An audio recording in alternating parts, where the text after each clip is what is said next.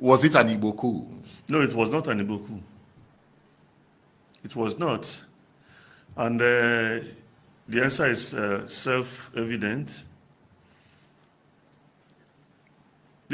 Among the majors that carried out that coup, a principal actor was Major Adewale Ademoyega, a graduate of history from the University of London.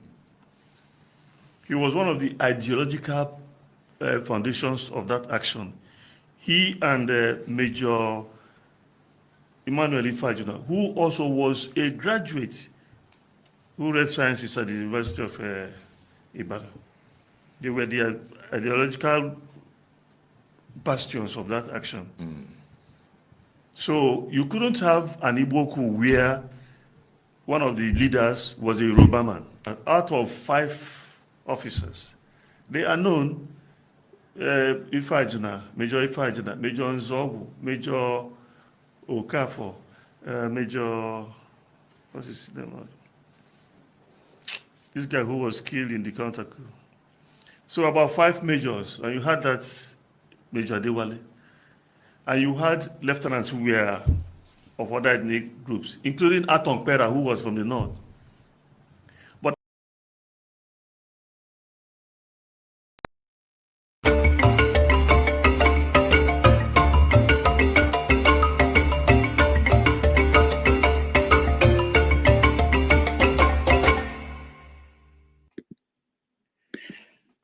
hello, welcome.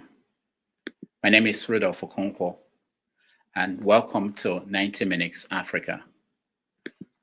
Before his new autobiography came out, A Journey in Service, our guest today wrote the most authentic biography of General JTU Aguiyi-Ironsi, called Ironsi, The Army, Power, and Politics.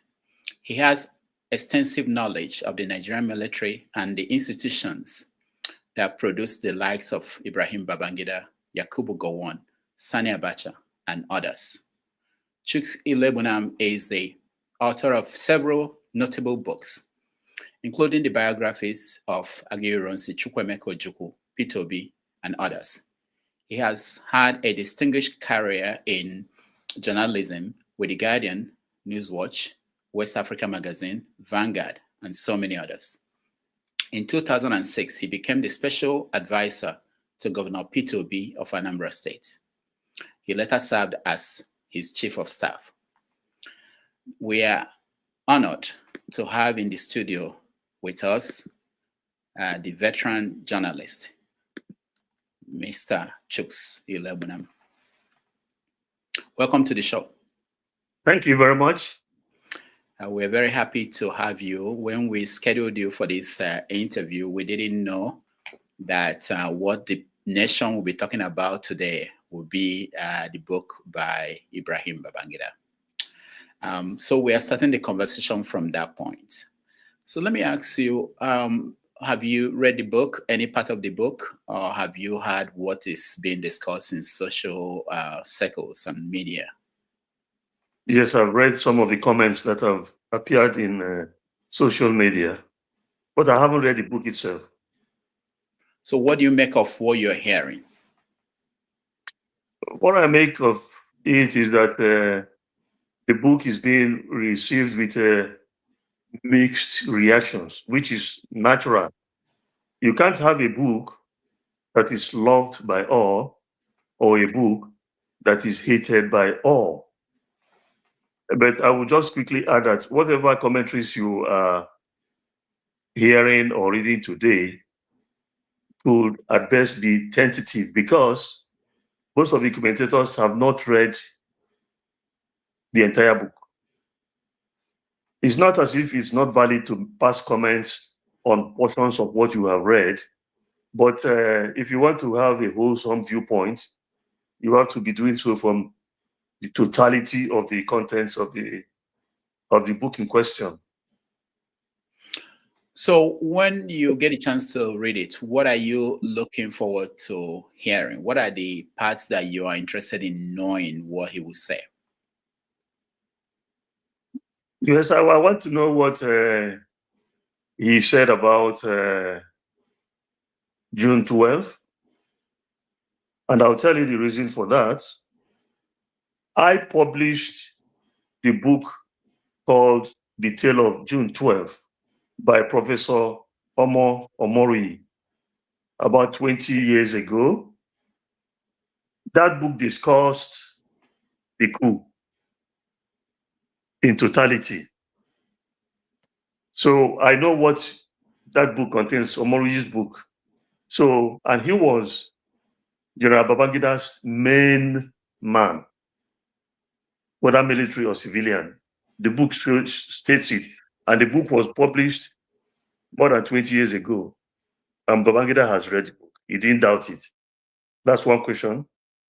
Two, I'd like to know what he said about Dele Giwa, because I was on the staff of Newswatch when Dele Giwa was killed with a parcel bomb. I'd want to know what he says about the entire question of the aberration of military rule. I'd like to say what he said about the structural adjustment program, things like that. Now, the number one issue that is trending out there is his opinion about the coup of 1966, the January 15th coup. He wrote, I don't have it in front of me, but he wrote that he does not believe that the coup is what people say is an Igbo coup. I know that you've talked about it in several interviews. Were you surprised that Babangida could say that or write that? No, I'm not surprised, because it's not the first time he's saying that. He has said that before. If you look at page Roman numerals 12 of my Ironsi book, what he said then was quoted there. And if you permit me, I'll just read it. It's not a long thing. It says, Yeah, go ahead. Okay. Babangida said, General Aguiyi-Ironsi was killed for advocating a unitary system of government in Decree number 34, the Unification Decree. He meant well. In fact, that decree was promulgated for the preservation of Nigeria as an entity. Unfortunately, some Northerners interpreted it to be a means for the Igbo after January 15, 1966 revolution to further take over the entire affairs of the nation. General Aguiyi-Ironsi was a man who saw tomorrow. He wanted Nigeria united in accordance with the military command tradition, and it was probably never intended to facilitate any form of domination. Interestingly, even today, we are still struggling to remain united as one. This is what General Babangida said about at least 8 years ago. But I mean, it wasn't in the newspapers as such, but he said it. So that gave me a foreknowledge of his viewpoint. So I'm not surprised that he now came to speak the truth, because I already knew the truth. I wrote it in my Ironsi book. The first edition came out 24 years ago. This one that you have now, the one that says Ironsi, Nigeria, the army, power and politics, came out about 4 years ago. So I always knew the truth. When the first edition came out in about 24 years ago, I took copies, one each, to General Gowon and General Danjuma, and told them to debunk anything I wrote there, because the book was based on research. And as I told you, as I've always said, you couldn't have a coup with the purpose of objective of Igbo domination, intending to insert in power a Yoruba politician. It wasn't possible. And then the names of non-Igbo participants in the coup are open knowledge. But it was just in the interest of those who distort history for personal purposes, for their designs, to keep telling the lies. Even with Babangida's position today, people will continue to insist that it was an Igbo coup. It will not change. Why is that? Why it is so is simple. The story itself has an objective: to perpetuate the hatred of Ndibo and concretize their marginalization. If you remember, Chinua Achebe said in The Trouble with Nigeria that about the only thing in which the rest of Nigeria has a consensus is their antipathy towards Ndibo. The coup was not an Igbo coup. There were Igbo victims of the coup. But it was in the best interest of those who wanted to subjugate Ndibo to continue to deny those facts. I'll tell you something I was told. General Gowon and Lieutenant Colonel Arthur Chinyelu Unegbe were the best of friends. They were cohorts. They attained their majority, their lieutenant colonel status at the same time. So much so that when Colonel Unegbe wedded, his best man was Colonel Gowon.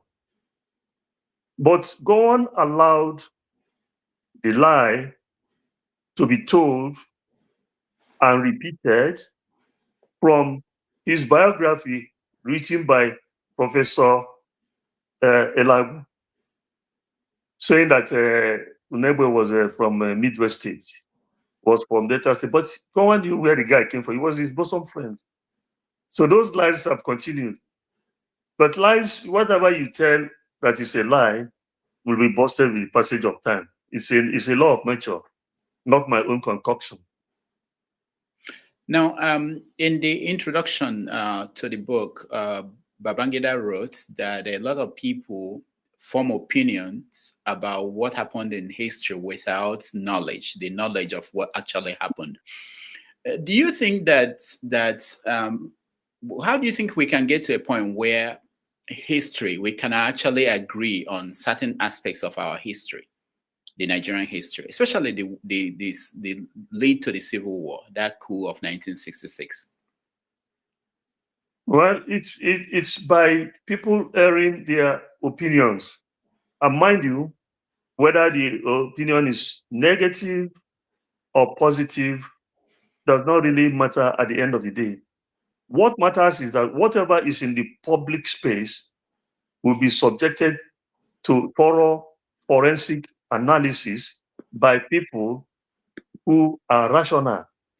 In other words, the more of the stories of January and, by the way, July 1966 are told, the better it will be for the creation of the proper history, contemporary history of Nigeria. So that foreword that General Gowon wrote, someone sent it to me. I have read it, and Gowon was saying that people should write to be leaders of this country. People who have played roles in it should write so that those who were not participants will learn. So I said to him, physician, heal thyself. Write your own. Let us hear it from you. Let us hear it from General Danjuma. Do not say it is good to write when you threw away your own pen. Pick up your pen and write. We'll all learn. So I know that you wrote about Ironsi, and we want to dive into that a little bit. Tell us, what is the general misconception of Ironsi that you discovered while you were researching your book? The main point about him by his traducer was that he was a non-entity and a tribal bigot. So my research proved otherwise.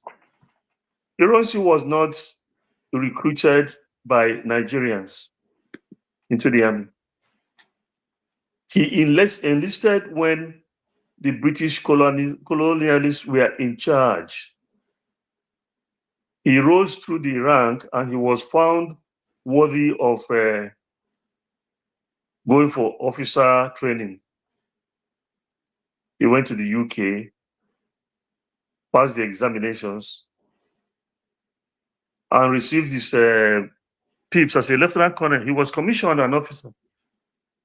He continued to rise to become the topmost Nigerian military officer with the rank of Major General.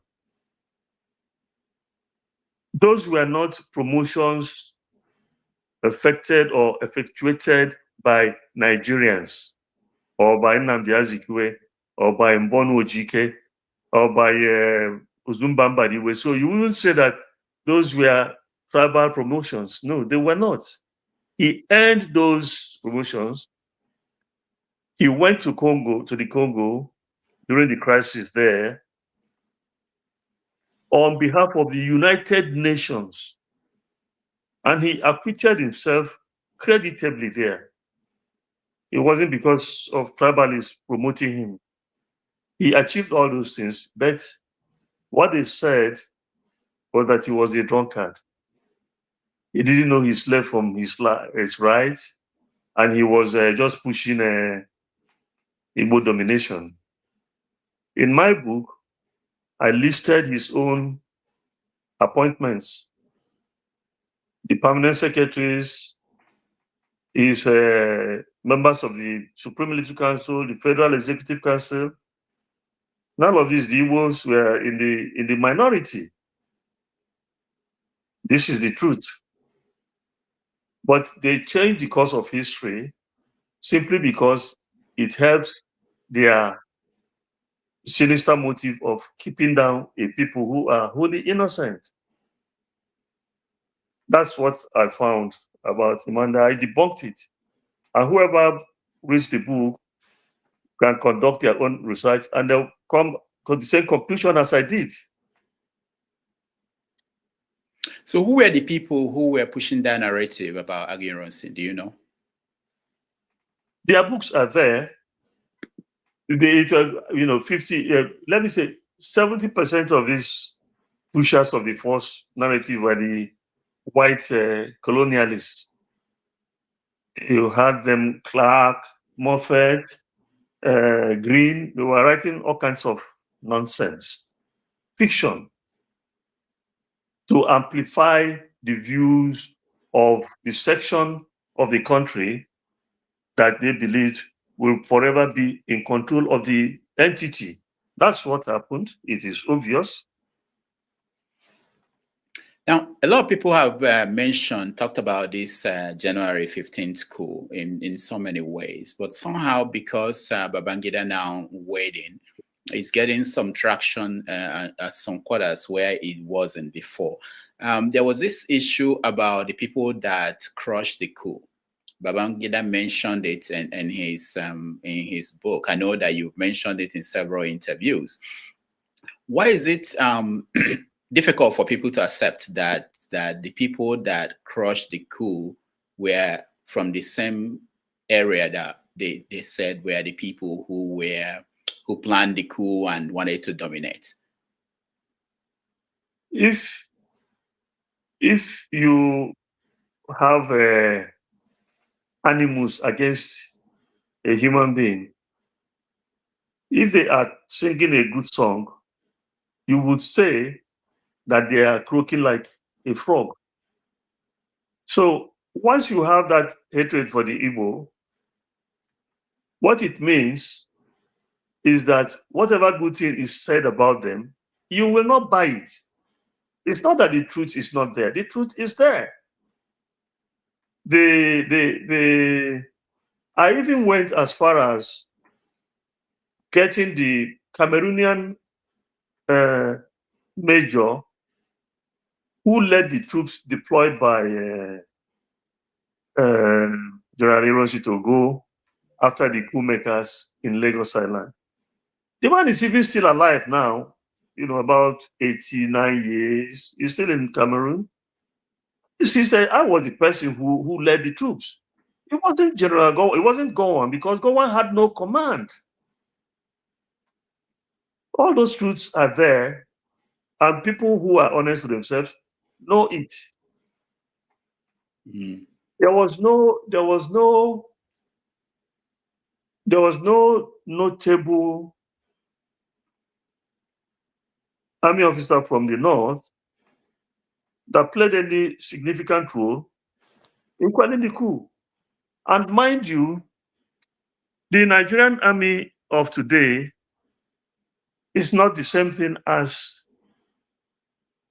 the army of 1966. Today, you have over 40 major generals. At that time, there was no lieutenant general, there was no general, there was only one major general, and then there were 3 brigadiers. Now, of the lieutenant colonels or colonels, only about 5 were from the entire north. Kuru Muhammadu, Zakaria Maimelari, James Yakubu Pam, Abogo Lagema, Yakubu Gowon, who were lieutenant colonels or brigadier in the case of Maimelari. But of the Igbo country, you had many lieutenant colonels. Those people were not promoted by Nigerians. Those people earned their promotions when the colonialists were in charge.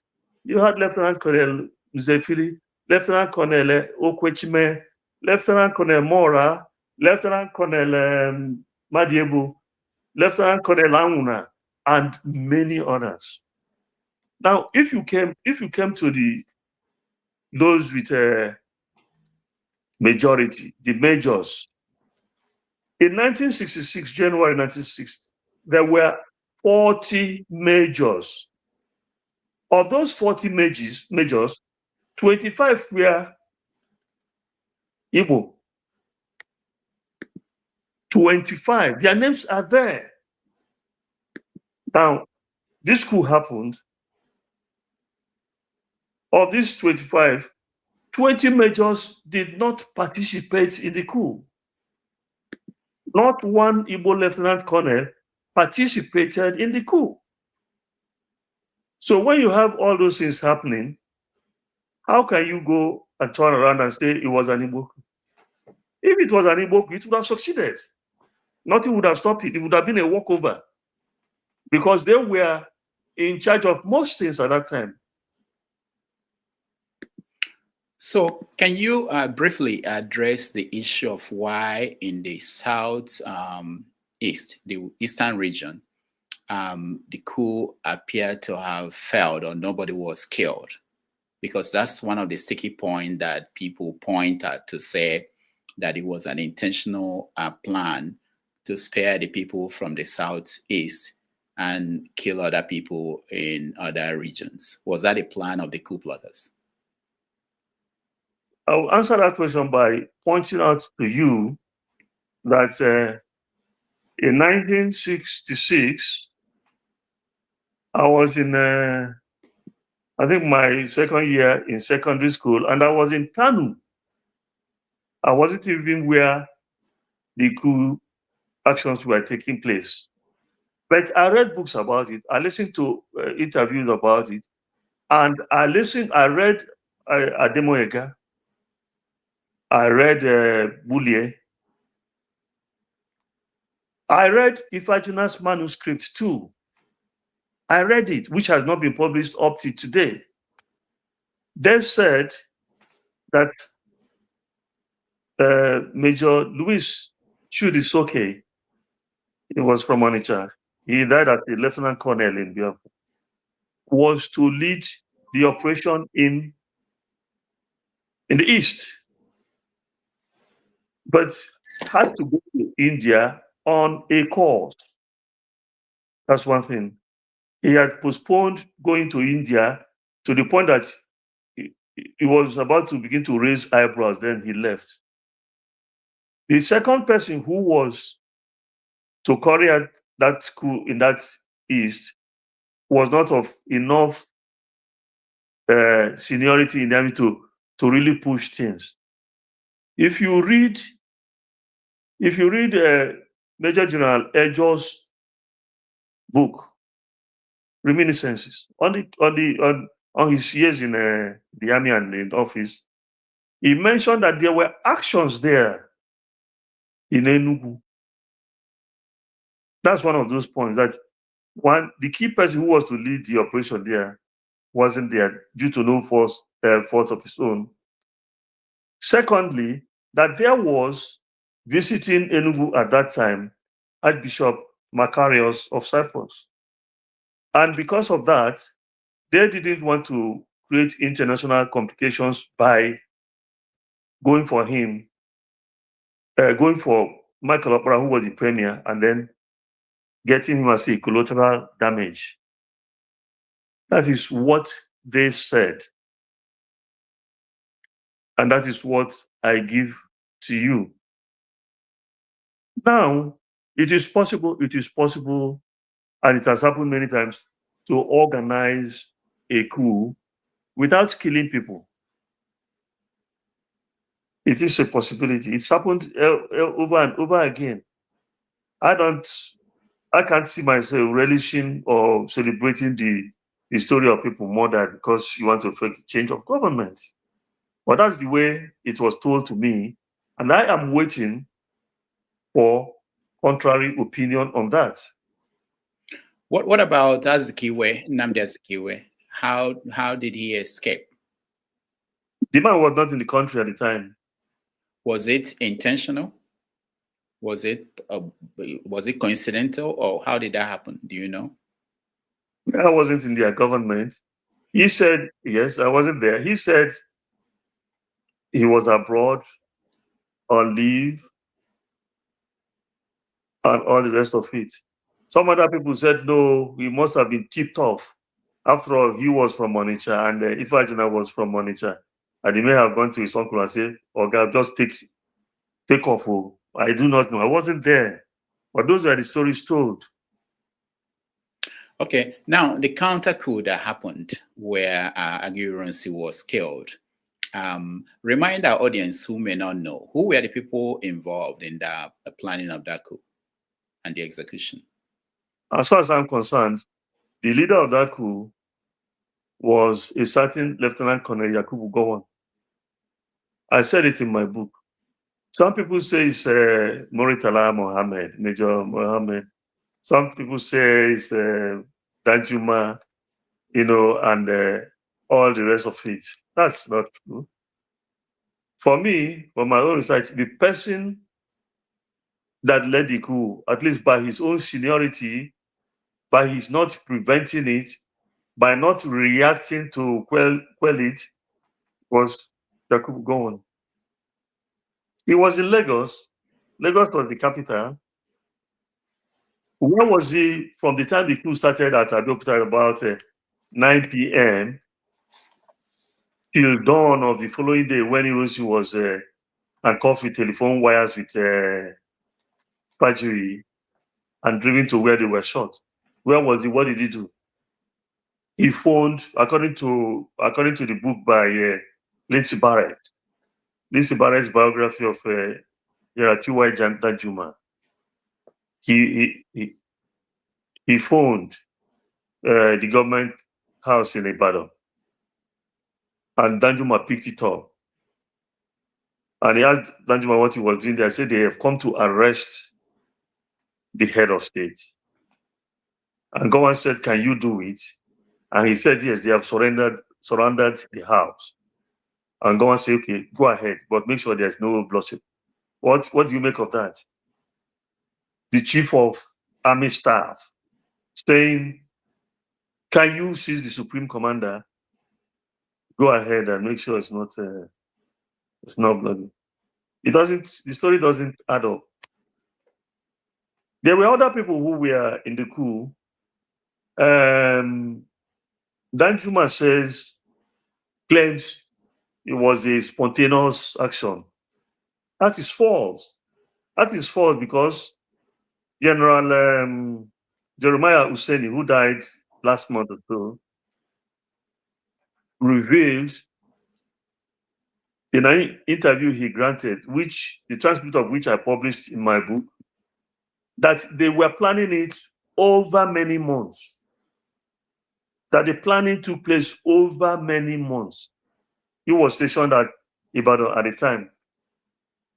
How could a coup be planned over many months and Yakubu Gowon didn't know about it in Ibadan there? How can that be? Okay, there was this other sticky point in terms of after Ironsi was killed, who should take over? What is the actual story? There is this story that Ojukwu and Gowon, that their issue started when Ogundipe, who was the most senior, did not take over, and Ojukwu refused to take orders from Gowon. What do you know about that? What I know about that is that at the time the argument was going on, it had become even academic, because once a junior officer told Brigadier Ogundipe that he doesn't take orders from him, Ogundipe fled. So even if they had said, come and take over, by then the man was in a ship, and before he knew it, he was in England, where he ended up as a high commissioner. He was no longer there. This is true. This has happened. Because, discipline had broken down. If you have an army without discipline, you couldn't reasonably or sensibly call it an army. It was, at that point, there was a lot of chaos. So the man ran for his dear life. Of course, Ojukwu talks about hierarchy, people taking positions according to their seniority. When Flight Lieutenant Jerry Rawlings took over power in Ghana, he was just a captain. Flight Lieutenant is captain. By then you had generals there, air vice marshals, and all the rest of if you have the guns, you are the general de facto. So the question of whether you will see that this man will take over power, which man will not take over power, is academic. If you don't have the guns before you and you go and sit on the throne, a bullet will remove you from there. That's the truth. Mm-hmm.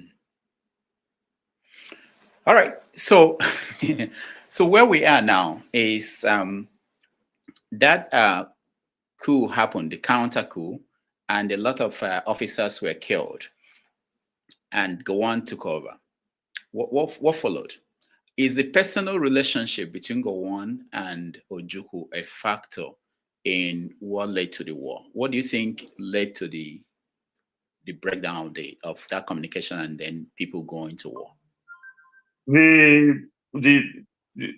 For me, the major crisis that led to the war started from the different interpretations given to the Aburi Accord. That was what caused it. Even before Aburi, Gowon and Ojukwu were in communication.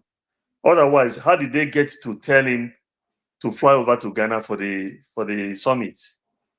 It's not as if they weren't talking, but everybody had his own position.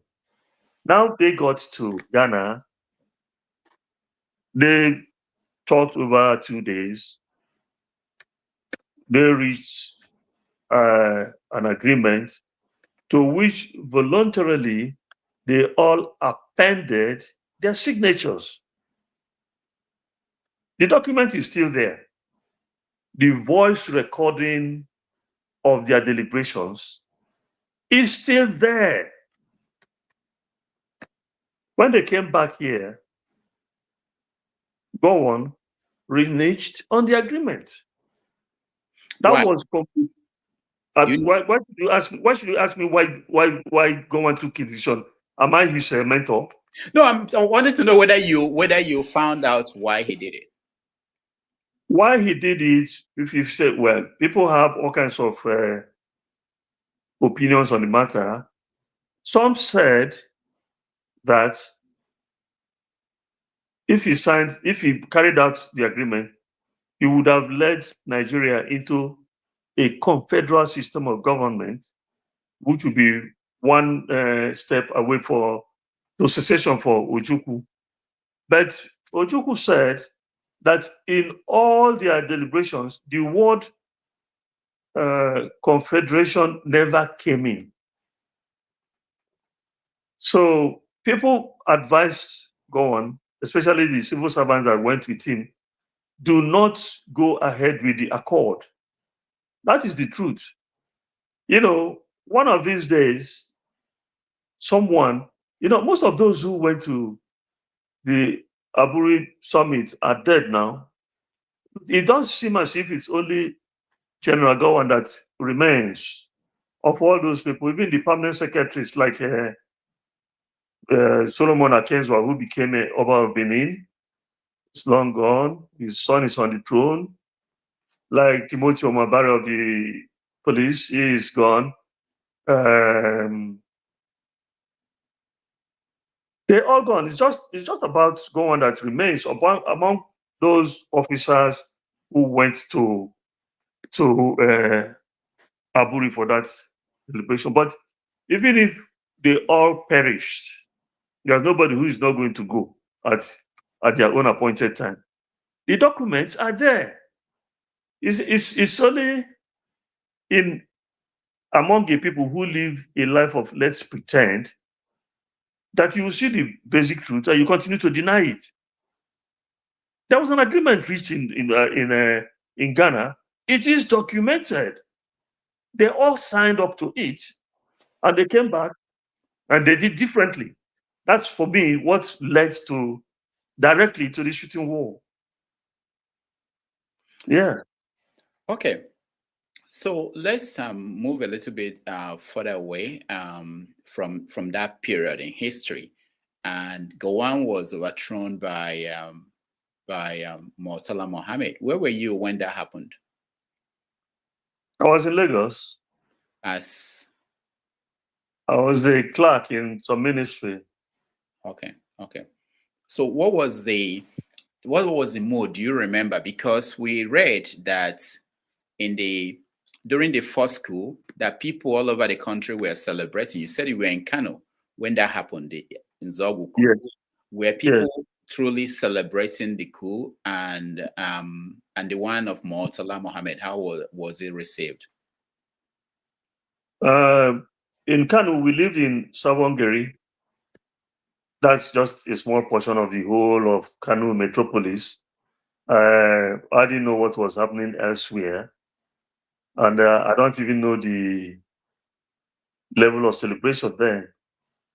When Gowon was overthrown, we were at the Ministry of Finance, where Alhaji Shehu Shagari was the Federal Commissioner or Federal Minister. What I remember is that once it was announced, we were hearing the voice of Colonel Joe Garba. There was widespread panic and people were running, entering buses, their vehicles, and fleeing the island. That's what I remember.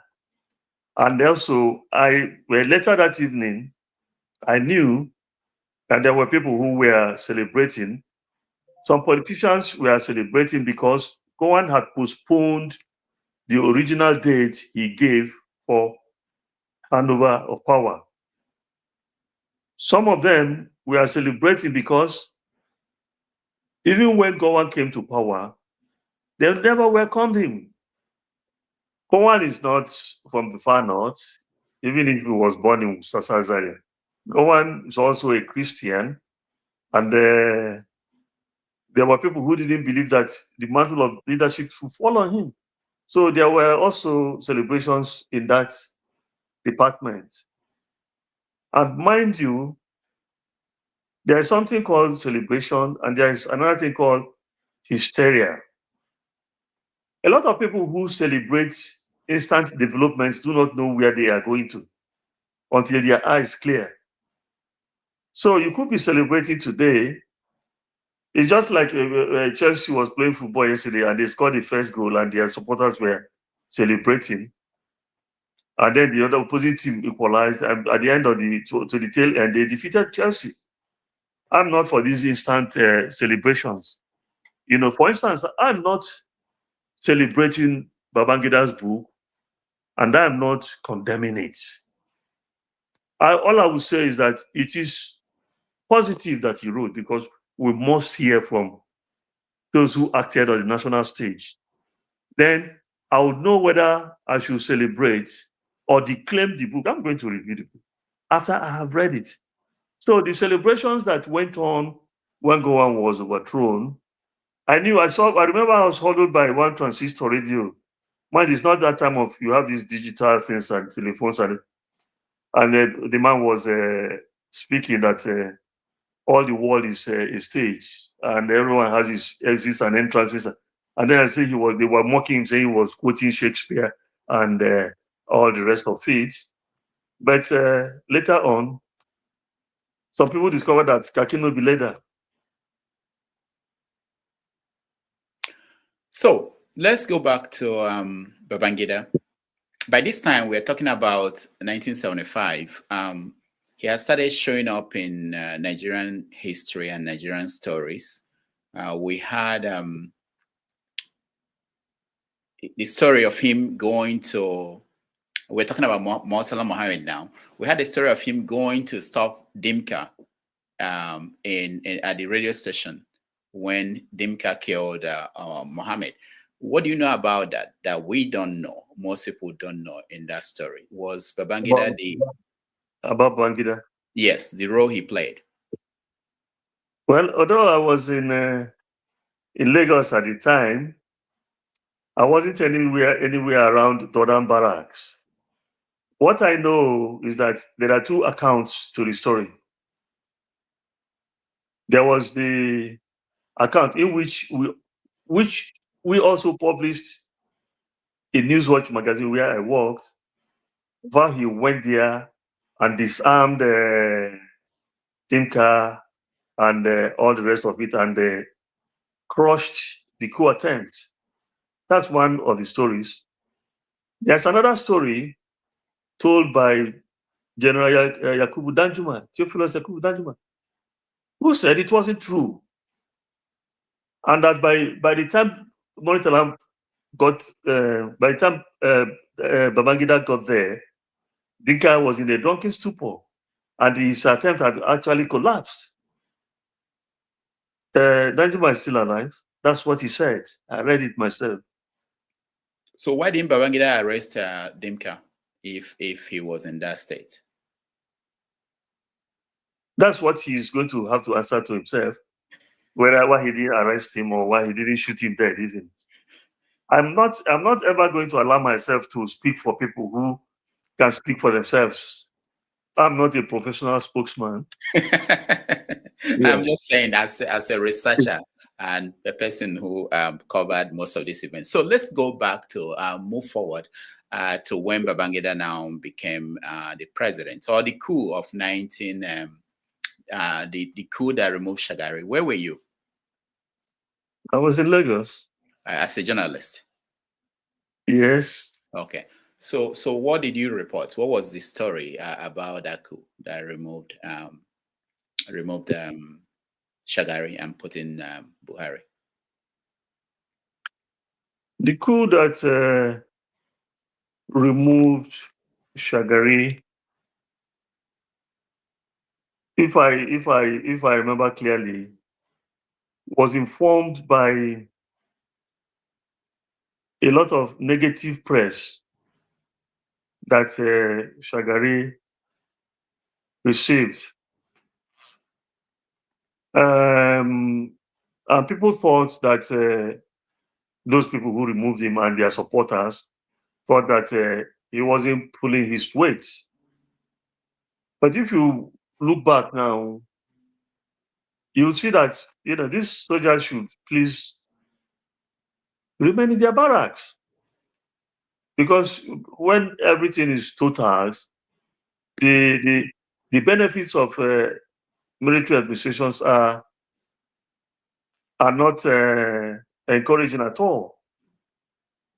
So they removed him, and Buhari became head of state.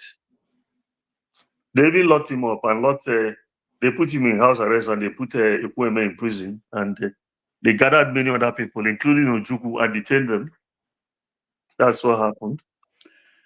Okay, we have a lot to cover, but let me quickly get to Dele. You were at Newswatch when he was killed. What do you know about that incident that we don't know, or that a lot of people are confused about what happened? Well, when you talk about Dele, two things immediately come to my mind. I had been on the staff of the Guardian newspapers, and then I applied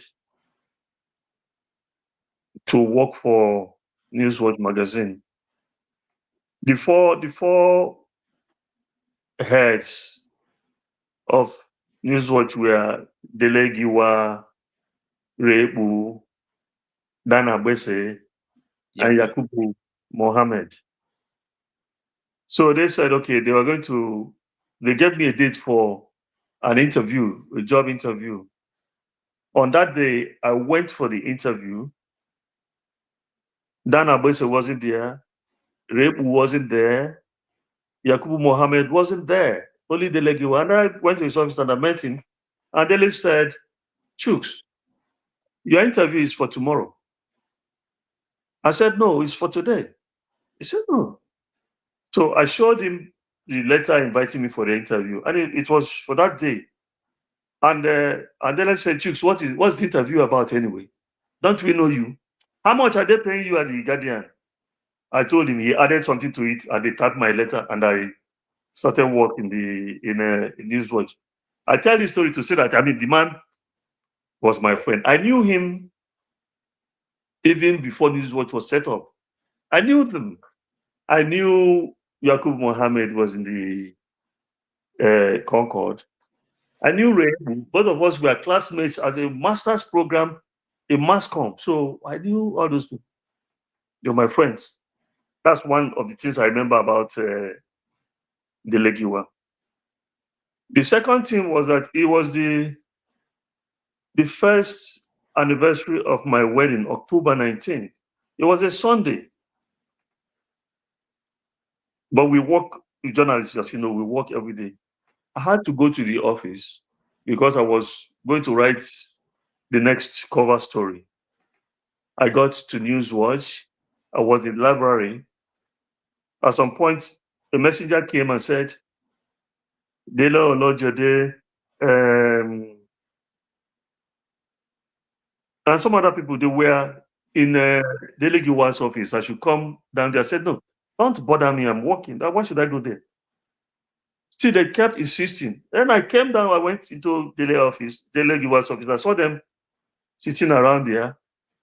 And Dele Olojede called somebody in Concord and said, I want to tell you that Dele Giwa is dead. He was blown up by a parcel bomb about 2 hours ago. That's how I knew what was happening. I said, what are you guys talking about? And then we went to, they said he was taken to First Foundation Hospital in Ikeja. We went there. There was already a crowd there at the hospital. And I said, come and see where he's lying. From his neck down was covered up completely. And I said, thank God, this man didn't die. They said he was dead. He looked so peaceful. So as I was going away, a nurse that said, please come and see. Don't go, come and say, why should I say, well, I've seen him. Why do you want me to say, please come? And he threw up the thing covering the... And from here, fire just burnt and just mangled the man's body completely. So I remember these two things each time they talk about Dele Giwa. We used to go partying in those days where you fill their car tank with 5 naira, and there wasn't insecurity. You could drive about everywhere. So those were happy times until that kind of thing was introduced. So when you talk about him, I want to know, as I told you, I haven't read General Babangida's book. I hope that such chapter in national history is discussed in the book. I would like to read that aspect, and then I will have my comments to make. But now I don't know what he said. Yeah, more people who have read that part said he said he had nothing to do with that. That he said so? Yeah, he had nothing to do with that. Okay, did those people say if he suggested those who had something to do with it? No, that's why I want to ask you now. Did you, over the years that you were at, and I don't know how long you stayed at Newswatch after, have you turned up any investigative, story about what actually happened? Because we may not. Those ones, the stories written were the stories written by Newswatch staff, and mind you, Newswatch staff or the Newswatch magazine, as far as I know, never pointedly accused Babangida of the assassination of Dele Giwa. It doesn't mean that he did it or that he did not do it. What it means is that in such a dispensation as we had at that time, common sense dictated caution. That's how it is. But I didn't go investigating what happened to him on a personal basis. And but there's a book I'll recommend, Born to Run by Dele and Onukaba. Two of these young journalists who wrote about a biography of Dele Giwa, and that will help people to piece facts together and draw their own conclusions. Maybe if I read what he said, I will be in a position to say, what about this angle? What about that angle? And all the rest of it. But not having read the book, I can't say. And I'm not in a hurry to call anybody a murderer or a non-murderer. And what I do know is that to kill a human being is not the same thing as to kill a fowl. And that in the ultimate, everybody pays their own dues. Now, when you say you're not in a hurry, are you not worried that some of the actors... I'm not in a hurry to do what? You said you're not in a hurry to call anybody a murderer. A murderer or non-murderer. Yes, I'm not. I'm also thinking in terms of being able to get the accurate story. Are you not concerned that most of these stories we're talking about, you mentioned people who have died now, like the people at the Aburi conference. Are we not worried or that we may lose the opportunity to hear from some of the participants and maybe miss a vital part of the history? I am worried that there are people who think that it's only those who are in Nigeria or only those who worked in Newswatch are to be, impelled to conduct research on what happened to Dele Giwa. That's where my worry lies. Okay. All right.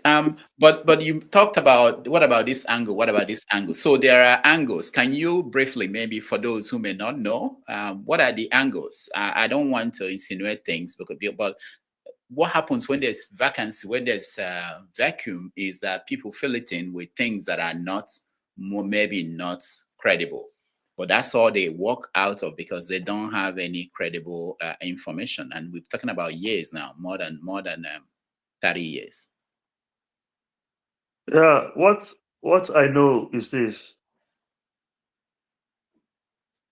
In conducting research, hate, speed is not the most essential element. The fact that it's taken about 30 years since it happened does not mean that one couldn't get to the bottom of the matter. Look at now, Babangida is talking about the January 1966 coup. It still resonates his story, and people are learning new lessons about it. So that even if the story comes up in 50 years' time, the truth will still come out. There's nothing that is, even today, there are people who are settled in their minds about most of these things. So that you say what you want to say, you write what you want to write, you pass any commentary that suits you, and they dig into their own positions and stay put there.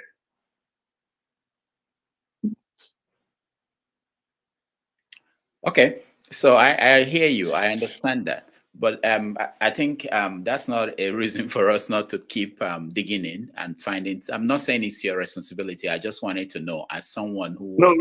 it is my responsibility, but I'm saying that it is not solely my responsibility. There are people who are in the US, in Russia, in Germany, in the Kalahari Desert, wherever they are, especially if they are Igbo, especially if they are Nigerians, can also investigate that. If you are doing a first degree or second degree or a doctorate degree in mass communication, you can go and investigate and say, what happened to this journalist? You see, people are still writing on George Washington. They're still writing about him. People are still writing about Jesus Christ and looking at his execution, crucifixion from different perspectives. It's never too late to search for the truth. I hear you. Now, what changed in the media since the death of Dele? Oh, the changes are enormous. When we were there, things were not digital. You were in the US, I'm in Nigeria, we were chatting. We didn't have this kind of communication, ease of communication. I remember when we were at the Punch, we were using what they called radio phone. There were about 3 women in Lagos, in the Lagos headquarters of the Punch. And in each of these stations, there was a radio phone. When you press the button, it gives you way to speak.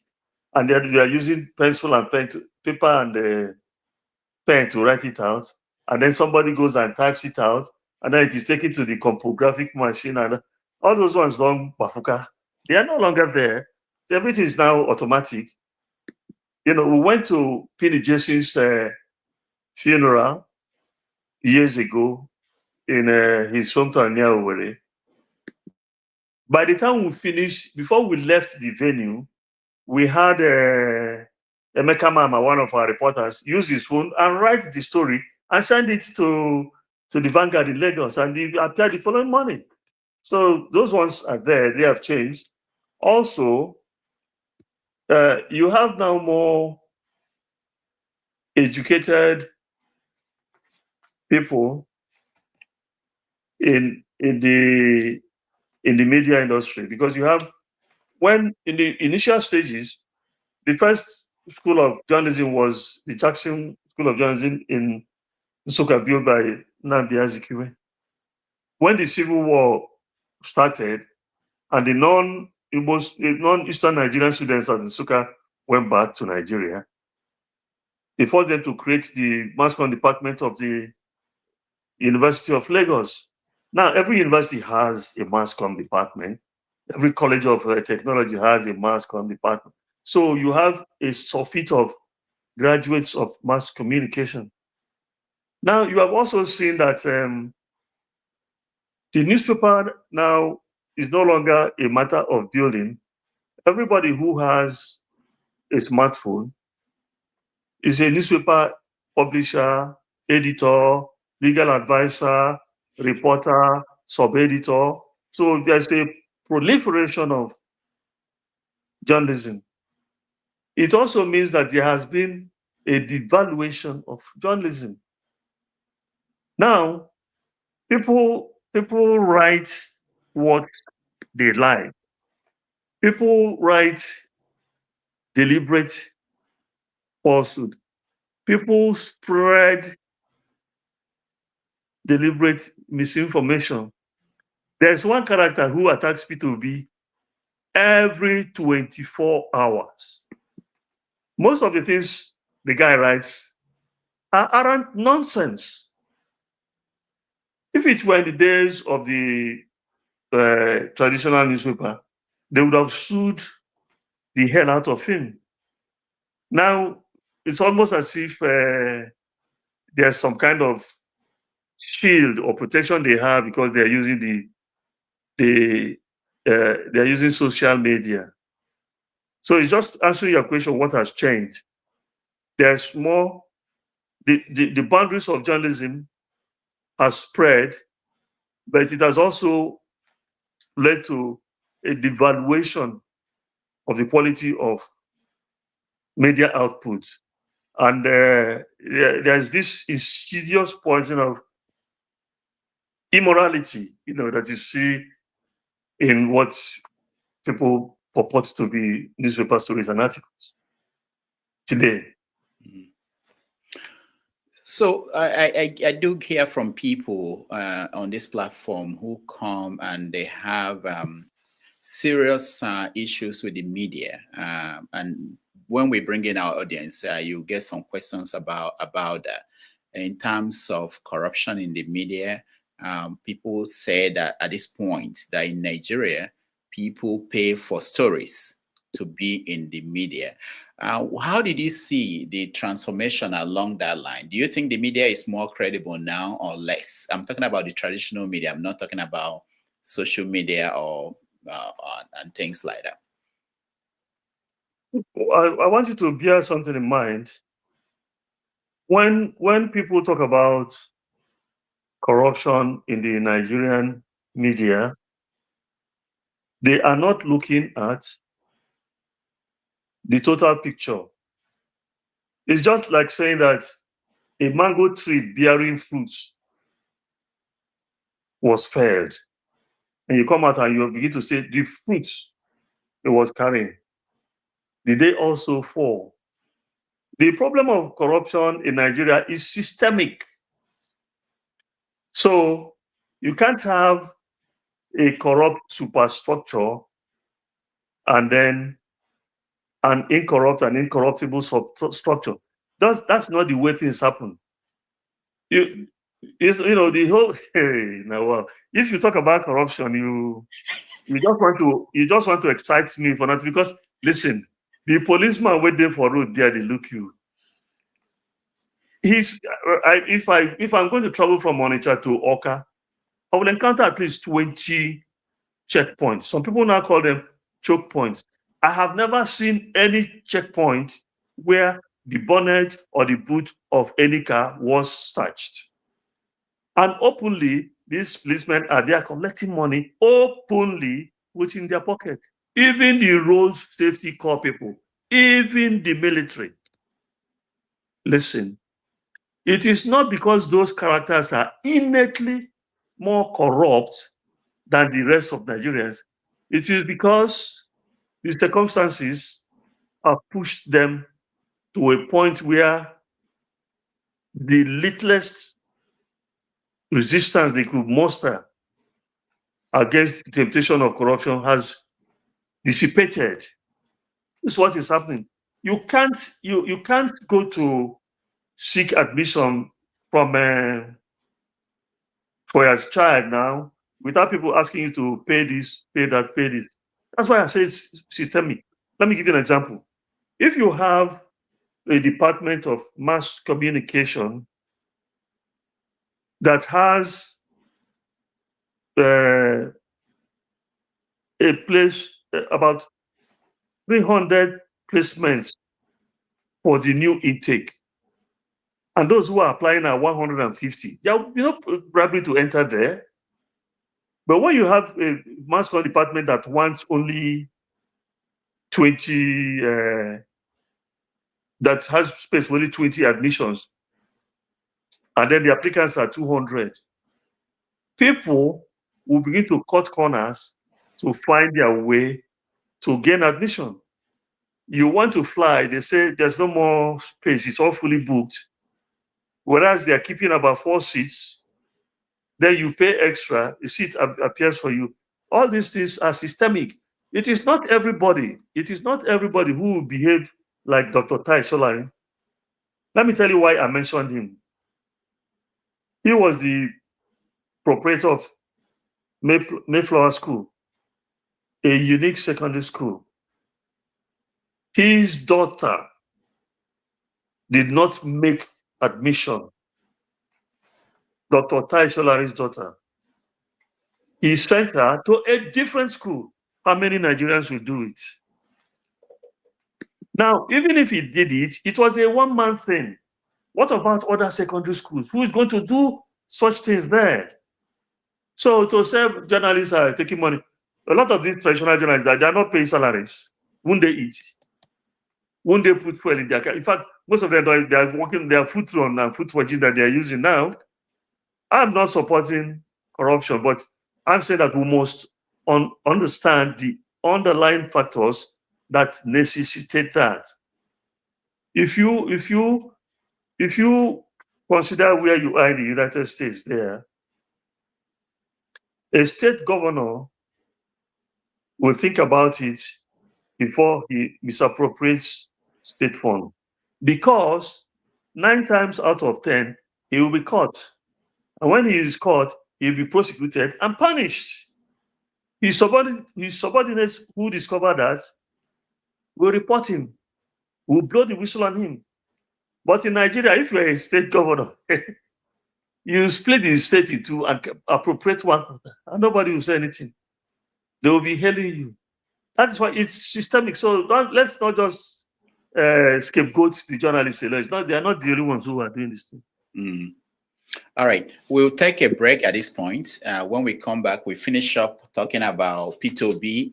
You served under his government as chief of staff, and also we talk about Charles Soludo and how he's running Anambra State.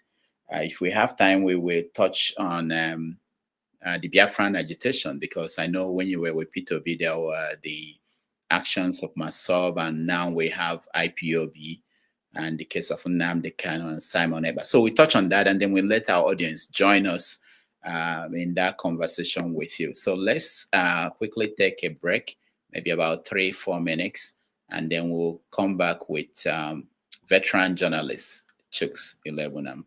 So thank you so much for watching, those who are watching us, and we'll be right back. Thank you, Chuks. Thank you. Okay.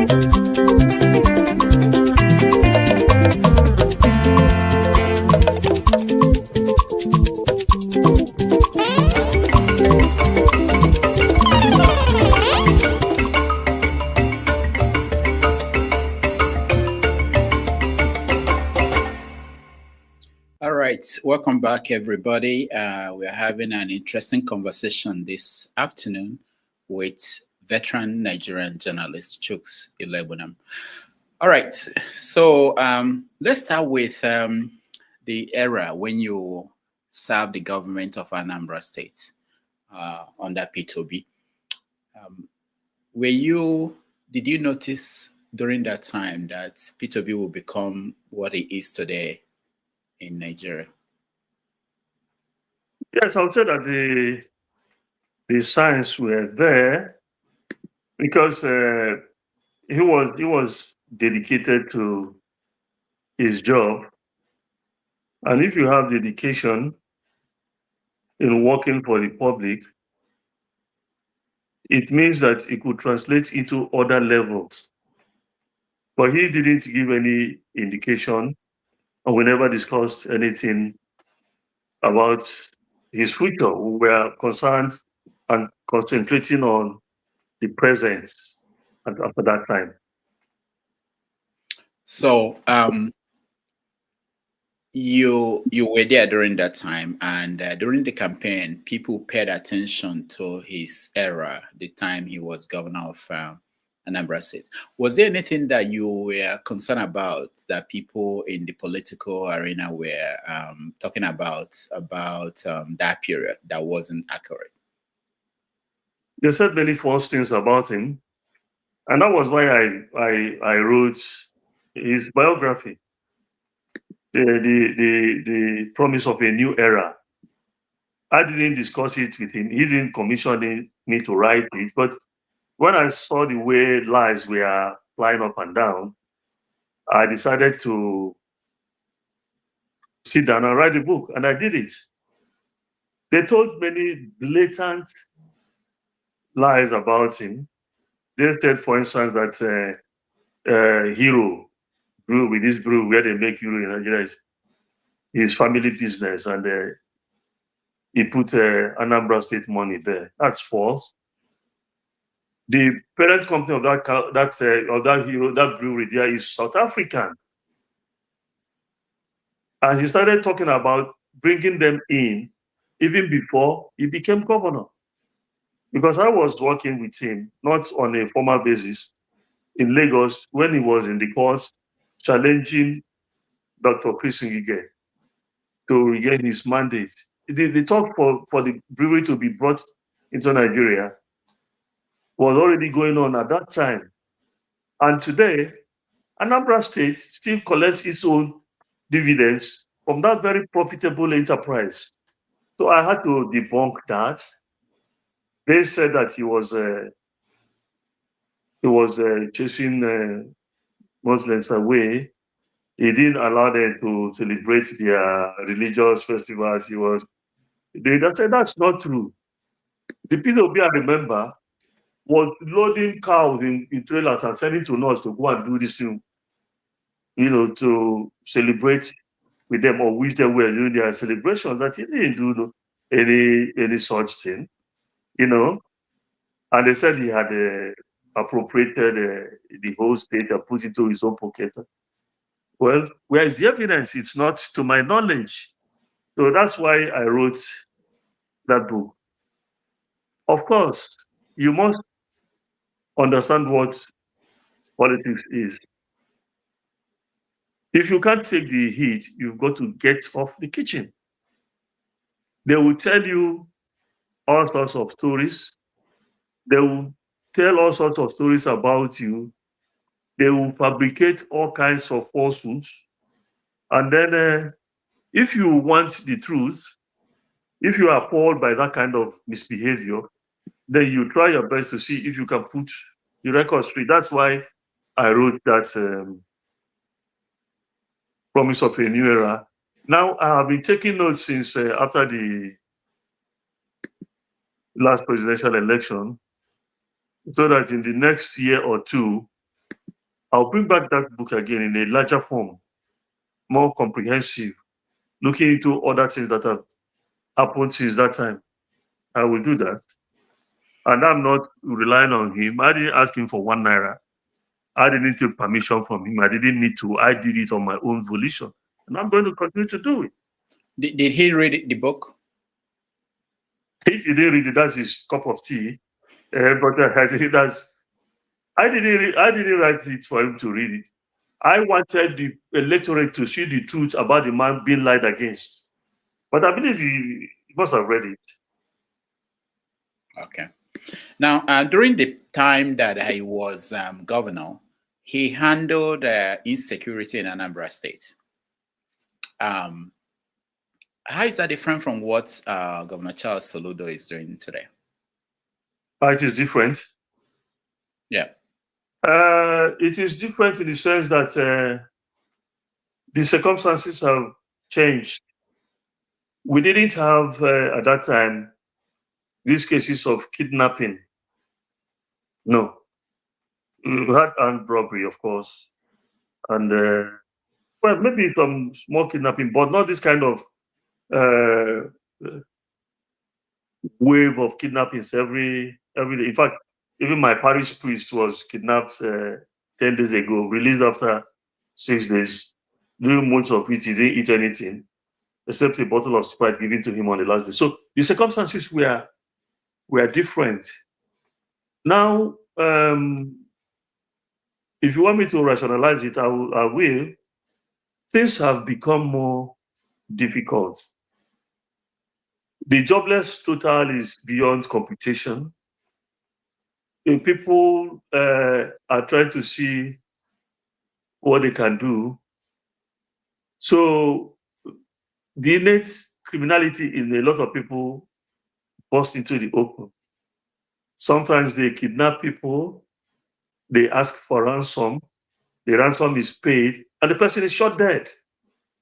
You wonder what these guys are really doing.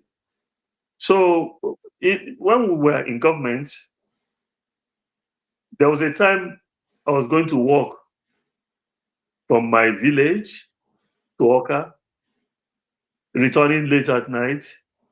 There were times I was coming from Enugu, going back, because we didn't have that fear of people kidnapping you. Things were not that terribly dangerous. I'm not saying there wasn't crime there. There was. In fact, about during our second month in office, the second month after P2B's inauguration as governor, one night, bandits besieged the Ukwoji area of Oka, where you have a concentration of all those banks, firing, attacking all those banks for upwards of 6 hours, unchallenged. But P2B dealt with it, stopped the nonsense, stamped on it, staunched it. Yes. And yeah. Do you think that that Soludo is doing the best he could do? Well, Soludo is pulling his own weight according to his own vision of how it should be tackled. You must understand that it's not easy. You are going to have to ask yourself, who do you trust? Who are the people working for you? Even now, the new outfit he set up, I've seen videos of them collecting money on the roads. You can see, you tell you that the man is in a very serious contention. It's not easy. There has been widespread proliferation of illegal arms and proliferation of legal arms. There are two different things, but they all boil down to arms in hand where you can find it. Who is supplying those arms? Where are those arms coming from? But we must get back to a cardinal point. There's insecurity in Anambra State. There's insecurity in other southeast states. There's also insecurity in various other parts of the Nigerian nation. If you want to cast blames, I'll ask you to start from Abuja, because Abuja controls the police force, Abuja controls the military, Abuja controls the civil defense, and all the rest of it.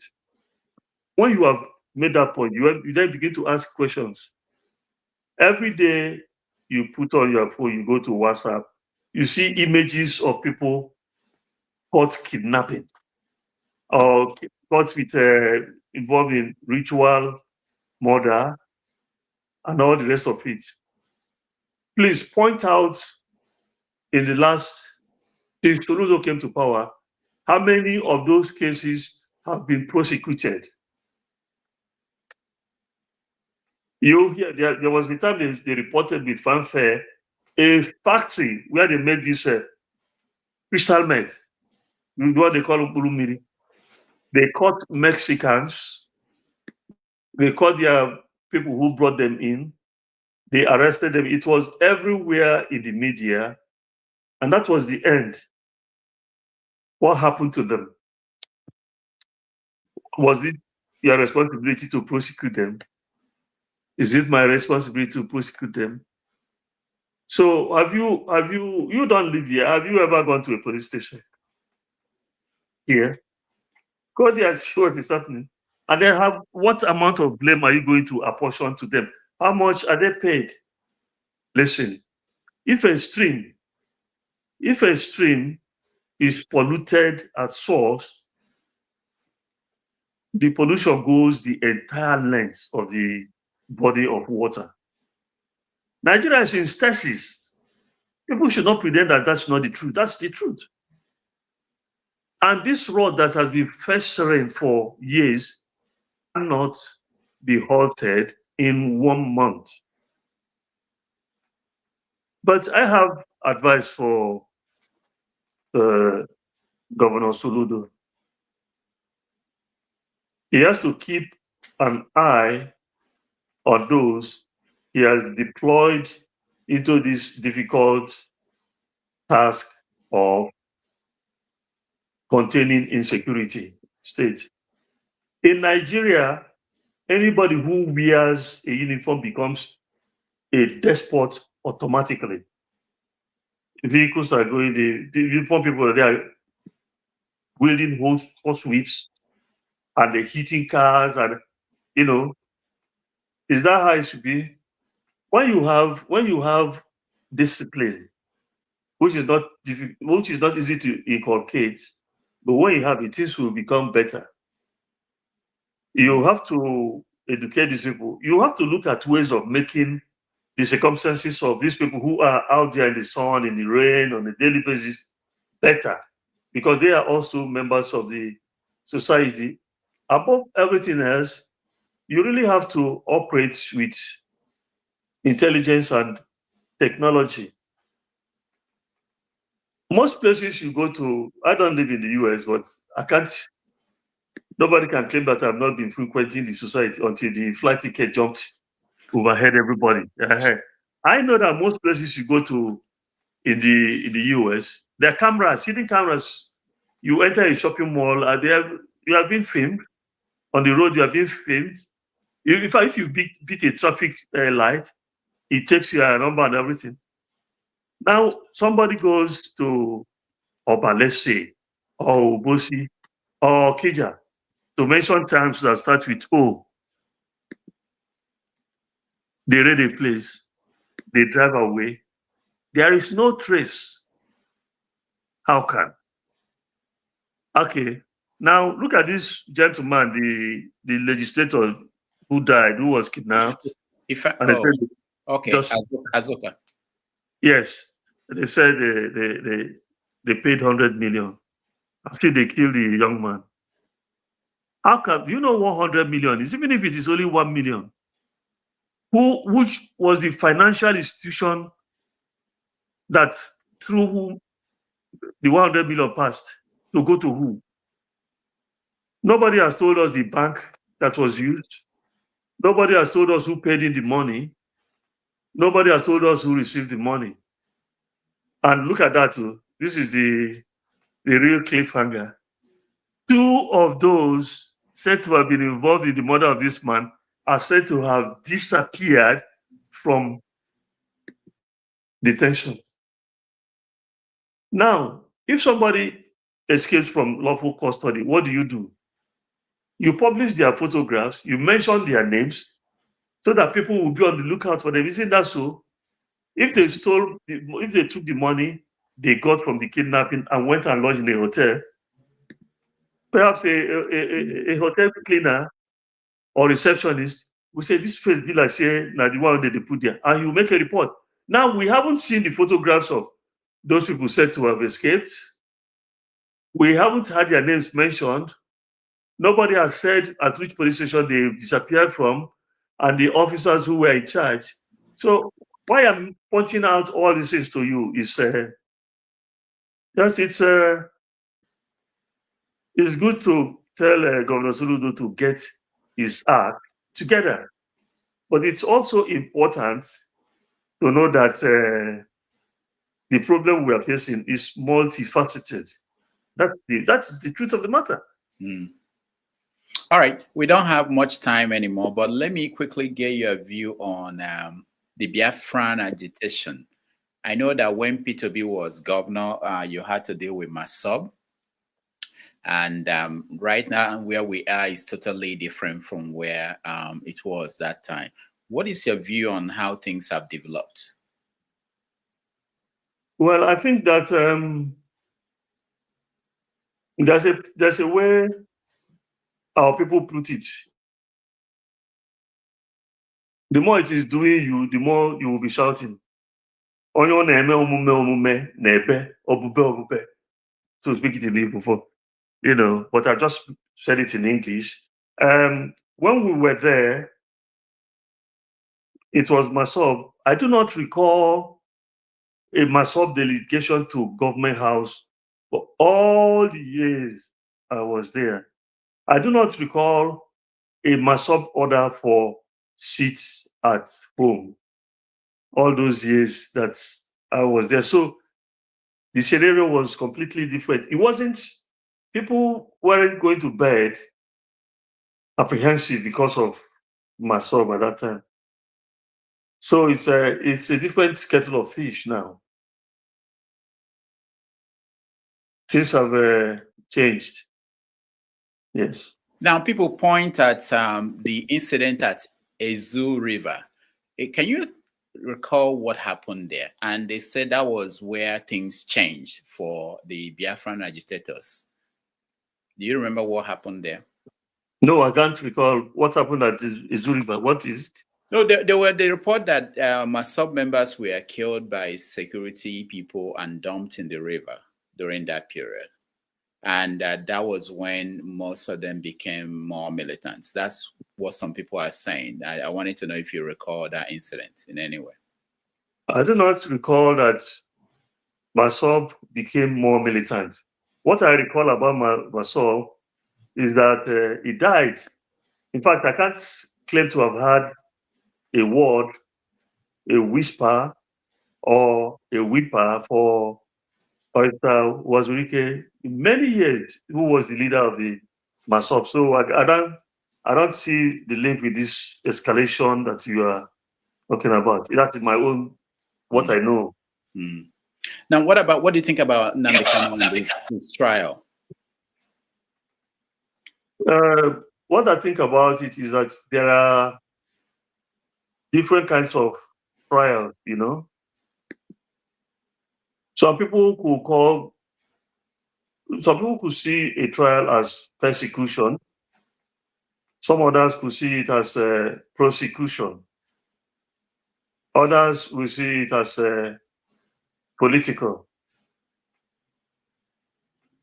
What I advocate is the rule of law.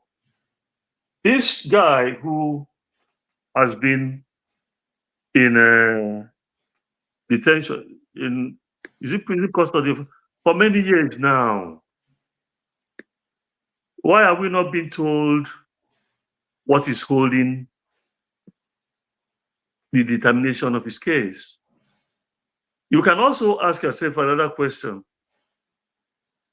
How come, is it a legal process that a judge that recused herself from a case is compelled to go back to that case?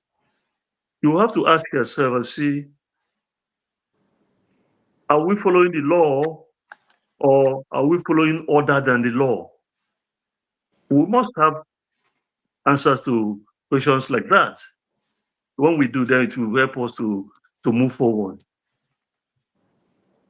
Now, there were people who are blaming the leaders of the Southeast for not doing enough. Do you think there are things that they should have been doing or could do to help the situation?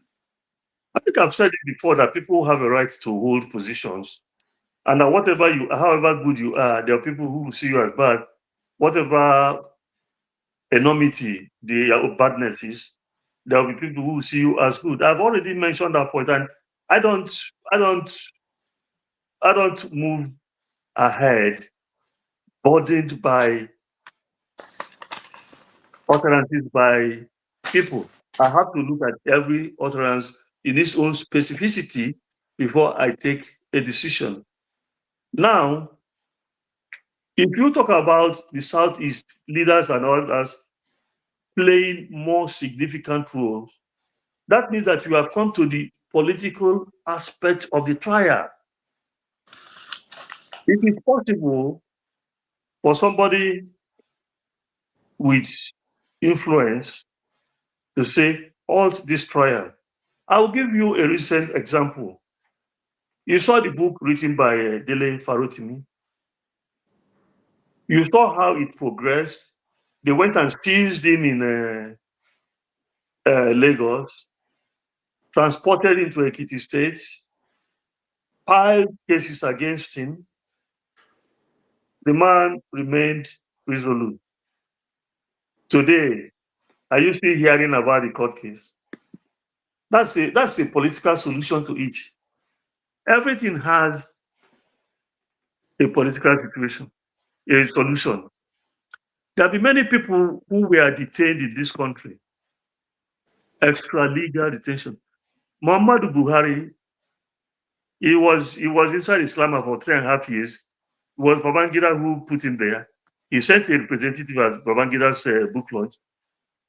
Buhari himself went about detaining people.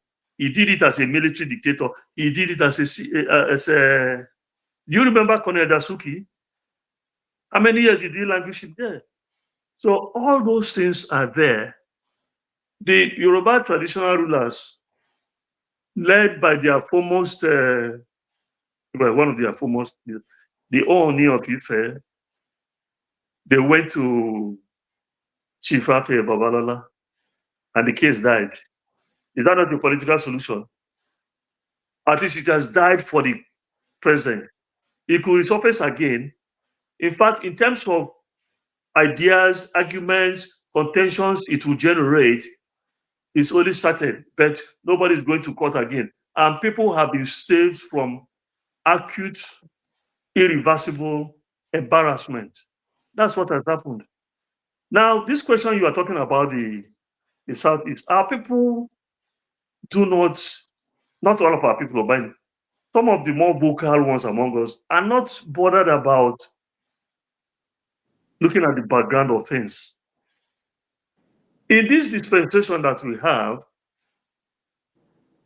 any Igbo person telling you he's influential in Abuja, tell him to find the address of a good psychiatrist. But any influence anywhere, they are barely tolerated.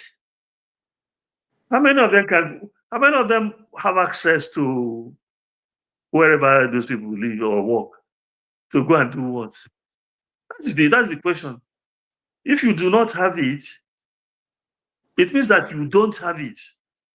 Where you don't have it and go about claiming that you do have it, you are living a life of let's pretend. You are deceiving yourself. A lot of these governors they are seeing are looking at the next gubernatorial election. If they upset the apple carts, will they be re-elected? Don't you know how elections go in this country?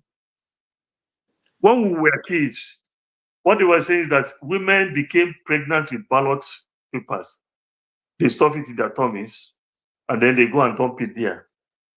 And you read about the voter, one of Chinua Achebe's earliest short stories, how they did it in those days. Today, you will go and stand in the sun, you will go and stand in the rain, you will be flogged by all kinds of people. Some will be shot, some will be stabbed. At the end of the day, one man will just sit down somewhere and write results and announce it, and they'll tell you to go to court. If you know that that scenario is a possibility, you'll be doing everything you like, everything you believe will save you from being hit over the head when election time comes. That is why, for instance, you have people like one former governor who is in Abuja now making all the noise saying that it's not Igbo, it's not Igbo, it's not Igbo. It is in the scheme of things that if you distance yourself from the hated ethnic group, that hatred will not impact on you, or will not impact heavily on you. Do you understand? That was why people like Elechi Amadi, the writer, went about talking about being Ikore and not being Igbo. While he was doing that, there are people like Dr. Obiwale. There are people like Senator, what's his name now? Ella, who said, we are Ikore, but we are even Rotimi Amechi today.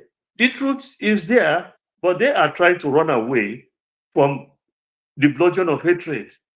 So when you have those people who are hated here, they are not entirely in the best position to go and influence any political decision on the Nnamdi Kanu case. That is the truth. All right. Thank you so much, Chuks. Let's now go to our people who joined us to ask a question. Please, if I call on you, please find your best question. We've exceeded the time we agreed with our guest. So let's see. Michael Adeyo first. Go ahead. All right. Thank you so much, Professor Rudolph, for allowing me again, inviting me onto your show. Mr. Chuck, I appreciate you so much. All the time you come here with some information, and I appreciate that. And first of all, I want to thank you for your loyalty, for your patriotism, being part of Newswatch, because that was my best subscribed news magazine when I was in Nigeria, because it has a lot of information. I don't know, maybe I've read a lot of articles in it. Part of it must be one of your own published articles and editorial version.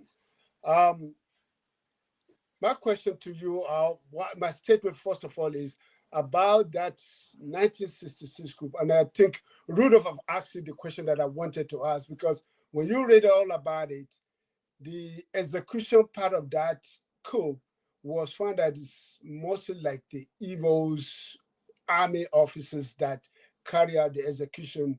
To a layman, to somebody like us, we think that it is Igbo or the people that perpetrate or organize it. But for your own assertion, for your own statement that you know the historical part, I agree with you, and I can say I can move forward now to understand who are the perpetrator, who was the planner for that coup. Because all my assumption when I read it, because I see somebody who killed, what do you call it, Akintoye, and all those people in the north, and then these Igbo army officers. So leave that. My question to you now is this: what is the way forward for Nigeria today to remain a unified nation? Because the country itself has failed us. Because now we're looking about what is the way forward for us to come together as a nation. because the country has failed us. We have different tribe and everything. So this is, I want to listen to your opinion, your idea, and so give a take. Rudolph, you can put me behind because to allow other people to come in. Thank you so much, Rudolph. Appreciate you. Okay. The answer to that question is this: if you want peace, prepare for justice. I know people say if you want peace, prepare for war. I'm saying that if you want an entity to be in peace, you must ensure that there's equity in that society. Treat Mr. A the way you treat Mr. Z. Don't make one woman a first-class citizen and make another man a 20th class citizen. Once you are doing those things, you will have peace, you will have unity. If your card is nepotism or tribalism, sectionalism, all those things, it will never create the ambience of peace. You guys will remember when President Buhari, newly elected, was asked about how he will work. And he said he will pay more attention to the people who voted for him. But he didn't contest election for people who voted for him. He contested to be the president of the country, but he settled on the injustice of those who voted for him and those who didn't vote for him. When you do that kind of thing, and when you say that the Igbo country is a dot in a circle, you are not promoting peace, except you are promoting the peace of the graveyard. So if you want peace, do not treat me better than you treat Rudolph, because I don't have two heads on my shoulders when he has less than one. We are all human beings. Let there be justice, let there be equity, let there be fairness, and then there will be peaceful reign. All right. Thank you. Let's go to Dr. Osi. Go ahead. Thank you so much. It's a big pleasure to get to meet the legendary Chuks Iloegbunam, even if it is virtually. Chuks, you're a national treasure, and you have to know that. Many of us hold you in very high esteem for all the work you've done. Thank you so much. I'm a little bit late to this show, so I hope I'm not going to be repeating some of the things you guys say, but I wanted to chime in a little bit on the Nnamdi Kanu issue, because it speaks to a larger issue we have as a subnational entity. I'm talking about we the Igbo, the Southeasterners. In business, there's a saying that you don't really get what you deserve, you get what you negotiate. And if I extrapolate it to politics, I will make a statement that in politics, you don't get what you deserve. You get what your leverage gives you. Now, in Nigeria, the problem we have as Ndibo is the fact that we lack that leverage. If you look at the three big subnational units, Yoruba, Igbo, and the Hausa Fulanis. Okay, take the Yorubas, for example. They control, we talk about the powerful legacy by the press. Even we could remember the days of Abiola and the rest of them, and how they fought the government and, tooth and nail all the way. So you can't afford to ignore them. The North is the same thing, the same way. They don't hold the press, but they, more than we give them credit, they are very, very politically conscious. You could even see it from the last election with the governorship in Kanu State. If we all understood the body language at the time, you find out that, left for the APC government, Kwankwasa and his group wouldn't have been able to, maintain that position. I'm talking about the governorship election in Kanu. But the federal government, they were able to read the handwriting on the wall that the kind of unrest that will ensure if they were to take away the people's mandate, it would have been terrible. Maybe it would have been so catastrophic that the whole country would be in turmoil. So those are the leverages we talk about. You can't mess with the Yorubas, you can't mess with the Hausas. But how about us, the Igbos? No. In Enugu State, for example, Labour Party won the Enugu State governorship election. But what happened? PDP did what they did and then, took the victory away. It was just robbery in plain sight. What did people do? It would just continue as business as usual, And that brings me to, and I'm going to be quick, and that brings me to the Labour Party and P2B, and I'm glad that Chuks is somebody who has worked very closely with P2B. P2B is the custodian of a very huge mandate with very, very huge following. When you talk about Labour Party, that Labour Party is relevant today is because of the person of P2B. Nobody will talk about the party without P2B. But what we've seen is that with all the huge support that Peter and Labour Party got, many are disappointed by the fact that let's not even talking about the rigging at the center. Let's talk about those elections, those ones that were won by the Labour Party. Why was it that P2B and Labour Party were not even able to protect the small mandate that was given to Labour? And I'll give you an example again with Enugu. Enugu, most of the legislative seats were won by Labour. In my local government, it was won by Labour. But what happened? PDP has clawed back a significant part of it, And you would expect that, at least there will be a significant protest or, with the kind of following he has that will galvanize the people and register, the anger of the people about what is happening. No, but that was not the case, So you have all these people that stuck out their neck and did everything to support the Labour Party. But the leadership of the party and the main guy who is basically what the party is all about was not ready to actually, do anything to reassure the people that even if in 2007, if you repeat the same thing, vote for him, that he's going to be able to protect the mandate.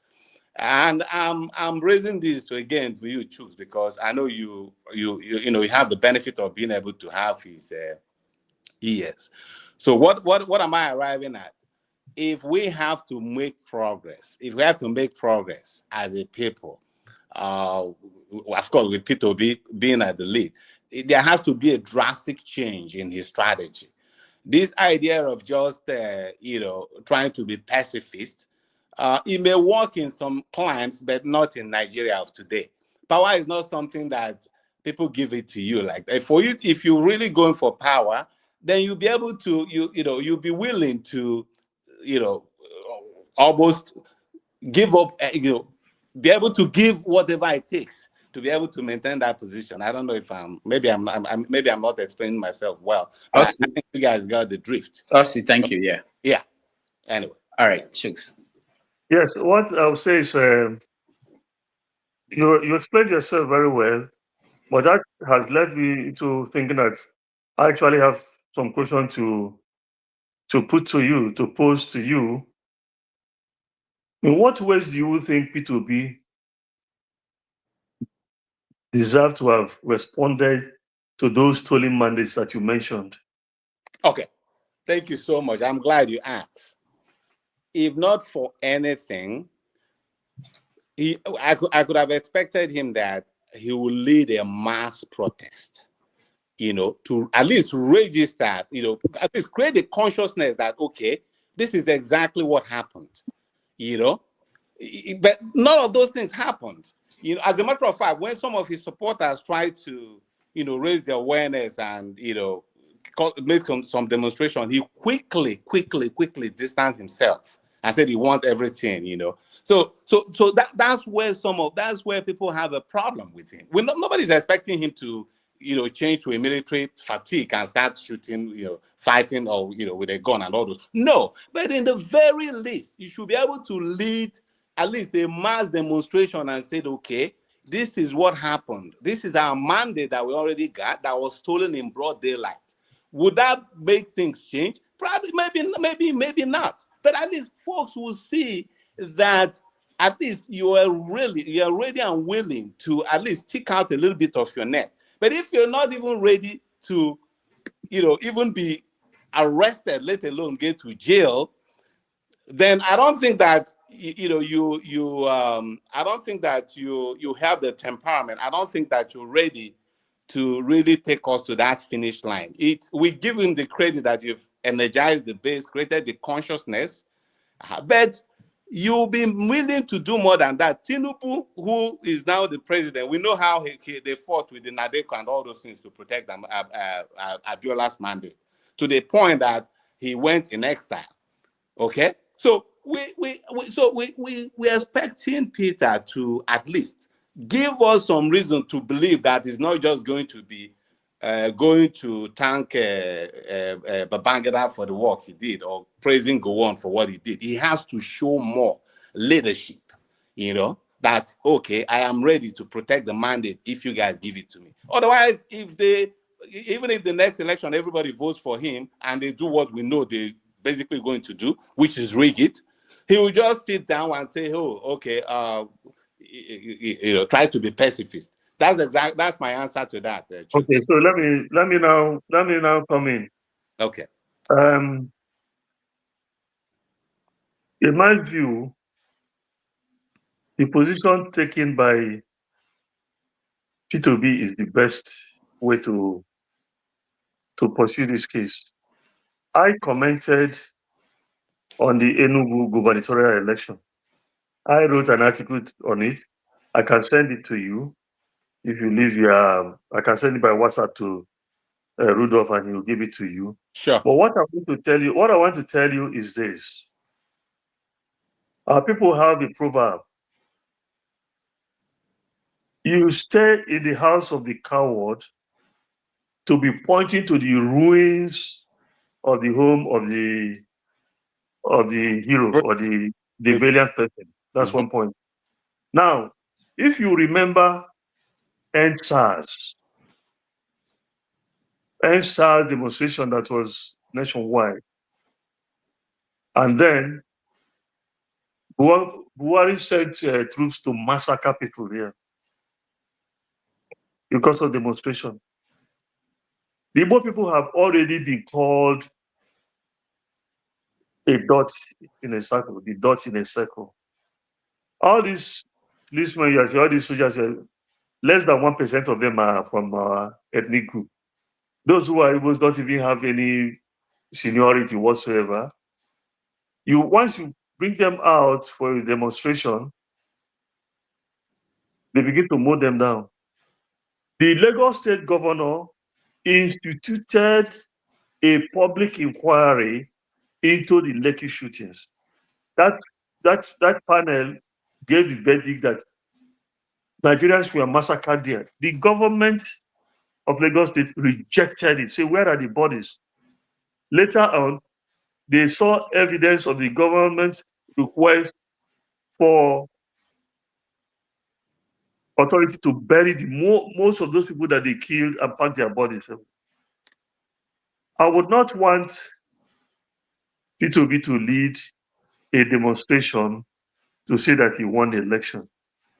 If he leads such a demonstration, even if the authorities don't deal with him, all those guys who were his opponents in the election, they're always having to. All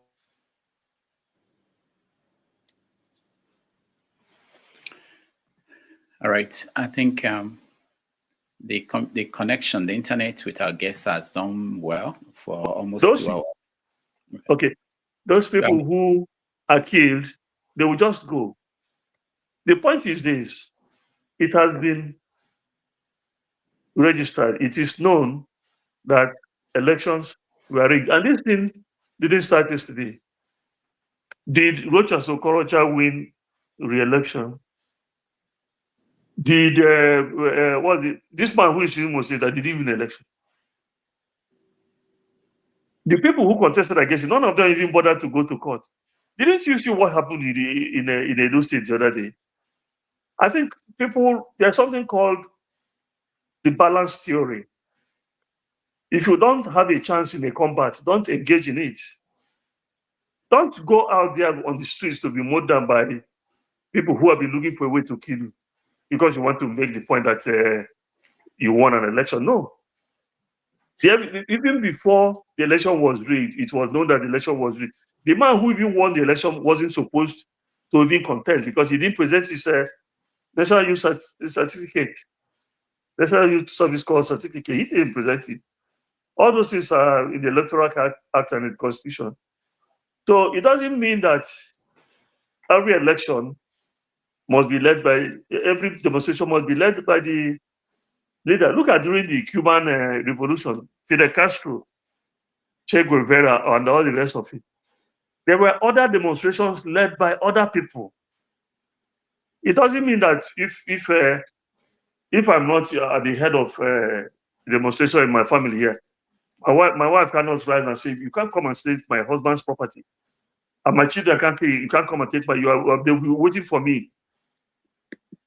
Am I the only person who sleeps or snores in this house?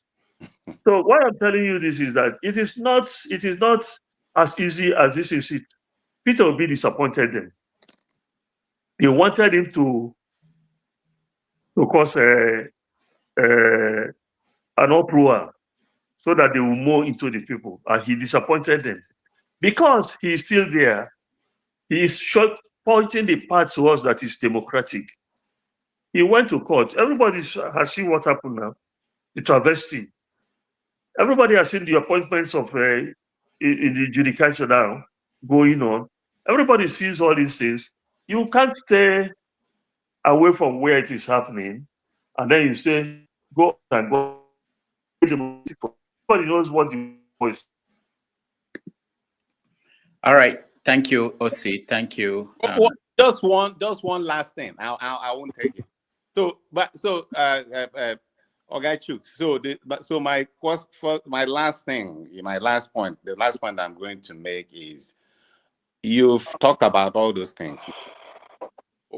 So my question is to you is, what is the way out? Are we going to just sit down and repeat exactly what happened in 2023 and do the same in 2027 and expect that things are going to change? Or are we just going to sit around the campfires, hold hand and sing Kumbaya?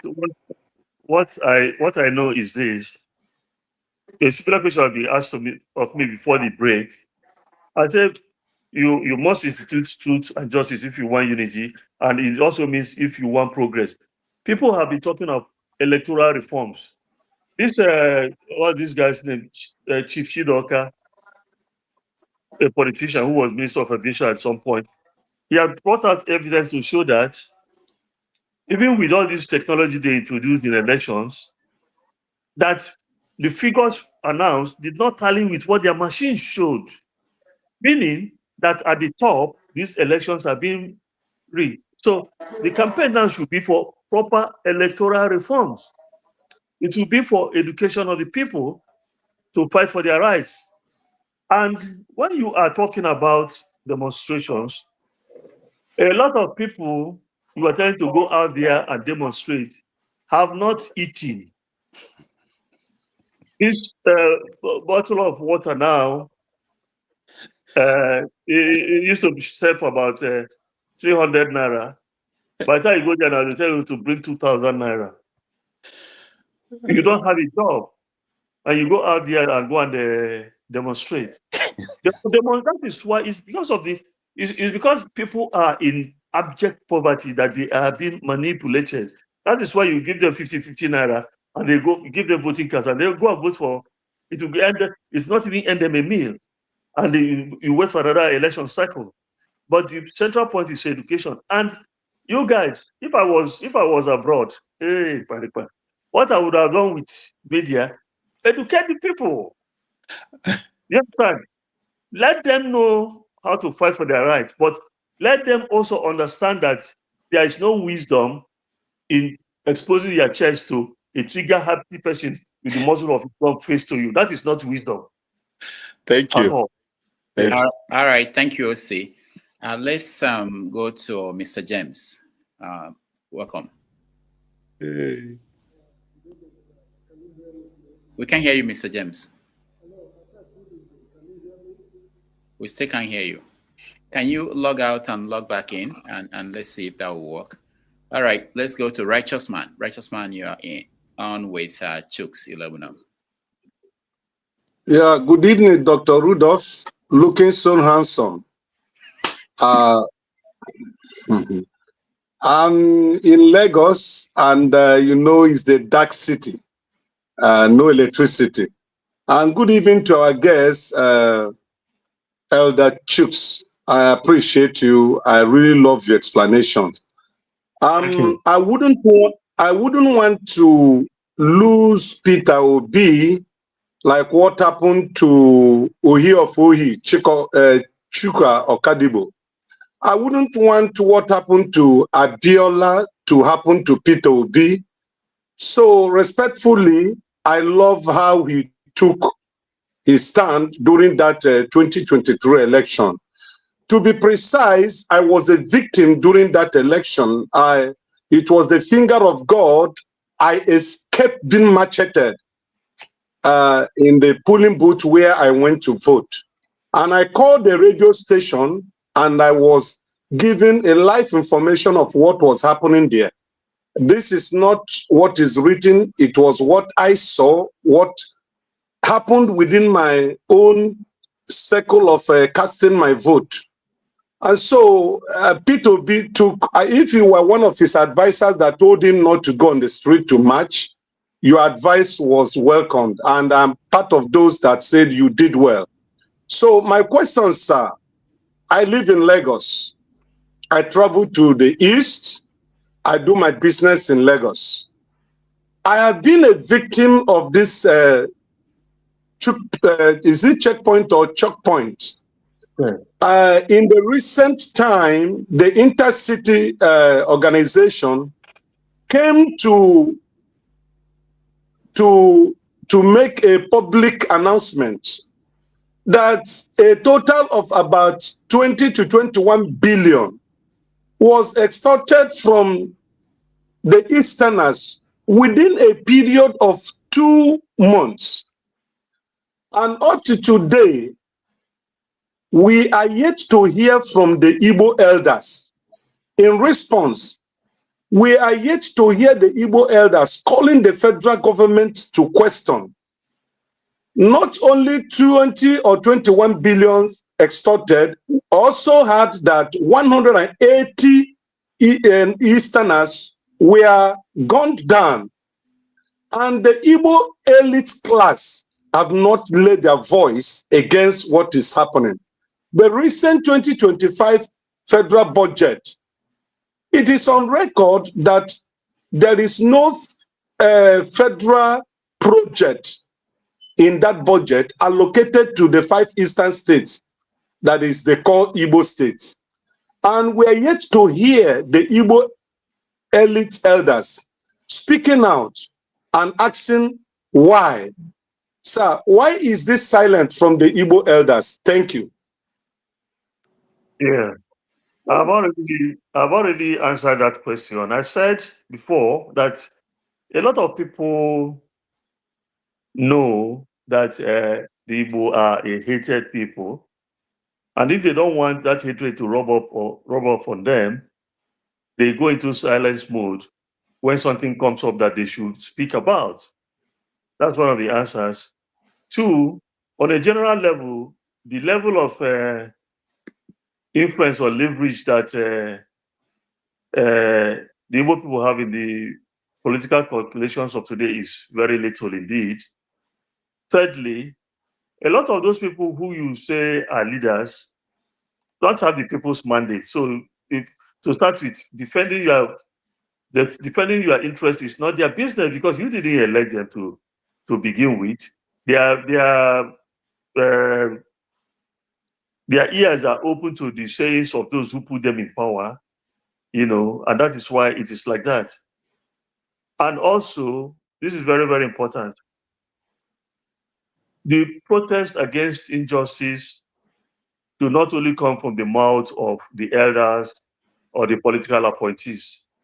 Everybody has a right to say, this is wrong, stop doing it. This is unfair, don't do it. It's not only the elites that can do that,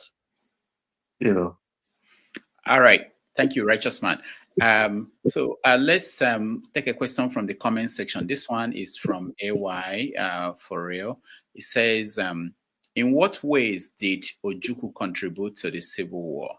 If you were in his position, what different actions would you have taken to avert the war? Well, as far as I know, Ojukwu wasn't the aggressor. Biafra didn't attack Nigeria, as far as I know.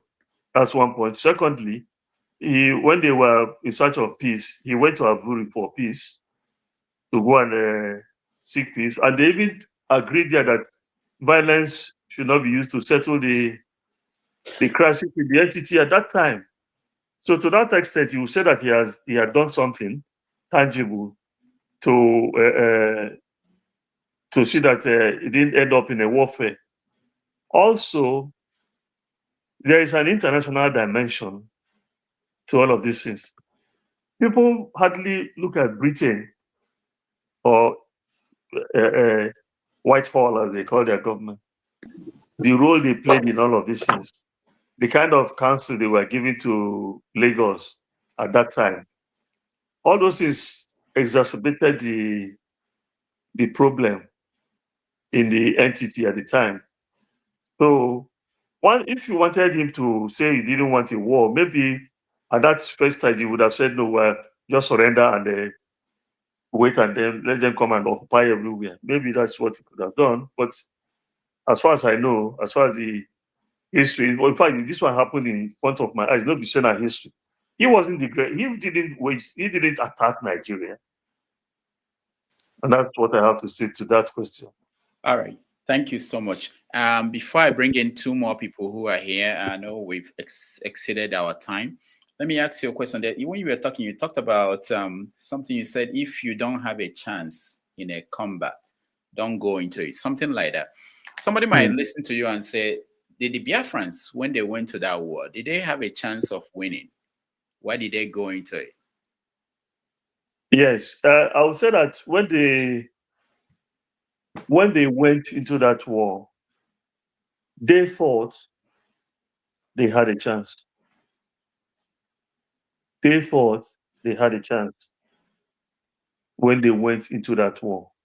And actually, the reversal in the war came from what happened at Ore, when they were already marching towards Lagos.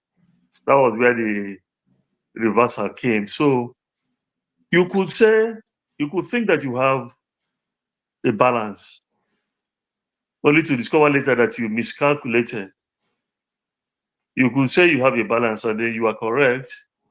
But I didn't think Ojukwu believed that the war would end the way it did. That was why he was saying, even at that time, if you remember, that if Biafra was attacked, even the grass will fight.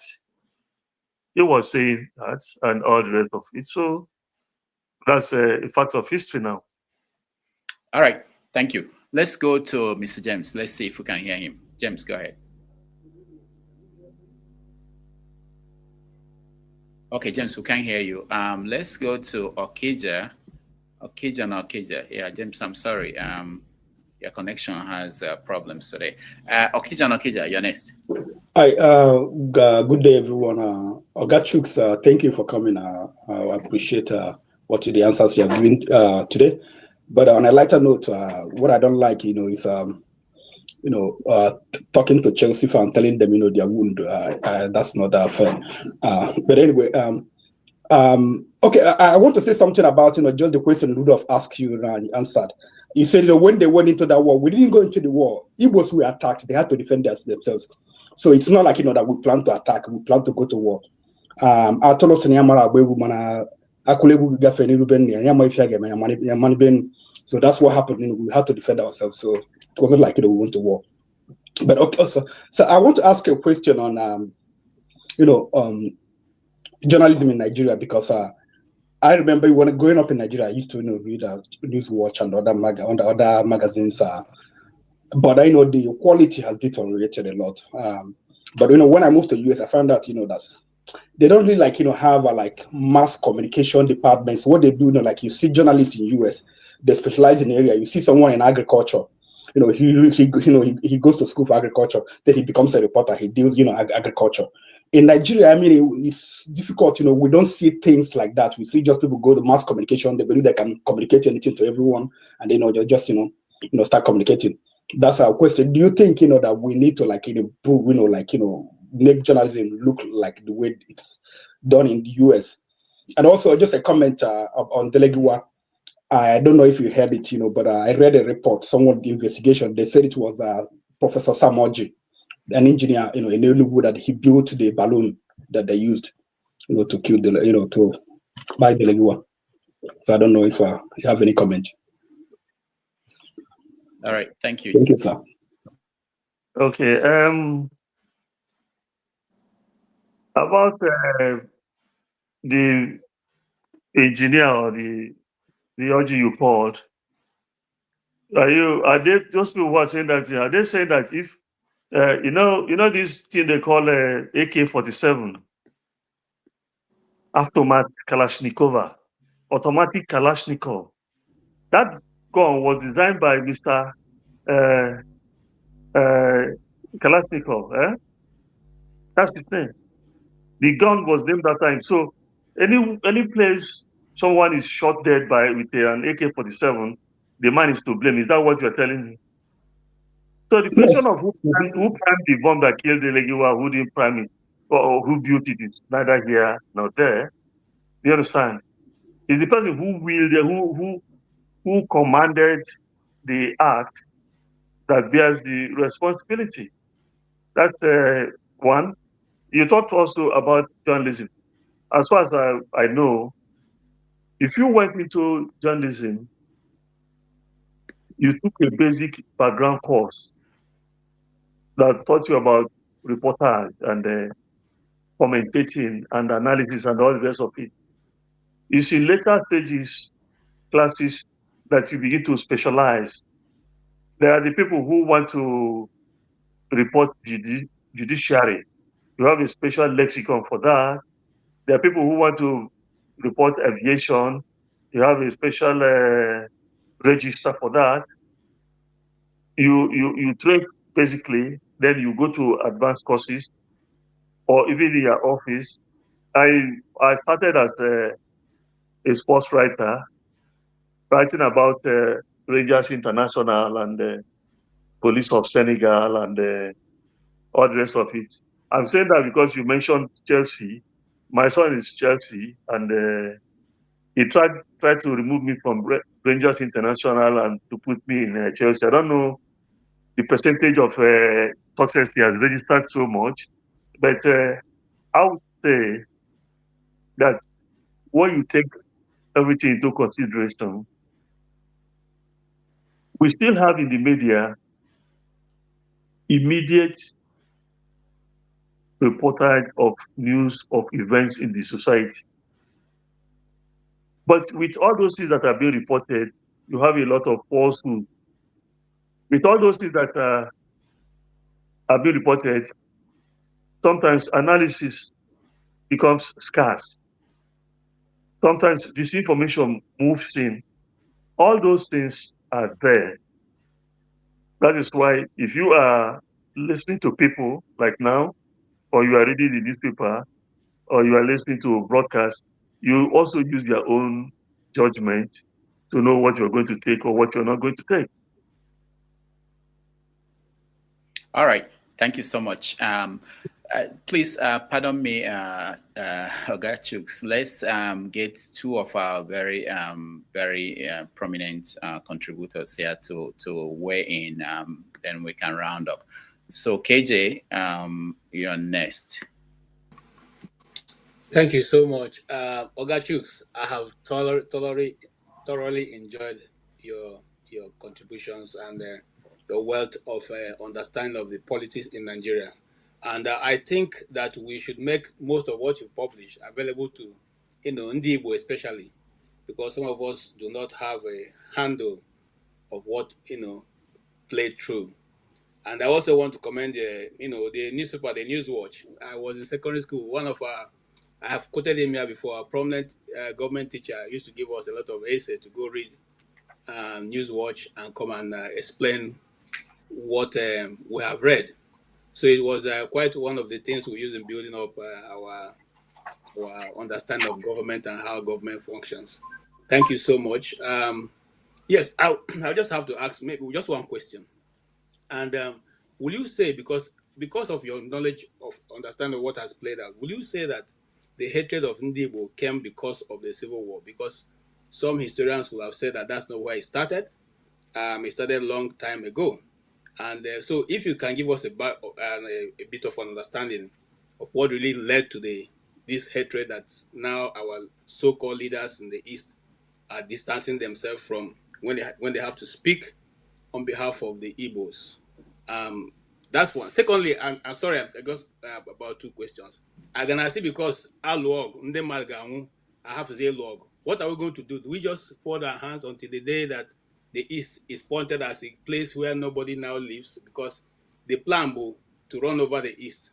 So I guess that I get Luziog so that we just wait for them to do as they like, ravage the East, or what is the way forward for Ndibo? Thank you so much, sir. But the hatred of Ndibo started well before the war. And the explanation is easy. In terms of population, it's rational to say that the Igbo ethnic group is the largest in the country. We've never had any real scientific census exercise in this country. And the Igbo people travel out of their home region to other places. They go to other places. They build homes. There are a lot of Hausa people in the Igbo country. I have not seen up to 5 houses they built here. But we go to my brother went to Lagos on transfer from Onitsha. He got there. He went to look for a house and they told him how much he was going to pay. And he said, what for? He went and stayed with my cousin and go and bought a bit of land and built his own house in that Lagos. That's the way our people do. So when you have a people who are moving forward, acquiring property, getting rich against all odds, it invariably elicits envy and jealousy. That's how it started. Now you saw what happened in during the last presidential election, where people are saying that the Igbo in Lagos should go. They shouldn't vote. Some were even attacked. It is because they have their population there. They have their own choices. They are not going to be told into voting for who they don't want to vote to. And so that hatred manifests. So it was there before the war. It is still there. What you will know is this. It is prominent now because people who are perpetrating it are looking at a lodestar. If you have a no-nonsense person who will not tolerate that kind of nonsense, it will diminish. That is the truth. Now, to the second part of your question,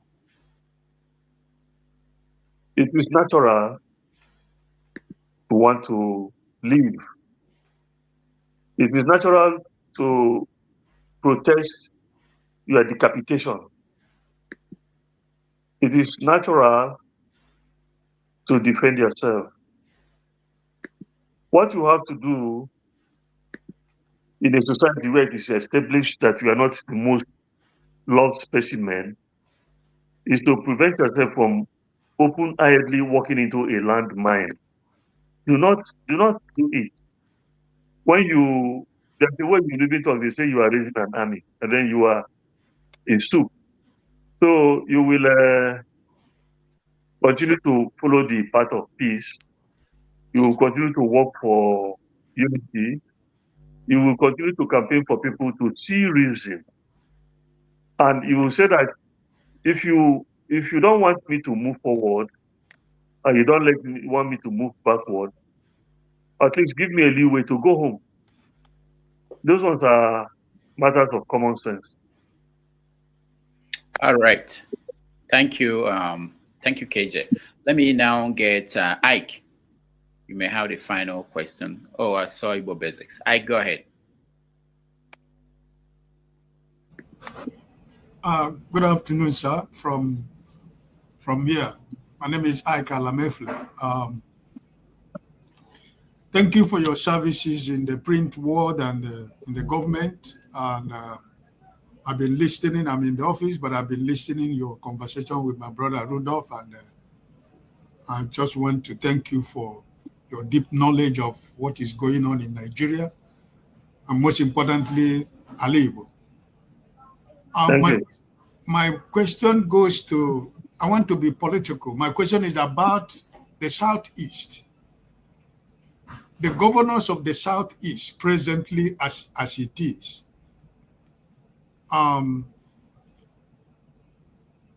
What do you think that is the role of the governors of the Southeast in maintaining law and order and security in the Southeast? Because I am asking this question, I find most of the governors as culprit to the situation that is going on in the Southeast.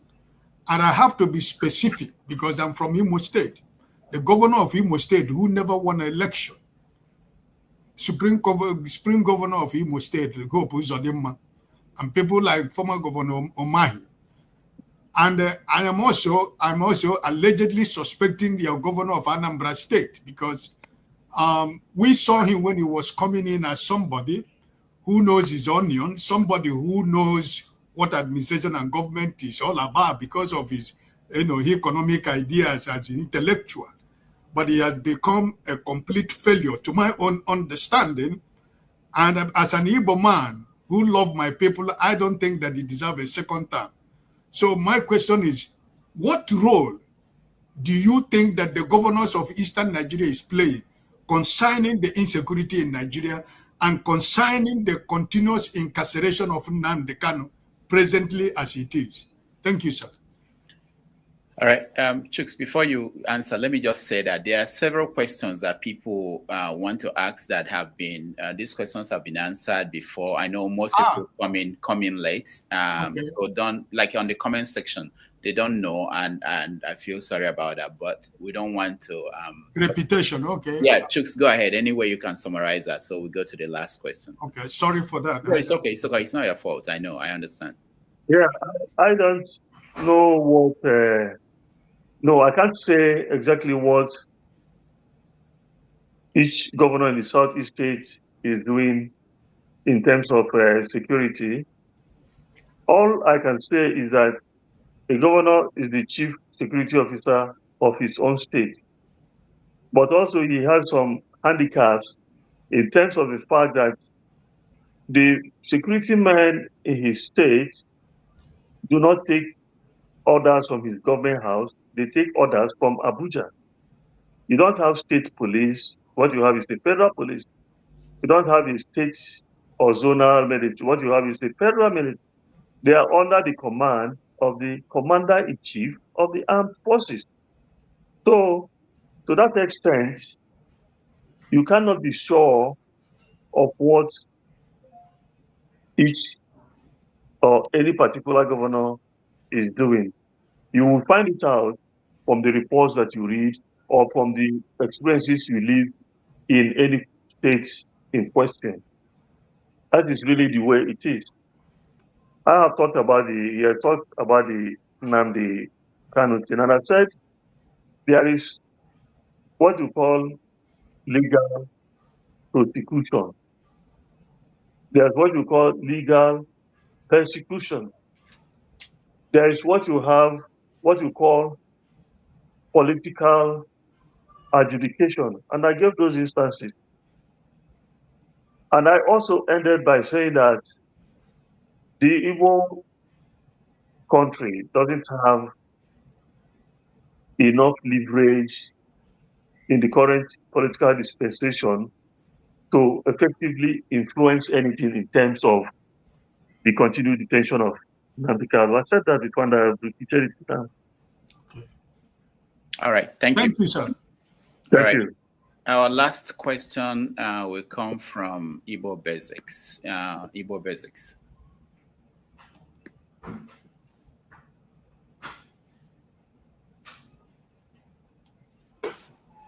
Mazi Chuks Iloegbunam, good evening or good afternoon, whichever one. Good evening.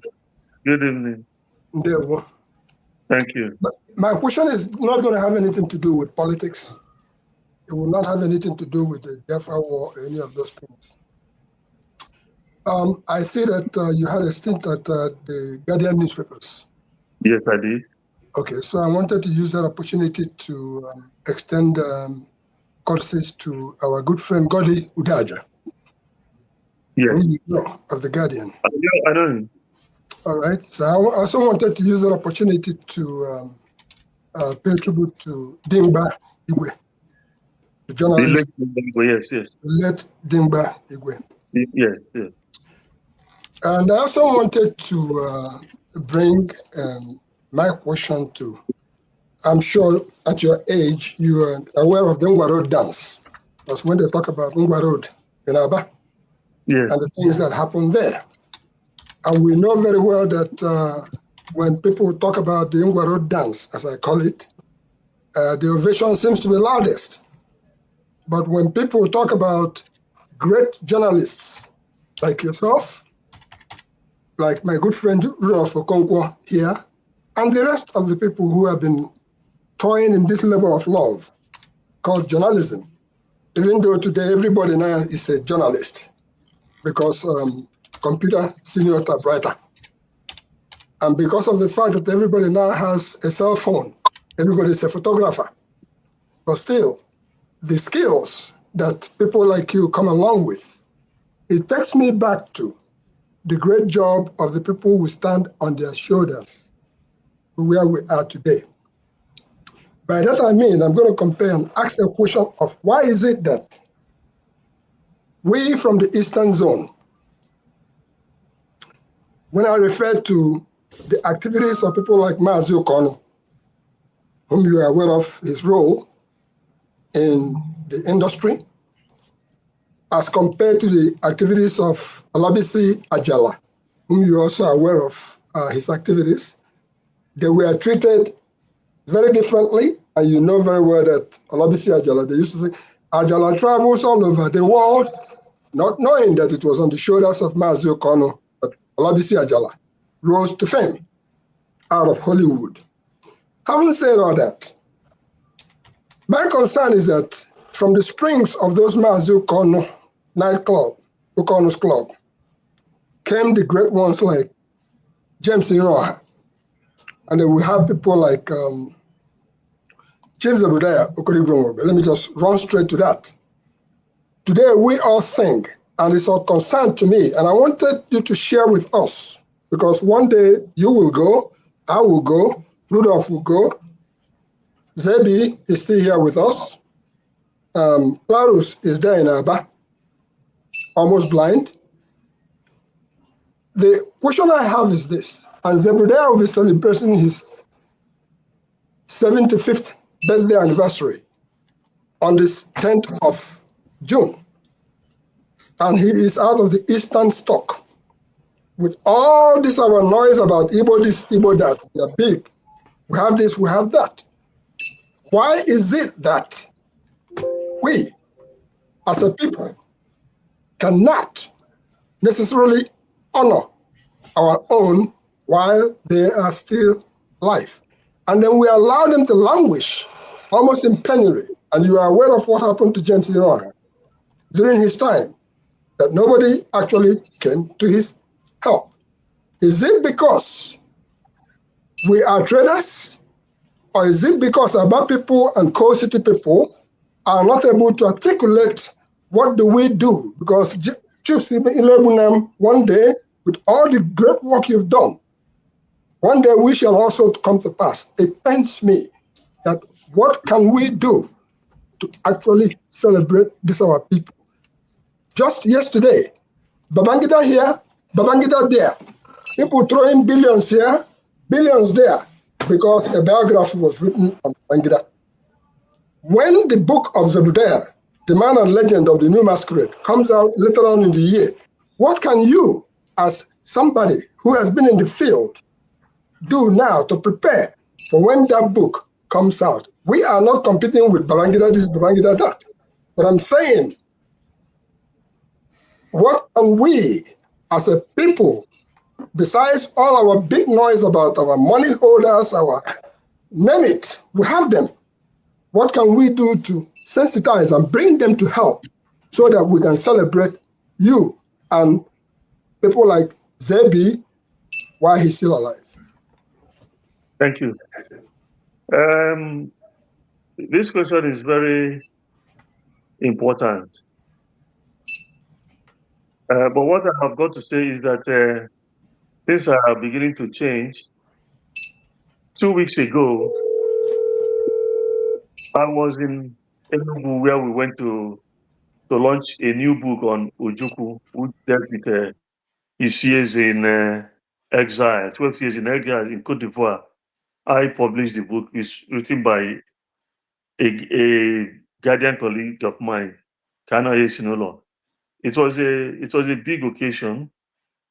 If you look back at what's going on in Enugu now, the Rangers International Football Club is being celebrated. A book has been written on Christian Chukwu. A documentary has been done on their exploits.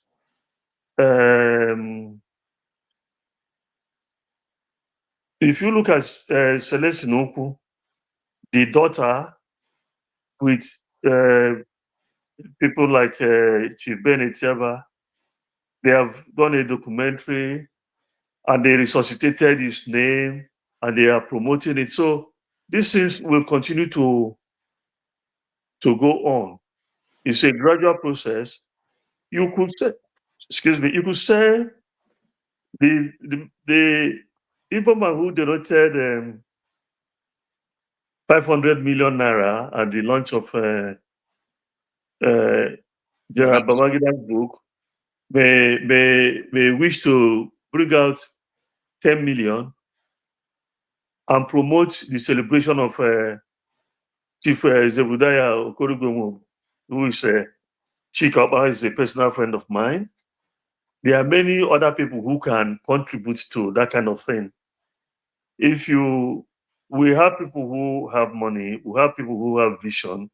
Your vision can link up with finance, and will rise. Those of you who are in America, if you have the leverage, if you bring out $1 now, you have bought 1,000 this thing. You aggregate, you have to promote those things and all the rest of it. And that is the way I see it to go. But as I said, your question is a very, very, very fundamental one. You can't leave the foundations of your society to disappear. That was why I went into the publishing of biographies. I've written 4. I wrote the biography of Professor Green Wampo. They're all there. Those are for people to read and learn. There are many other people. Where is the biography of Dr. Pius Okimu? Have you asked yourself that? And many other prominent men from all over. We have to continue to encourage this kind of thing to go on. So I must thank you for your question. It is, and thank all of you. I'm not in summation. It's for Rudolph to conclude, because I believe that we have tried. Yes, we've done very well. Thank you, Igbo Basics. Let me say this before we conclude. This question by Igbo Basics is at the core of some of the issues that bother most of us. I went to the funeral, not the funeral, but it's celebration of life of Professor Ifemesia here in New York. He died last year, December, at the age of 99. And when I wrote a profile of him, a kind of a tribute to him, people were calling me from all over the world. Oh, we didn't know he was still alive. And it's always painful that our people don't remember people. They don't even check on their teachers. You have to start from people who made you, people who like you, Chuks, you know, the contribution you made to knowledge, people who have been reading what you were writing. People don't celebrate, don't even ask about people like that, you know. It's a terrible thing, and it doesn't help us to, especially people who are in the industry where you are not there because of the money. It's something that we should discuss in details one day. But thank you so much, Chuks. If you have any final thoughts, if you have, but I'm saying to people, another thing we could do, because I've been showing you guys the books that he wrote, you can support the work he's doing by buying the books and reading it. They are very important books. You know, when it pained me, we are talking about Babangida's book. If you read all these books, they've already talked about some of these things, but most people are not reading it. Humphrey wrote a book about June 12th, and everything that Babangida is talking about, they're out there. But people didn't read it, people didn't buy it. So how do you learn? Anyway. Rudolph, I would subscribe to buy a book of Chuks Iloegbunam. If you know how I can get it, please get it to me. Amazon. It's on Amazon. I just shared the link. You can Great. just go to Amazon. I will buy one, but I will also ask that Chuks Iloegbunam, through you, if he can give his information to you, that I'll be able to contact with him. That would be great. All right. Thank you, Ibo Bezex. And this is the book on Mazi Kanu you were asking me about that you haven't seen. Okay. I'll find a way to get one copy to you. Mazi Kanu, Journey from Medicine to Theater Arts. Thank you. All right. So, Chuks, final thoughts. If you don't mind, sir, I will also add that you do a good biography of all your life works, everything that you have done, so that we can have it as, you know, something to keep. You know, we just can't get it and keep. So some of these things, we'll use it as Bible. You know, when somebody talking all this, it's okay. Bring your own, let me bring my own. So we refer to it, it becomes a referral point. I mean, you have so much that we need to make sure that it's in documentary form in one way or the other, you know.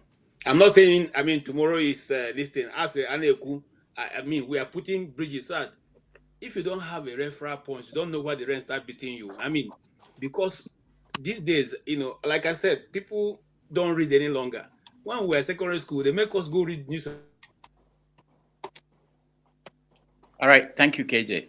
Chuks, final words before we close. We take a break. Well, final words, thank you to all of you, Rudolph, and all the contributors, participants. It's been a good 3 hours, short of a few minutes. Thank you again. Yeah, thank you so much. We really appreciate you. And we will take a break. When we come back, we do a quick recap. But thank you, Chuks, for joining us. And maybe next time you have a new book, we're always here. We would like to have you come in and talk about it, you know. So thank you. Thank you. All right. I have nothing new to say. People are hungry. Let them die. It's their fault. Yeah, I'm supporting Tinubu 100%. You're supporting Tinubu? 100% to deal with Nigerians. People like you. So that when next election comes, I will now see whether when people bring money, you will vote for them or you will do your conscience.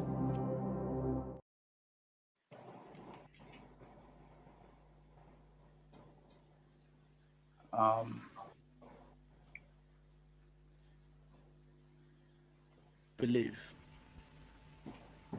As far as I'm concerned, the Igbos will be treated as an equal citizen in this country. There will be no second-rate citizens in Nigeria unless by their own behavior and performance. And this applies to any Nigerian whatsoever. The head and the heart is the only yardstick which can judge who will be a second-rate citizen. Therefore, the Igbos have got nothing to be afraid of. they can rest assured that they have got a part to play in rebuilding the new Nigeria which has just been born. Let them come.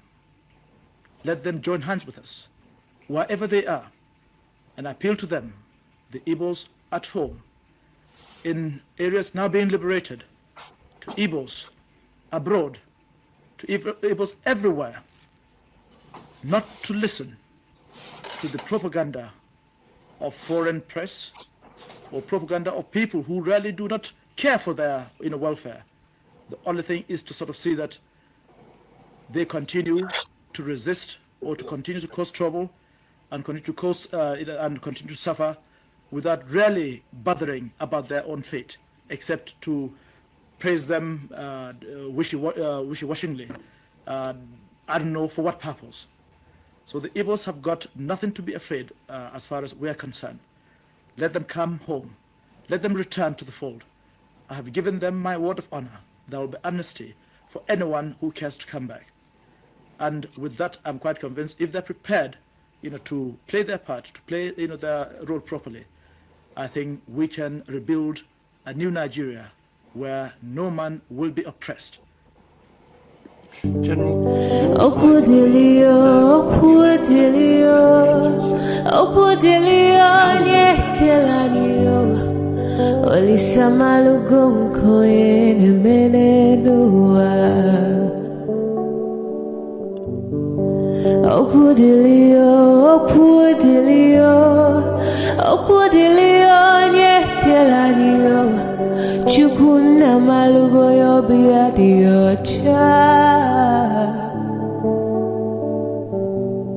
Agaranya chogo kowe bili, agaranya chogo kowe rienio. Owe chuku bezie chuku. Nuche chukwa busigi fegemeo, nuche chukwa busia ifegemeo. Ni fosolo ne asi alibazie. Oboye bebe agaranya muliba, oboye wuru agaranya mebibe solea, mano agaranya wa, oboye afiozi enipakwa. Agaranya chogo kowe bili, agaranya chogo kowe rienio. Oboye chikubezio lisa. Kodili ma, kodili bemo, kodili wakema, kodili wanima. Naino kwane we peluge peluo. Kodili ma, kodili bemo, kodili kemo, kodili heyo. Ibedwe me wane, nikadie zibo heyo.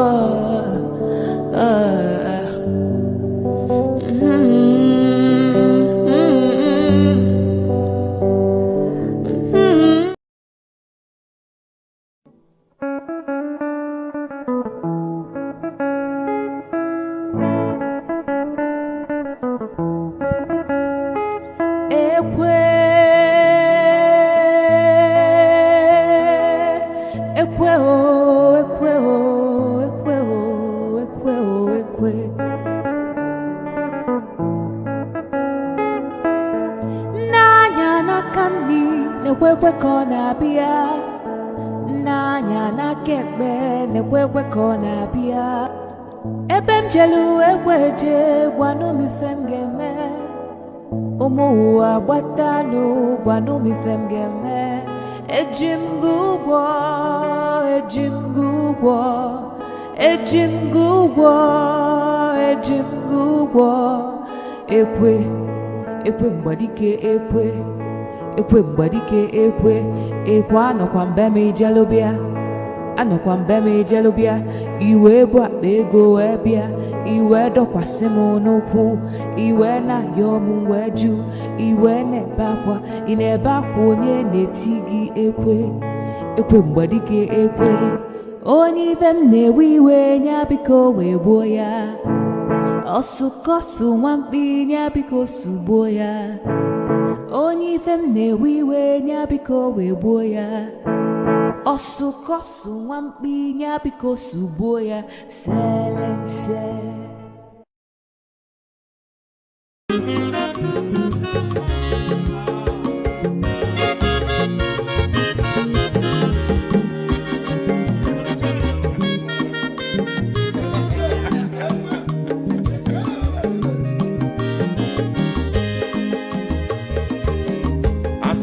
Onye ọma zoro obi o akwa nwa zoro obi o Max ịbịa bunye gokwanụ m n'ofu ube n'azụ ụlaga n'ịbịa zugo mmanwụ ụlaga do n'ịbịa zugo akwa nwa ilochi o biko rapụ zoro ka ọ nabazi ya onye ọma zoro biko abọmma nwatara dosari ịbịa onye negwana m ụlagado n'ịbịa zigo mmanwụ ụlagado n'ịbịa zigo abọmma nwa ilochilo biko rapụ zoro ọ na-agbazi ya Mazi welcome up Odogu no kwere zinenke Onyoma niga dele mo Mazi ni mazi kame Ibu go wuti baladi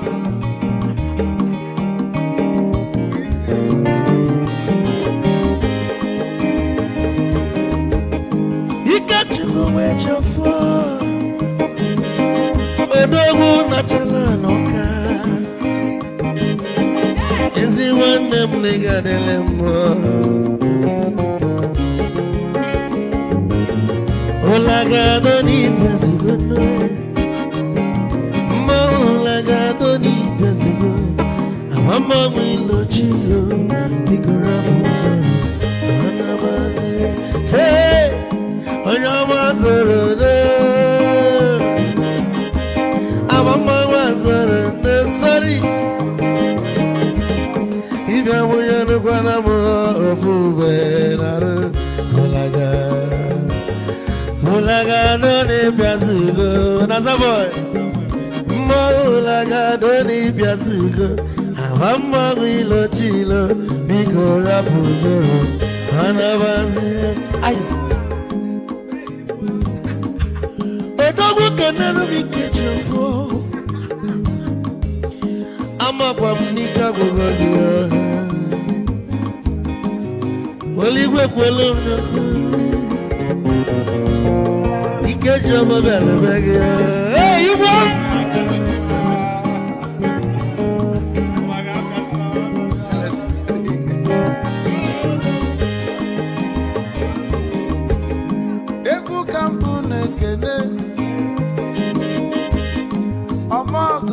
So Chukwuemeka Chukwu negaji Esi nwanne m ekene ịlapụl ife niile na-eme wee bịa nke gosili na anyị na gị bụ nwanne Wisdom ga-adị ka nye gị maịkị ka ogobanya bụ egwu isili maxi ọ bụ na-etiri egwu a malụkwa malụ n'imego m ife ọjọọ wee sị gị nwanne m ife ọkụ na ịchọlụ na ngeme Wisdom onume ekene gị agbamanwụ ihe ihe biko lapụ nabasị ya zoro zoro zoro zoro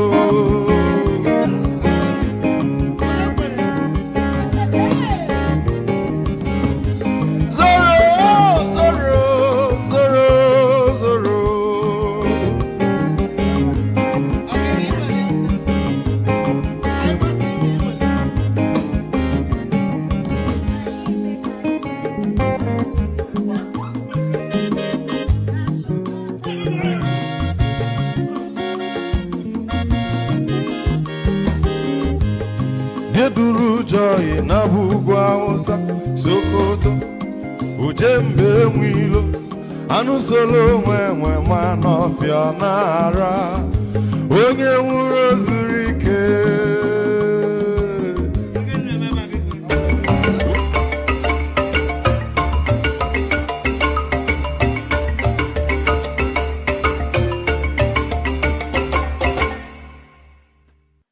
All right, welcome back, everybody. Thank you for staying with us. I appreciate all of you. Let me see people who are here.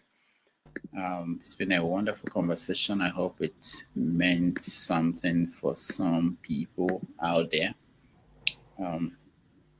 Thank you all for being here. So let's do a quick recap.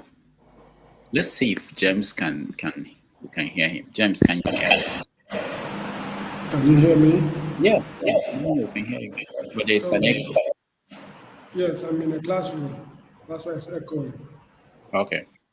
Yeah, well, the man spoke well. It's a pity I could not ask him a question or two, but however, it went well. He gave a good account of his, I don't know what to call it. Is it experience in life or dealing with Nigerian issues?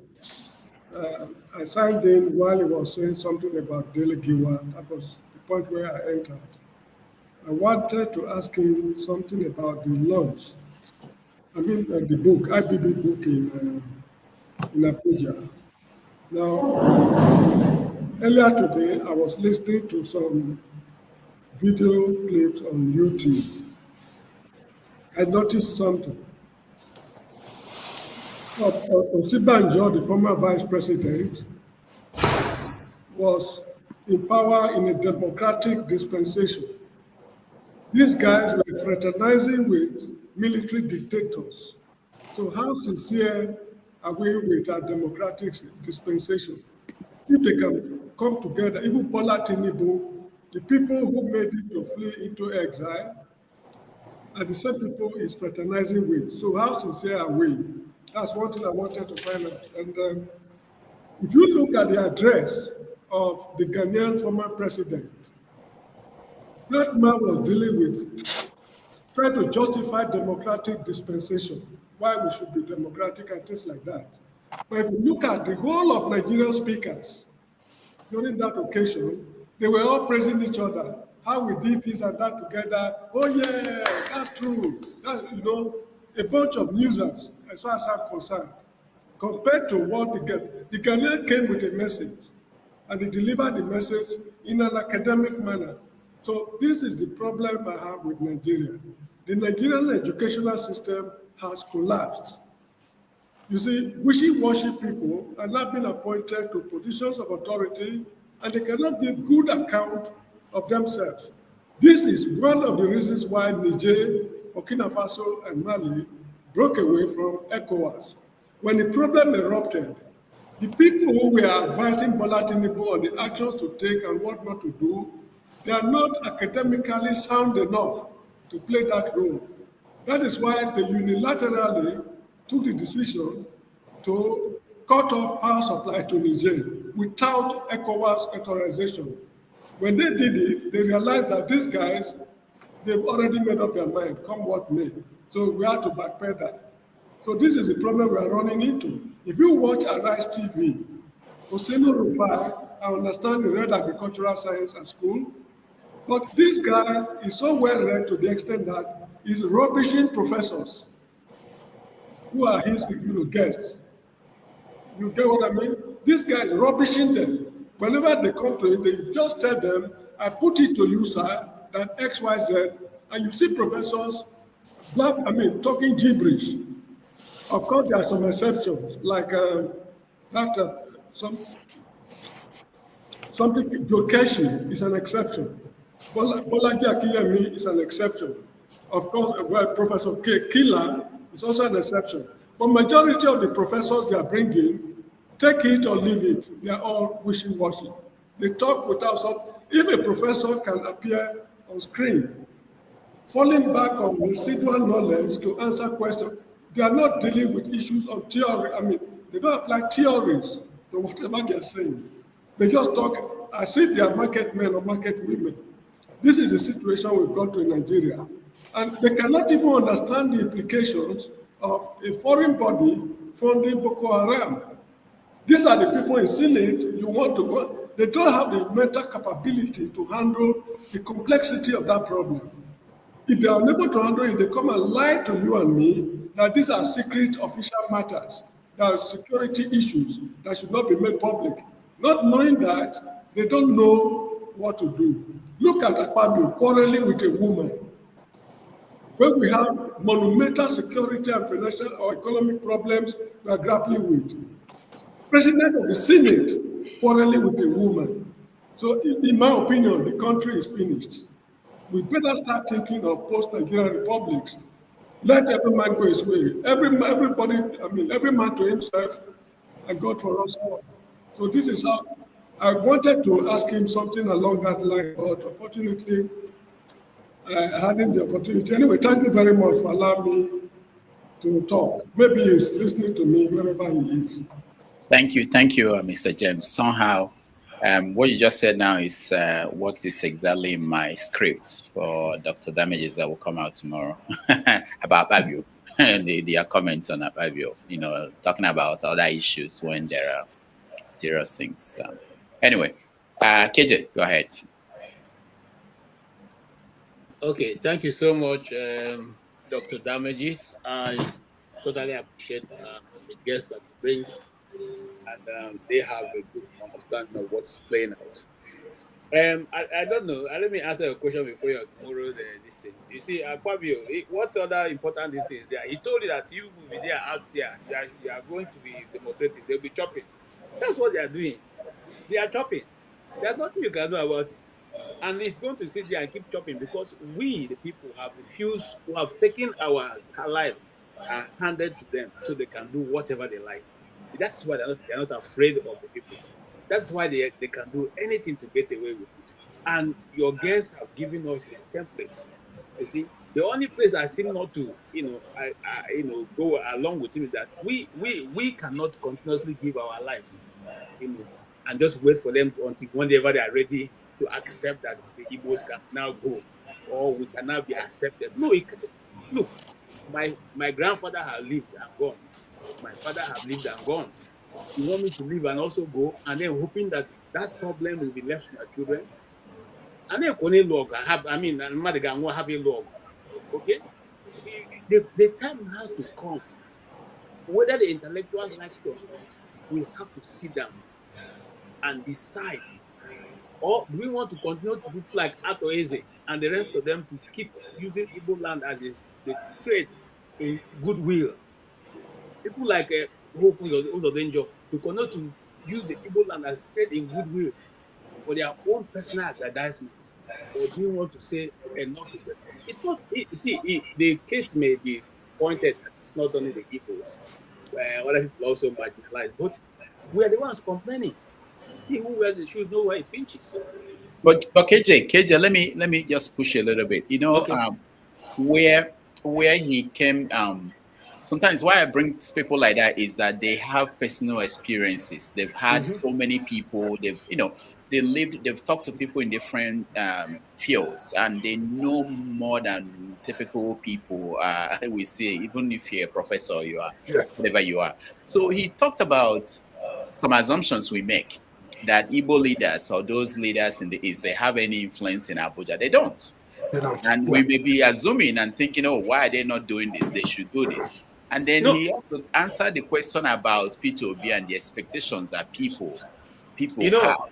I grew up in the North, and a majority of my adult life was in the federal state capital. I have a friend, a schoolmate, who is now an emir in Bauchi State. Okay, and one of the things he said before we all left for various service that, look, our friendship is good now in the university, but once he takes over that bank, not going to be the same again, because their interpretation is totally different. That's why when I talk about somebody's mic is on. Yeah, I'm trying to mute it. Go ahead. Now, when that indoctrination comes in, these guys no longer think like you and I, who we were in the class, we were best of friends, we were telling each other how we can better Nigeria. that indoctrination continues. And that's why I asked the question, is it because of the civil war alone that the Igbos are hated? The answer is no. Right before this time, they see the Igbo people as a threat to the existence of even the region in which we occupied, even before it became one Nigeria. This is far before it became one Nigeria. So the question now is, how do we now go ahead in trying to organize our own region to get what we want, or push for the fact that we need to go our separate ways? Because the issue of, and this is why I keep saying, maybe we have come to the thrashing floor. Okay? Now, when tribe is introduced, it's just like I am married to somebody who is not Igbo. My wife is Shekeri. Now, if I carry tribe that, okay, this is the way my custom is, you cannot do this, you cannot do this. But we're hoping to have a union. And I bring on what I want. Do you think that union is going to continue? One day you just wake up and say, no, you know what? You can go with your tribe. Let me go with my own tribe. That is where we are in Nigeria right now. The way forward is very difficult. You can see what Gowon just said. You played it, and I like that tape you played. The tape you played saying nobody is going to be superior. But you see, as they're telling you one thing, behind they do another thing. You see, look, Rudolph, you know, when Babangida was having this thing and we all were watching it, the pain I felt, I can't explain it with my mouth. Because after I sat down, I remember my schoolmates, my secondary schoolmates who were related to Gideon Gwaza Oka, the lieutenant colonel that was killed. I remember my secondary school biology teacher, Mrs. Ben Ekele, who was killed. Very nice woman. I remember these people who I know one-on-one, who were some of the best officers in the Nigerian Army and the Nigerian Air Force. Ben Ekele was one of the best trained MiG fighter that MiG has ever trained. That guy was Nigeria was offered money to send him back to Russia. I don't know if you understand what I'm saying. These are people we know one-on-one.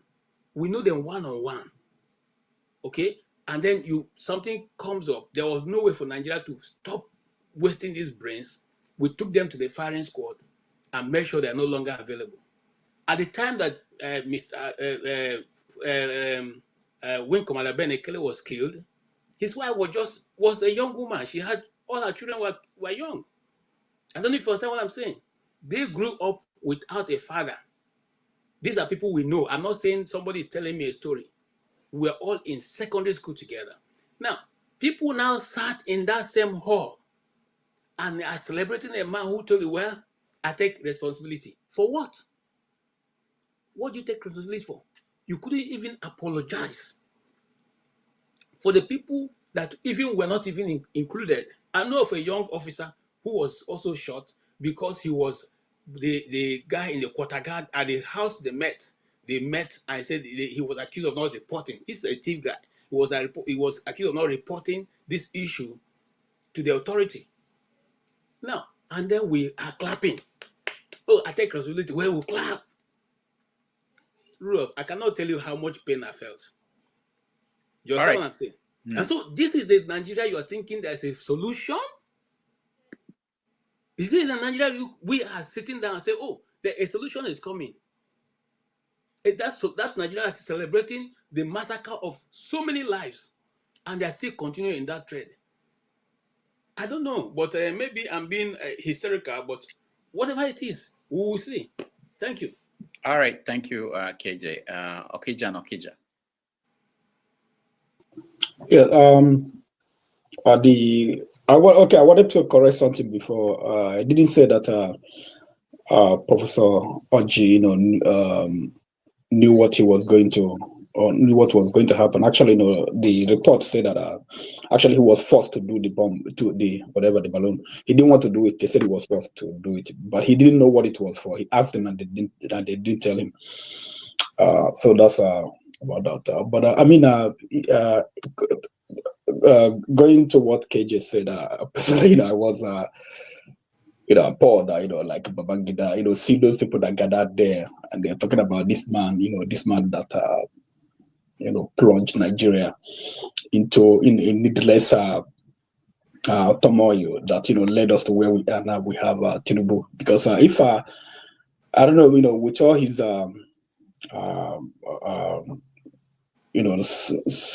bad sides and all those corruption allegations the people say about what's his name, Abiola. He won an election. He should have been allowed to. If Nigeria would have been a different place today, but it seems Babangida, he didn't want to tell us that he staged it. He didn't actually want to hand over, and then he handed over and he left Abacha there. And then Abacha, I mean, he's I don't know. And there was a man. He lived in a house in a mansion built by corruption. And there's nothing you can say about Babangida. That it's not a good news. Where we are right now, because Babangida, especially because if you had him and his group, they came with Buhari and they did the 1983 coup, and then from Buhari they took over from Buhari, and he knew about all these things. They're talking about. He knew about. They said that he wrote in his book that it was not an Igbo coup. And he knew about all this for how many years? And he was married to an Igbo woman. He knew about this, this thing, people appreciating it, saying it all everywhere in the media. He wouldn't say that, oh, I never heard about that. And finally, he came after so many years. Even during the election, 2023 election, so many people used it against Ndibo, including what's his name, what's his name, who is the vice president today. He used it against Ndibo, and even Kwakwanzo, said, made reference to it, IPOB, and saying all these things, just because, there was a coup in 1966, and people termed it Igbo coup, and then, it changed the whole history. 2 million people died, and properties lost, so many things, life, disfigured. Where we are today, Babangida, after how many years? You didn't say it in 1977. You didn't say it in 1970. You didn't say 2025. So, sometimes I was going to respond to Dr. Abu. He will ask, Chief Chuks why, Peter Obi, why he didn't go to protest. I don't know, Peter Obi, I don't think he's a sensible man. He sat in his room and he thought about it. He said that no, Nigeria is not worth dying for. That's basically the way it is. And then even if you die for Nigeria, what will happen? Sometimes I just see that I think like sometimes the destiny or fate, they want to see you perpetuate so many injustice, and then they will deal with you once and for all. They will leave you, you do whatever you want to do, running around that you are God, that you have all the power, and then your iniquities, you have your inhumanity, and all those things will just pile up. It get to a point that no gods will will look away. They will come together and punish you. That's probably what will happen to Nigeria. I don't know. All right, thank you. Before we go to Ike, let me just remind you guys of this history. Convoy of military vehicles led by Brigadier Ibrahim Bako had entered the city of Abuja from Kaduna. Their task was simple enough: arrest and secure the President and Commander-in-Chief of the Armed Forces of Nigeria, Alhaji Shehu Usman Aliyu Shagari. This was on the premise that President Shagari's brigade of guards would have been neutralized, as planned, without violence, by Colonel Tunde Ogbeha. This was not so, and Bako was not aware of that. Worst still, the coup plot had been leaked to President Shagari, whose guards were now on high alert. After arriving at Aguda House, the presidential residence, with an armed detachment to secure the president, the stage was set for one of the most dramatic gunfights in Nigeria's political history. To guard, protect, and defend the Nigerian president was the Brigade of Guards, an elite presidential bodyguard, made up of some of the best-trained hands in the Nigerian armed forces, and headed by Captain Augustine Anyogo. They fought to the last, and in the ensuing battle and under circumstances that are still not very clear, Bako was shot dead while sitting in the passenger side of a Unimog utility truck.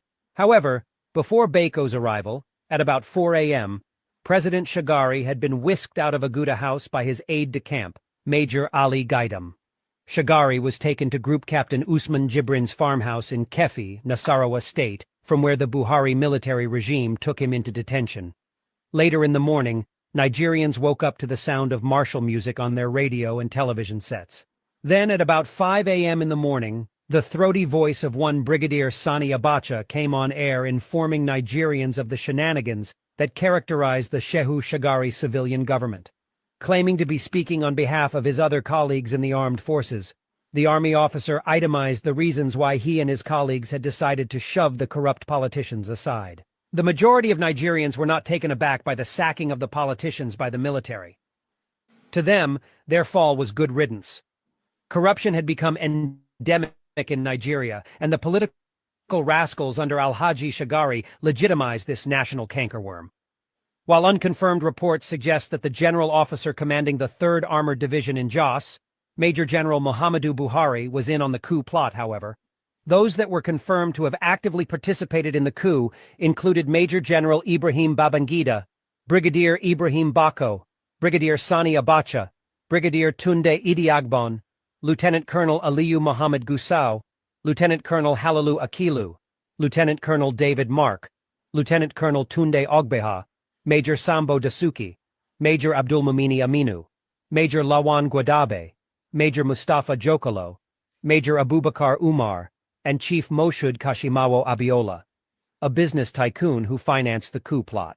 All was not smooth sailing, though, for the coup planners. As of 12 noon on the 31st of December 1983, a decision had not been made on who would be the head of state. The brain behind that coup was the late Brigadier Bako, who was killed by Alhaji Shehu Shagari's presidential guards in Abuja. If he had survived, Brigadier Bako would probably have emerged as head of state. There was so much rancor and bitterness at the meeting called to deliberate on who will be Brigadier Bako's replacement. 2 names, however, came out tops. Major General Ibrahim Babangida, who was the Director of Army Staff Duties and Plans, and Major General Muhammadu Buhari. Eventually, a consensus was reached, and Major General Muhammadu Buhari was agreed upon to be the next head of state.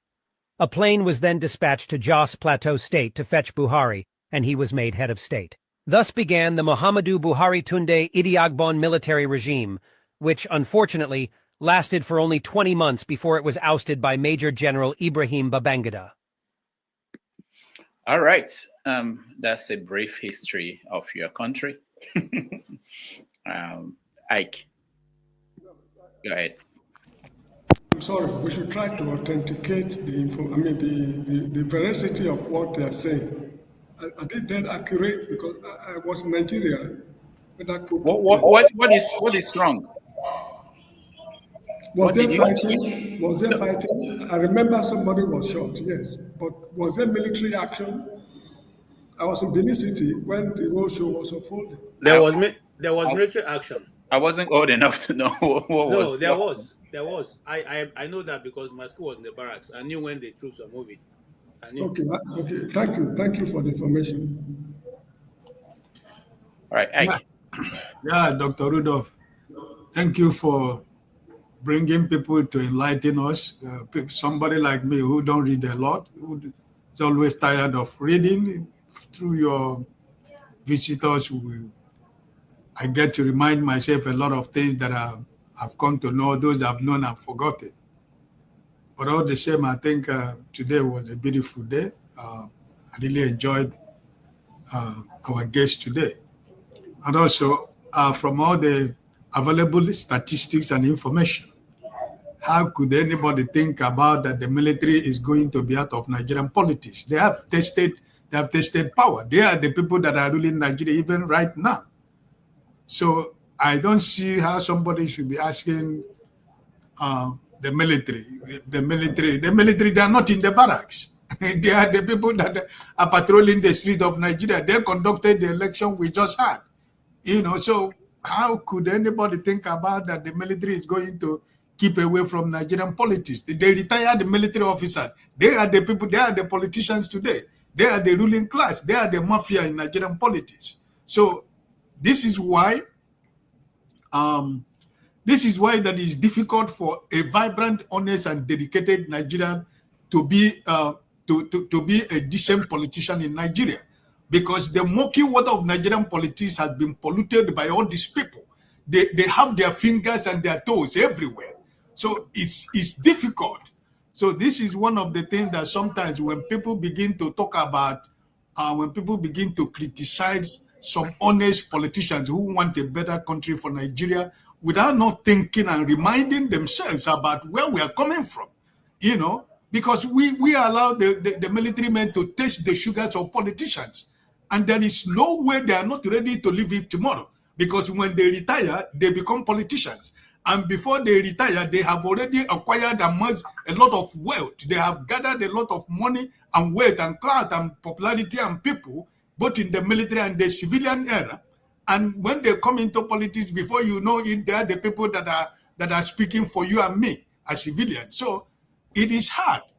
It is really hard in Nigeria to say, you know, we are not practicing democracy because the military are still controlling everything. So if those who want to really apply that democracy, they find it very difficult to do, because if you do not dance to whatever they want, automatically, if you don't want to belong to them, they make your way. They will frustrate your political life and the future of Nigeria. This is where we find ourselves. So I think that for anybody to think about reasoning that the military is going to get away from Nigerian politics soon, it's not going to be possible. And also, I really I thank the man that our guest today, you know, because he said a lot of things that reminded me a lot of things that I've forgotten, you know. And I think that as we continue to knowledge is power, they say, and as we continue to listen from different perspectives and from different angles, you can see that at the end of the day, for the past 2 months, the people you have been bringing today in this platform, with this man who came today, and with the launching of IBB book, you can see that, you know, the facts almost are the same thing, you know. So I like that we are being fed with people who have knowledge and people who took part, you know. But my brother Rudolph, I wanted to ask you a question, because as I said, I was in the office, I was going away, coming in and leaving. That was why I asked the question that I asked, because I wasn't completely sitting, right? You were making a comment about what he said about Peter B before KJ cut it. So you didn't finish your thought. I wanted you to finish your thought before I land to where I want to go. When you were trying to say, when he was talking about Mr. Peter B, because I wasn't here sitting when he was making a comment, maybe people asked me a question. So if you can enlighten me a little bit. Oh, I don't remember everything as I can't remember but he spoke a long time. There were several questions about Peter B that I asked him, so he spoke a lot of things about him and the administration. So I don't know which part you're talking about. Is it a part about when the people were expecting him to go on the streets to demonstrate, or? Yes, because you were talking. So you were talking. He said, "I come to understand that he said that Igbos has no power in Abuja. They don't have a voice in Abuja. Yeah, they don't have influence at this point. That's what he's saying. Yeah, sometimes we assume that if you put together all the leaders in the East and then send them to Abuja, just like they did under Buhari, that they will influence anything. That they don't have that influence, you know, especially this time. And that's actually maybe true. And if you talk to those people around the corridors of power, they will tell you that it's not what it seems. That you're a governor doesn't mean you have easy access to the president. Not to talk about after your meeting whether he will do what you want him to do. That's a different thing. Okay. So, all right. Okay, let's keep going. Michael, you are next, and then. Rudolph, sorry. Can I quickly just chip in something, because I need to go, if you don't mind, if it's not going to break your protocol? All right. Let's see. Where are you? I can't find you on my screen. I'm here. No. Okay. All right. So sorry, I'm at work now. I just took a break. So I didn't watch the full program, but I caught this documentary you played now. And listening to the documentary, there's a bit of inaccuracy in it. I'm not going to contest that there were no military actions. They probably were. I lived in Lagos. I live very close to, not too far away from Dodon Barracks. And there was really no major And if I can recollect, Shehu Shagari was in Lagos. He wasn't in Abuja. And the guy mentioned Aguda House. Aguda House is currently where the Vice President of Nigeria lives. At that time, it used to be a passage house for whenever the president visited an empty Abuja. Abuja was under construction. There wasn't really major life there. It was just a federal capital territory with no real major events going on. So it was just a park of construction, not like today. So for that documentary to be saying they went to Aguda House to pick up Shagari, I don't think that's correct. That's all I wanted to call out. Okay, that might be right now that you said it. I wasn't aware of a lot of things at that time. I don't even know when they moved to Abuja. That may be right. Yeah, I think it sounds right. Yeah, because I know that Babangida was the one that moved first to Abuja. So, yeah, but it didn't mean that Aguda House was not functioning then. Aguda House was still functioning. But again, it depends on where Shagari was. Aguda House was not yet in the offing because the very first major presence into Abuja was Babangida, who used to own, and it was Babangida. But it was Babangida. Hold on, just so that you know history a little bit. The first time we even Nigerians at that age started knowing anything much about Abuja was when Babangida mischievously went to do October celebration in Abuja and expected ABT Kiwe to come, and it looked like there was going to be an assassination there because ABT didn't show up. And after that event, he removed ABT Kiwe and replaced him with Ikomo. I know what I'm saying. Yeah, but what led, which is what I'm going to discuss later. There was no Aguda House yet. Hold on, sir. What I want to discuss later on was what really, that's part of what I felt because that Babangida didn't include in his book. What led to Obito Okiwe stepping out, okay? And what led to Obito Okiwe, who is a senior officer to all of them, but because he fought in the Biafran, was on the side of the Biafran Civil War, he was not promoted. Okay. Yeah, no, but that's not why he was removed. I'm coming now, but they insisted. Okay, people who insisted: Donka Bali, Augustus Aikomo, and who else? About three of them. Sani Abacha. There's one other another officer who insisted that Obito Okiwe will not be given a promotion to fit the rank of what position he's occupying. I can say that more because I followed that trend. Now, that made it, that made it a bit difficult for the Babangida administration to operate. So you find out that if you are following the trend of things, at that time, if there is an official function for which Obito Okiwe was going to come, they refuse to honor him as the vice president. They want him to take his position. So hold on. You're going too far. Remember, the whole idea of I was just trying to correct that documentary, but bringing this up, why it might not exactly sit well is because before then, we had a Brigadier General Tunde Idiagbo, who was Brigadier General as number 2, Supreme Military Council, up until he was removed. Brigadier General is lower than a Major General. While Babangida was already a Major General and was the Chief of Army Staff, Tunde Idiagbo was Brigadier General. Go and look at the records. No, you are. The point I'm mistaken is in the Nigerian force, the army is the lead force.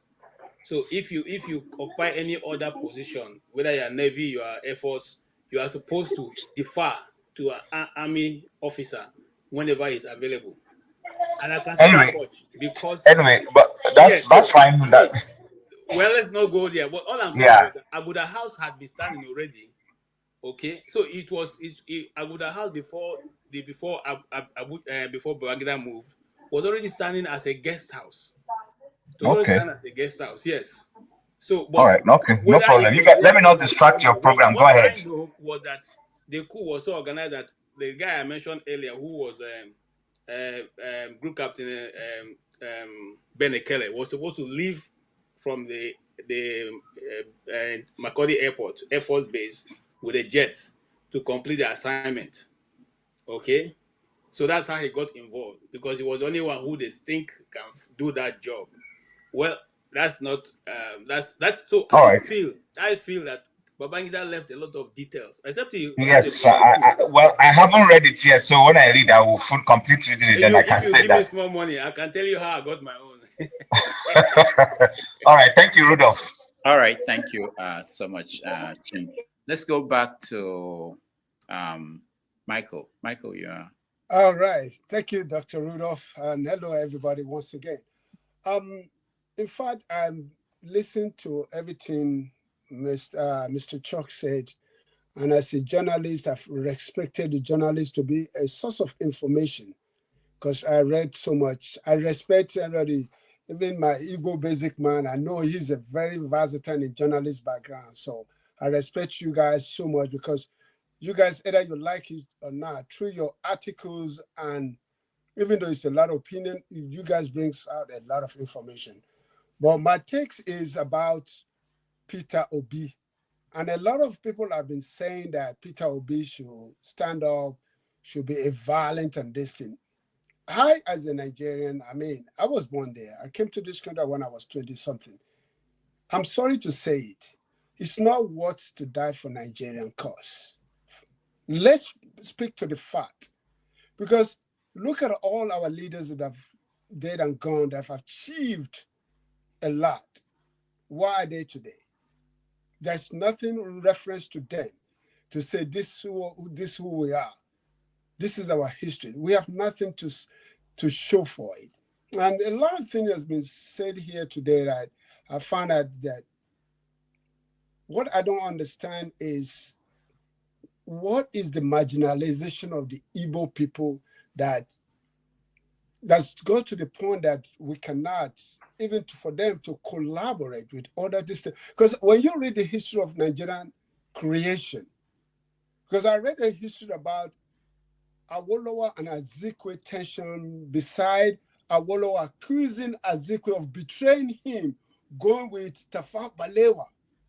I don't know if you guys read that history. That's another tension that we need to go deep down and find out, because during those times, there was a tension between Azikiwe and Awolowo, that Awolowo was ready to collaborate, to be a uniform kind of East and West, to hold back the North. Because Awolowo already seen the movement, the step the Northerners were making through the help of the British government. Guys, should we realize too, like you all say, when you look at the set of the military set up in those days too, when Nigeria was in the excess of being it was set up that most of the military people are either Westerners or Easterners, and most of them. But it was the British that engineered to give power to the Northerners to come in and say, look, if you don't hold up to this thing, I know a lot of people will maybe through the history of it, I'm ready to be corrected about that. But through a lot of history that I read, the Northerners were coming in as a, what do you call it, power check, power balance. There wasn't so much, but when you even look, and I give an example of myself as my father was. My father worked for Nigerian Railway Corporation. And I knew when I was growing up, the Nigerian Railway Corporation, you will find that all the positions were occupied by the Western and the Easterners. Guess what? By the time I finished, because I grew up in Northern Nigeria, all my life was in Northern Nigeria, so I know much about South, because I went to the North when I was like 9, 10, during the Civil War, and I see a lot of the ramification of the Civil War in Zaria at that time. But I knew a lot because going living within the outskirts, and I see a lot of underground agitation. They will tell you to your face that they love Nigerians, but at the back end, they love their own people. They love themselves very much and I know KJ would know that Nigeria happens to us, that we grew up, because we grew up we know the language and everything. But guess what? When we're ready to go to the school, they tell you, go back to your state of origin. Go and bring your scholarship. You grew up with them. You know the culture. You know everything. But at the end of the day, they separate you. Go back to your state of origin. This is a fact that happens to me. So these are the things that sometimes we need to go deep down into our history. I don't know if Nigeria was set up for failures, or Nigeria was intentionally thinking that they know that we are most intelligent, because face the fact, the Westerner and Easterner, They've already know how capable we are when it comes to intelligence and when it comes to availability of knowledge. They know us. So in order for them to counteract that to remain perpetual under the European distance, I can tell you, guys, anything happening in Nigeria today, for us to look back and say there's no external influence, I think we are eluding ourselves and we are making the mistake. There's a lot of external influence that is happening in Nigeria, even with what is happening in the eastern Nigeria today. If the Igbos, we're going to sit down deeply and find out there's some back-end external factors that is telling somebody, oh no, don't do that, don't give that. Because to me, as a Yoruba person, I grew up within having the friends in northern Nigeria as Igbo. It pains me a much that one tribe or one set of people in Nigeria cannot be given the opportunity of equal opportunity of representing that. Why don't you give them a chance, at least for once? Let's see what they are capable of. If you get a chance for once and see what they are capable, then you can say, oh, we gave you guys a chance. We gave your tribe this before and see what happened. But no. And a lot of you guys say that is the natural instinct of an evil man, that anything I do, I must be successful. There's no point of failure. Even it's ingrained us as Nigeria, because that's what it is. Is that part of that ability of an evil man become a point of contention or untrustworthy in that society? So that's my own take of that, because everything we talk today, we have to look deep down in the history of Nigeria today. How did it get to this point? Because my only, like I asked Mr. Chuks, is that what is the solution moving forward? How can we rectify what is in the past? Because we cannot keep going saying, oh, they did this, they did that. Well, what is it that we need to do as individual or as a Nigerian to make sure the next generation, because either we like it or not, our next generation will listen to these shows and take some information or some facts and dilute it to their own benefit of consumption. Because now we live in the age of information, because everybody is a journalist now. So everybody can come. So which are called a dissection of misinformation. Everybody can say anything. And either we like it or not, they will have followers. They will have believed that belief. Like Babangida now publishing a book, which is not the truth history of himself. And then you can see who are the people gathering. These are the same people before they are saying some negativity about him. Now they go in the same room with him to give him accolade, to give him respect, to say this, and that. So that's to tell you the fact about Nigerians, that we need to speak to the fact of what is wrong with our society. Who are the leaders? Because to me, it's like, what is the genuineness? What is the authenticity of a Nigerian? For somebody who have done so much atrocity that we know of, and then we're supporting him. I mean, him coming out to say Abiola election was legit and this thing. Come on, for how many years now? You coming forward to say that? So now, what I listened to him about in the YouTube is, so what has he done now for him to rectify that? No, nothing. So he get away with it, and he's going to die with it, either we like it or not. So that's all my take. Thank you, Dr. Rudolph. All right. Thank you, Michael. I appreciate you. Igbo Basics. Thank you, Brother Michael. Point of information. You made mention that Westerners and Easterners were mostly in the military. The way I understand it is that it wasn't really Westerners and Easterners. It was more so the Westerners and Middle Belt.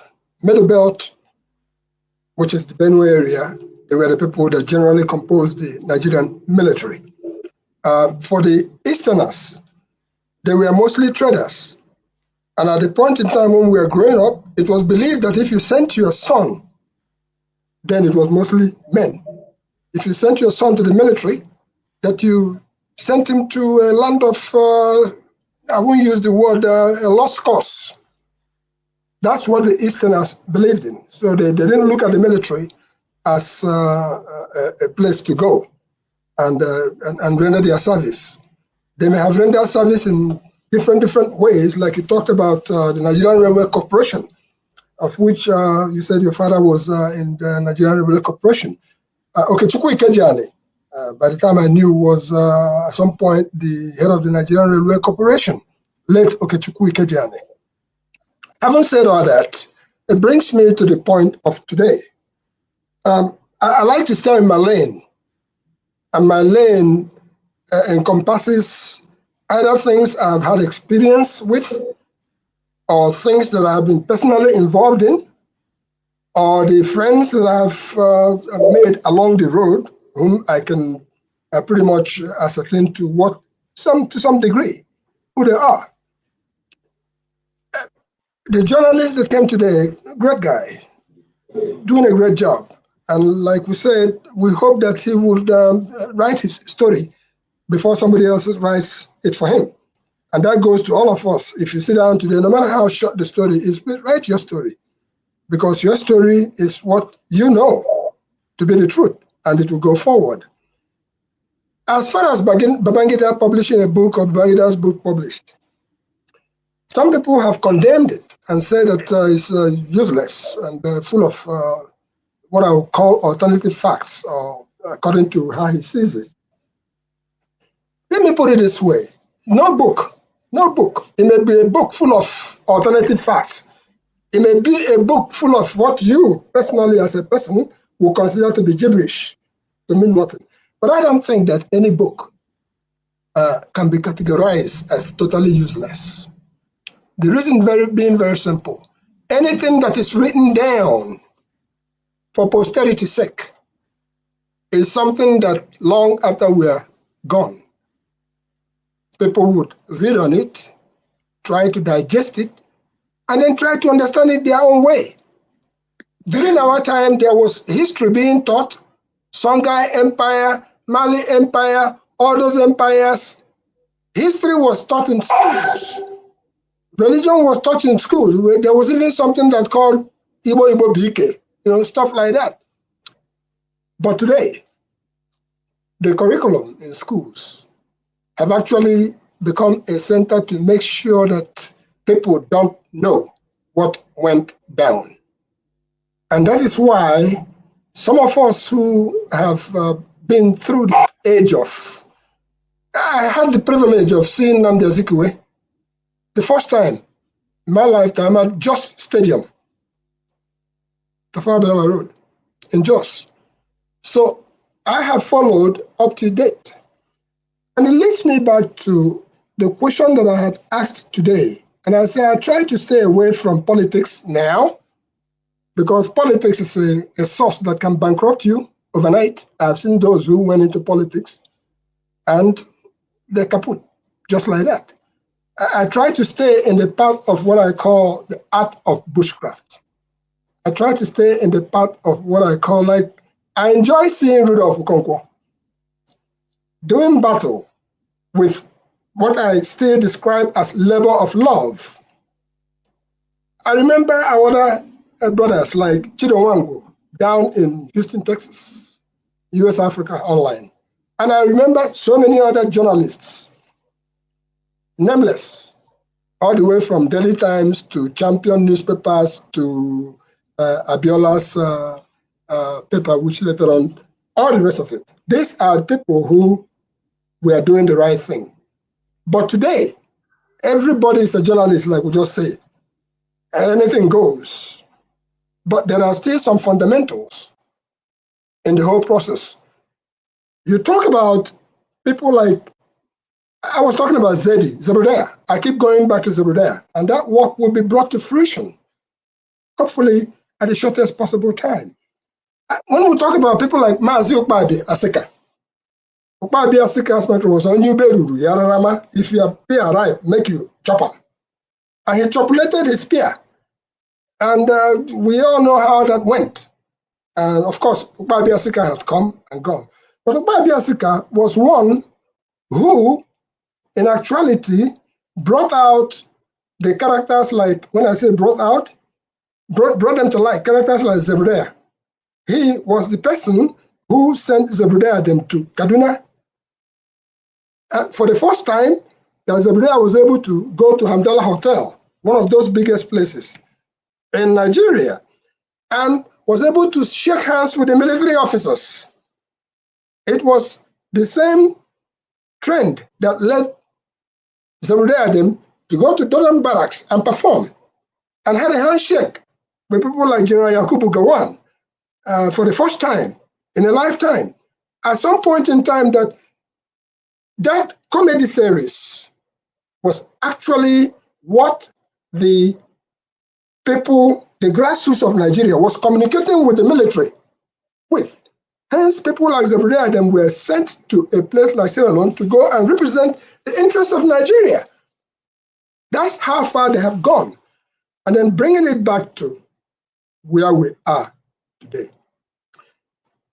I still say that, with all due respect, whatever book that is on the shelf, anybody can buy or not buy, read or not read, but let us not condemn books that have been written. And to that end, I would say that success is teamwork. I see Brother James where he is, and I appreciate his contributions. KJ, I always say I pass through KJ's village before I go to my own village.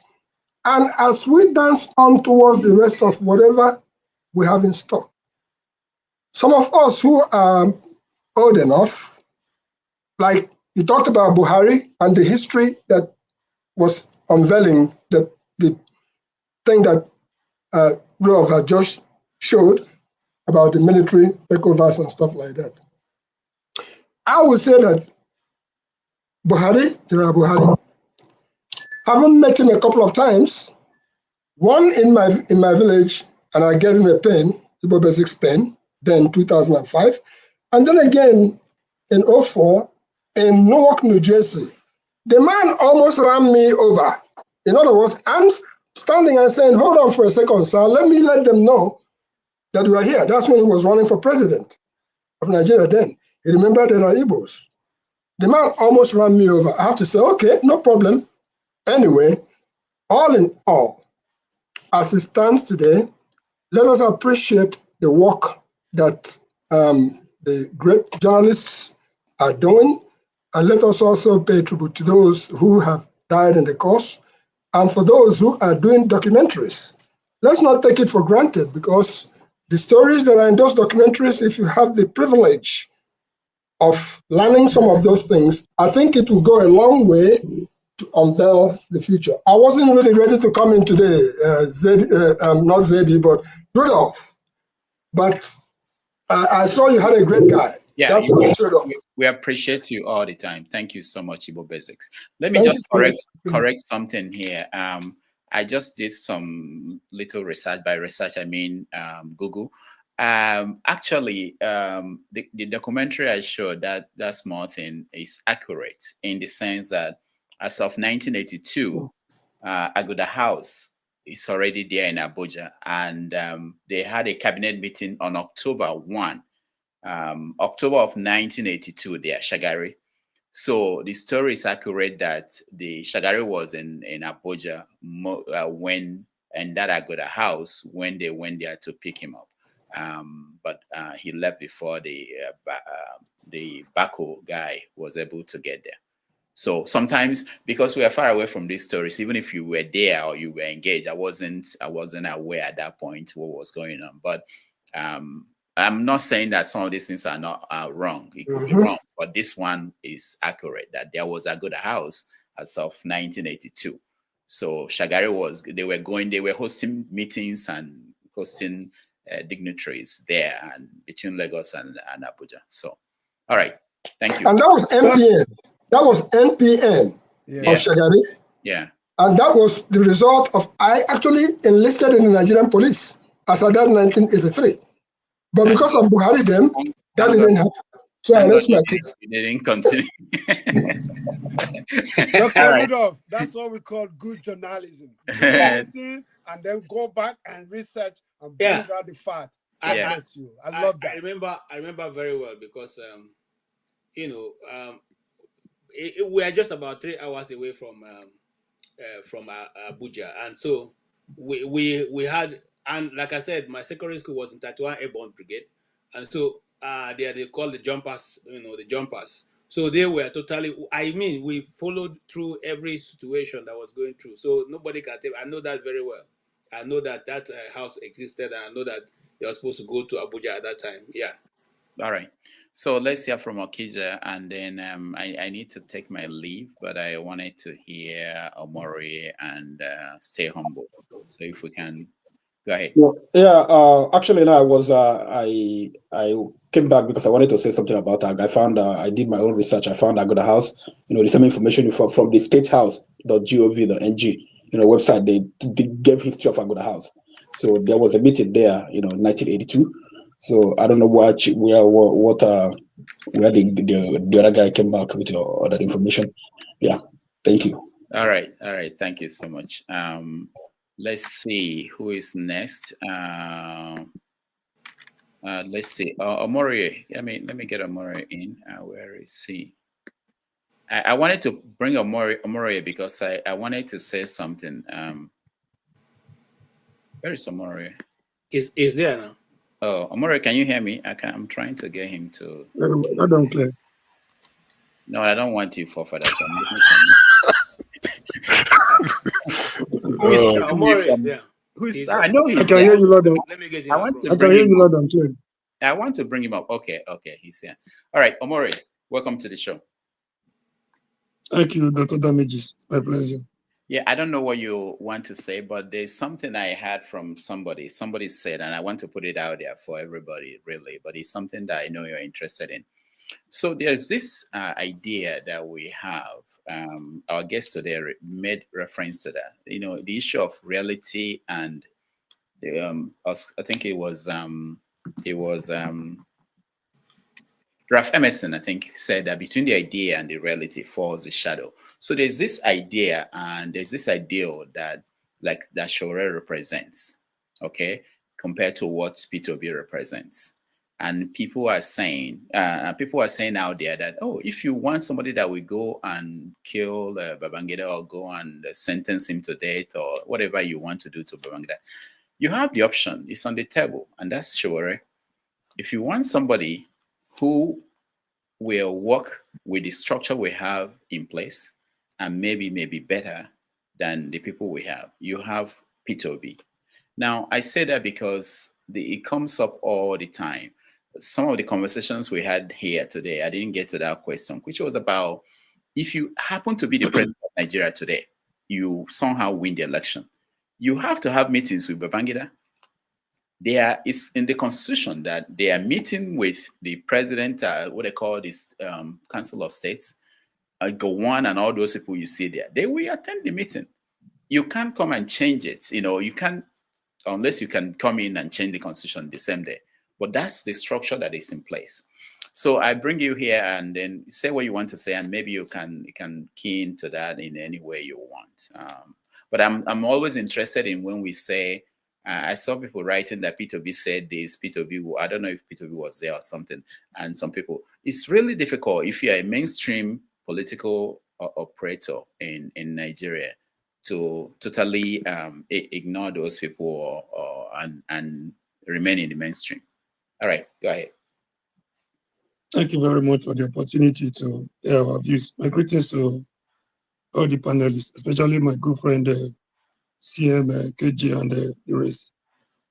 I've made up my mind, and I will try as much as possible not to be seen as somebody that is against Peter Obi. I vowed not to castigate Peter Obi in any way, the way the obedient want to castigate you with it. I've made a vow to myself because they are not the problems of Nigeria. They are both victims of a society that is not working. They are pained to their bone marrow that they are not seeing the Nigeria of their dreams. And considering where they're coming from, they are from different backgrounds. It's just like the typical example is like what happened during the civil rights movement in America. Martin Luther King was of one opinion, like we have to do it peacefully and get what we want. Malcolm X was like, they can't be killing us, and we're looking at them telling us to be peaceful. I think Showore and Peter Obi can be likened to those personalities and characters. You know, but you talk about if you have opportunity to be a Nigerian president, there is no way you can do without the likes of IBB and co. I can tell you without asking Showore, you know, he will not extend the invitation to somebody like IBB. If that will cost him his job, he's ready to bear it. Considering the kind of Showore I know, what Babangida did to some of us that participated in that struggle was a slight, was an insult, was an attempt to rewrite history. It was an attempt to distort the truth. It was an attempt, you know, to spit on the grave of our friends and beloved comrades and you know, people we lost in that to that struggle. Today, I still not a bullet wound in my body. We took tear gas. We were traumatized. We were brutalized. A con artist coming to tell Nigerians, and people are there clapping for him, donating money for him. He didn't say anything new. He didn't tell us anything. There was nothing close to confession in what he did. He did not confess anything. You know, he took his lies to a different level. He took his life. Babangida took his life to a different level. That was why when Mustafa came here one time, you could see my eyeballs. I wasn't happy because these are con artists. These are chronic liars. And my greatest disappointment is if 1993 such a credible election was aborted by the singular pronouncement of one man, and today in 2020, 2 years ago in 2023, we have not gotten it right, and somebody like Jagaban was there, you know, applauding the utterances of somebody that participated, that said he was an ADECO member, somebody that had the courage to disagree with IBB as far back as 1993. Now you're coming back to, I know, I want to believe he's up to something. This is my own suspicion. I think it's up to something bigger. He's looking for an opportunity to do something for the Abiola family. So he wants to clear the coast so that whatever decision he wants to take, I don't know if he wants to compensate them monetarily or otherwise. That is my feeling. Other than that, what they came to, the gathering of those hog and Buccaneers in Abuja, in Abuja or wherever they had a meeting, I mean, if I had the opportunity, something should have been done. The problems of Nigeria were gathered in that house. Something should have happened there so that we can begin to build a new Nigeria. And my greatest disappointment, I was in a platform last night. People are not getting the gimmicks and the tricks of these people. People were busy talking about if it was an Igbo coup or no Igbo coup. People were fighting among themselves. People were ready to die. You know, they throw lies at us. They set traps for us, and we fall, you know, cheaply for them. Instead of thinking of how to hold these people accountable, we are busy fighting among ourselves for their cheap lies. People cannot get the bigger elephant in the room. It's most unfortunate. We are paid to our bone marrow. If we have opportunity to come together the way we did in 1993, Nigeria will burn to ashes. That is not my wish. And we don't need a Babangida to tell us that wasn't an Igbo coup. By composition, it wasn't an Igbo coup. There were Yoruba military officers. There were some Hausa officers. You know, we don't need a Babangida to tell us it was an Igbo coup. The aftermath of the coup. Amore, hold on. Let me, because what you touched on is something that I really want people to think about. It has been said by many people, but it was dismissed.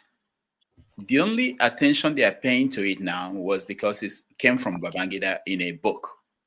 So while I hear what you're saying and I know what you're saying, my issue with, I read that part of the book. My issue is that Babangida did not even, because these people are not really very smart, he did not go to the level I was expecting him to go. Look at what he should have said if he actually was sincere. Babangida is always a little to the right, a little to the left. If he was sincere, what he could have said is this: if there is a coup today and all the participants were Fulani, House of Fulani, and all the people killed were only Igbos or Yoruba, it still does not mean that this is House of Fulani coup. the plotters did not go to Hausa Fulani people and say, let's plan a coup. Let's go and kill the Yorubas and the Igbos. So why should you call something like that? So I'm saying this is not what happened really in the case of 1966. But it's been there, and it's been the narrative that people push out. So to say well orchestrated to deceive Nigerians, to divide Nigerians. Yes, it's a calculated attempt to cause division among us, so that we can continue to fight among ourselves instead of so that we can leave the object and pursue shadows. And people are not getting the handwriting on the wall. It's painful and disheartening. I don't know the kind of generation we are. Omori, I'm especially concerned about this because I was the one that went and found the gazetted document by Aguiyi-Ironsi regarding the decree he passed because some people were laughing at Northerners due to that coup. The coup itself is not what made it this in an Igbo coup, as people like to say. Is the chain of event that resulted from that. I'm sure maybe the day after that coup, and I'm going there. Let me finish. The entire country was jubilating. The day after that coup, it's the events that happened after that made it like that. I'm going there. I'll break it down for you. I'll break it down for you. Go ahead, Omori. So we didn't need the Babangida to tell us that it wasn't an Igbo coup. Part of the divide and rule tactics, orchestrated by Britain and taken to a different level by our military and politicians. And the day we start getting them, the day we start getting the tricks they are playing on us, the division they are causing among us, we will begin to have the signs for a better Nigeria. Other than that, we are wasting our time. But whatever we are doing right now, coming on platform, fighting among ourselves, Yoruba fighting the Igbo fighting Hausas, with the minorities are having their say, and they are not, the past are telling me how they crushed my state and went to Ore and everything. It's not the solution we need. Until we come together as a people, we are just deceiving ourselves. What happened in that coup was that by composition, they had an agenda. By composition, it was neither an Igbo coup nor a Yoruba coup. But the aftermath of the coup, like we were trying to say, some people got wind of what was to happen. Either by design or by coincidence, a lot of people were able to escape. And either by design too or by coincidence, the pattern of killing, the casualties, the resultant casualties from the coup gave room for suspicion by certain sections was targeted at them, which was not the original design. People should get this. And again, my Igbo brothers may not be happy. The handling situation by Aguiyi-Ironsi did not help matters. The coup plotters were not tried. They were kept somewhere. Another version even had it that they were getting their benefits somewhere. I cannot, buttress that. So, what they came for, when they came for Aguiyi-Ironsi, it was a vengeance. They were on a vengeance mission. They were ready to kill. They were ready to brutalize. They were ready to do anything as in revenge of what they felt was done to them, which was not the original design. We should be able to outsmart these people, when they come with their lies. Another thing FDP did in that occasion was even more than what they did in that 1966 to deceive Nigerians. That is causing hatred, bitterness, and acrimony among us. We are not the problem. CM is not my problem. CM is my Igbo friend. The kind of Nigeria I want. Do you know where they came from, Aguiyi-Ironsi? He was in the house of a Yoruba man. They didn't come for that governor, who was then governor of Western region. But he preferred to die with his commander-in-chief instead of allowing them to take it away. That is the kind of Nigeria that can help us, not the division we are creating today. We are not learning anything from the mistakes of the past. There were mistakes on both sides, whether on the northern side, southern side, eastern side, or minority side of Bermudia and Co. They all made mistakes. But what is the lesson? What is the lesson? What lesson are we learning? We are falling for their tricks. We are falling for their lies. We are arguing with ourselves. We are busy killing ourselves. This will not move us forward. And when we do this, they are clapping. And this is exactly the kind of Nigeria they want to create. Look at what this guy did in Lagos during that election, 2023.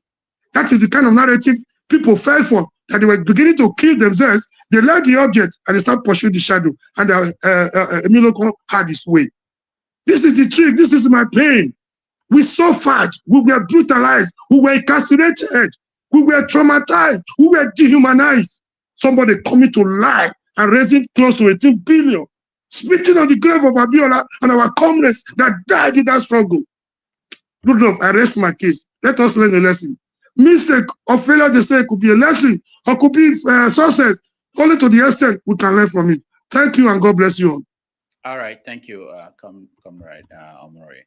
I will get Fafada. Yeah, on Peter Obi, going to the occasion wasn't a problem.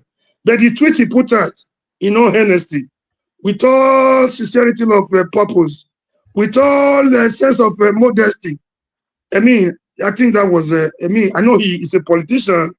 He wants to encourage support from every angle, especially for the so-called owners of Nigeria. He should be mindful of where he goes and what he says. I know he needs the support of everybody. This is not the first time he's meeting with Babangida.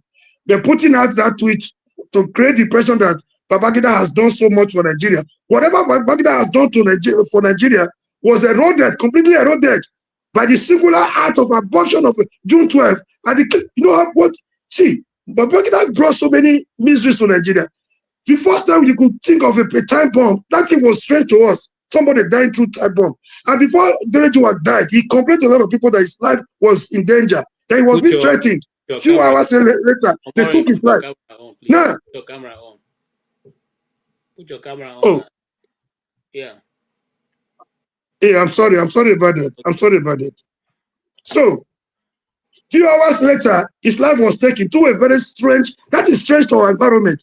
Do you know the number of young military officers, vibrant officers that were loaded in a plane and their lives life was not out of them in their prime.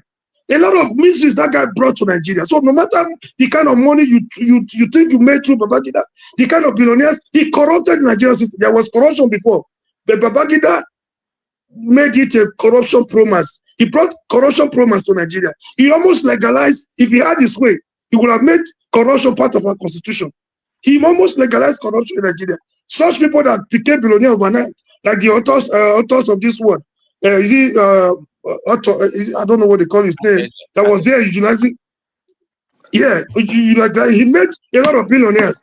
He was a trickster, a corner artist, a Maradona, a player, a chronic liar who can use anything he believes he can buy everybody. That's exactly what we have today.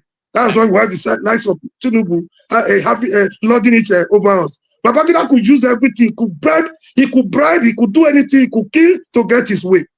People are falling for them. This generation should learn from the mistakes of the past so that we can begin to think of the way forward. Thank you for the opportunity. God bless you all. Thank you, Omori. So for those who might complain that I gave Omori more time, he has a bullet in him because of Nigeria. If you can show me your bullet, I may be able to give you more time. So let's go to James. No, hold on. Let me get people who are here to speak. Humble. I want to hear. Yeah, humble. Stay humble. Yeah. Okay, go ahead. Okay. You were not born. You were not born. You were not born when you don't know who. Do you know who Babangida is? Yeah, but I wasn't born then. But before I finished primary school, I'd read History of West Africa front and back. Oh, did they mention Babangida? Did they mention his name in the history? Government, what have you? So I'm a student of history, and I'm very, very proud of that. And it's one of the reasons why I'm here, because there are some things that have been said that I thought wise to debunk. Okay. Which were not accurate. Okay, but first of all, I just want to thank you again for the opportunity. Good evening to every panelist. Good morning, good afternoon, and good evening, depending on where you're joining from. Yeah, so I didn't catch up with the guest. Yeah, but from the reviews, I could see that he did brilliantly. Kudos to Rudolph again for bringing a very resourceful guest. So Babangida launched his book, and that, as we expected, it generated a lot of reactions. You know, there are people that like to hog the limelight, the headlines, and the rest. They love attention. You know, so you are going to expect the mainstream media to be awash with stories regarding the book launch. I have read and listened to reactions that are arising from the book launch and the book itself, you know, of which there was nothing in the book. There is nothing in the book that is new to me. You know, yeah, I don't think there's any news to me really, and I'm not really delighted Are you with the sure? fact. Stay humble. Are you sure? You've not read the whole book. Let me give you an example. When he was talking about, I was interested in what happened to Mama Mbasa. So when he was talking about him, you see that he was saying that he got angry. He's really, based on everything I read on that part of the book, the confirmation that Vassap actually planned the coup was fishy to me. But he said that Vassap wanted to escape through an air conditioner on the wall. So that means he must have been guilty. That's the proof. I mean, all the other things they were talking about, he gave money. Babangida was saying that I heard that he gave money to this person. He wanted to bomb the Echo Bridge. You know, it was. So it's important to read it. Yeah. I think to get the little details, you know. Go ahead. Okay, yeah, good. Yeah, yeah, okay, fine. So the fact that people are, you know, trying to ascribe, you know, Babangida that singular authority of declaring which coup it was, whether it was an Igbo coup or not an Igbo coup. I don't think that's correct because Babangida was more or less an unknown quantity by the time the coup took place. Babangida returned from India in 1964 as a lieutenant colonel, and he had some months of probation before he was made a substantive lieutenant colonel in the Nigerian army. And the coup took place on 15th January 1966.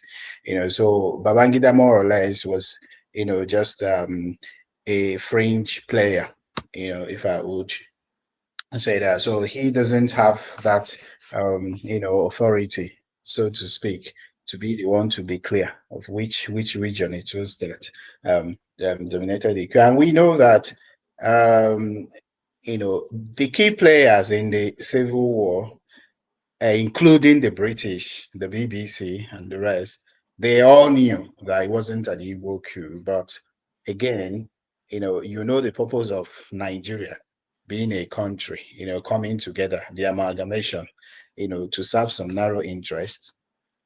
And the narrow interest it was meant to serve, they were meant to try to install, you know, a particular, you know, cabal, you know, group of people to hold the reins of power. And then they tried every possible means to preserve that. So the coup was going to disrupt that. So they were going to do everything possible to make sure that they capitalized on any sentiments or narratives to say, oh, it was an Igbo coup. And then back to what you know, someone said, I think Igbo Basics, he said that at independence that the Western and Middle Belt dominated the army. I was scandalized by that statement because it's false. Yeah, because at the time of independence, the the Nigerian army was dominated by the Igbos. Even a quick Google search again from the United Nations the Refugee Agency would show you a timeline of Nigeria from from 1914 down to 2025. So for October 1st, 1960, they said that a referendum that added the territory of Northern Cameroon called Gongola State, which was administered by Britain as part of Nigeria. Prior to independence, the Igbo dominated the political, social, military, and business institutions of Nigeria. After independence, the Igbos lost their privileged status, while the Hausa Fulani gained affluence and controlled the federal government. So though it was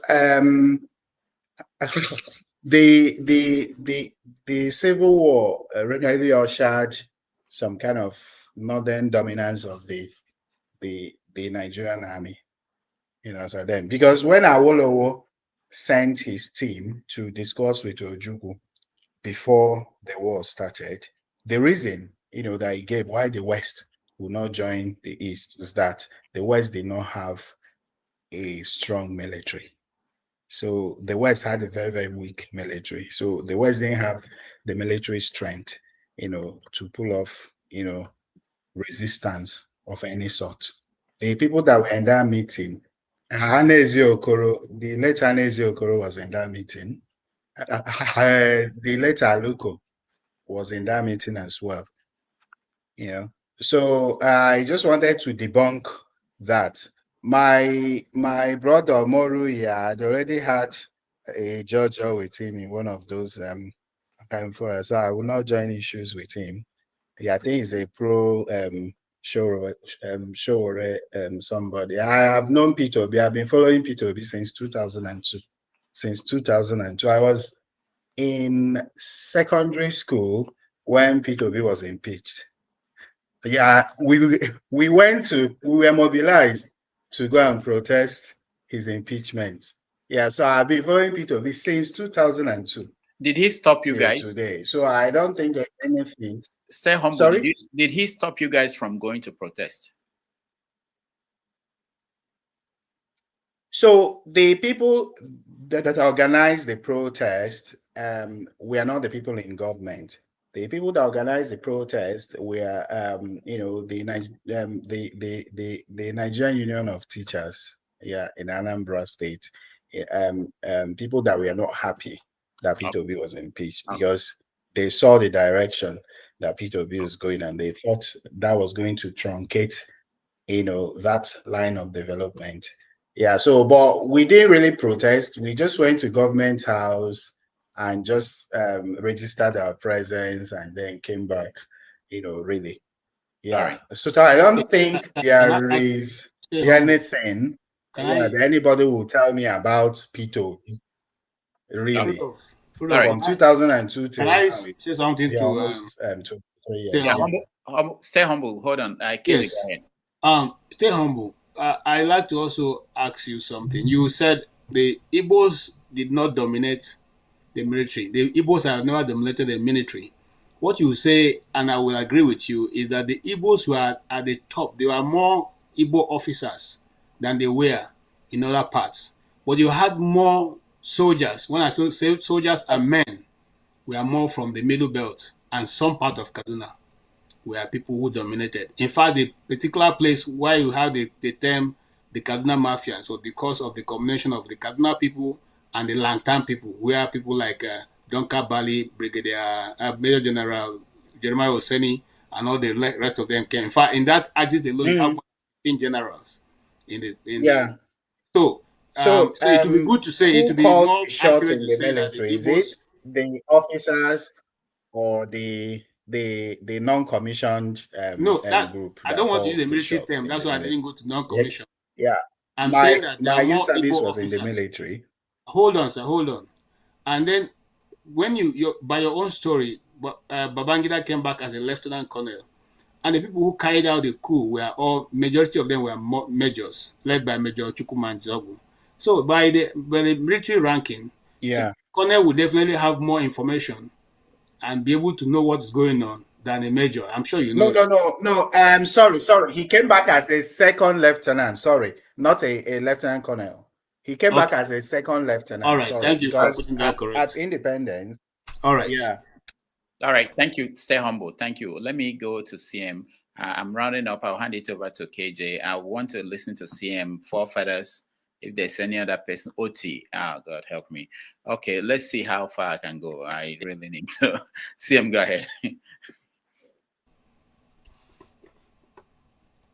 You're muted, CM. Okay.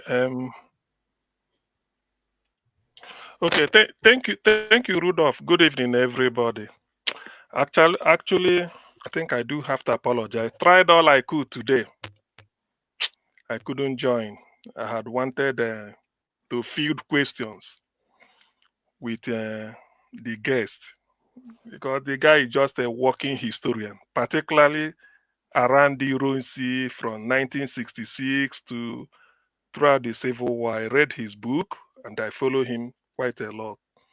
What I wanted him to clear, because in Nigeria, before I come to Babangida's book, Ironsi promulgated Decree 34 on 24th May 1966.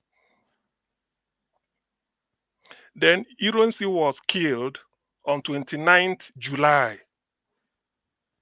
1966. Between January 16th, I want people to note this, between January 16th, 1966, that is a day after the coup, till 23rd May 1966, that should be about 4 months or 5. What Nigeria was still practicing was regionalism. 4 regions the way it is.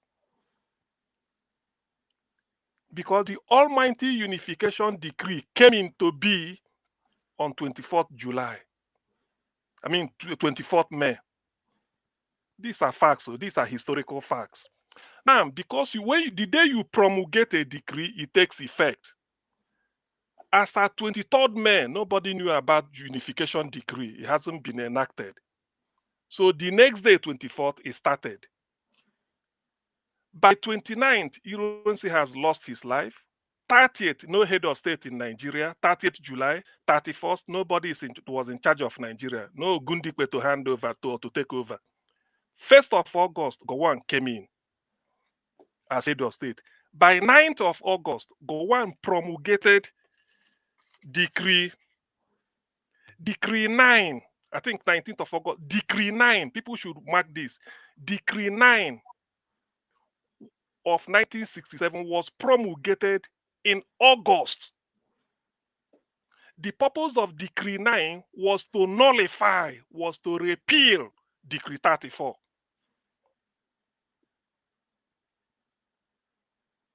So for Gowon to do that, that is to reassure the North that this unification decree that was in effect from 24th May to 24th June, which is 1 month, to 24th July, which is 2 months, and some weeks, maybe 24th plus, okay, let's say 24 plus 5, that this decree that took effect, that lasted only less than, say, 2 months, 2 weeks, it has been repealed.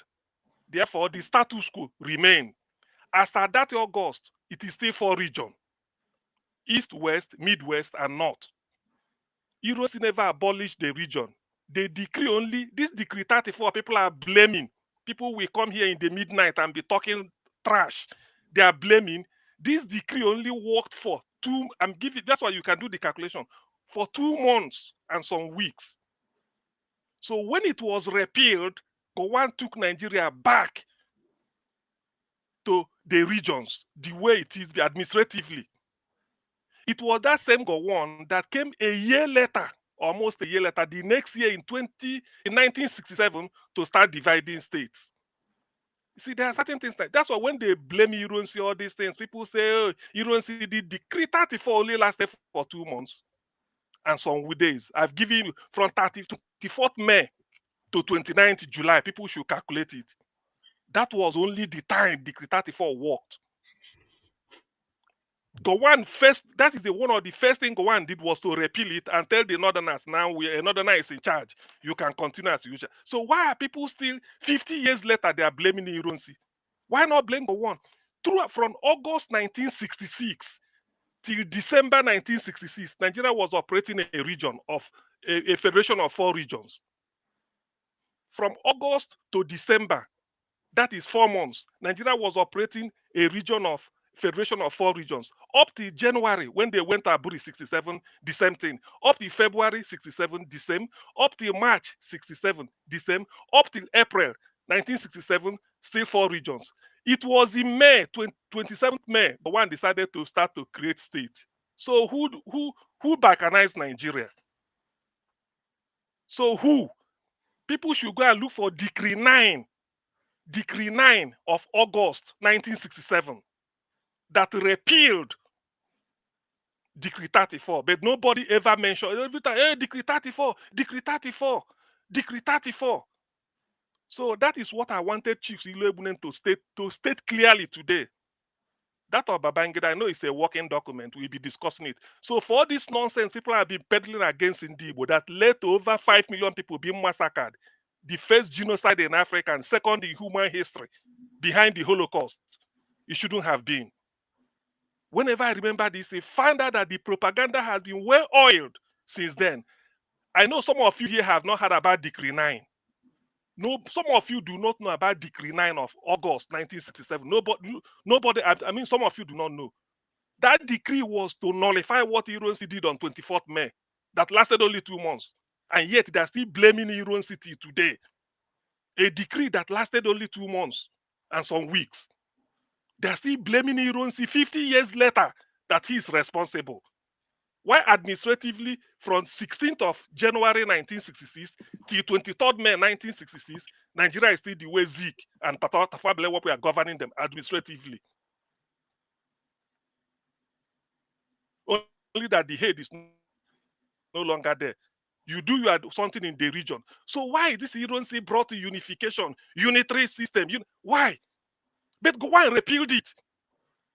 Gowon repealed it. So which means if they promote you, if somebody demote you for 2 months or so, and the other person come and then set it aside and give you your normal promotion. So why is it? Why?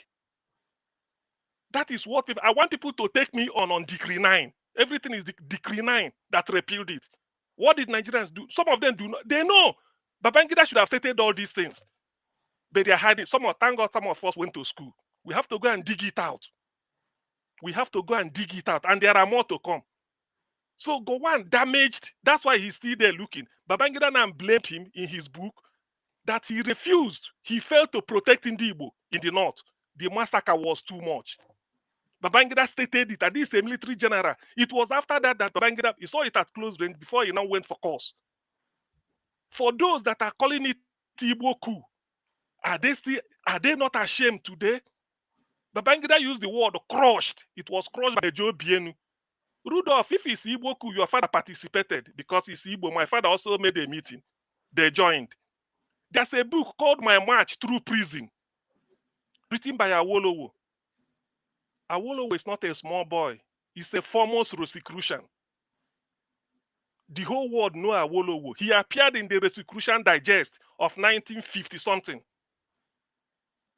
And it's not a small organization. Awolowo wrote in his book, My March Through Prison, when he was at Calabar. He said this January 1966 coup was even to make him the prime minister. So which means Ndibo will now sit down and remove Zik, remove Tafawa Balewa, only to go and please the Yoruba man. Is it done? How can it be possible? But they were just doing all this propaganda.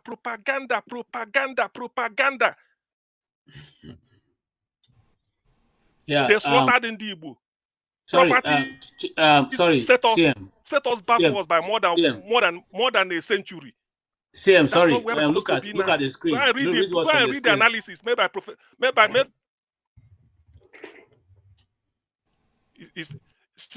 Decree 9 didn't establish. Decree 9 abolished 1934. What are you talking about? Go and Google it. Who is Kulata? What does he know? You don't talk about it's Nigerian Broadcasting. What is Nigerian Broadcasting Corporation? Nigerian Broadcasting Corporation has been on since. It was during the time of Nigerian Broadcasting Corporation wasn't Gowon that established it. NBC has been on during the time of when Zik was in charge and the Tafawa Balewa. What is this idiot talking about? Does you know what NBC means? Federal Radio Corporation of Nigeria. Go and check when it was established. What is he talking about NBC, Nigerian Broadcasting? Look at later daylight. Decree 9 established by Gowon was to repeal. You repeal a decree. So which decree repealed the Decree 34? Are you telling me Gowon was governing with Decree 34? You repeal it. That is the way it's done. Kulata, you should be ashamed of yourself. You are coming here to come and peddle lie in the 20th century.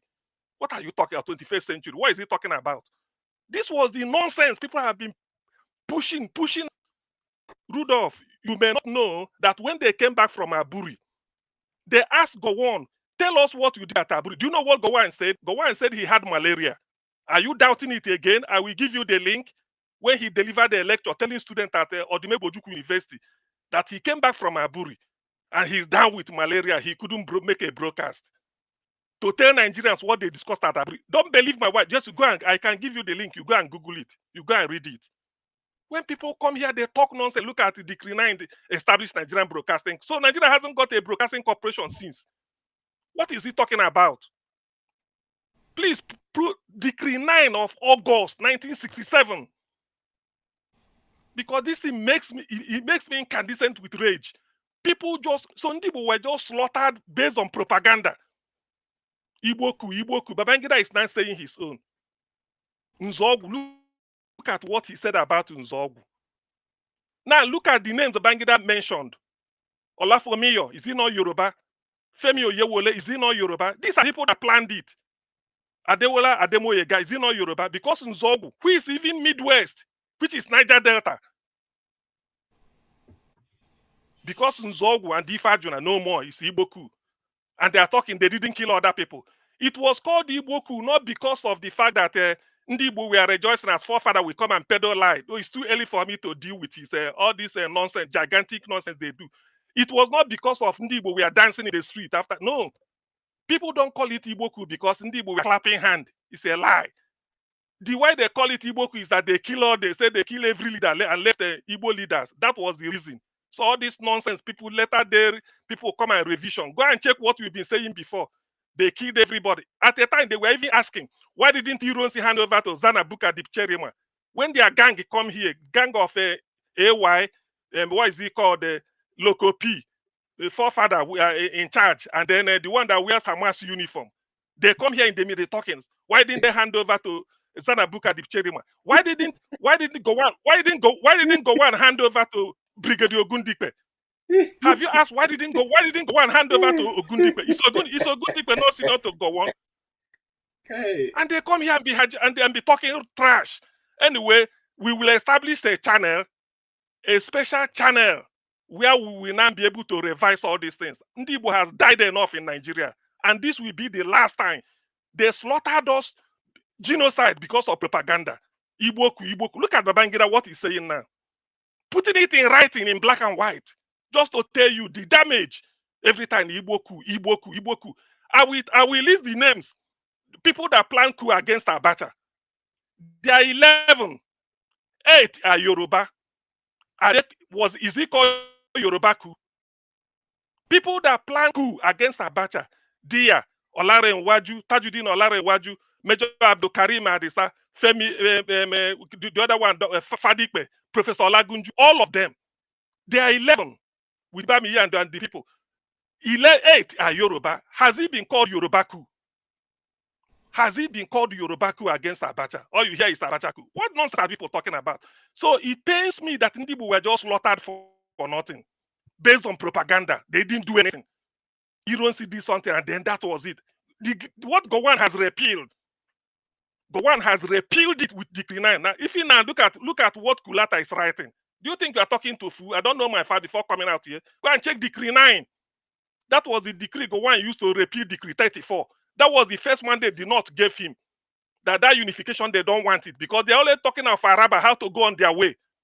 As at 1st August 1967, the flag of Araba was flown at Ikeja cantonment in Lagos. Who doesn't know that? Go and read the books of Mark Siolum. Gowon was telling them, now that a northerner is in charge, what are you still talking about? Having discussed with the British, he told them, don't go. Central Bank in Lagos. Central Bank, the new Central Bank building in Lagos was surrounded because the northerners are tired. They want to go. Gowon now reassured them. He said this decree that want to unify them, they don't want it with Igbo. Gowon now have to repeal it. So why are they still blaming Ironsi up to today? And because of that, we lost millions. Intelligent people, we lost. Dr. Kalu Ezera, some of you may not know him. PhD, Oxford University, 1954, professor of political science. We lost him. These are the type of brain we lost because of propaganda. Ndi Igbo lost the cream of all the things they had. Incapacitated us economically. Nothing. Then today they are now coming to tell us the truth. No, we can't take it. We can't take it anymore. We are now information age. Thank God, one of the fathers of internet is an Igbo man, Philip Emeagwali. So it's not for nothing that God used him to bring up internet. We must make use of it very well.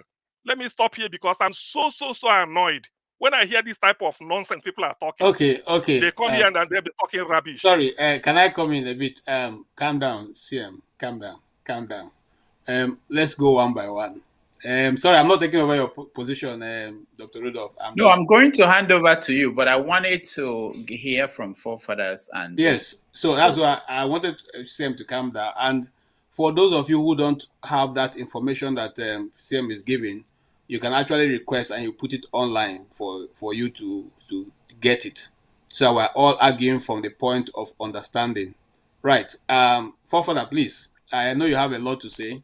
And you must have been looking at CM and say, okay, we'll give him this long time. Let us all give you a long time. So say what you want to say. Thank you.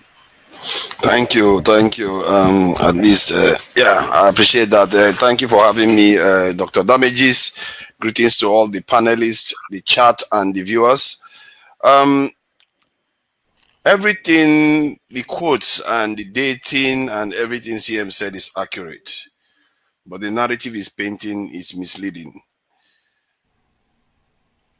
The federal system of government has been the cause of much disunity and instability in this country. It is high time we abolished regionalism and embraced a strong unitary government to promote national unity. That statement is attributed to Aguiyi-Ironsi. And some people said there are reports that he made a statement in February, then went on to pass the decree in May. Is it surprising that action was taken not long after that? Why are you surprised? How is that not related? You can't see the correlation. I don't understand. Why are you reaching a different conclusion from that? That is what triggered the problem. This is why I said the coup is not a Igbo coup technically, but this type of actions can make it that. You are lying. Rudolph, let's go back to history. What you've been saying. You are lying. You're a bloody liar. And let me restate this. No. Hold on. Let me restate this. Forefather, I've told you, whatever concerns Igbo, recuse yourself. Recuse yourself. Whatever, because I can give you all the things. I have you at the fingertips. All these things we are just revising is rubbish. Okay, thank you. I can give you all your past this thing. Okay, CM, can you let him finish? Okay, you can respond again to him, but let him finish. Go ahead.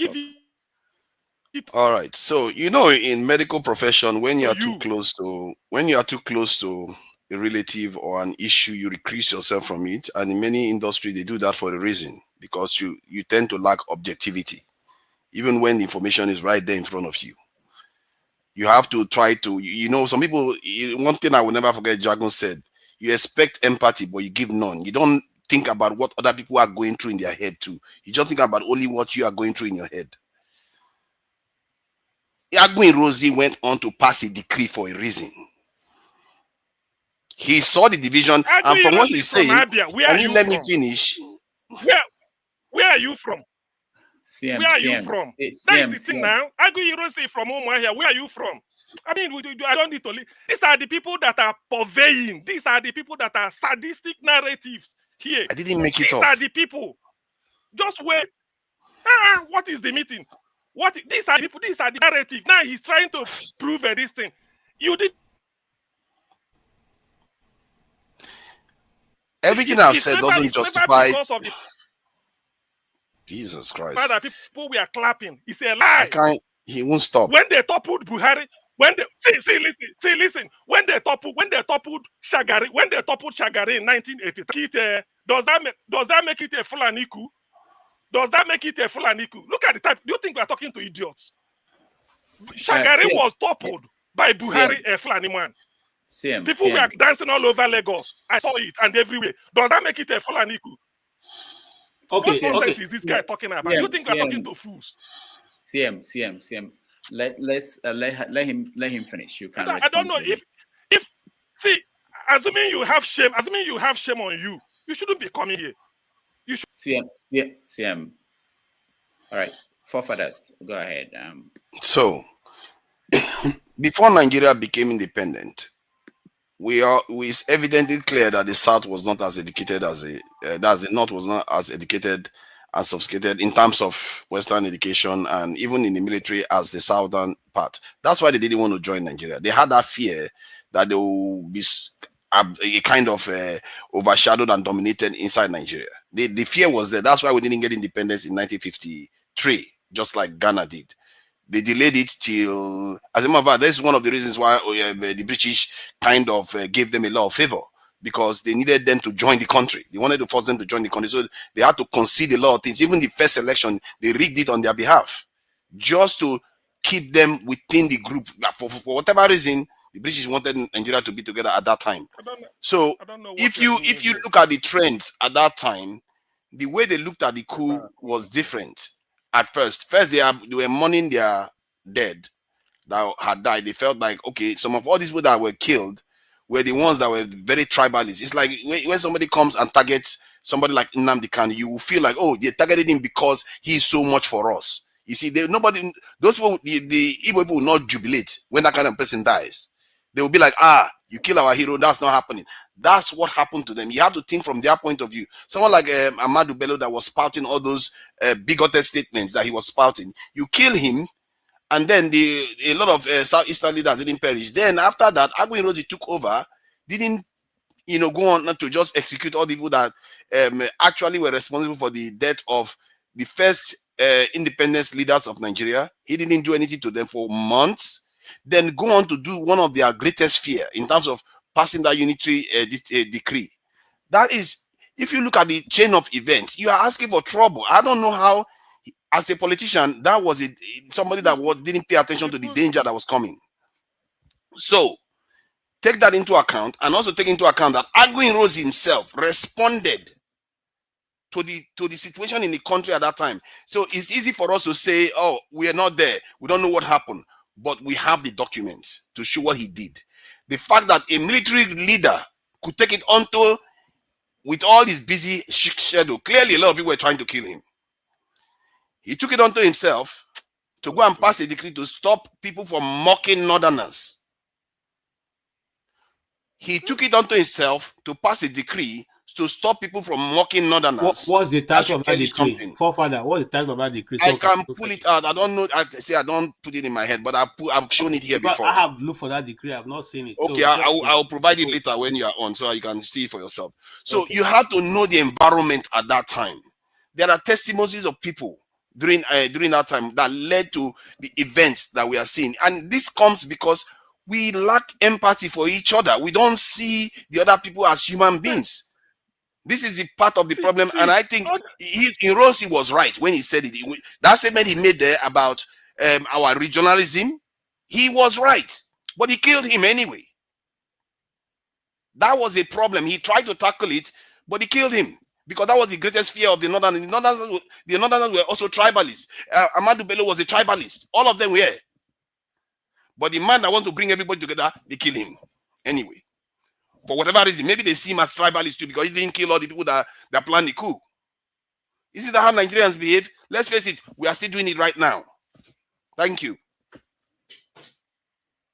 Thank you, forefathers. CM, I will give you a chance, but not now, to respond. Let me hear from Oti, and then I think that will be it. I will hand it over to KJ.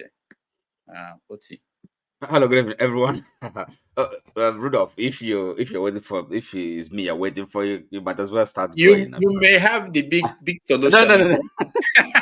I'm looking for the big solution. So what is the? I mean, yes, of course, we're having a discussion about so many things, So, but what is really the? No, we you know what we normally do when we talk to a guest, we want to get feedback and then extend it to other. Well, I didn't. Unfortunately, I didn't. join or listen to the interview.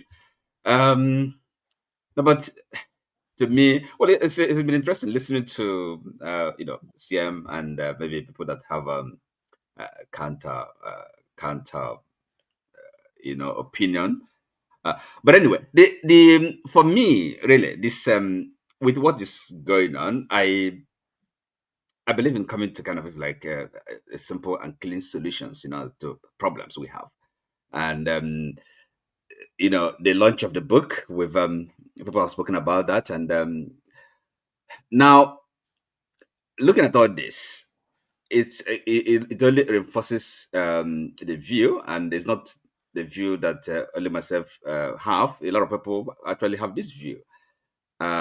James here has consistently advocated it, and I agree with him. We've come to the point, really, where we have to, sit around and decide how we move forward. This unity is not something you can enforce or legislate. We understand that Nigeria will exist in a system, the country, Nigeria, the state. There's a kind of a system. Some people have said that Nigeria is actually working the way it is designed to work. Okay, so the people that designed the system, there are no surprises. So, but the question for us is this: who is it serving? Who is it benefiting? The system we are part of. Certainly not for Nigerians, ordinary Nigerians. Well, politicians, yes. Oligarchs, they're happy. You can see them. They come together to launch, celebrate IBB and the launch of his book, and the rented huge source of money. So, these are kind of Nigerians. We can all agree that they're not for Nigerians. They are for themselves. But Nigerians, we have to. It's really up to them to decide howsoever this comes about. But it can't continue. We can, I don't believe in this kind of self deception. And we believe we have a country, we're building a nation or democracy. It's all nonsense. We have to tell ourselves the truth. Dismantle this system and then begin afresh. So our people, we have to kind of think, how do we design something that suits us, that serves our purposes, in our interests. It's not this system that was created for us by people. They're not among, by strangers, put it that way, and they're still controlling what's going on today. I think the evidence is there for everyone to see. So what do? That's the question. It's not. We can speak all sorts of grammar here, and history and the revisionist history, but the truth remains that this is our destiny is not in our hands. The peoples of Nigeria. Okay, that's my view. So Rudolph, I'm not delaying you. I'm not detaining you. Can then pack your things. All right. Thank you, Oti. Thank you, sir. Right. All right. So where is CM? Okay, yeah, for his rebuttal. CM. All right. So before I let CM do his talk, let me just say that for those of you, everybody watching, everybody on the comment section, let me repeat it again. As far as I'm concerned, as far as I'm still part of this platform, the idea of this platform is for us to exchange ideas. I don't want a platform where I have only one viewpoint. I could as well sit at home and do whatever, but I want where there are opposing views, different views. There should be more than 10 different views on any issue. That's how you make sure you cover all grounds, and ideas will come out of it. When you are challenged by somebody who is opposing your position, maybe you think about different solution. And that's why our government in Africa, most of the time, they don't work, because we don't have people who are challenging people who are in power. That someone is challenging your position doesn't mean that you can. It's an opportunity for you to have raise your conversation or your thinking level and convince this person. I see it as a challenge. Anybody. So this idea of people thinking that we're here to hear one viewpoint, that's not why I'm here. I won't be here. I'll just pack and go. If I'm going to hear just one viewpoint, we should be able to do that. And this, let me say this again, and maybe this is the last time I will be saying things like this. I don't like doing this. The fact that you stop anybody from airing his or her view on a platform like this doesn't mean that that view dies. It's still out there. They will be talking about it. So you have the opportunity to bring up your better idea. So for someone like, I see some of the comments, I don't even want to dignify that with comments, but for people who, if you can't live with that, then this is not for you. It's not for me to have just one viewpoint. All right, guys, thank you so much. I'll hand it over to KJ. KJ, you take over. I want to thank those that supported us. I will listen to you, CM, on my way out. But AY for real, Oria Kotobe, thank you so much. Kulata, thank you so much. And yeah, KJ, go ahead. CM, go ahead. Rudolph, I don't know for what I wanted to paste. I want to paste a link. I don't know why it's not allowing me, but KJ, please. Yeah, send it to KJ. Federal Radio Corporation of Nigeria. Google it. Just say Federal Radio Corporation. KJ, do it, please. Federal Radio Corporation of Nigeria, FRCN. You will see the history. FRCN, it was formerly called Nigeria Broadcasting Corporation. It was established in 1957. Now, Kulata is telling you it's 1966 decree. You see how wicked the people are. You see the evil. That's why, Rudolph, you are saying you want an alternative viewpoint. It's not this type of thing now. No, wait. No, it's also. I know we have issue with fact-checking people, but this is also where everybody comes in, which is that if someone says something, and we've done it today, but it's not efficient yet. If somebody says something like what Jim said here, I couldn't believe. I thought that okay, it made sense, but I need to confirm, because I know there are things that are not accurate. And I went back and I saw that Aguda House has been there since 1982 and was in use. So what I mean is that we have to trust ourselves and be able to confront what people are saying. If we have superior argument, we'll present it. And hopefully people will say that, okay, this one is superior to my own. This is right. So that's what I'm saying. I don't think we have the ability to say, shut somebody down because we don't agree or because we think the facts he's putting out is not correct. You correct him. That's why we're here. And people, I think I trust the people who are here. I think that people are here are smart enough to be able to say this is right, this is wrong. And we have the tools now. You don't have to go and open a newspaper to find out. If somebody says Bako, I went and Googled Bako. Where did Bako die? What happened to him? It's easy. So we can do it. I trust all of you. Thank you so much. I got to run. Thank you. And I will see you guys on Saturday. CM, I will listen to you out of my way, on the way. It becomes distressing, and it becomes distressing. Somebody like Kulata will just peddle such a pathetic lie and then put $5 on it so that it can be highlighted. For what? Who could have believed? So it means Nigeria was not operating broadcasting service until Gowon came in 1966. What is he talking about? It was opened in 1957 before independence. NBC, it was called. My uncle worked there at Ikoyi. Later, it was changed to FRCN. And this is what people come here and peddle. Let them hold on until midnight when they hold their nonsense meeting. By the way, for the avoidance of that, nobody should ever believe that it was called Igbo coup because people were clapping on the street. Was it only in Igbo? If you check people we are clapping in, how do you know that all of them are Igbos? Can't some people, other people clap? That is nonsense. People peddle the narrative that it was Igbo coup because they felt that only Ndi Igbo, where their leaders like Zik, wasn't slaughtered. They killed Sadwana Fulani. They killed Tafawa Balewa from Bauchi. They killed Okotiebo from Urobo, I think. They killed the other man from the West, Akintola, Premier, Yoruba, they just planned it. So it was Igbo coup. What of those that planned it? Ndi Igbo will plan a coup to bring in Awolowo, Yoruba man, for prime minister. Can I Don't ask ask you a me any question? stupid question. You are not even supposed to. You are not even supposed to be among where we are discussing this. KJ. What you had the opportunity of telling us? Why Right should there when he was between insulting you. 24th May? I mean, what nonsense is this?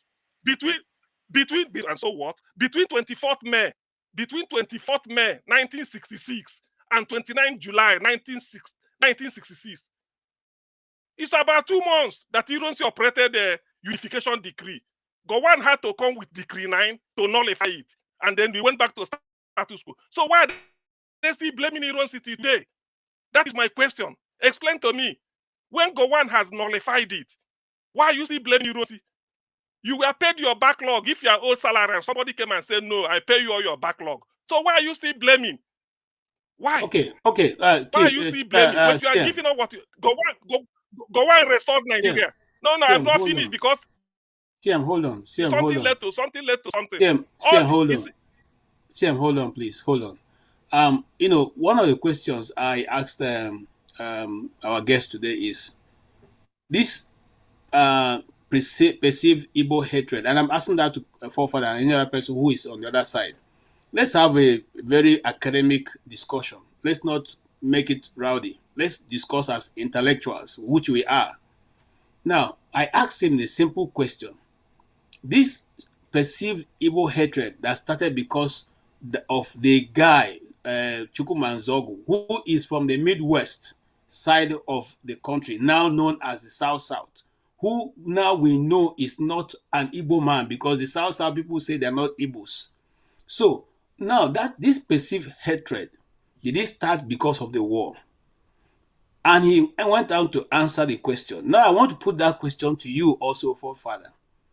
This now hatred because a certain powerful, very loved leader of the North was brutally murdered. Is that the reason why there's a hatred of the Igbos in everywhere in the country? Is that the reason? So if you have a different opinion, let us hear it. I will repeat it again. It's a cumulative thing. It's not one event. I keep saying it. So it's not the coup alone. No. See, let's not discuss in abstracts. That's why I say let's be more academic now. Let's not discuss in abstract. If it's a cumulative things, can you mention those other activity? That's what I wanted to do. Okay, go ahead. Sorry. So, like, the coup on its own wouldn't have meant anything if Aguiyi-Ironsi had gone ahead to say, you know what, you guys, young rascals, decided to go and kill all these founding fathers, will execute you immediately. Would have meant nothing to any other group. He left them alive for months. And then he went on again. That one on its own is bad enough because some part of the country is mourning. They've lost people and the perpetrators were not executed. Then you go on to pass a decree that meant that the country structure was dissolved, assuming the power to yourself. That one, second shot. Then the third one that also compounded things is that some sections of the country didn't feel the mourning that the other side was feeling, that their leaders had been killed. So that section of the country was they were agitating. They were basically agitating to the point whereby Aguiyi-Ironsi himself responded and passed a decree for that reason. But that didn't do much because in the end, when they came for him, one of their main reasons for taking him out, from at least from what I gather, I don't know, I wasn't there, but from the information that is out there, is that they are saying the people that did the coup, you didn't prosecute them, that you are now the problem. You didn't take out the people that killed the leaders of Nigeria. So you can see it's not only one event that led to the stuff being associated with the Southeast. It's just this cumulative event that meant that, okay, why didn't you kill these guys? Even Nzogi himself said one of the biggest mistakes Ironsi made was that unitary system, that dissolving the federalist system that we have. Nzogi himself said it. Okay. I'm still with you. Hold on, CM. Are you aware that in 1945 there was an Igbo riot that destroyed the stores and killed lots of Igbos in Jos, in Plateau State? I'm aware of that. You're aware of that? Yes. Was there a perceived Ironsi and all the other people you have mentioned at that point, 1945?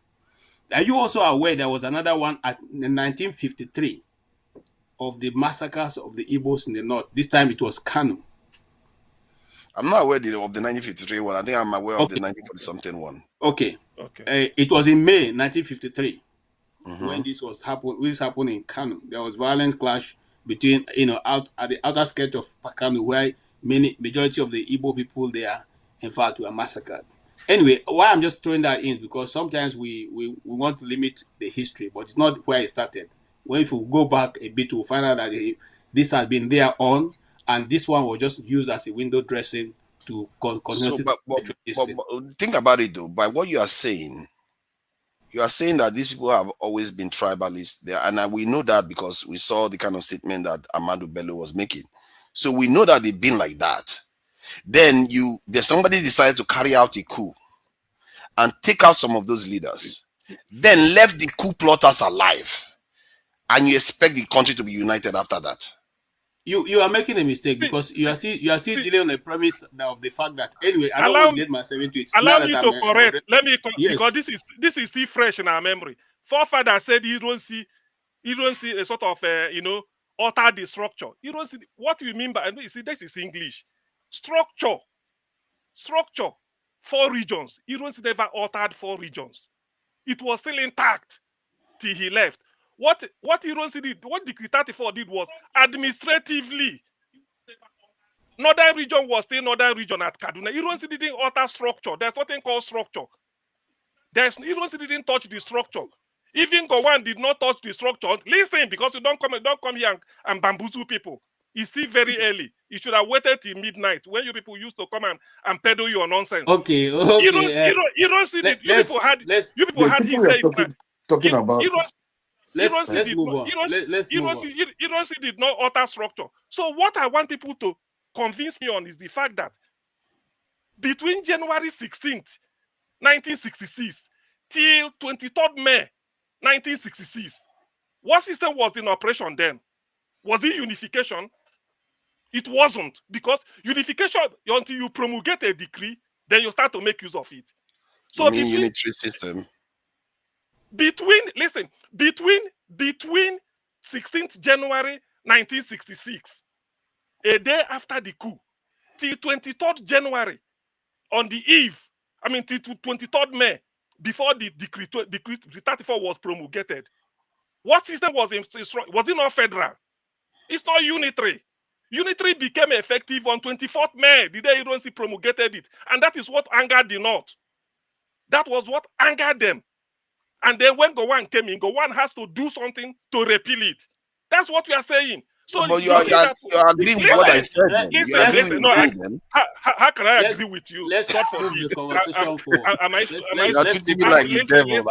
I'm just giving you the same information you don't give please. Hold on. Let's allow other people to comment also. Hold on. I know they will come in, but I want people, because this is the narrative that led to all this Igbophobia that we lost, that brought in genocide for the first time in Africa. Tell me, between January 16, a day after the coup, till Ironsi promulgated it, what system was in place? No unification, it was federal. The only thing is that the regional premiers were not there. Administratively, Ali Akilu is still in charge of the North as the secretary. Okay. That was the West. Everything is going. So until Ironsi brought it, they now say, so this is their plan. And Ironsi was not alone. CM, let's move forward. You see, for those of us who studied a bit of this, the reason the army gave, and many of the compatriots have given, is because if you know the army, the only thing they know is to operate from a central point. So their central structure makes it easy for them to command. And that's the only reason why Ironsi only introduced what he knows. Even after that, all the other army leaders who have come still operated in that central command structure, which they have always known. But let's move forward. I invite my brother Anthony Okonta to come on stage. Yes, I want to hear your own opinion. Greetings, everybody.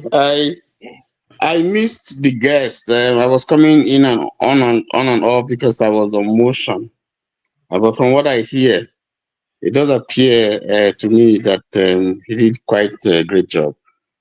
You know, the thing about history is that you'd never find a professional historian writing on a subject that will say, this is the history. There's never anything like that in African historiography. What you have is a history, because everybody, I mean, even if Babangida is writing, he can only write the ones that he saw. But a lot more would be the ones that he was told and the fact that he gathered from somewhere. So he can't actually say, and then even in putting all those facts together, the personality of the person comes into play. Some people are verbose, some people will miss some details, and so on and so forth. So I think the claim for anybody to give the impression that this is what happened, it's not, you can't even find it in history. If you read a Carr, he wrote What is History? E.H. Carr, Henry Carr, he will tell you, exactly what history is. So there's not, it's not like arithmetic or science and so on and so forth. Anyway, that said, I just want to start by just giving a quote here by Voltaire and his friends, and he says, "I disapprove of what you say, but I will defend to the death your right to say it." And I think this is very, very instructive. We must give people the opportunity to air their views, even if they are saying nonsense. And thank God for Google. We can always fact check some of all those things. So, but even in our disagreement, we must allow people to air their views. And the thing about this platform, sometimes we don't come on because we see a lot of uproar, we see a lot of mudslinging, bad blood, and so that's not how it should be. And we're talking about changing our country. And yet, even within the platform here, you see all sorts. What moral, what kind of authority would we have if we can organize ourselves here? We're talking about our leaders. So it's not, and people are listening to us. This is something that is on air, and I think it makes even the job of the moderator very, very difficult, But so we are educated people.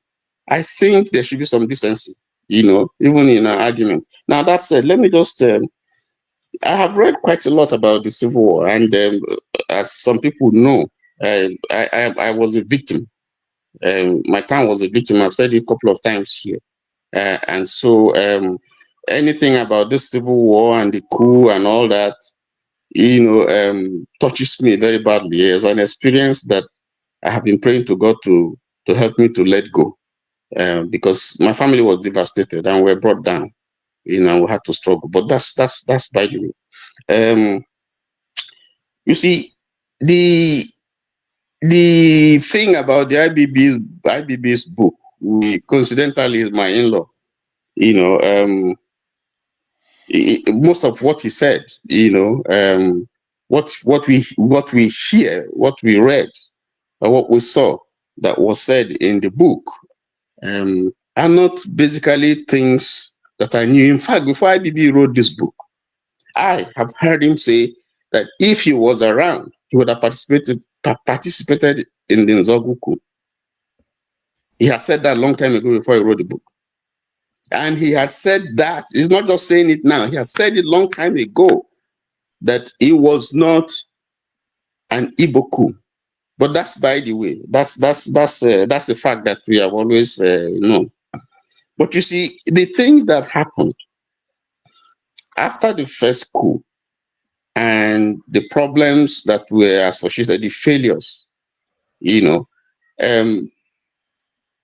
Nzogu was very, very bitter that those who were entrusted to carry out certain assignments, for whatever reason, failed to carry out their assignments.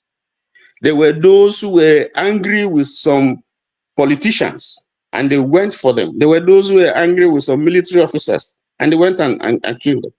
I read a book that said that there is no bullet wound on the late Prime Minister Tafawa Balewa. Yeah, I agree. There's a book that said he was not shot. He was never shot. Yeah, he was never shot. Yeah. You know, so when people say that he was killed, you know, we need to interrogate that. Because it was not, and I have not read any book where they say he was a mark to be killed. So, but what you hear is that he was killed.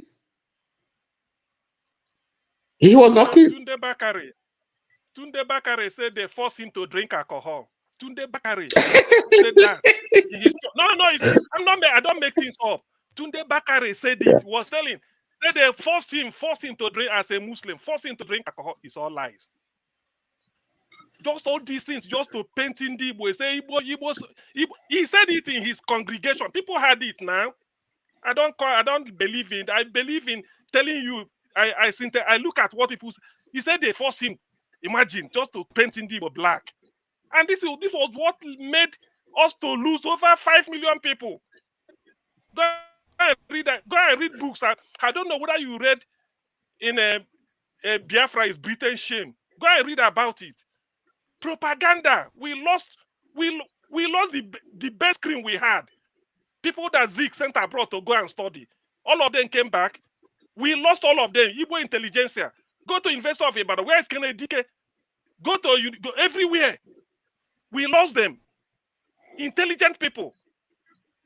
Because of propaganda. And then when we come, the people are not telling me.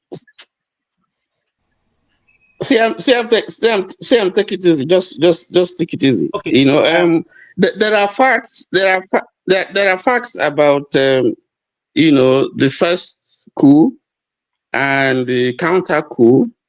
That maybe for fear or for lack of political, maybe political will. Some people don't want to tell. But it's quite clear to me, you know, from the books that I have read, that there were Hausa officers who participated in that coup, in the first coup. There were Yorubas there. There were Hausas there. There were Igbos there. Just that the ones that were. There were 21. 21 of them participated. 21 people were slaughtered. 21 people were killed. 21 people participated. Michael Zekome has done the job. So this is not a CM talking. 21 people from different tribes, including some Ijo people. There are Ijo people. There's somebody from Esan in Edo State. There are many. But because of the fact that they just want to pin it on Ndiigbo and they finish them. Who stopped the Igbo? Who stopped the coup in Kanu? Ojukwu. Who stopped it in Lagos? Aguiyi-Ironsi. Look at IBB saying Major Obienu crushed it. Obienu also. Obienu was also involved. In fact, it's easy to understand. I don't know why it's so hard to understand what happened. For me, can I just finish? Even I did say the other time that Anufuru had to kill Unebu, who is also an Igbo officer. You know, I think he was a quartermaster general of Nigerian Army. He had to kill him because he refused to release the key to the armory. They shot him. Yes. And it's an Igbo man, and they say it's Igbo. So the facts are there. It's not just Babangida telling us. We know the facts. And I did say, if it's an Igbo coup, why would Nzogu be given a state burial, you know, full honors, you know, in Kaduna, if he was that civilian, you know? But there is something that I need to highlight here, you know, the failure of the coup, the first coup, you know, the partial success that he had in the West, and then the failure of the coup in the Midwest and in the East were some of the things that started creating doubt, you know, later, not immediately, because from what I read, after the coup, you know, there was celebration all over. There was celebration all over, you know, that, you know, over the coup. But eventually the outcome of the coup and the reading that people put into it, based on the outcome, first of all, people started looking, oh, Sadebe was not killed. Yes, Okutiebo was killed, who is from the Midwest. Osadebe was not killed, Premier of Midwest. Opara was not killed. Well, there's a reason for that, which people don't accept, because Archbishop Macarius from Cyprus was visiting, and they actually went, but for some reason, and the coup plotters were left alive. That's the one that they said was their biggest problem. Hold on. They were arrested. They were not let. They were not let loose. They were arrested. What do you All do of them to were people that arrested. kill head of states? Apart from Ifajuna that ran to Ghana. Hello. What do you do to people that kill head of states? You arrest them. Listen. You court-martial them. Listen. If you want to hear the court-martial them and get them executed. That's what happens. But 6 months, nothing happened to these people. Hold on. Aguiyi-Ironsi had a very, very short time with you. You see, there was a crisis in the country. And part of what he decided to do was to go around the country and to begin to talk to people to appease, to bring some stability. Serious? That was what was more. Hold on. That was what, the man is not here. Tony, the man is not here to give an account of why he took certain decisions that he took. Anthony, hold on. I want to give some more flesh to what you're explaining. And I'm going to give account from Aguiyi-Ironsi's first son, who was present with him when he was taken away and never came back. Okay? He was the defense minister under Obasanjo's regime. And this is his account. His father, after the coup, they met with the leaders and they asked the leaders, what do we do at this point?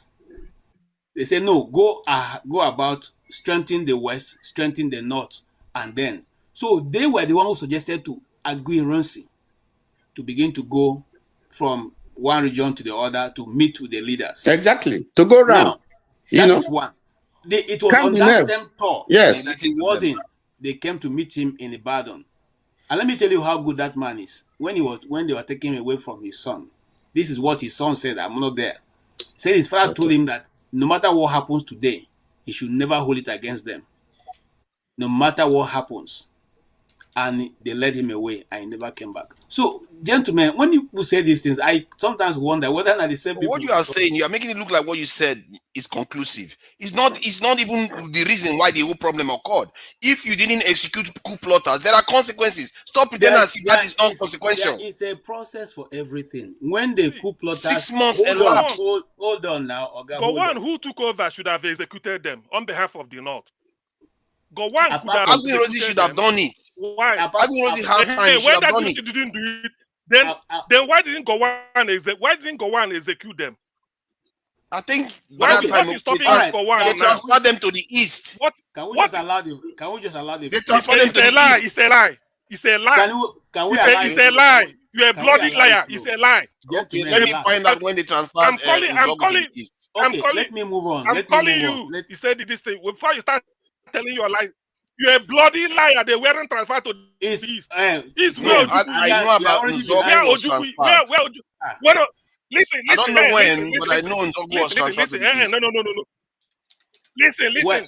I can't mute you. It's a lie. You are Nzogu only enlisted because. Can you just hold on, CM? Can you hold on, please? CM, hold on. Hold on, CM, hold on. No, listen now, because this type of lie. No, hold on, please, CM, hold on. Everybody has something to say. Let's not monopolize it. Everybody has something here to say, no matter whether we agree with them or not. That's their view, and just like Rudolph said, we're not going to, because we refuse to listen to them. Doesn't mean they're going to forget their view.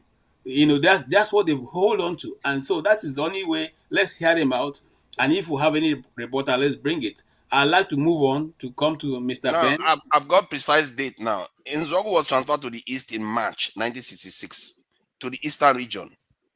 Okay, hold on, sir. I'll move away from that. We'll come back to you and you can give us that information. Yes, can we hear from you, sir? Mr. Benson Emmanuel. Thank you, Dr. KJ. Sometimes I came to this program to listen to you and CM. Yesterday, I was here, I didn't see CM. You see, I'm grateful for all that CM is doing here.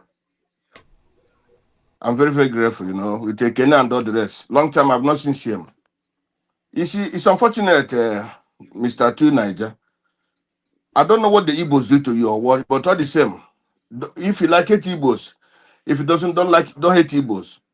Anybody that hate Igbos hate himself or their self.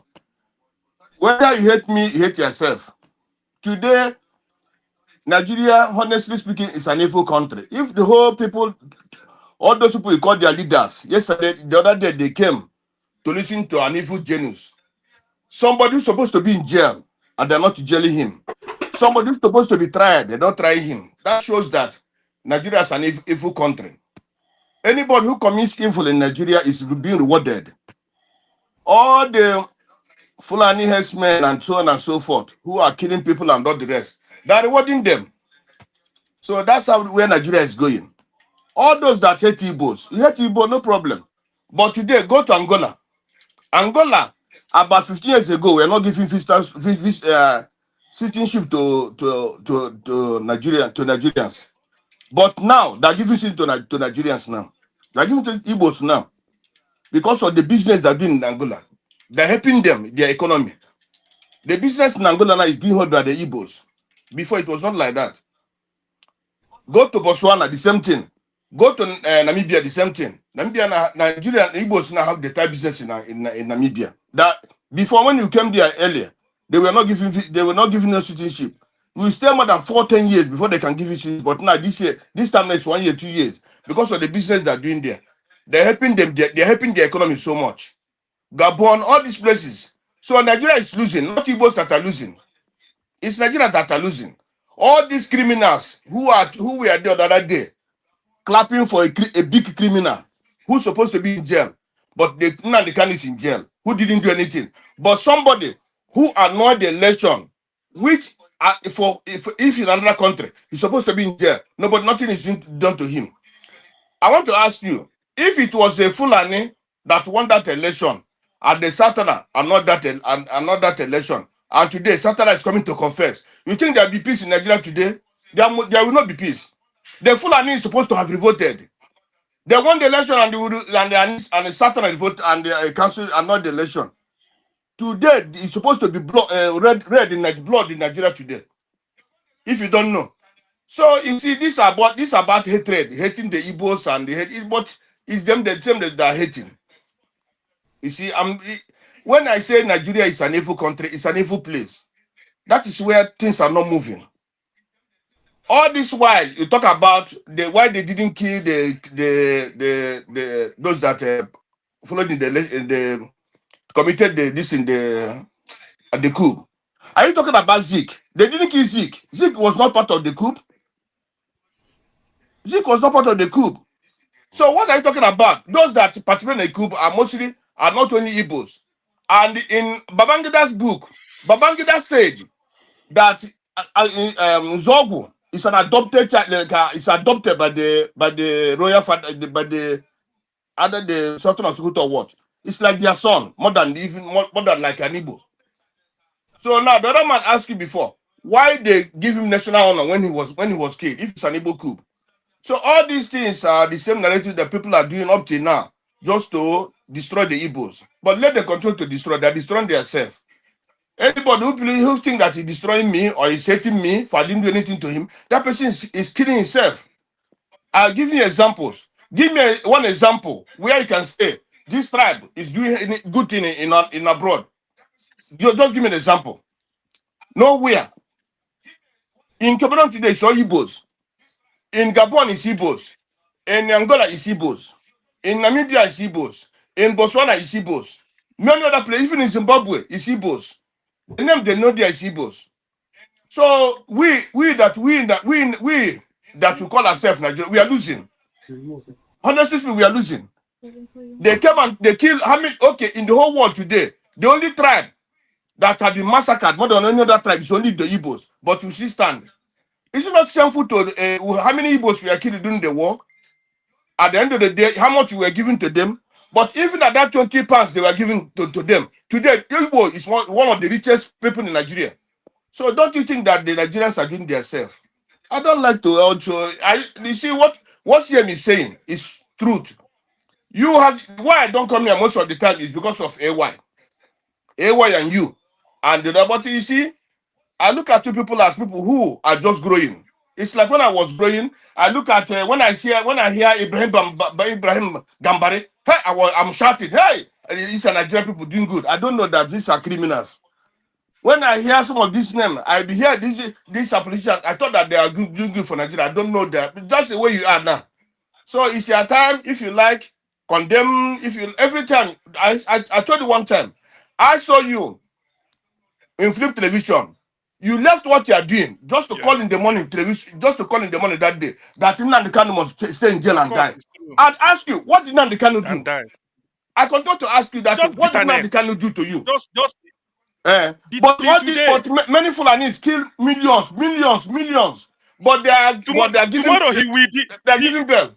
Tomorrow, Huh? Emmanuel Benson, he will deny it tomorrow. Tomorrow I was he will deny it. I was listening to Tomorrow he will deny it. Mr. KJ, I've said it to him many times. Why do we? So all these things doesn't help. Hold Struggle to be objective. Hold on. If you have all these things are helping. Hold on. You see, objective with forefather. TM, hold on. This is a book. Hold on. Please TM, highlight me. I'm not giving you. Hold on. Highlight me. Please, quiet. When I get your turn, you speak. Please, I don't have control over the microphone. If you can help me stop talking when I say stop. Oh, you don't have control over the mic. Okay, no, I don't have. That's fine. I don't have. You see, okay. When I come here sometimes to talk about. Can you round up? Okay, I'm rounding up. When I come here sometimes, there was a time we used to talk in the night, midnight.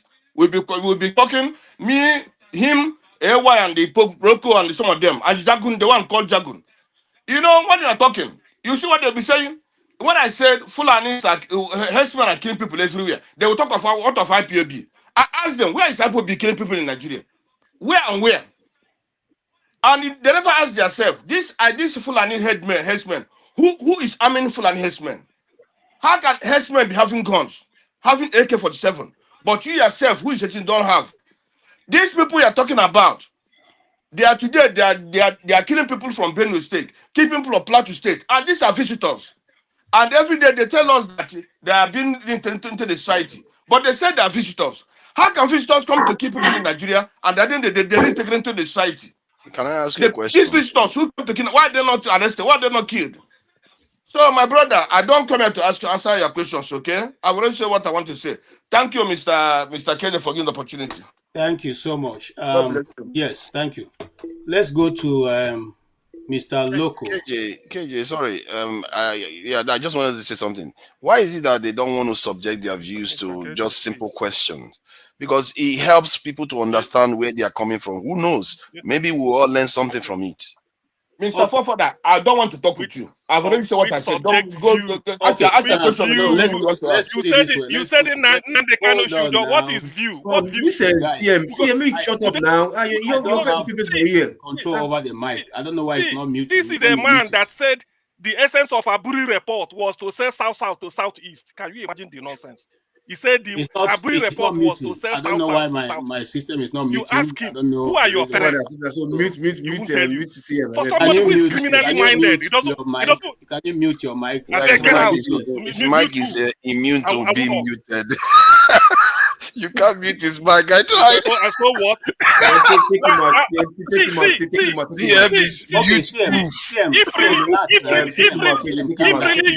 If really you are a human being, you see. Okay, do you guys want me to end the program? Do you want me to end the program? No. Take him out now. You take him out now. I can't mute it. Take him out. Okay, it's muted now, though. All right. Thank you so much. Please, every other person on the panel, don't just jump up. We're having a discussion here. If you get your turn, whatever you need to talk about, you now say it when it comes to you. I support diaspora voting, please. You have heard the discussion, the ongoing. I don't know if you listen to our guests. You have the right to from what you have heard so far, you can give us your own opinion. Hello, everybody. How you all doing? Happy Sunday to everybody. First, Mr. KJ, please, you try hard because sometimes you want to make me believe that you have some spot for somebody like a CM when he's disrupting the whatever. You understand? I know you sometimes. If you want to be hard, you'll be hard. Yes, if you want to be soft, you'll be soft. You'll be You soft. see, So shut come CM. You better shut up. You just shut up. Shut up. Just shut up. look at this bastard. Is that CM, just this shut up. bastard you are bringing here? CM, just shut up. Look at him CM, as just a shut up. madman, very madman. CM, just shut up. Shut your fucking Just ass shut up. up. Shut up. Who are you to Just shut up, shut CM. up? Look at this.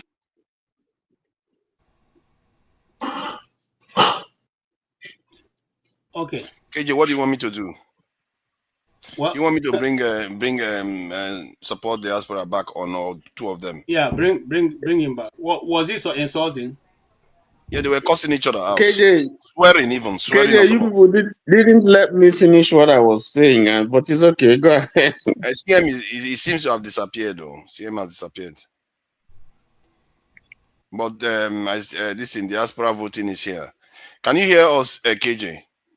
I can hear you. You can hear. Okay, go ahead. Go ahead. KJ can hear them. Okay. Now listen. I want to say this again. I don't like what is going on, and I can just decide to end the program right away if we cannot have a conversation as mature people. None of our views is going to change whatever the Nigerian government or the Nigerian public is they are thinking. So why can't we be civil with one another? I beg you guys, let us be civil. The specific hatred for the Igbos is not going to change because we are angry with forefather or we are angry with whoever is speaking of KJ. Neither are the people who already decided to be hateful towards me will change their mind because I'm speaking intelligently. So please, let's be civil. Go ahead, Mr. Loco. But Mr. KJ, sorry. Mr. KJ. I'm listening to you. Please tell that Loco or Paco what is him the head. He has no right to tell someone to shut up. That's disrespect to anybody. You can't tell someone to shut up. Mr. Emmanuel, hold on. Mr. Emmanuel, let me respond. Right. You know what? You can't tell someone to shut up. You do this every time. You have to respect yourself. Don't tell someone to shut up. No. Emmanuel, listen. First, the way you address me just now, you like, I don't know what his name is, this and that. For me, that's disrespect. You understand? You can see the way I called your name, Mr. Emmanuel. I saw your name there. It doesn't matter, but you don't even have right to tell somebody to shut up. Emmanuel, see, not there for the start. It starts from there. You get my point? Why I asked him to shut up is, look, before I even came in, I saw the back and forth he has been having with most everybody, disrupting, not allowing the system to flow. You understand? Even when Mr. Akonta was talking, the same thing, the same thing. Even KJ, it wasn't even like KJ to moderate. And I was even crossed at KJ because KJ is somehow having soft spots for him not to take him out. You get my point? Paco, let me tell you. See, no right thinking Igbo man today will be in Nigeria and be happy. What they're doing to the Igbos, no right thinking Igbo man will be in Nigeria and be happy. So you put stop all these things. You people, I see many of your people here coming to talk before. But since this criminal tribute took over and started using the money of the South and South, developing Lagos and so on and so on. None of you don't come and talk again. Nobody can be and be happy. People ignore these things. Nobody. Benson. But you're not making a good case of you. I mean, is that how to make a case for don't yourself? Don't worry, my brother. Please. I mean, it's okay.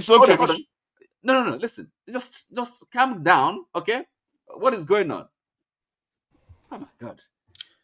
You see, I think to a large extent, yeah. You see, sometimes, Mr. Kelly, listen. If people are making case for themselves, sometimes so like what father said, this rhetoric is not just I commit one crime one day, then boom, the whole hatred or whatever started. Rhetorics, people spewing nonsense, people out of maybe not thinking with the right sense, they want to maybe say something out. You say it in a wrong way, in as much as you want to claim rights, and you put your first foot out there is wrong. Maybe it's selecting somebody else because you want to prove your right. By so doing, you are now irritating that person, and the person come back at you in another way. You say yes, it's because he hates you. That's why he's shouting at you.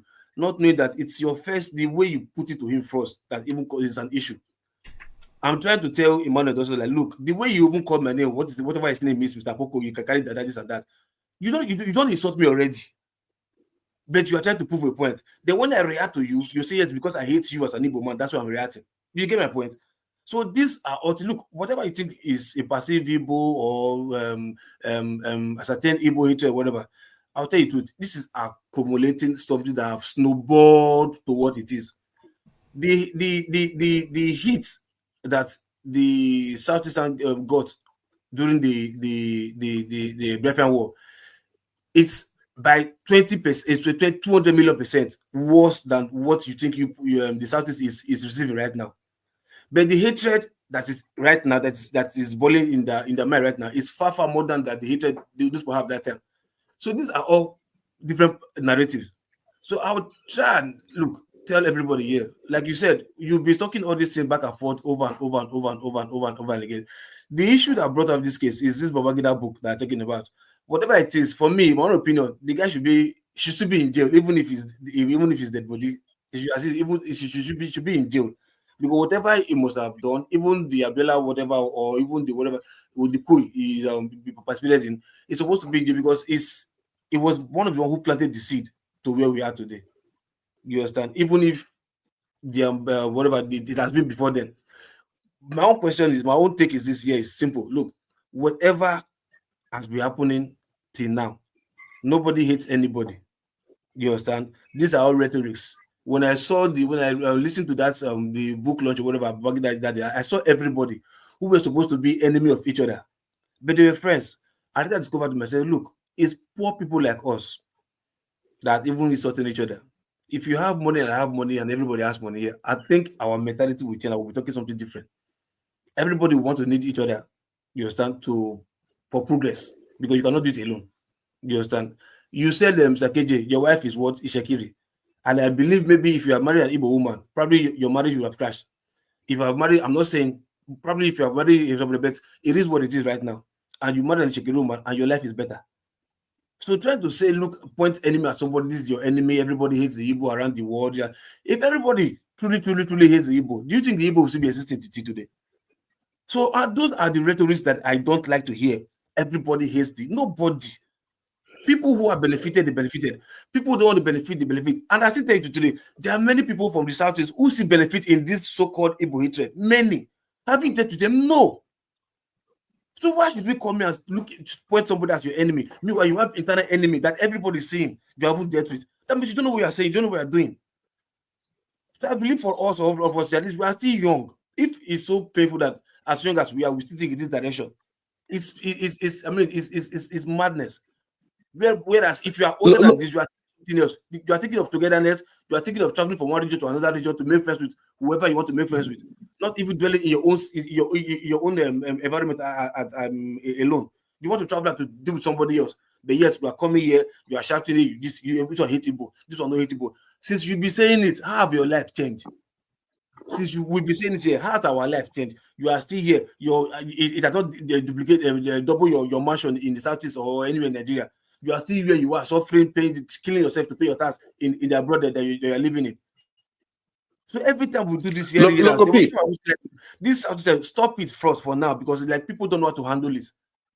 I don't know who is putting it away. Is it the books you're reading or the life you're being told or whatever narrative that is being spun that we will believe, that you just want to believe that somebody that is not related to you is your enemy. I don't understand. Somebody you don't even see before. You say we come here and talk about this. Tony is Emmanuel. He's saying AY are your don't hit him. Like have you met them before? No. Have you seen what they do to any woman to say they want to fuck any woman up? No. But this is your narrative now. Somebody will buy it and spin it. And what is hold on, KJ? What Emmanuel just said now, somebody will buy it. Emmanuel Benson, what he said now, somebody will buy it and spin it, and we'll start propagating that story. AY and I don't know where you're heading. I don't know what you're talking about. Your statements have no meaning. Before you know, it will spread. Then they allowed you to speak, so please don't interrupt. KJ, can I please, KJ, allow me. I'm coming. Hold on. Please, can I just a second? You are going to speak. Well, hold on. I'm not just speaking. I just wanna. It's not listen. speaking. Listen. Everybody's view here is welcome. So let us learn to express our views, knowing that nobody here is your enemy. If you have an enemy to fight, go and fight the Nigerian government. Just leave people here. Let them express whether they like to accept your opinion or not. It is okay for them to express themselves. It's an open platform. Thank you. I won't say that. I'm coming to AY, but Oti, you said Yeah. 1 minute. So it's all I want to say is I think Lokopi, you've made the point, and I take it. So the language of hatred, really, I mean, is not. I don't think it's helpful to anybody in one way or the other. Don't hate anybody. So Lokopi, if you have something else to say, some positive contribution, go on with it. Just forget about. You can ignore what's his name. Is it Benson or whatever? Please. No. I mean, this guy's not helping anybody. So you're not the point I was making. Sorry. The point I was making here. So I'm talking about narrative that spins because it's trust me. There are ways to it's different narrative. Issues, hold on. I did not insult anybody now. Come on, I didn't insult anybody, Mr. Oti.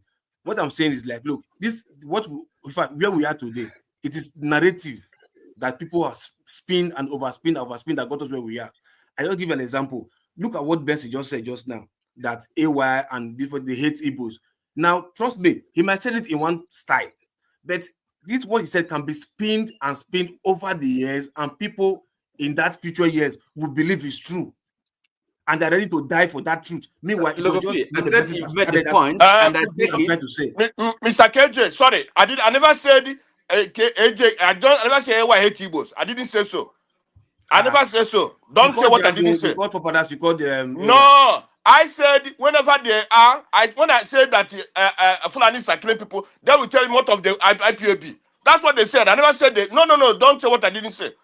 No, I said when we are discussing, when I said Fulanis are killing people, all the whole Nigeria, they will tell what of IPAB. It's more IAY. That's what I said. So don't say I said the hate Igbos. I don't say what I didn't say, please. Fair enough. So like don't say what I didn't say. The hatred and the narrative will stop it. KJ, you are muted. KJ, you are muted. Sorry. You have made your point. Thank you. And let's move on. AY. The cards seem to be packed against the Igbos right now, and prosecution is done only to the Igbos. Recently, the chief of army staff said they are releasing about 300 and something Boko Haram repentant terrorists into the Nigerian society who will be getting Nigerian money, and they probably be in the military, and they'll be posted down to whichever part of Nigeria they want them to serve.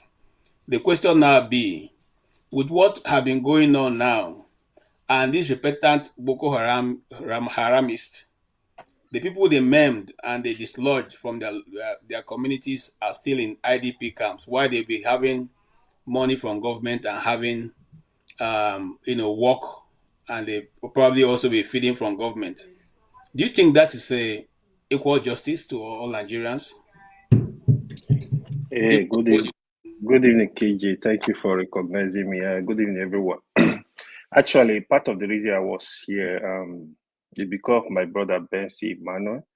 I think he changed his name actually. The issue of hate, first of all, I need to address that. I have addressed this issue a lot of times. I think it's a way of blackmailing the person you are communicating with. That's not the way to communicate. It's a way of putting fear into people's mind not to speak. It's not done that way. You got to be hopeful. If you are ready to open up a discussion, you got to be completely hopeful. Like somebody like me, I'm not the kind of person you can blackmail because I know my mind. I know who I am. I know where I stand. I will always ask questions. It's very important for me to know. I'm not going to pretend to you. I don't know how to hate anybody. I will never hate anybody.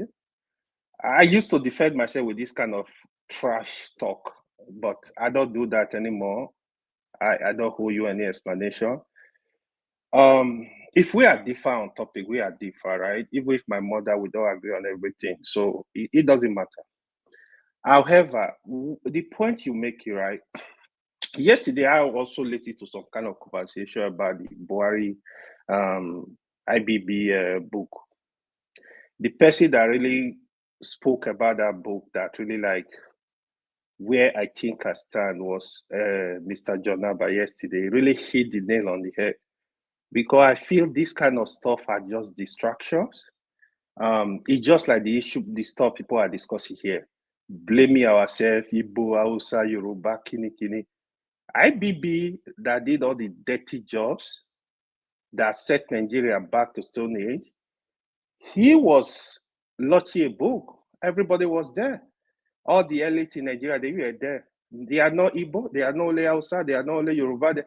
Everybody. So just listing, only 3 people were able to contribute 70 billion to build a stupid library that nobody knows what they want to do with the library. Where you have education in the north is on the low.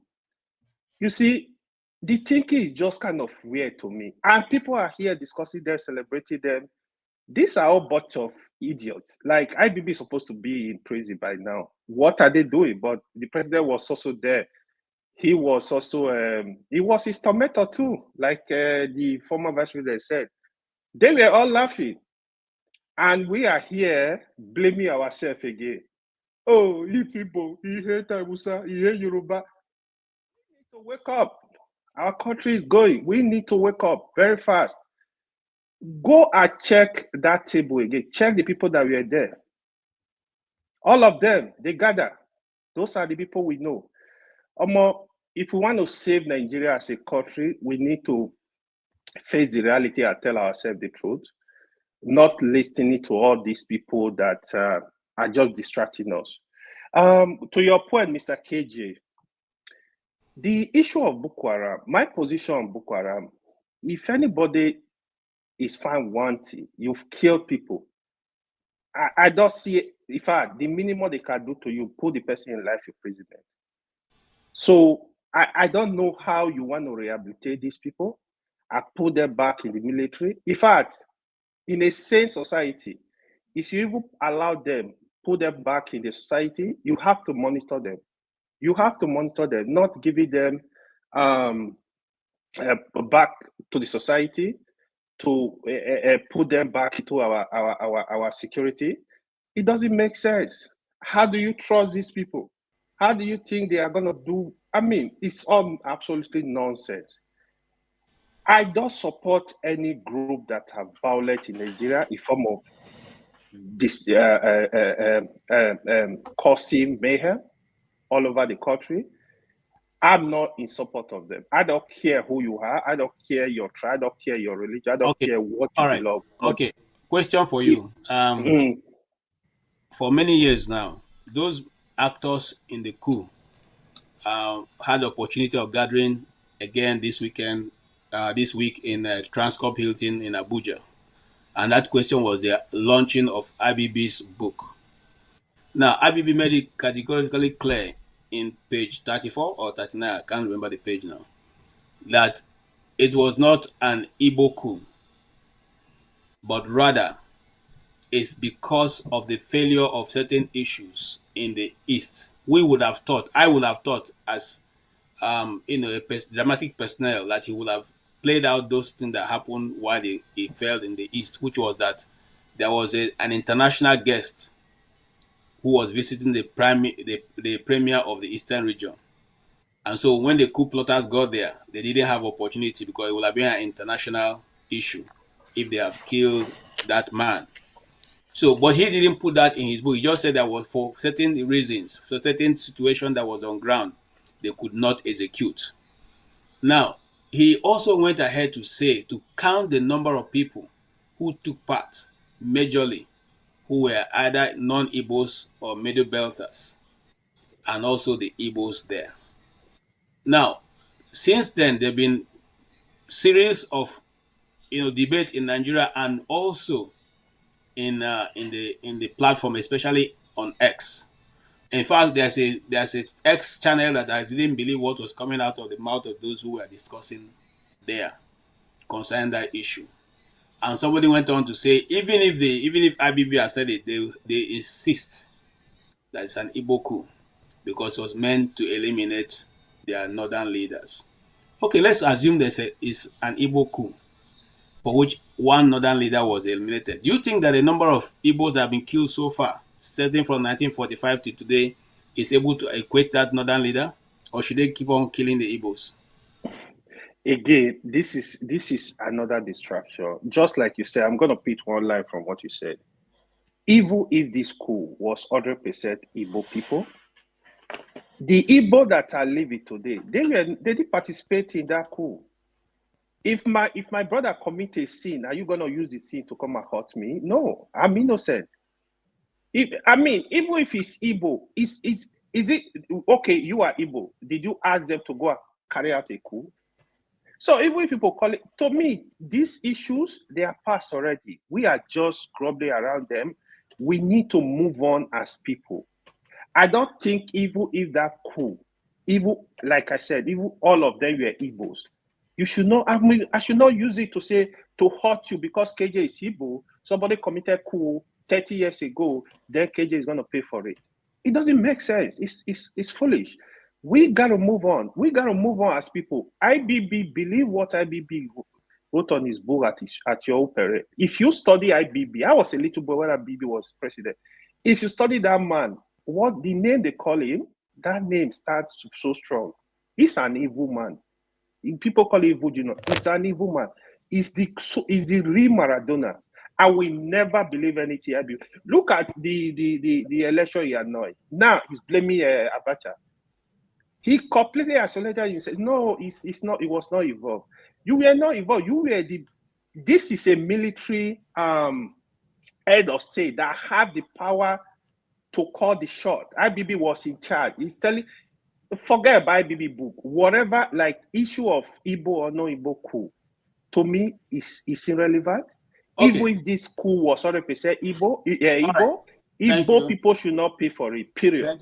Thank you. We have actually run very far from our time of living, but I have a great man here who is also from the Middle Belter like myself.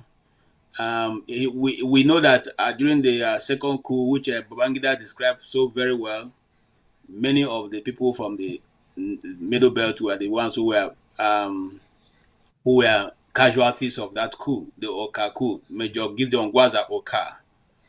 John Abba, can we call it a Middle Belter coup? That particular coup that failed. Can it be said it's a Middle Belter coup since we have majority of the people who executed were from the Middle Belt?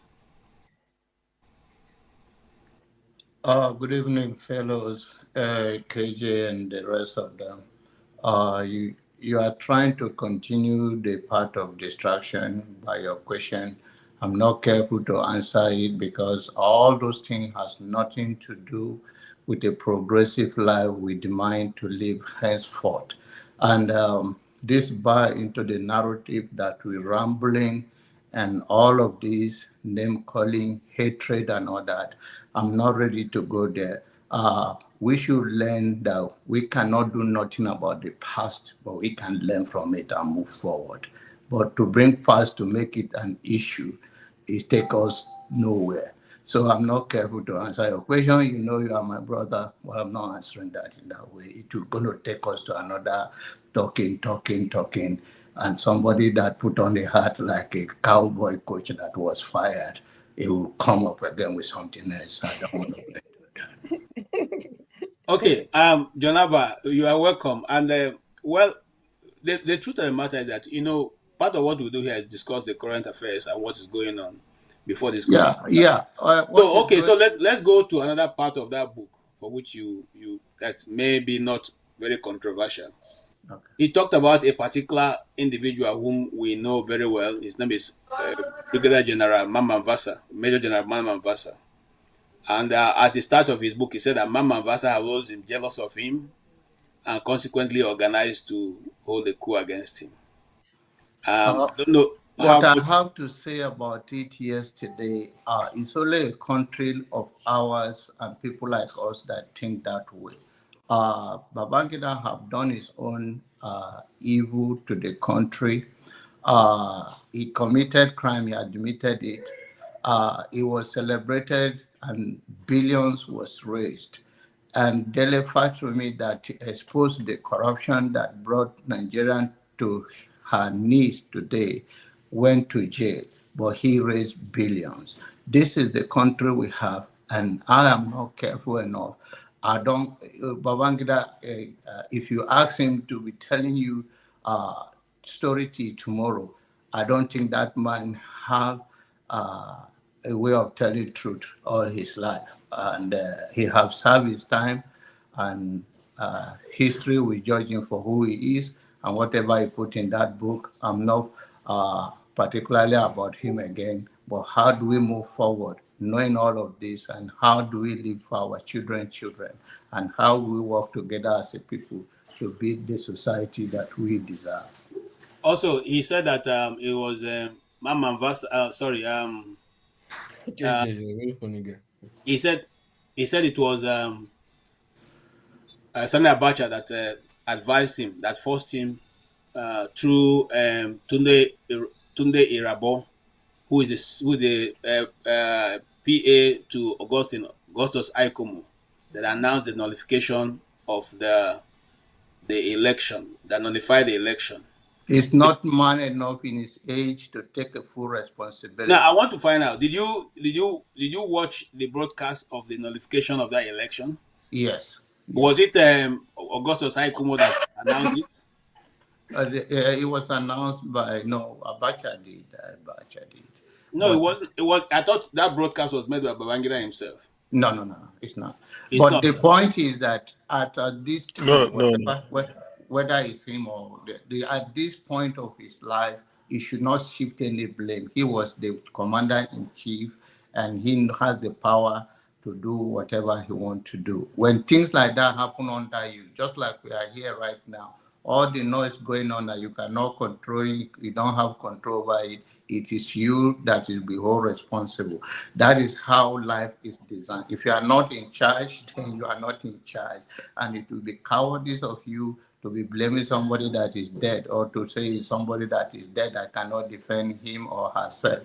So I don't know, only in Nigeria that people like that have a say in our society and get away with it. All right, thank you so much. Thank you. Yes, come to Kene. I don't know how Mr. Kulata got into this thing, but all the same, they are welcome. We welcome all of you as long as it's not insulting. Welcome back, CM. I'm sure that by now you will have cooled off. And also, Kenen, we're coming to you. And of course, you have followed the discussion so far. Everybody's view is important, and nobody's going to change Nigeria by what you say.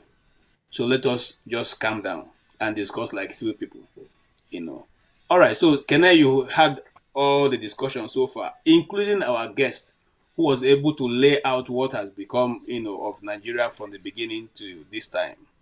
What do you say, sir? Yes, sir. Good evening, KJ. And my senior brother, Jonathan, I greet you, sir. I hope you've eaten some pounded yam. Because your people, they only make sense when they eat pounded yam. But this is it. We have a saying in my place that onye ufuobi na kankoso, meaning a hater will get as fast as, will get old as fast as that of a bat, bat, B-A-T. You can't differentiate a young bat and the old bat. They look the same, very old, tattered. So haters always look like bats.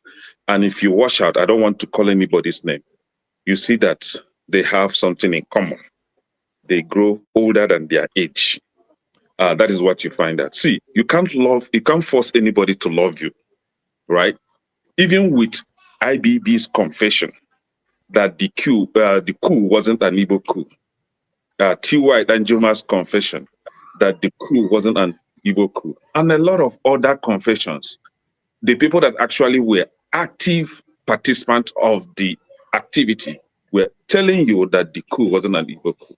You have evidence everywhere, but they'll still find a way to come around and push their narrative, the hate agenda. See, I don't want to, okay, let me put it this way.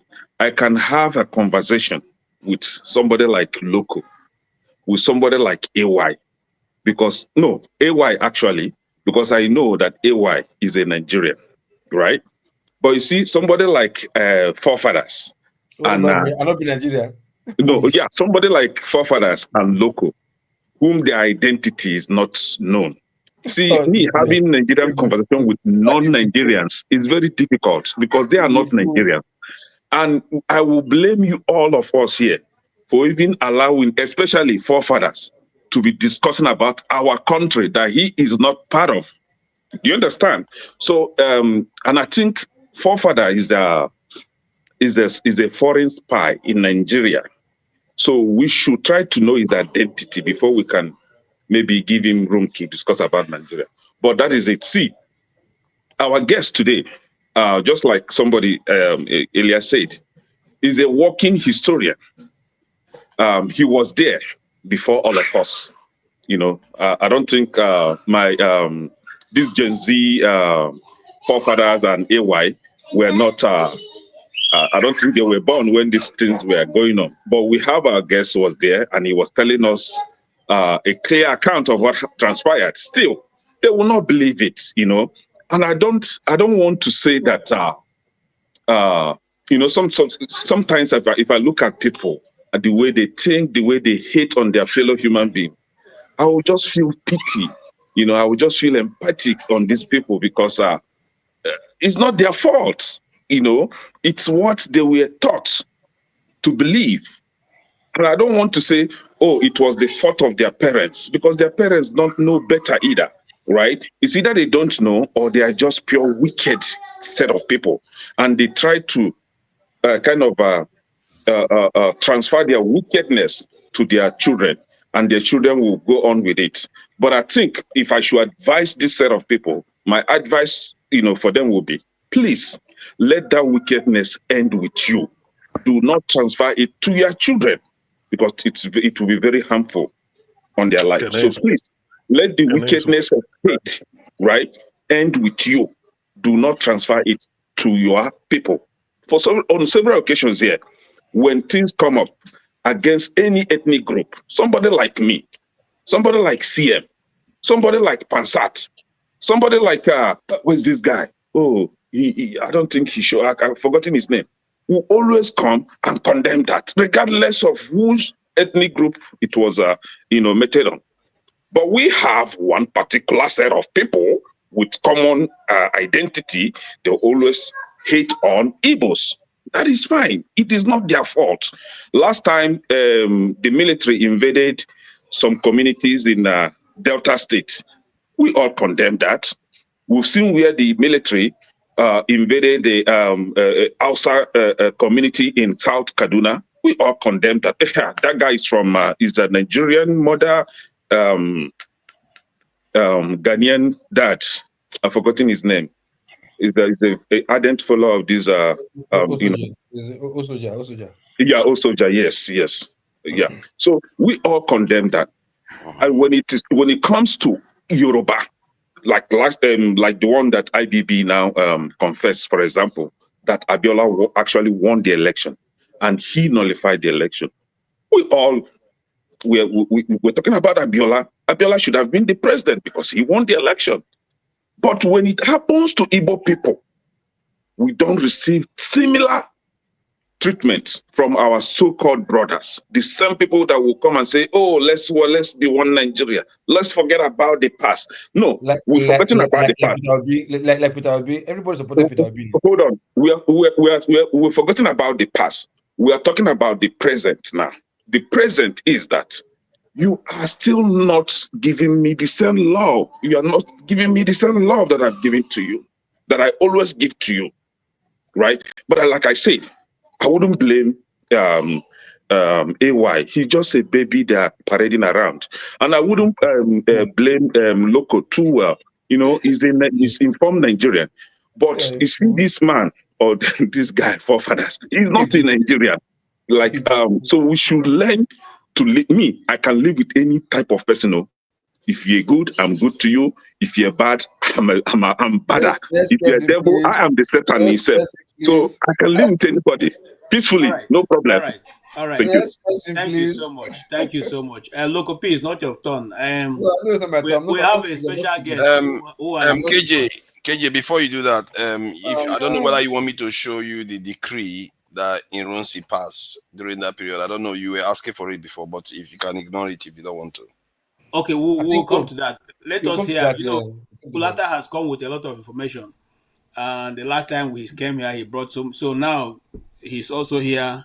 In fact, I don't know why he keeps calling me a propagandist. Maybe you had the answer also for me right now.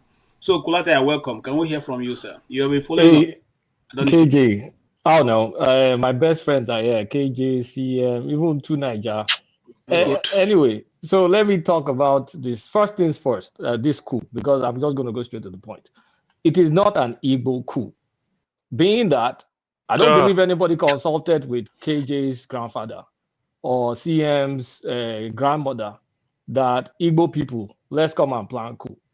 So with that, you can't call it an Igbo coup. Now, the officers that led the coup come from an ethnic stock, which happens to be Igbo. I don't know the percentage, maybe 60% or 70%. You can make an argument and say that, well, most of the officers during that time were mostly Igbos, which is true. Most of the senior officers at that point in time. So, but that doesn't disturb anything because the coup itself was not the problem. It's the curation of the victims that became suspicious. Because many people that got killed came from Western region, Northern region, but barring Eastern region. So that creates a lot of suspicion, right? Like, I mean, natural human beings, you're like, okay, why did Sardauna die? Why did Akintola die? And why did Okpara escape for whatever reason? And you say, okay, there was a foreign guest with Akintola, but are they, I mean, you also had like, I mean, even though local guests with other people. So that created the suspicion. But like I said, Igbos did not sit down in a community somewhere and said, let's take over Nigeria. But you had some undeniable Igbo officers with some Yorubas and maybe one Northerner that planned the coup, but they just happened to buy everybody apart from the person from the East. So that's number one. Number two, after the coup, it's very unusual to keep the coup plotters alive. There were even some rumors that those guys were even getting paid their salaries. I wasn't there. You see all these things, I wasn't born. So there are even some rumors of accounts. Those guys were paid their salary, but let's even forget whether they were paid their salaries or not. They were not locked up. They were not shot. We saw what they did to other coup plotters in Nigeria. It's the same Nigeria. They kept those guys alive. And the problem is when you already created a suspicion by not buying, they were locked up. They were locked up. Yeah, let me continue. They weren't killed. When you already spied other people and you didn't buy the person from the East, and then the officers that perpetrated in it, they didn't buy them too. So people were getting pissed. Now, going to Babangida's book, he clearly said it was being speculative and naive. It wasn't an account of someone involved in the school because the guy just joined the army in 1962. That was 4 years after. It was a junior officer. He wasn't involved. And the next page, he immediately said, this is all speculative and I am naive. On the flip side, Babangida, being the Maradona that he is, also now said in one other page, if I'm wrong, someone call me out. He said it took an undeniable ethnic coloration. This same Babangida, the same book. In the same book, he also talked about Igbo army officers making fun of Northern army officers. Am I lying? It's in Babangida's book. So let's not pick and choose the area we like in Babangida's book. It was just Babangida should be in jail for all the people he killed, including my friend's dad. So let's not stop all these things. It's the same book that I wrote all those things, but we want to cherry pick one part from someone not involved in this. So what I'm going to say is none of us were involved in the coup. Like I said, there was no group of Igbo association that said, let Igbo come and take over Nigeria. It was just some misguided army officers, largely Igbos, that disrupt the country because since that time, Nigeria has not been the same. And regarding what CM was saying, decree number 8 is the 1967 decree that superseded decree 34, not decree 9. It's decree number 8. You can check it, and I mean, I will appreciate if you can just say you made a mistake, because So when was hold on. NBC? No, When was CM, hold on. NBC founded? Hold on now. Just hold on. Hold on. I mean, it's okay if you say it was a slip of tongue, because 8 and 9 are side by side. But I want to reinforce that as long as all your parents, people that are Igbo, I have Igbo family too, they weren't involved in this. I'm not going to call it this, but you can understand where there was a lot of suspicion. Kulata, I'm coming to you now. So, like I asked earlier on, since the Mamman Vasa or Lieutenant Colonel Dinka Oka. Gideon Oka. Yeah, Gideon Oka was mostly of middle belters. Why didn't we call it a middle belter coup? Why didn't you give it an ethnic correction? Since most of them some people did. It's the same. Some people did, by the way. It's the same way whereby you call Fulani herdsmen. Why don't you call it just herdsmen? I mean, why don't you just call it herdsmen? Why do you have to call it Fulani herdsmen? All of us do this thing, and it's about time we stop it. Because that is it is the same logic.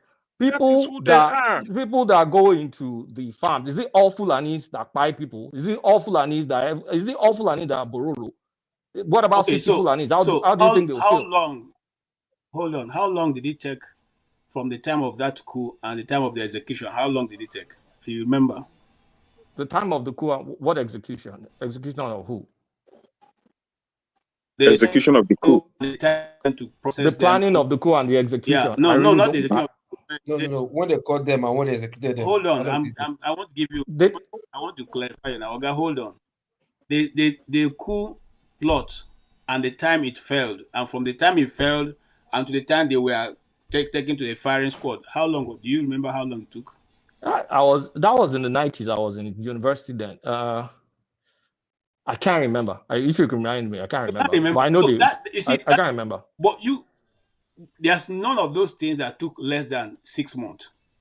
Go and check, because the first of all, I really don't remember. I have to check. We investigate, and then they will take them through court martial if it's done properly, and then through that court martial, you all have your own lawyers. Some of them have military lawyers and all that, and then through that process, when it's finished, it's taken to the Armed Forces Ruling Council that approve whether either accept the judgment or otherwise. So let me ask you a question.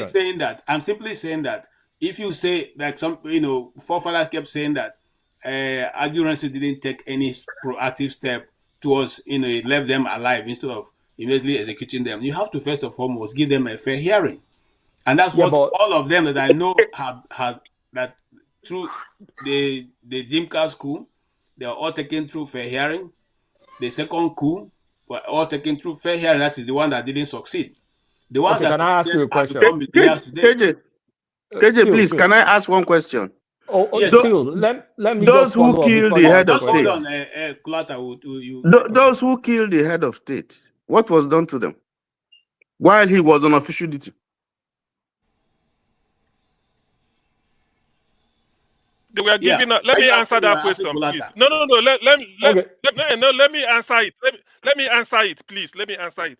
Those that killed Ironsi because Ironsi was a cockroach, those that killed him get all you well. Look at T.Y. Danjuma today. Major Adamu and what is it? Adamu Agbai. Forgotten. They were all given. They became generals. They weren't tried at all. That was a coup. They all became generals. Look at T.Y. Danjuma today. But people are quick to refer to 6 months earlier where weren't they tried. If you feel that somebody made a mistake, you correct it to show that this is how it's There's a difference, excuse me. Hold on, please. Excuse me. Why should I hold on for you? Just hold on. I know now. I'm answering. Let me answer the question. Let me answer. I know. Let me answer. After answering, then you continue. Let me answer the question, because this is their tactics. Why is it that somebody who killed? You are number one. No. CM. You, Kulata. You are coming here. No. Okay, wait. Wait, down, hold on. Yes, calm I'm down. coming. It's Yes, not Kulata that yes. is the problem. Neither is it I'm coming. I know, but let me make my point. Let me make my point. This is the same Kulata who said that Nigerian Broadcasting Corporation was Decree 9, 1967. Is it not What is Decree 8 1957? and 9? Coming here to talk nonsense. And coup plots in Nigeria. I think there was a question KJ asked. Let me answer the question now. What is all this CM about? Again. Thank you, CM. What is all Thank this you for the CM about? interjection. What is Thank you. all this CM about? Thank you. Calm down. Hey, let's calm down, please. Let's calm down. We cannot listen to one another if we all speak at the same time. All right. Answer the question, let Kulata finish so we can move on. Kulata, just hold on for a second. KJ, when you said something about coup plots, when they generally execute them, in Nigeria, it's a few months at most, generally. And in the case of, I think, Dinka, not a lot of coups have failed in Nigeria, which is quite interesting. But in the case of Dinka, it's a few months before it was executed. Instead, in the case of Nigeria, in the case of 1966, Nzog was transferred to the east in March. When the coup happened in January, he was transferred to the east. That argument you're trying to hold is not going. It's not holding. You know why? It's not an argument. It's a fact. The argument, whatever fact you're trying to put forward, is not holding for two reasons. If it was because the Igbos want to take over power, why then did it take two Igbo men to stop the coup from happening? No, I didn't say Igbo. What did I say just now that implied that? I just said regarding your statement regarding coup plots. The argument calling it an Igbo coup is because they've said that the Igbos want to take over and dominate everybody. And then I don't care what it is called. All I care about is what led to the problem we had in 1967, the war itself. The reason why it occurred is a chain of events. It's not just one event. Look at Abacha now. Abacha, when he took over, he look at what he did to Yoruba candidate. He jailed that one. He removed Dasuki. He killed Sadowiwa. He was attacking everybody. So it was hard to make Abacha a tribalist. No, but I think you are wrong there. You are wrong there. You are wrong there. You see, I said that because let's not even go there. Kulata finish. We should let Kulata finish exactly. So KJ, you said something that the time. So my follow-up question to you is, were they court-martialed? Because if you were caught in a coup, you should get court-martialed. I don't see any proof that they were court-martialed, number one. And I don't recall that they were in an active tribunal tried for the coup to be sentenced to whatever it is. And for someone saying that, what about the other coup? Why did they get rewarded? But the other coup was successful. That is what's the word that people, whatever you succeed, you take all the spoils of war. The other coup was successful. That's why they got rewarded. The first coup wasn't successful. And like I said, where's the court martial? It's a suspicion thing. And there were also misguided people that was documented. They were happy or actively showing, like even Babangida said in his books, were happy that the coup happened and they spied some leaders in the country.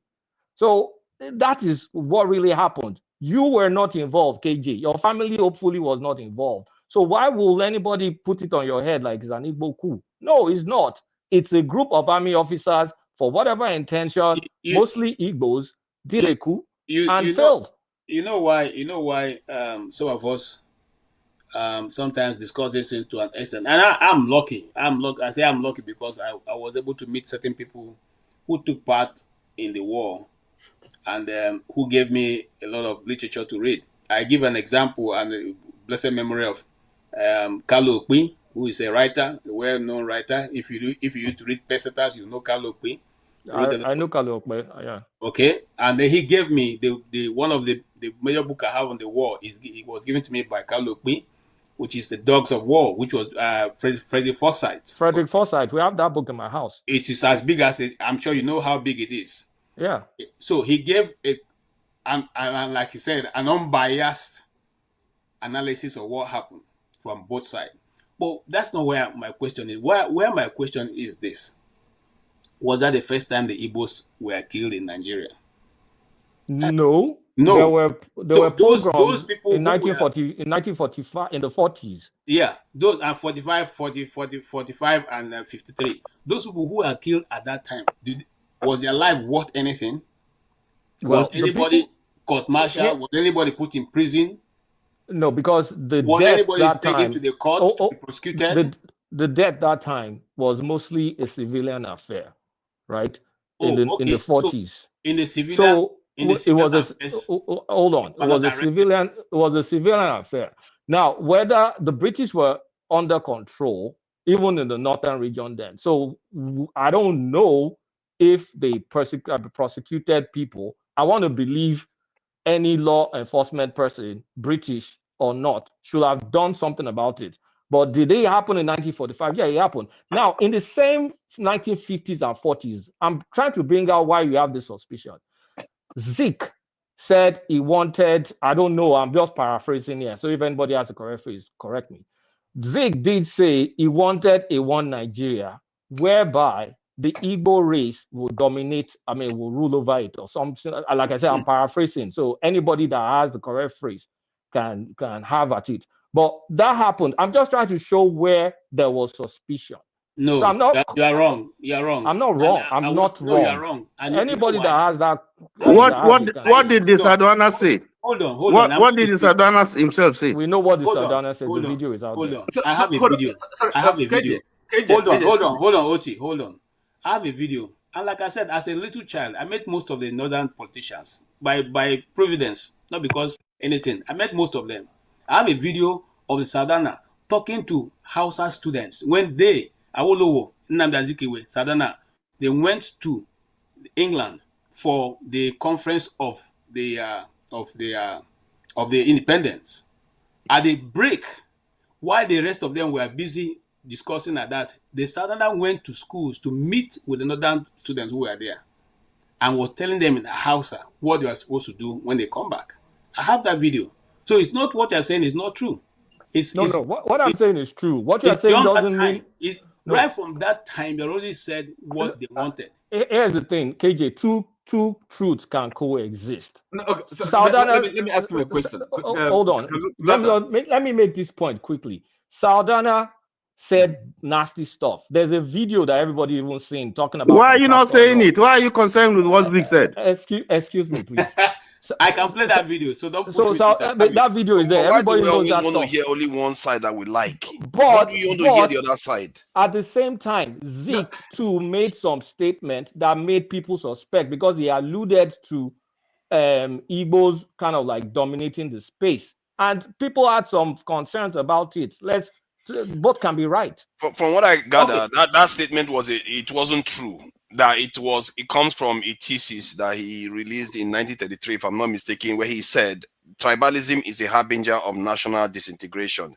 There is no denying the fact that some of us belong to different ethnic groups, but Nigeria belongs to all of us. That guy is a nationalist. No, that's not what I'm referring to. See, that's even where I want to go to. I don't know because from what I gather, they are saying no, he didn't make any statement. No, that's not the reference I'm making. It's a different. I'm speaking now. Can I ask him a question, please? No, I'm coming, sir. I will ask a question. I want to tell something, Kulata. If you talk to majority of Igbos, they don't even like Zeke because we think that the problem of the Igbos started with Zeke. Understandably, yeah. So Zeke couldn't have made that statement because every time there's a reason for Zeke to fight for the East, he normally would prefer to fight for everybody for the middle.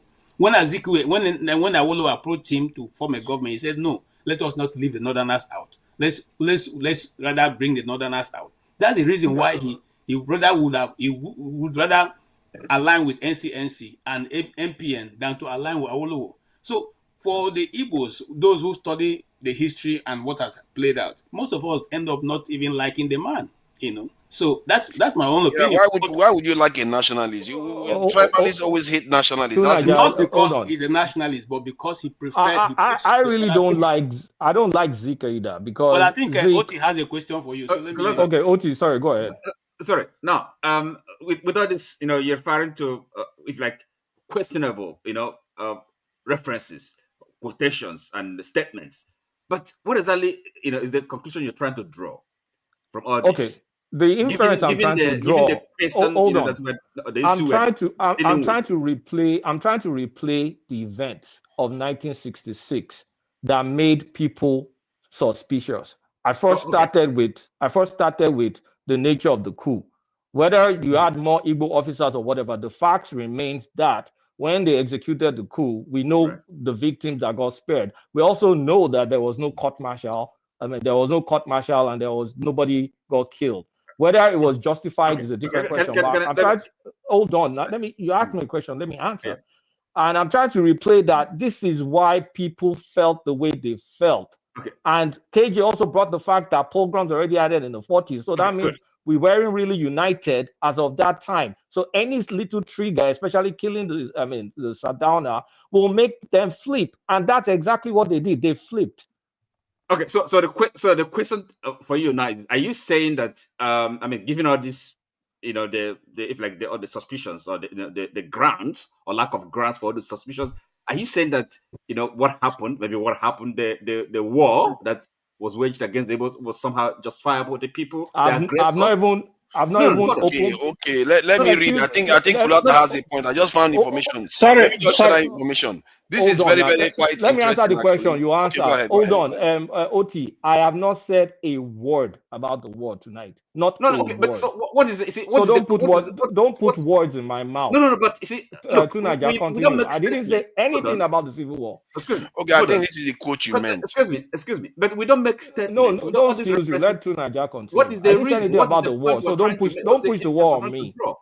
I don't have anything. Just hold on. Let me just read the statement he was implying that Zeke made before. I don't know whether this is true, but if it is, you can see why you tend to have some problem. He says, "It will appear that the God of Africa has specially created the Igbo people to lead the children of Africa from the bondage of the ages."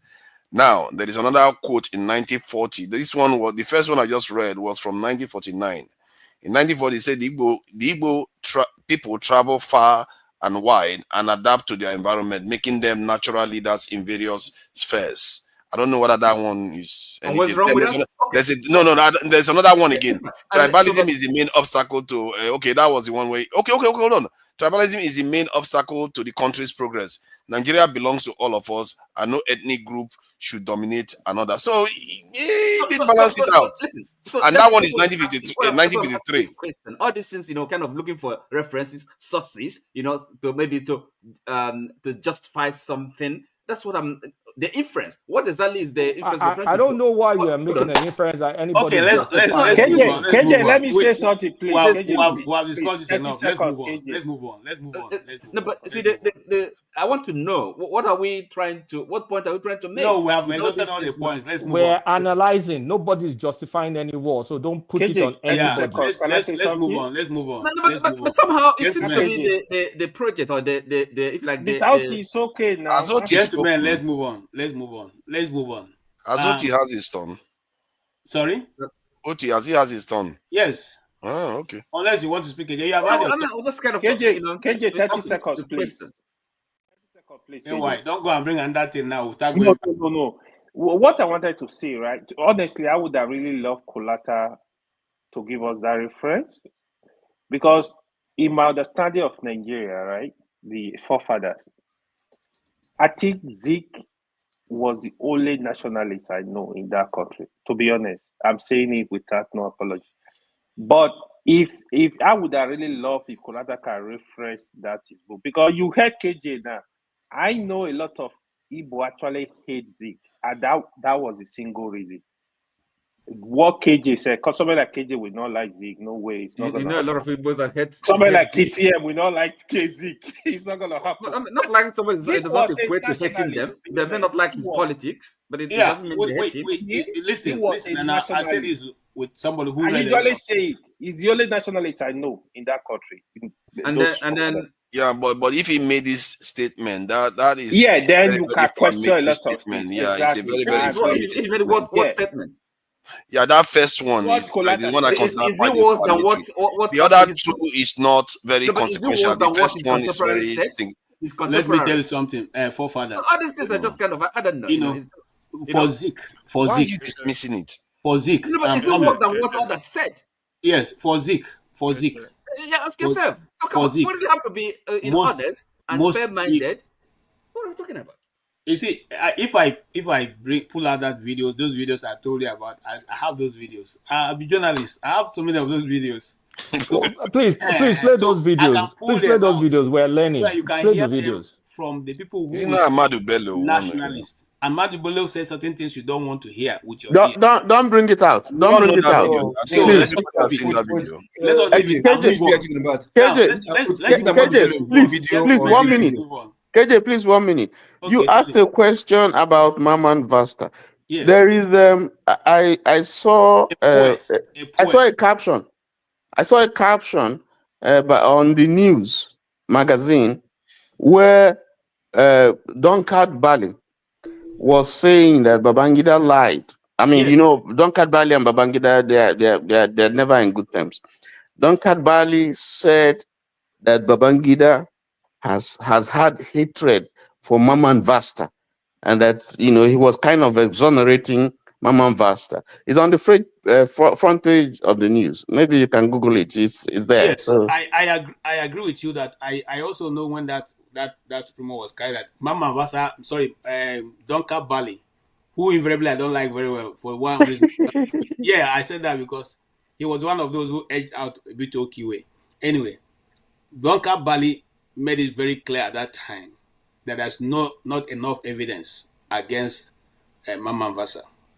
And so he does not agree with that sentencing. He didn't agree, and he has constantly said he didn't agree with that move. Okay? It was just like pulling your enemy in just to make sure you get rid of the enemy. And also, the rumor have it that the family of Duncan of Mama Vasa couldn't find his dead body even to this moment. So nobody knows exactly. I'm not saying I'm quoting anybody. I'm saying this was the rumor at that time. They couldn't find his body among the other bodies, so they couldn't give him a proper burial. Whatever it were, that is history. The truth of the matter is that we should be angry. My own take on the whole thing that I felt so pained. In fact, it was like pins were choking me when people were clapping hands because one I don't want to use foul languages. One man said, "I take responsibility." For what?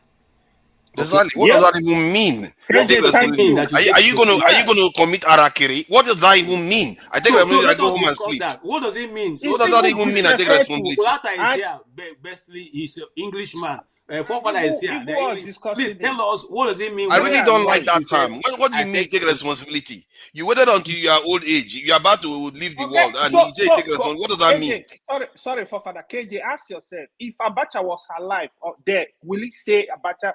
That man should go. Listen, this is so annoying. It's disrespectful. All I'm going to say, they should go and tell us what it means by all I'm going to say is poor Abacha, and that's speaking volumes.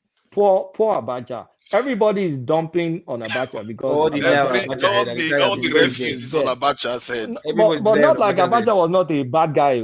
But Babangida, I think Babangida fired more people than Abacha. I don't want to say a personal story of mine. I said it on another platform. I'm not going to repeat it here, especially without my face showing. I personally was affected. My friend, his dad was spied. His dad, I went to a military school. His dad was spied. I went to school with some of the kids of these people, even though it was a government military school. My friend's dad was spied for not even being involved in a coup. They spied him. I wonder how he feels now. I'm actually going to contact him. How it feels now for Babangida to come out and say this nonsense. I felt, I mean, it's stomach churning, especially if you were with us in the 90s, that our schools got disrupted because of this idiot of a fucking guy. Sorry for my French. So it's now, honestly. Kulata, you can feel what I felt when I was talking about my biology teacher, Mrs. Ben Ekele. Ben Ekele was a group captain. Ben Ekele was one of the best MiG pilots ever. You know, who the Russians were ready to pay for, to take him over, and they refused. Do you know a generation of army officers that this guy murdered in a plane crash? Some of the best. Don't mind him. Officers. He's coming here. People are clapping, listening, and they are clapping for him. Very annoying. I swear, very annoying. He actually let's It's just like the other time when he came out, he went to contest for president. That man should just ask God for forgiveness and just shut him out. So let's very annoying. Well, Loco, I'm coming to you. What does it mean to say I take responsibility? Deflection. Oh, deflection. Yeah. So why were they all clapping these, hands? yeah, Why all were these they clapping? matters? Yes, all these matters I think has been going on. Blame me, so that I will take you to the grave, and you will live in peace thereafter. That's Okay, for me. That's just deflection. I ask this question again. As I'm trying to round up this topic, Mr. Ike, is that enough reason for us to forgive him for all his crimes? Remembering that it was IBB's era that this settlement settled him. It was his era that they came from. So is it enough that he takes responsibility for all that happened in Nigeria to the time he led for 8 years? I think the healing process of IBB should have started a long time before the launch of his book. The healing process, I mean, is starting with Abiola's family. It would have been a very long process before now, right? And there are so many things like the issue of Dele up to today. It is one of the mysteries that Nigeria can never know what happened. And this is one of the hardest secrets I've ever seen in my lifetime as a Nigerian. And he denied it. He said he doesn't. And up to today, nobody can give account of what happened to Dele, right? So for me, KJ, honestly speaking, I think that for everything this man and his group did in Nigeria during their time, what is the difference between what Buhari and what this present government is doing now? What is the difference? The people that have died for 8 years of Buhari's administration and the people that have died in this present government right now, people that are dying innocently, people that are disappearing in Nigeria right now as we are speaking, people that are losing their life every day. It's the same blood that we are sharing, right? So people are saying, like everybody said, arrest him, put him in. Who is going to arrest him? The whole people that are there, who is going to arrest who? Who is going to arrest Babangida in Nigeria right now? Who? That's 1 million. We have to be honest, my brother. No matter how painful what this man and his group did, but the question is this: who is going to arrest him? Which Nigerian man that his hand is clean that is going to arrest Babangida? Because he connected everybody. He saw it in the hands of everybody. He'll bring you, make you what he want to use, commit you, you commit one thing, he push you aside so that you will continue to support him. So when we talk about arresting this man, who is going to arrest him? Look at the crop of people who surrounded the table, right? Who is the person? What I said on Saturday is this. My own personal opinion. Abiola should be recognized as the former president of Nigeria, and every entitlement that all the past president of Nigeria is enjoying, he should begin to enjoy it with his family. No, it doesn't work that way. I'm coming. This is my opinion. I'm not telling you that that's what they're going to do. I think it's only fair. I think there's logic in that. Allow me to finish. Why don't you allow me to finish? Okay. I've been quiet all this while. Everybody, yes, we please, have been arguing go ahead, Ike. Go ahead, please. I said it's my own personal opinion. Because now that, even though we know, but now the man in question, the brain behind everything, even he went as far as bringing the result and numbers and how Abiola won the election. So if it is true, then whatever entitlement that, because now he's a late former president. Because Babangida, he was never elected, but he's called a president. Abdusalim Abubakar was never elected, but he's called president. And he's building a national library, which is not an elected president, but he's building a national library. Where have he ever done? Where is he done? So we have to be, sometimes you have to be honest. You have to just face fact, right? So my point, my personal point here is everything that this man did, there are people that did that thing with him. Most of them are still alive. Some have died.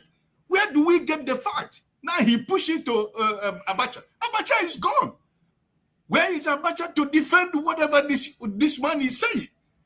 And there are so many few people who are still living that he used, perpetuated all this crime and all this criminality and all this heinous crime. They cannot speak because he soiled the hands of almost everybody. Maybe if Mustafa would have still have something to say now, he's still alive now. Mustafa. Yeah, Mustafa was a good boy, man.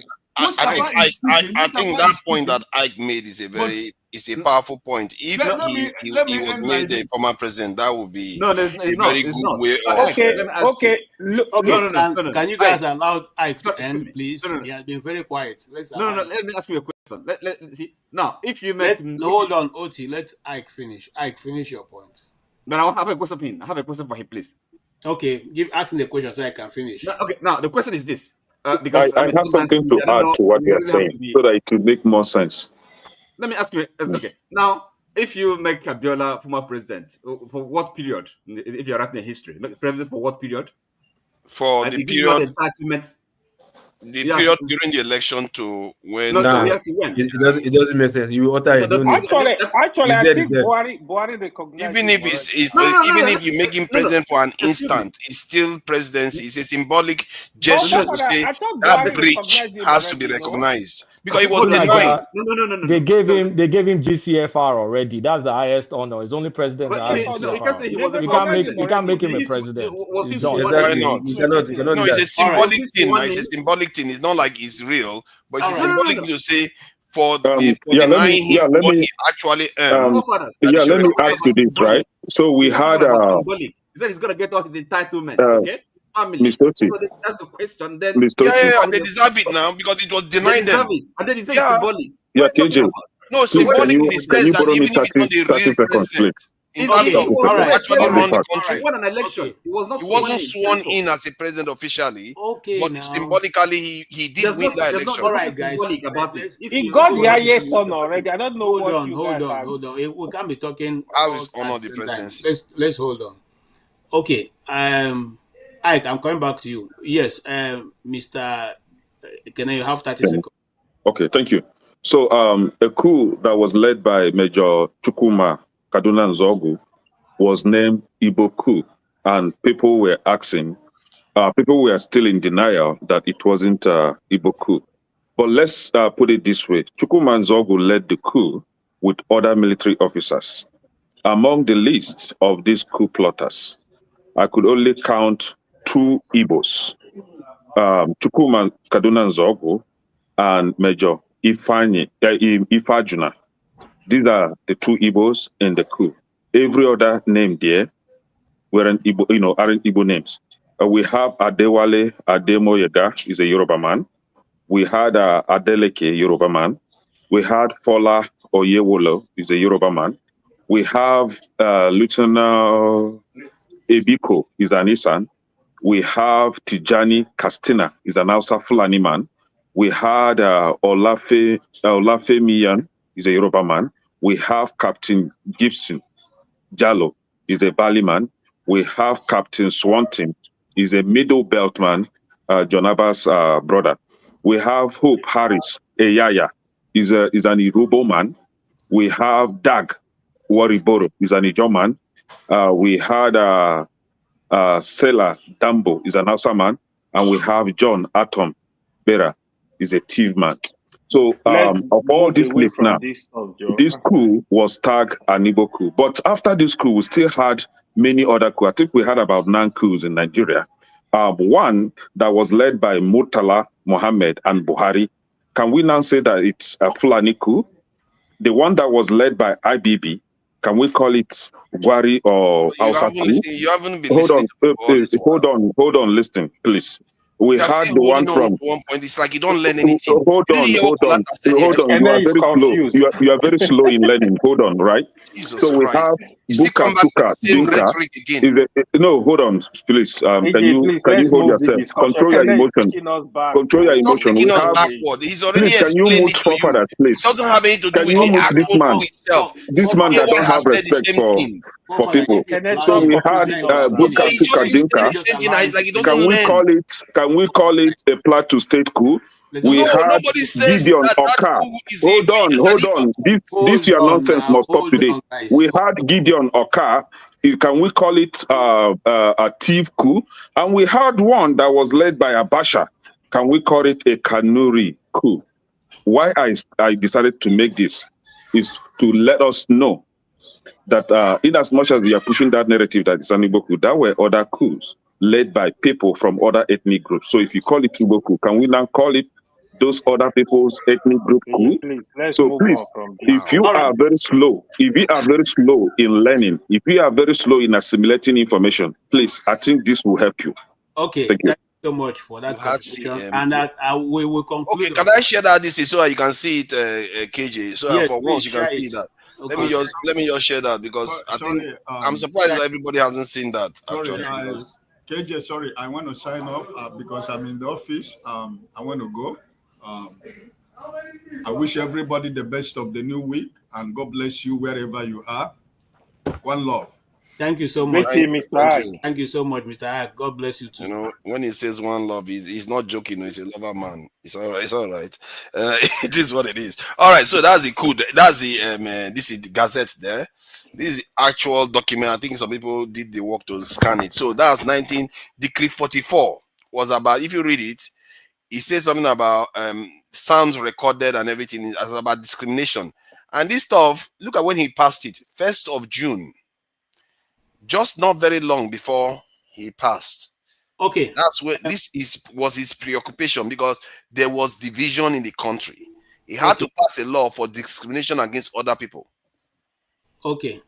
I thought it was going to say the Igbos had organized a music that was singing. Because you see, why I said no, he did address the North. He said something about northern groups. That you shouldn't make this thing against them. Like he was trying to say don't.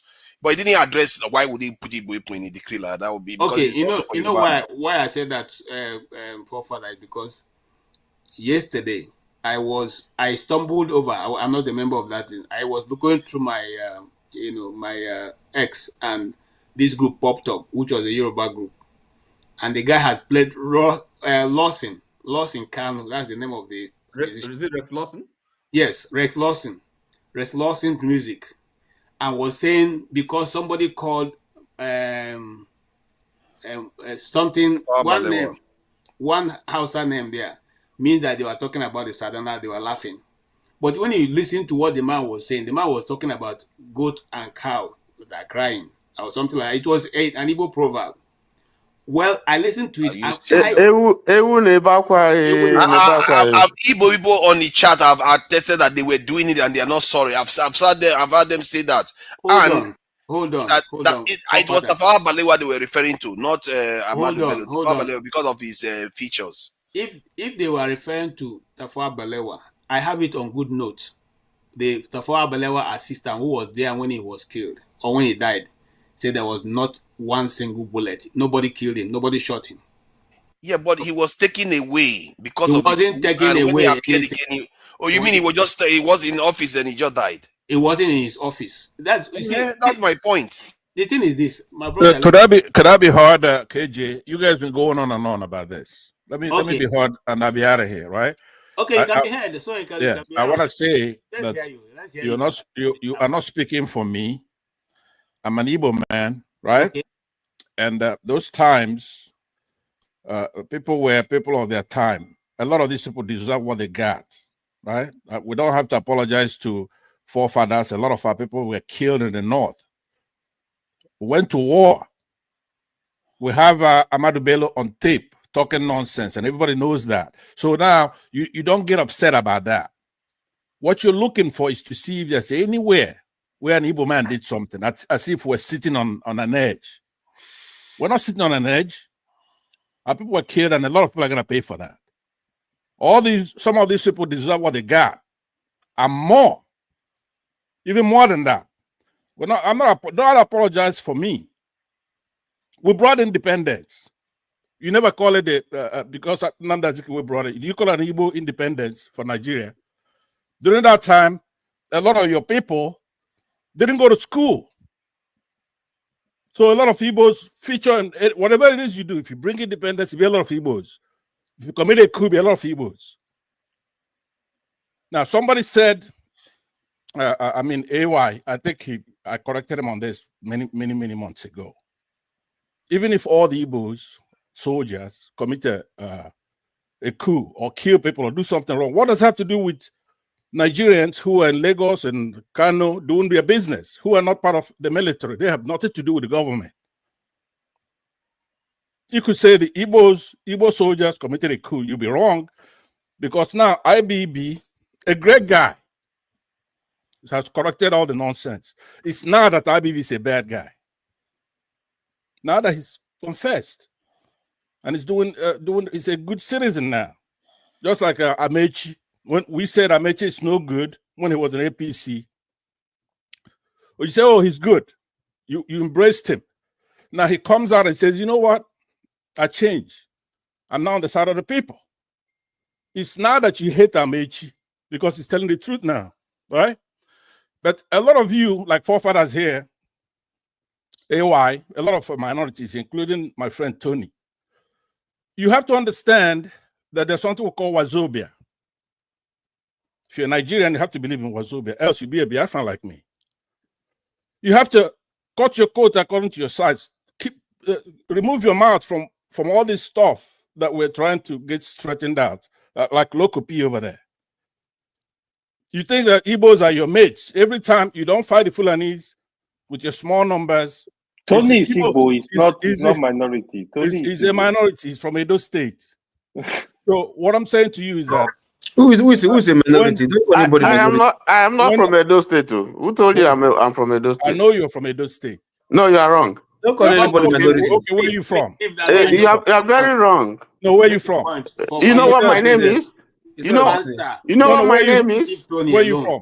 No, seriously. You know what my name is? What makes you think I'm an Edo person? I don't know. What's your name?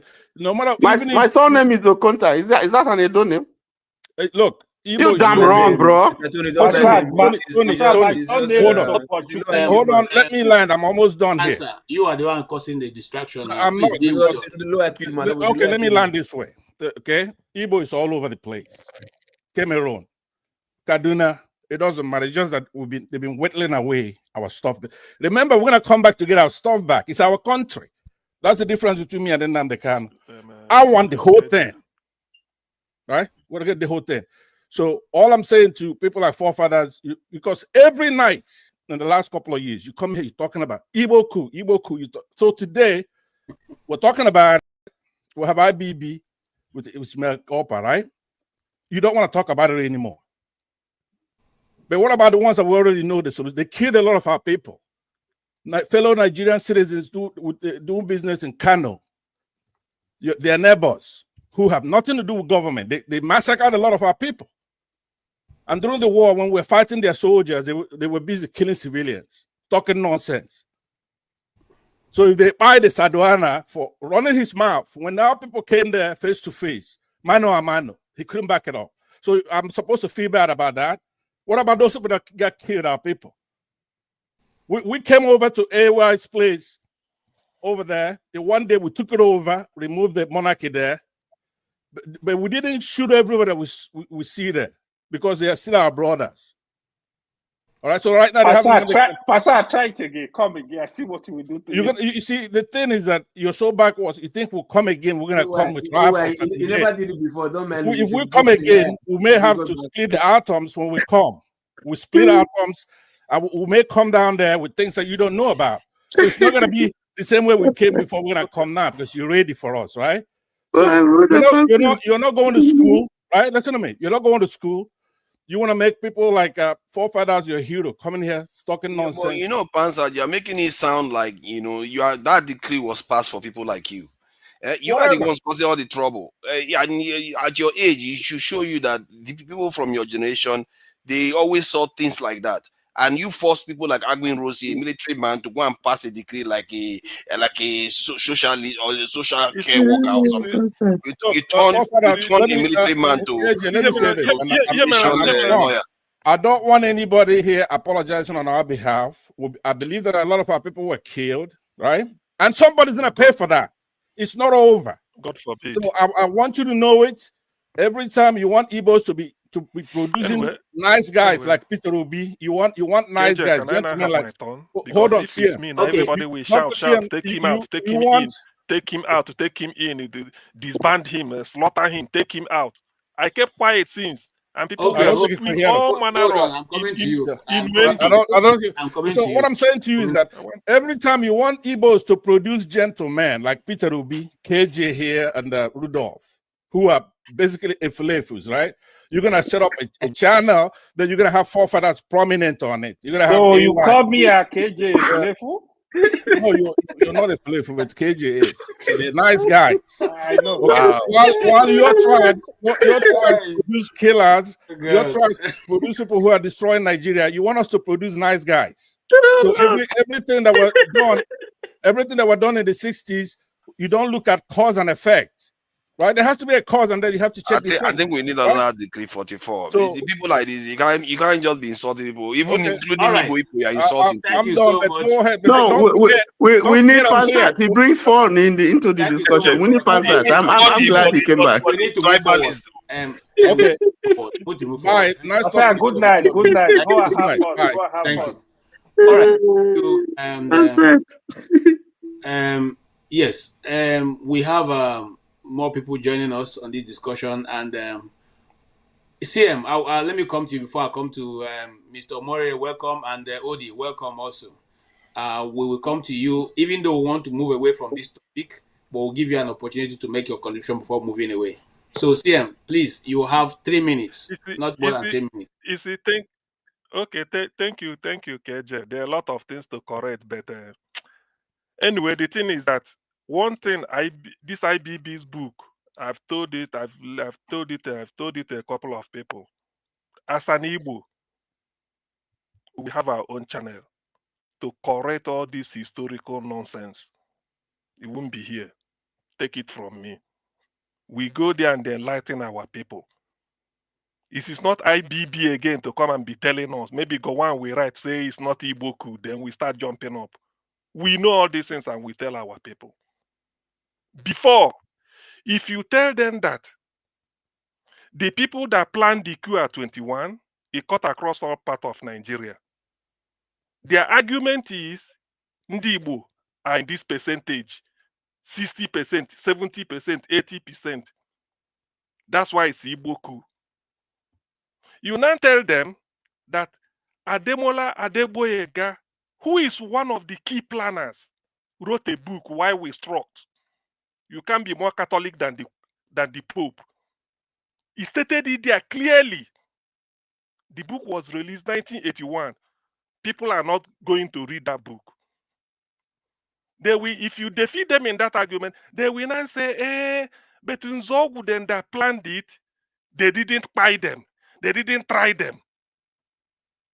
Now you tell them, why did people that slaughtered Aguiyi-Ironsi, because Aguiyi-Ironsi is a cockroach, it's a rat, it's not a human being. People that killed Aguiyi-Ironsi were rewarded with oil well. Why didn't Gowon try those people? They will keep quiet. For the avoidance of doubt, Zik never said Ndi Igbo should dominate anywhere. The quotation somebody read here about the Ndi Igbo being the light of Africa was because Zik is called the Zik of Africa. That was what he said in 1940s during the height of his nationalism when Zik was a lion. He inspired Nelson Mandela, inspired Julius Nyerere, Kenneth Kaunda. They all said it was Zambia. That's why they started taking independence struggle, and all of them became the prime ministers of the country. Nyerere and Kaunda. But in Zik's own case, even a secretary of Guinea, Zik inspired. That's why it's called Zik of Africa. That's why it was called, because he's talking about Ndi Igbo. He brought the light, but people want to. People will not want to make reference to it. Up till today, they still want to justify. What of 1997? 11 people planned a coup against Abacha. 8 are Yorubas. Why is it not called a Yoruba coup? Why is it not called a Yoruba coup? 8 of 11. Why is it not called a Yoruba coup? People, you see, the hatred. I don't know why Ojukwu wrote it. It is not the Igbo that we are that is causing the problem. but the Igbo that people see us to be. When in 1983, Chinua Achebe wrote a book, The Trouble with Nigeria, he said the whole Nigeria can never agree on anything unless how to keep the Igbo away. Is it not happening to you today? Go and revisit it. We have prophetic writers. All that is going here, people are just finding a way. Even when IBB came out, IBB listed their name, people that we quote. IBB mentioned names. Ademola Adeboye guy said, look at the people. Therefore, it's not Igbo coup. The naive IBB was referring to was, he said those people felt that they are naive, they want to change Nigeria. That is that is the pathetic naivety. That is what IBB was referring to. We all read it. I will read my own copy. Okay. So the idea, you can't change it. I'm coming. You cannot change it. I'm being cool now. You cannot change it from their mind.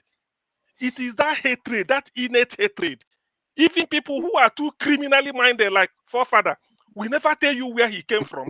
But when it comes to Igbo, this thing, he will jump in. Let me tell you my everybody hold on.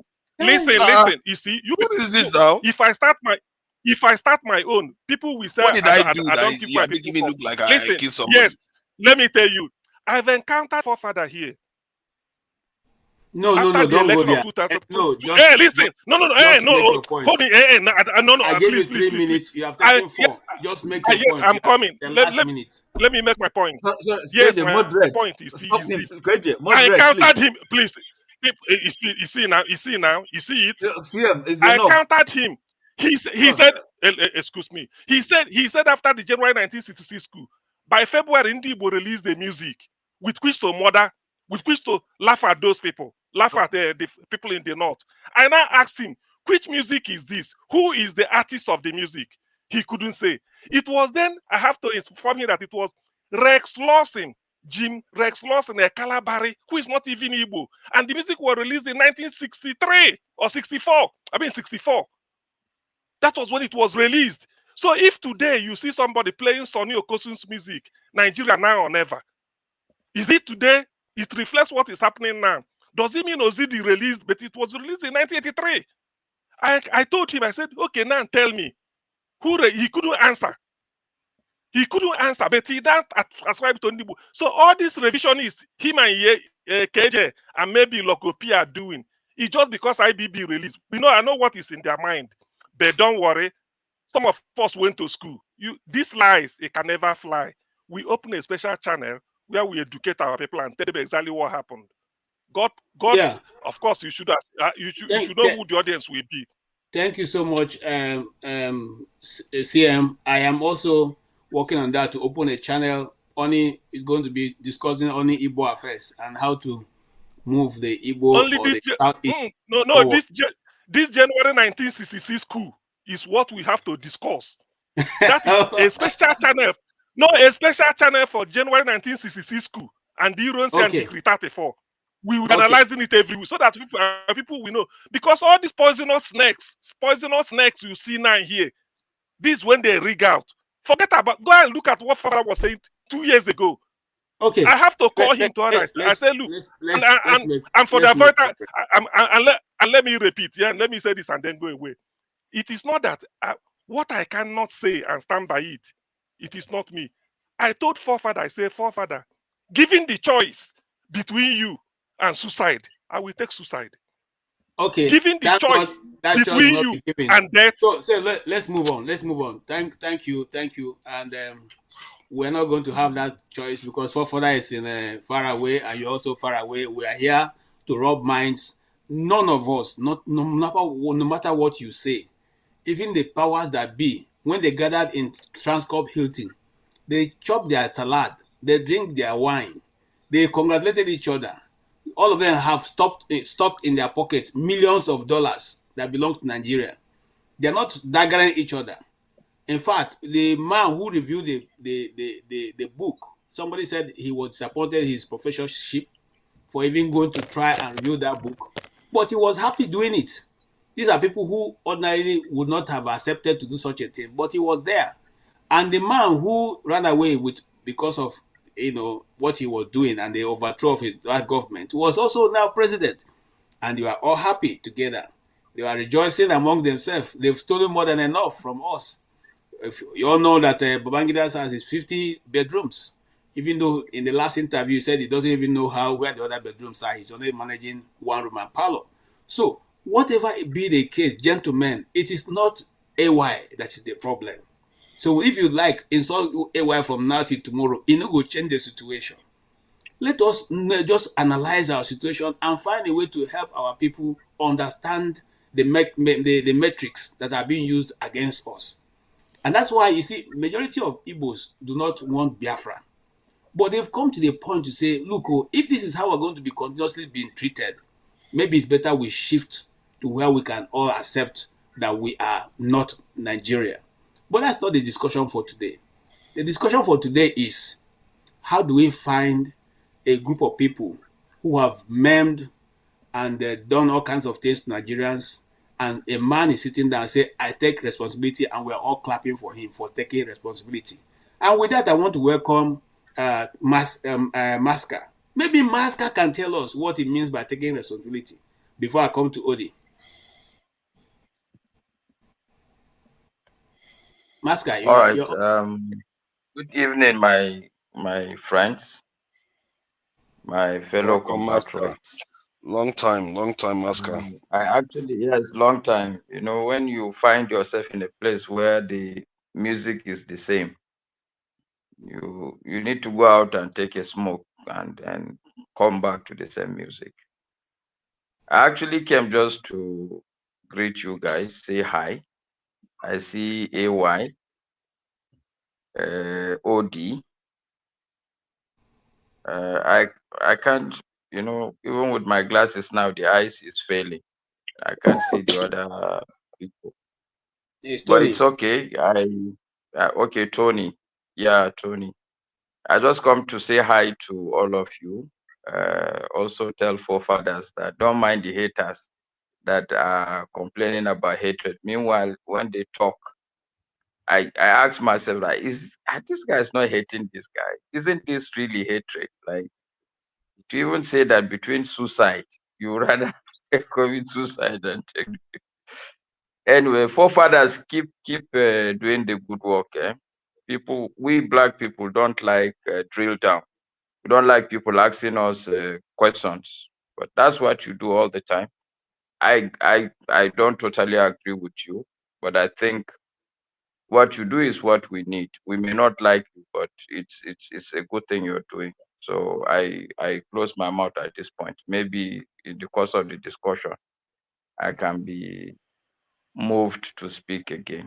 But the key thing is, well done, everybody. I'm happy to see all of you, and I'm glad to be here. Thank you. Okay, thank you, Maska. And since you're happy with forefather, that's okay. I'm not happy with the rest of us, but it's okay. Odi, yeah, we are on your case now. No, you're not on my case. Well, it's good to see everybody. Yeah. Yeah. Well, you know, I think it's a real pity that we're discussing and we're crying about what happened to Nigeria. It was done to Nigeria, a bunch of 20-year-olds and 30-year-olds, you know. These guys were kids and they made a lot of mistakes, but they tried to correct errors made by, you know, more senior persons in our society. You know, you always have a situation where people don't like some certain group of people. And, but, you know, look, I keep saying that as Africans or Black Africans, we have to pull together to be able to survive. What is coming may be worse than what we had for the past 500 years. You know, it's always good to still set the record straight. I watched the show that IBB had and how he was received. You know, I was just ashamed of myself, and I was ashamed for even Tinubu.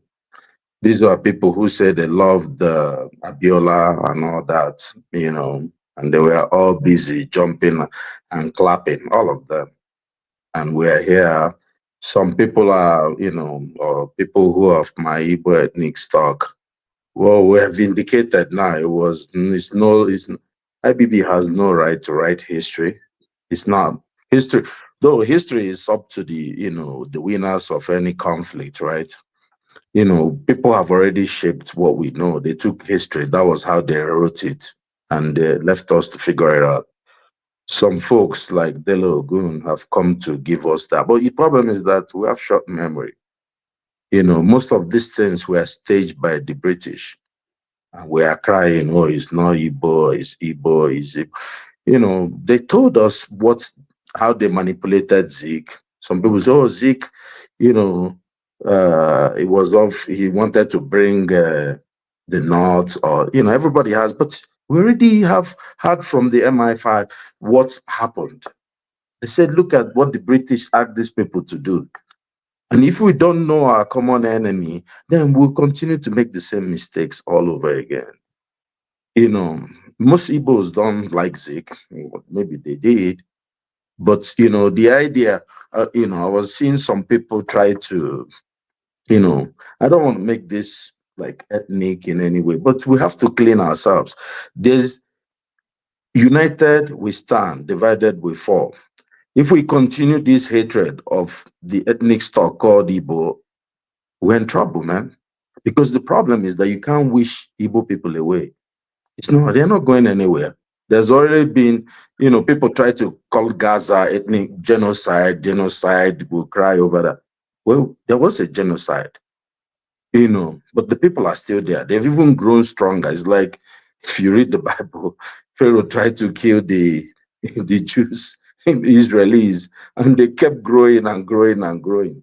This is what's happening. They've taken back. So some people try, oh no, as I had forefathers. Everybody who watches this channel knows that forefathers hates anything called Igbo, right? It's not a secret. It's very plain. But should he? He tries to say, oh, we should bring Nigeria back. How can you bring Nigeria without one of the legs together? How can you think you progress to a discussion with others? That's why, what's his name?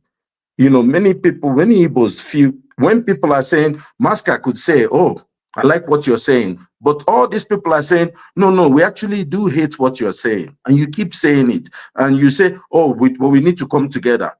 Without the Igbos, how can you come together in Nigeria? There's no unity. Nigeria has failed, even with all the attempts and the plan, just to sideline the whole idea of the British or the governing class in Nigeria. How do we get an Igbo not to lead the country? We'll take anybody. Someone said, oh, is Zeke a tribalist or is not? I want to ask forefather a question, just two questions, actually. Was Awolowo a tribalist? I don't know, but they did say that he was quite tribalistic in some ways. Yeah. Well, but say you don't know, but they did say he was tribalistic. You have to, yeah, and I cannot know. I don't know. I don't know. I'll tell you what. Let me I'll ask tell you what I don't know. Okay, what about Ahmadu Bello? Was he tribalist? Yes, he was. I did hear him make tribalistic comments. Okay, was Zeke tribalist? From what let's say, amongst the three, who was least tribalistic?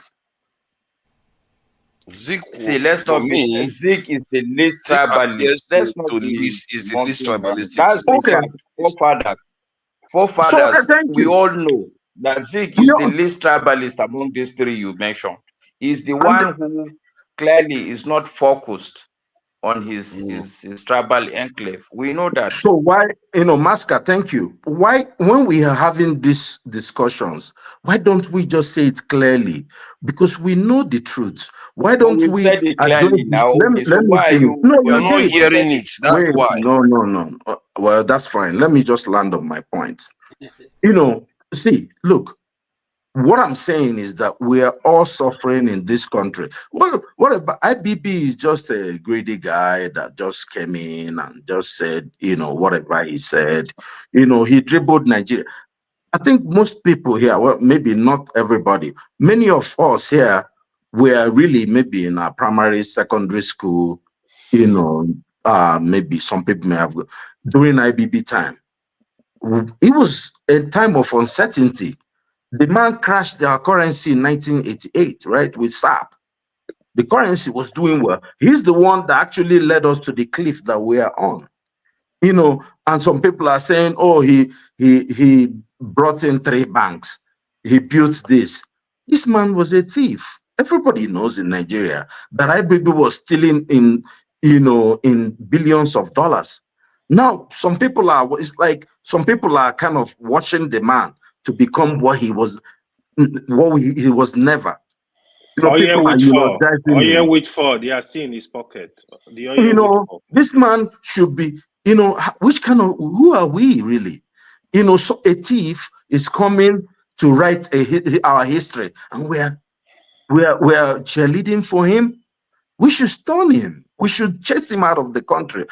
He should be ashamed that he should not be able to talk. But people want to become president or anything, they go to him, because you need to be a thief to be able to get a position in Nigeria. Look, Webb, let me tell you, all of us, whether you're Igbo or, you can hate Igbo people as much as you want. It doesn't matter. You're not going to wish them away out of the country. They're in Abuja, they're in Lagos, they're in your village, they're everywhere. You're not going to wish them away. We all must come together to face what is coming. Trump has given us notice. He has given Africa notice. By what happened in South Africa. I actually do like whatever Trump is doing. He's my man now. But if you don't see, at least, I like what I think Dele said. If your enemy is showing himself many miles away, at least you can plan. We don't know. Then what is coming after Trump, nobody knows. Many people say, oh, I have my green card. I'm a UK citizen. I talked about with the Windrush, I think, the scandal. Or one day, someone can invalidate everything you have, and all of us will go back to that space, and we will fight to the death. You see all this thing, Pansati said.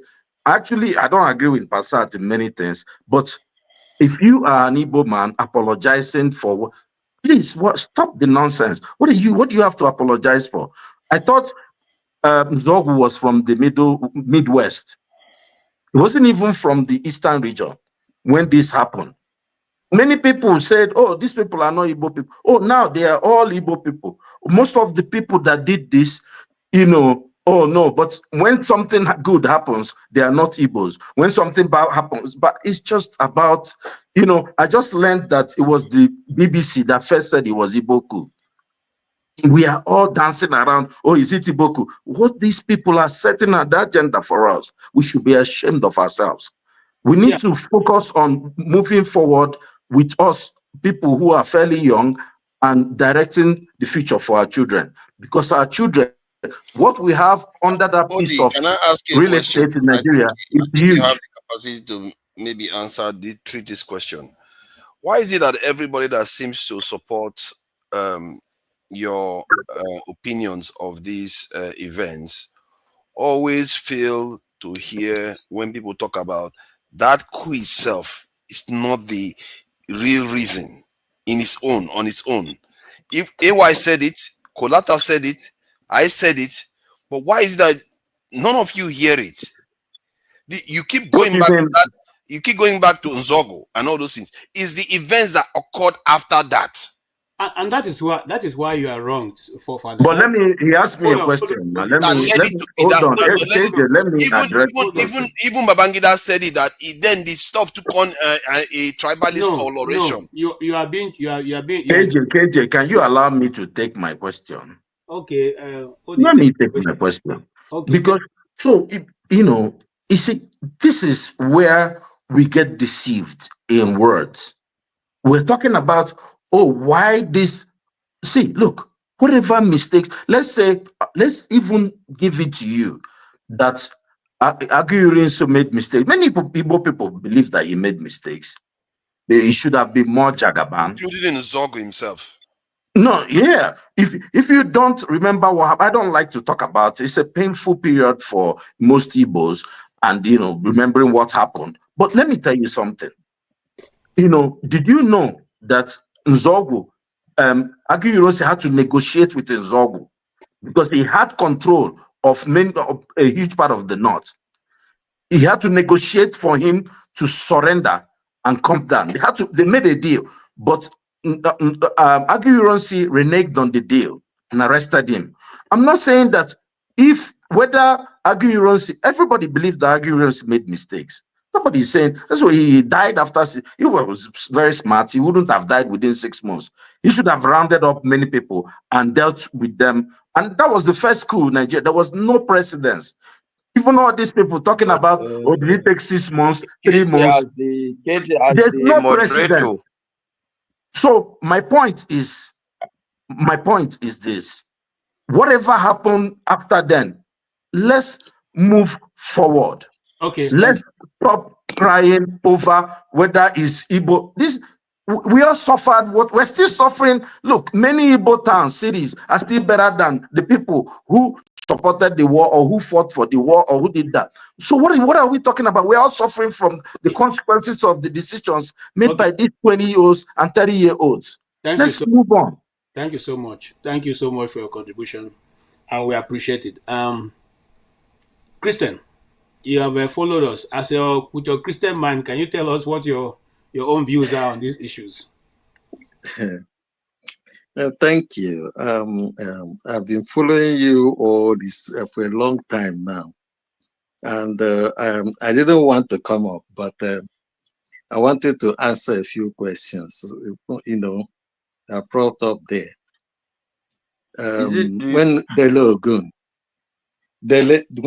Ogun was on this platform about a week or so, I'm sure a lot of people would have benefited from his enlightenment. But it sounds to me so strange that after that, people are still talking about Igbo coup and hatred of Igbo. So on the specific issue, why Aguiyi-Ironsi didn't try the coup plotters, I want people to Google Captain Ben Bullier's answer to that question. That was at the Oputa panel. Oputa panel. Ben Bullier's answer. So because he asked the lawyer, if Aguiyi-Ironsi didn't try them, why couldn't go and try them? So that's not. But the point I'm trying to make here is that the Igbo coup and whatever happened, the Civil War, isn't actually the problem of Nigeria. Because if you Google, I'm sure some of you quoted this in Nnamdi Azikiwe's address to Igbo Nation in 1949. That is 11 years before independence, 17 years before the coup, 18 years before the Civil War. He talked about 4 things there. 1, the hatred of Igbos by other ethnic nationalities there. 2, he talked about marginalization of the Igbos by the then British government in terms of appointments, federal appointment, and establishment of federal institutions. 3, he also talked about the Yoruba, Calabar, and the British media propaganda against the Igbos. 4, he also talked about self-determination for the Igbos. So why am I saying these things? 11 years before that, all these things they talk about. So what is then? It shows that the problem in Nigeria has nothing to do with all these symptoms, because I call them symptoms. You know, I call them symptoms, whether it is corruption, whether it is bad governance or whatever. or whether it is marginalization. These are symptoms. They are not this disease. You see, we have the disease, we have vectors, and we have symptoms. So these are the symptoms. Now, the vector is the leadership. But the real disease of Nigeria was 1949 amalgamation of different cultures, which is where we are at today, the diversity of culture in Nigeria. Now, those who know something about diversity will tell you that there are only two ways to solve the problem of diversity. One, either through hybridization, or two, through separation. When you hybridize, you get what is called hybrid vigor. And that is when they say there is diversity, there is strength in diversity. So, but if you cannot hybridize, then you must separate. The Azikiwe, Awolowo, Sadwana, interestingly understood this very well. So when Nnamdi Azikiwe asked them to subsume all the nations into one, he was talking about hybridization. But unfortunately, Awolowo and Sadwana overruled him and said they want separation. And when they went to Lancaster for negotiation, unfortunately, three of them were tricked by the British, that they now begin to have what we call cross-pollination in Nigeria today, instead of separation, instead of hybridization. Now, those who understand cross-pollination represents a product contamination because it is not planned and it is not desirable. So in Nigeria today, you see that nothing is planned and nothing is desirable. Now, the reason why I'm talking about this thing is because if we don't know where the problem lies, we do not know where to start solving it. In one of your programs, I don't know who anchored it, either you, KG, or Forefather. That was when they were talking about hunger strike, hunger protest, or whatever. I did come up that time and tell you and say, look, it's a waste of time. If you Google today, as I'm talking to you, Google Professor Obiozo's write-up on power of ethnicity, you will understand that ethnicity, people talk about ethnic bigot. Anybody who tell you that it just doesn't understand English. See, because there is a body of knowledge we call science of taxonomy, which has used ethnicity to classify people living in that territory called Nigeria into Igbo, Hausa, Yoruba, Efik, Ejo, or and extra. Okay? What does this mean? It simply means that they are different. So, what are the implications? They have three implications for this. One, the power of unity among the ethnicity. Two, ability to segregate from one another. Three, if you apply the same treatment to these ethnicities, their response will be different and their outcome will also be different. So why am I landing this? You see, those of you who want Nigeria may not understand that in order to get to Nigeria, you must first of all separate them. And that is why when Nnamdi Kanu says, let's have referendum so that people can decide what the ethnicity they belong to. Then from there, you can now start negotiation If you look at other countries, people will say, why is it only Nigeria that has this problem? No. But every country that has this problem has resolved it before they start growing.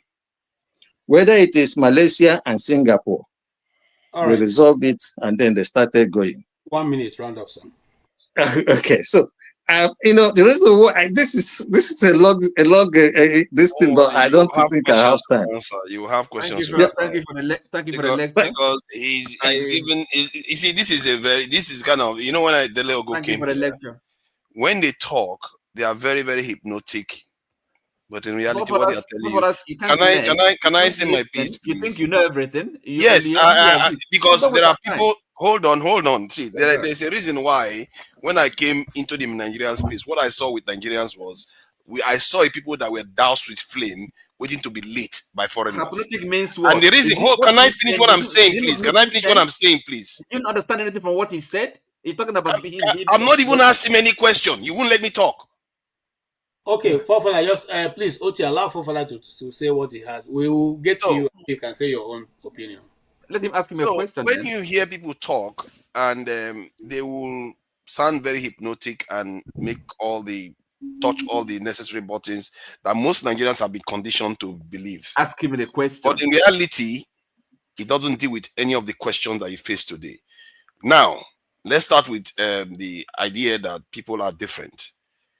If you go underneath, you find that we are all quite related. And that's why when people try to say, I hate these people, I hate those people, you can't get me to hate anybody if you tried, especially Nigerians in the context of it as a group or race, because it's crazy.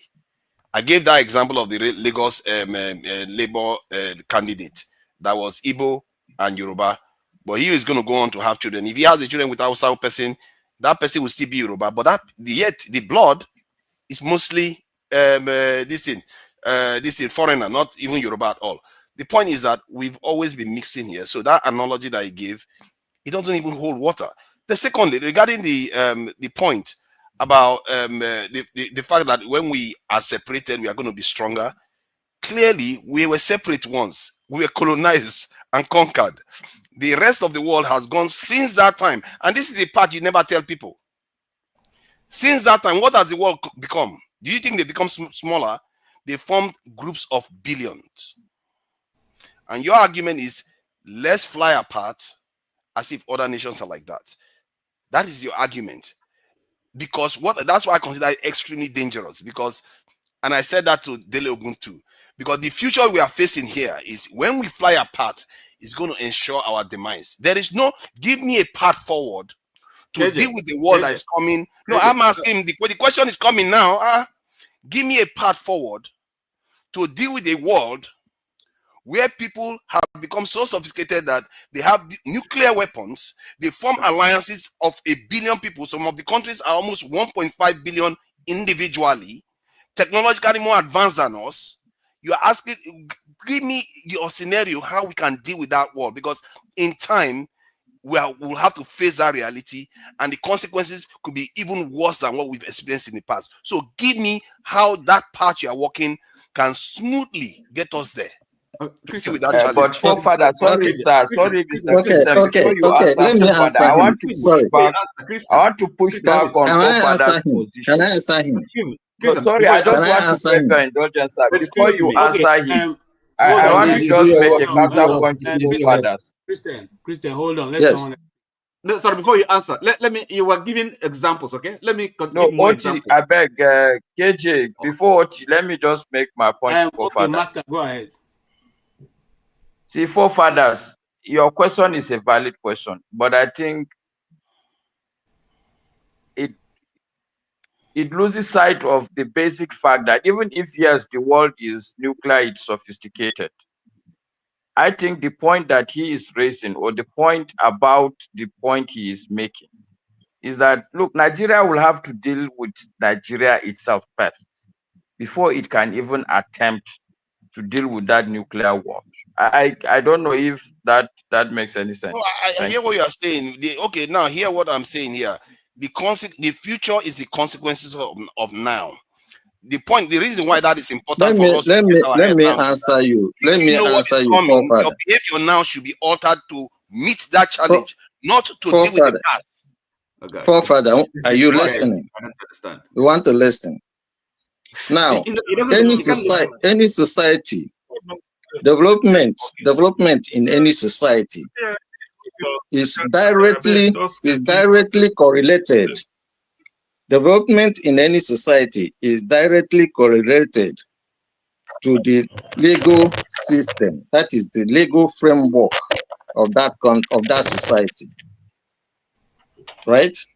And every society can only make laws based on their social, their culture, natural, social, cultural values, right? Outlook. Yeah.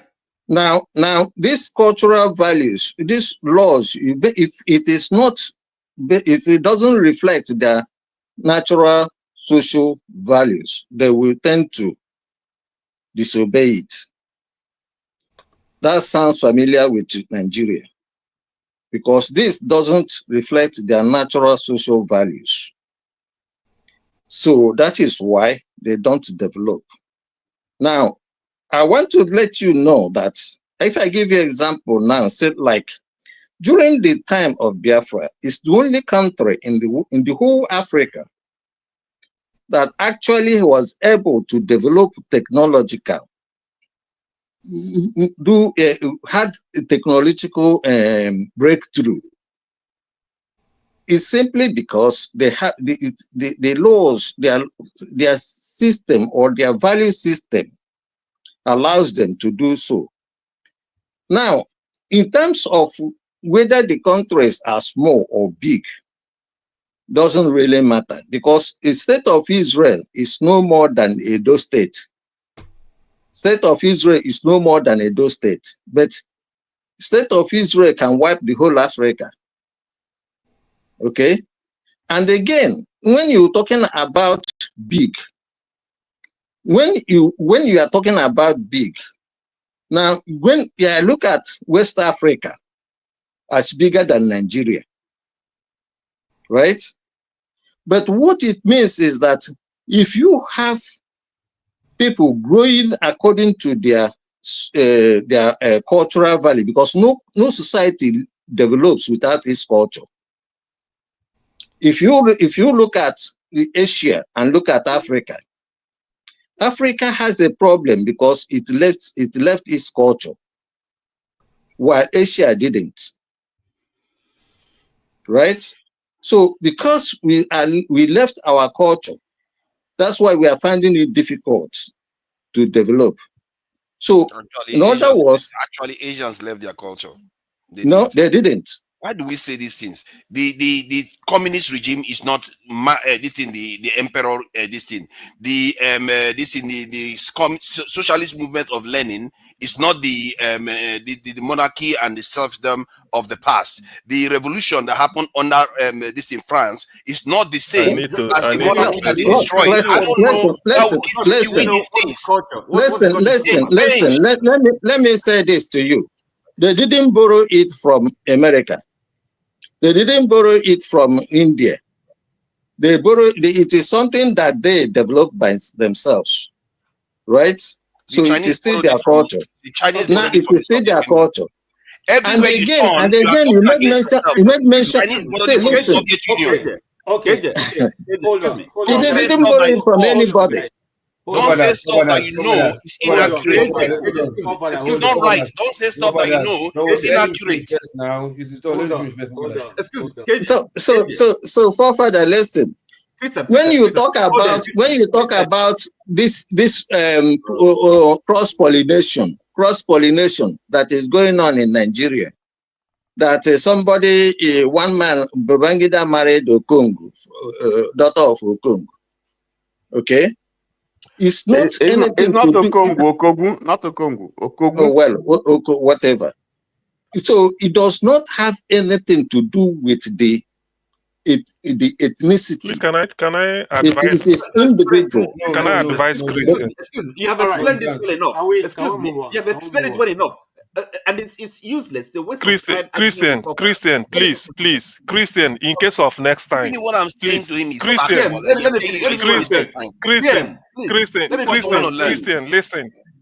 Christian, listen to me. Christian, listen to me. In case of next time, if you are in US, if you live in Texas, you will encounter the statue of Mark Twain.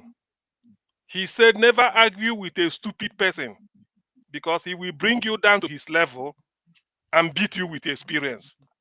Do you understand? Never taken the Igbos. So you are wasting your time going back and forth. A stupid person, very idiotic and criminally minded, will bring you down to his level and then use experience to defeat you. So don't just do that. Forget. There are people that you can. There are people that you can reform. Just leave them. Unless we know Igbophobic. You looking quiet. You talk too much. Who feels that the very essence of something and then leave. AJ, you have to do your work. Too much. Keep quiet.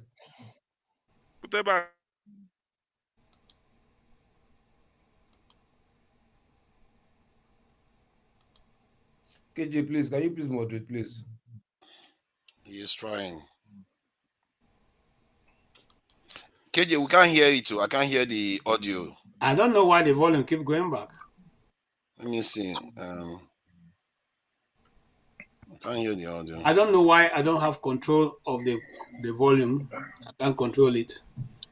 Please, Loco P, you should not sorry, be in the midst I want to of go now, but I just want to say something before I go, please. Can you allow that?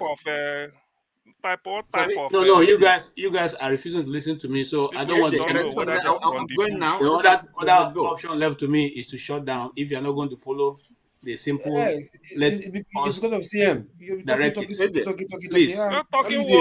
Let's just stop talking. Sometimes it's good for us to exchange, you know. It's good for people to exchange. We need to hear one another. Why are you so upset with CM? Okay, right now, who is get lost. Why are you so obsessed with CM? All you do, you are too narrow-minded. All you talk about is CM. Why don't I even if I'm not here, CM, what's your business? Take CM out. You just take CM out. Take CM out. Get out. It is you that they should take out. You don't look like a human being. You can't mute him. Is this in? You can't mute it. I don't know what kind of CM is ready for you, Victor, today. I don't know what he's using. You can't mute him. Go and take a good hygiene. Go and take a good look at yourself.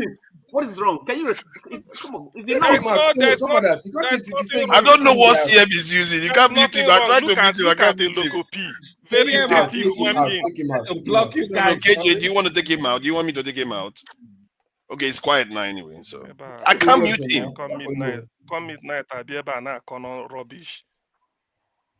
You are not supposed to be among people. You belong to the wildlife. Why should he be telling me to shut up? Who the hell is he? Is he your papa? Is he your father's why you come here because I make sense. You are only that you are just too lousy. You come here and be talking. Look at the way he looks like. Does he look like a human being? Ordinary hygiene you can't get. Come here and be talking, carrying I think it's okay. It's typical Nigeria. It's okay. Typical Nigeria, and you are clapping. That's why politicians get away with anything. They get away with murder because you have short memory. Short memory. None of you here seated can defend the votes. If you have complained, Nigerians have been clapping for you. The only way Shekarau became governor, do you know how? Because people lined up. When they ask how many people are there, they say over 500,000. No, I won't give 500,000. Announce Shekarau. It's happened in Ghana. Before the election of the last president. 2 days, a lot of us were called to intervene. But why did they do that? The people were ready to die. You are talking, abusing everybody. Nobody has power and will give it to you. Nobody, not even me. If you want a pastor as president, can get one. The politician is there in Nigeria to steal, to maim, to kill, to remain in power. If you think Tinubu will give it to you, you are wasting your time. So when we speak, we forget history. Unfortunately for me, poverty has made me to be part of the political system from when I left university. I left university 1987, and I've been part of the process till today. You can't wish me away in the formation of APC. You certainly can't wish me away. You can't wish me away in how APC won election. You can't. But the truth is that if some of us did not stick at our neck, say, PDP, good luck, we want to die with you. When they saw that we were ready to die, what did they do? They gave up power. So we have sweet mouth, we'll talk about it, we'll repeat these things every day. Tomorrow they will call you in Lagos, you will go. Somebody told me in Lagos, said, look, Mr. Mechi, I said, sir, you see these people that gathered here? I said, yes. We called them all. Transport, this, they came. If tomorrow Tinubu comes with the same transport, they will also come. And the final example is when we are pursuing, APC was registered, and I was scared that, look, they may rig us out. So I got the party to agree that we will carry out a demonstration. They agreed that we will carry out a demonstration. We assembled at, where is that parade ground? Eagle Square. We released some money to go and bring women and all that. I walked in. What about me? I must go early to know what is going on before people will come. See the women gathered. Guess what they are wearing? Jonathan for president. God bless you.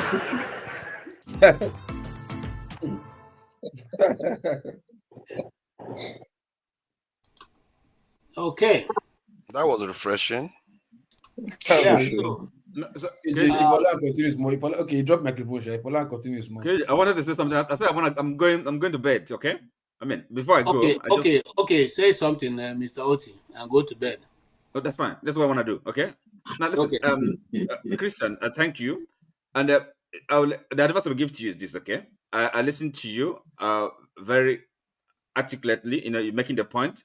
Now, for us here, perhaps the only person who doesn't understand what the word ethnicity, the connotation, what it means. Now, and I'll tell you, don't engage in an argument with him. It's pointless. It was a waste of time. Now, you are giving him examples about this segregation and all that. He doesn't. And I wanted to give you more examples. Okay, if that will sink in, he won't listen to that. It doesn't make any impression. He has his views. Okay, just engage in unnecessary argument, wasting people's time. Now, you talked about which I think you mentioned Malaysia and Singapore. Okay, I'll help with more examples. Okay, we have India. You mentioned China, Russia. No. Listen, don't help me. Be accurate, please. Okay, there is also India and Pakistan. Okay, there is of course the former Yugoslavia, the countries, and then former countries now that were formerly in the USSR. Okay, so these are kind of examples.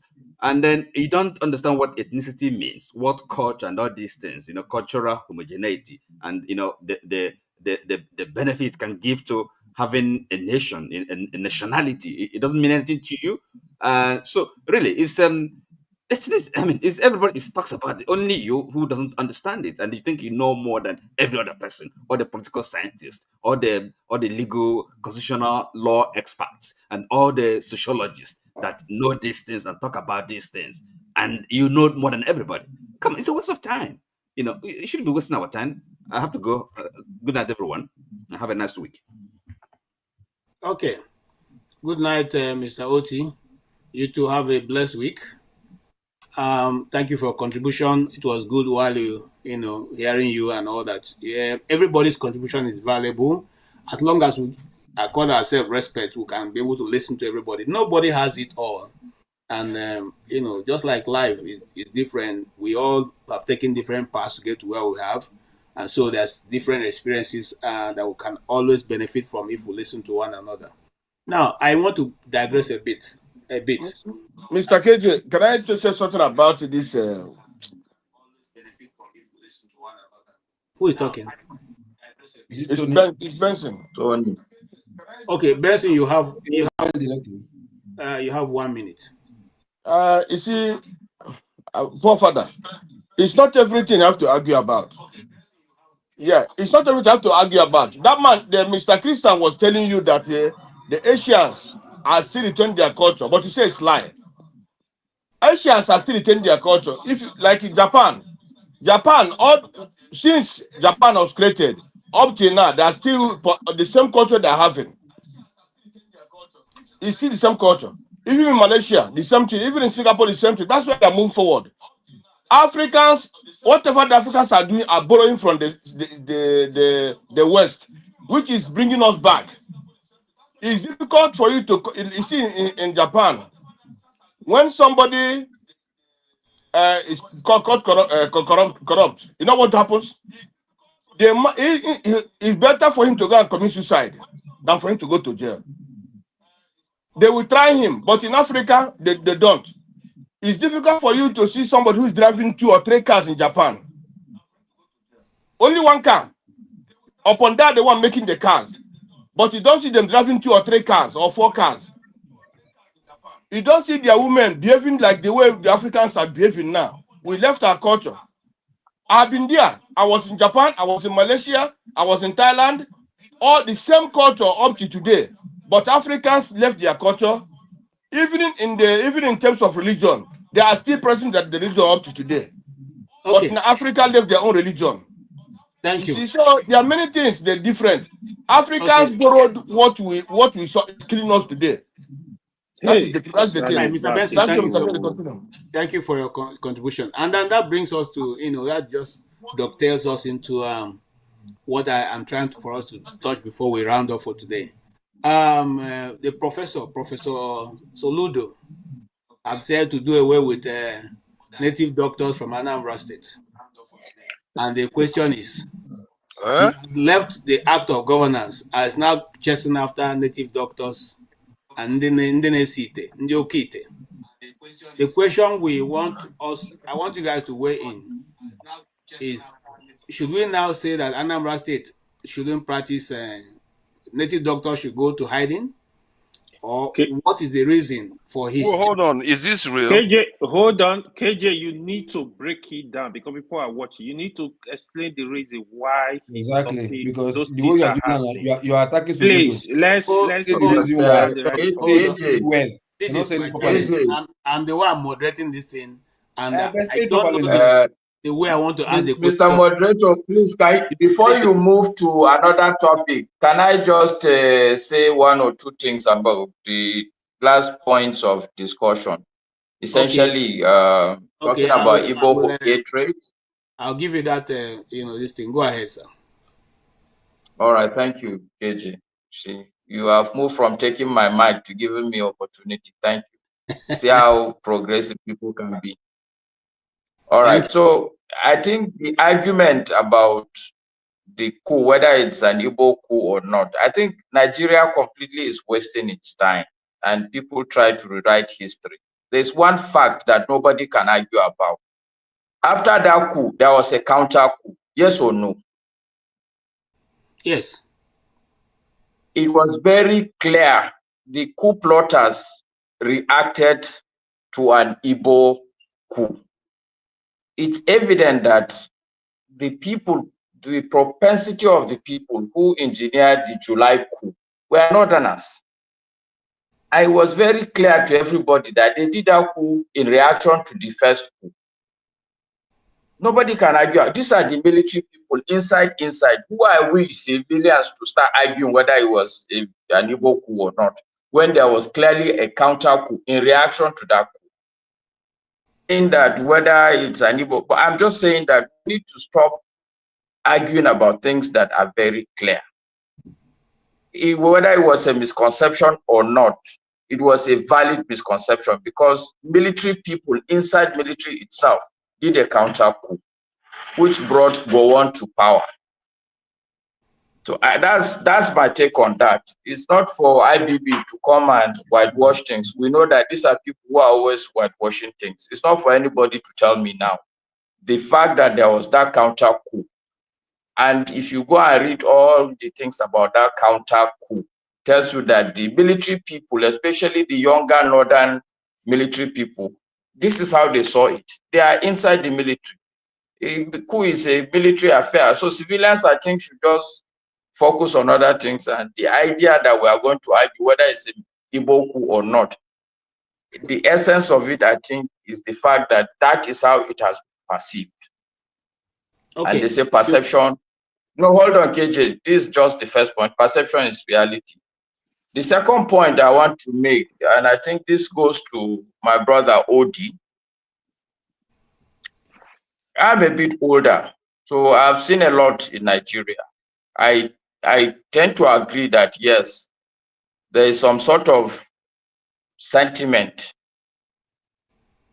surrounding Igbo leadership. But I think the bulk of that itself, it's coming from the Igbo community itself. I was in Jos during the 1998 convention. It was so clear in my mind that Chukwuemeka most probably will clinch the PDP ticket. People forget that it was Chukwuemeka and what is his name, Obasanjo, that were the key contestants. There was no single Igbo sentiment. Chukwuemeka had the propensity of votes. The only thing that swinged the thing towards OBJ was simply because of the June 12th saga. So I don't think that generally there's that anti-Igbo sentiment. I think it's just that the Igbo people needs to also, life is a give and take. If you sit in your enclave and believe that, okay, look, people hate me, therefore the best I can do is to move away from these people, obviously the gap will only widen. If you look at even this guys, this Tinubu presidency, it's a clear step where the man is saying, no, I want to go across the divide. If you are taking, say, let's say, I just want to remain within the Yoruba land, I think he probably would not have been the president. So I'm just saying that, yes, there is that sentiment, but I think one should also check if you are failing an exam.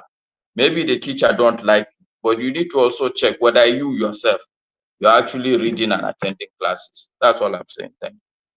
All right, thank you so much, and I like your contribution. I also want to remind you a bit that the Igbos have always played to the center, and right from the very first election, the only reason why NC came to the center was because of the collaboration with Nnamdi Azikiwe, who decided to, instead of collaborating with Awolowo, who are all from the south, decided to say, let us go to the north. Also in MPN, during the 1979 election, again, the Zik was described as a beautiful bride because, again, he said to Awolowo, let them not think we are siding them out. So let me, instead of liaising with you, I will liaise with the North. That's what brought people like Paul Nongo to become minister under the Shagari administration, and all that transpired, and brought Emma Ezioke as the Speaker of the Assembly. So what I'm trying to say in essence is that when people say the Igbos are not reaching out, that is probably not all the truth. But also remember that even when Obasanjo came in to contest, he wasn't going to make it. It was the Igbo people, the Southeast, that gave him the power. They all went out to vote for him.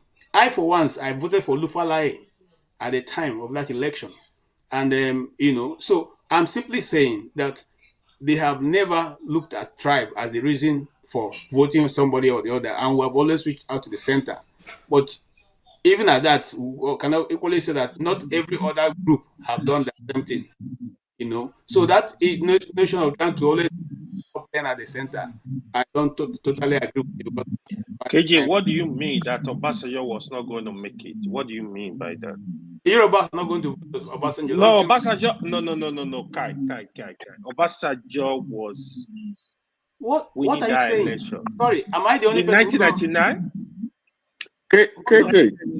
That election was KJ, you are right. AY is wrong. I was in the southwest during that election also.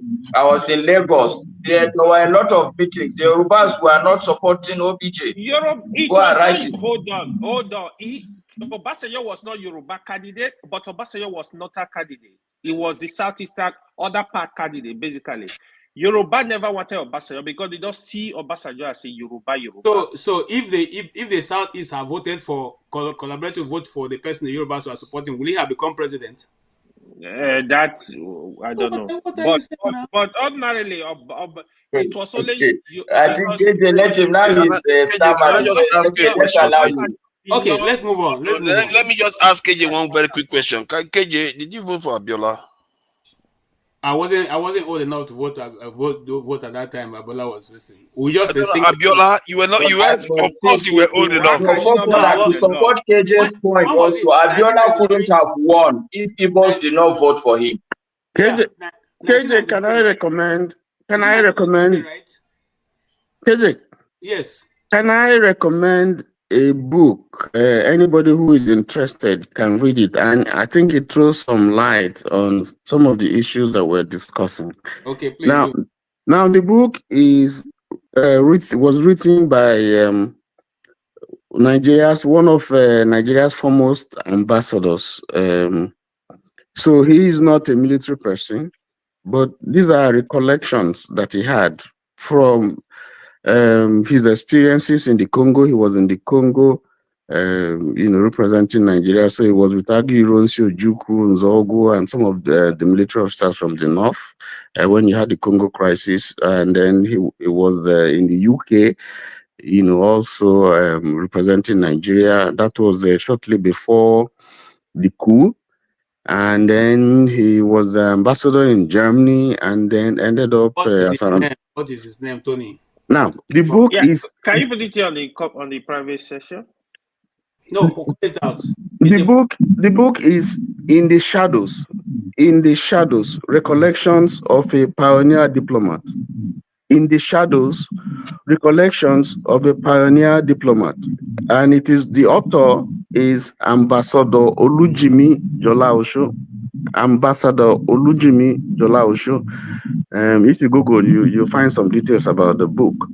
I think there are issues there that we're discussing that are resolved in the book. It's an eyewitness account. All right, thank you. I don't know why your volume is making noise. All right, thank you. I forgot what I wanted to say. Okay, let's move on. So, please mute if you're not. Thank you. So Soludo government, after a while, decided that they wanted to be going after native doctors because native doctors are now building upstairs and they are going to disco parties. Anyway, that's my only thing. But what I'm trying to ask is, and I want clarity from those who are from Anambra State or thereabout. What's the reason for? Is it that native doctors are no longer allowed to be part of the custom and tradition of the land, or that these people have become such evil that is stopping Soludo from developing Anambra State? What is the reason for going after native doctors? Does anybody have an answer for us? If it's only forefather that is from Anambra here. And that is ridiculous. And even if they are building houses, what about the pastors? Pastors are building churches and private jets and everything. I don't have to be from Anambra to explain to us. How many Anambra people are here?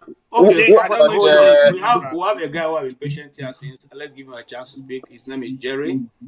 Jerry, you are welcome to the platform. Can you give us your take on all this?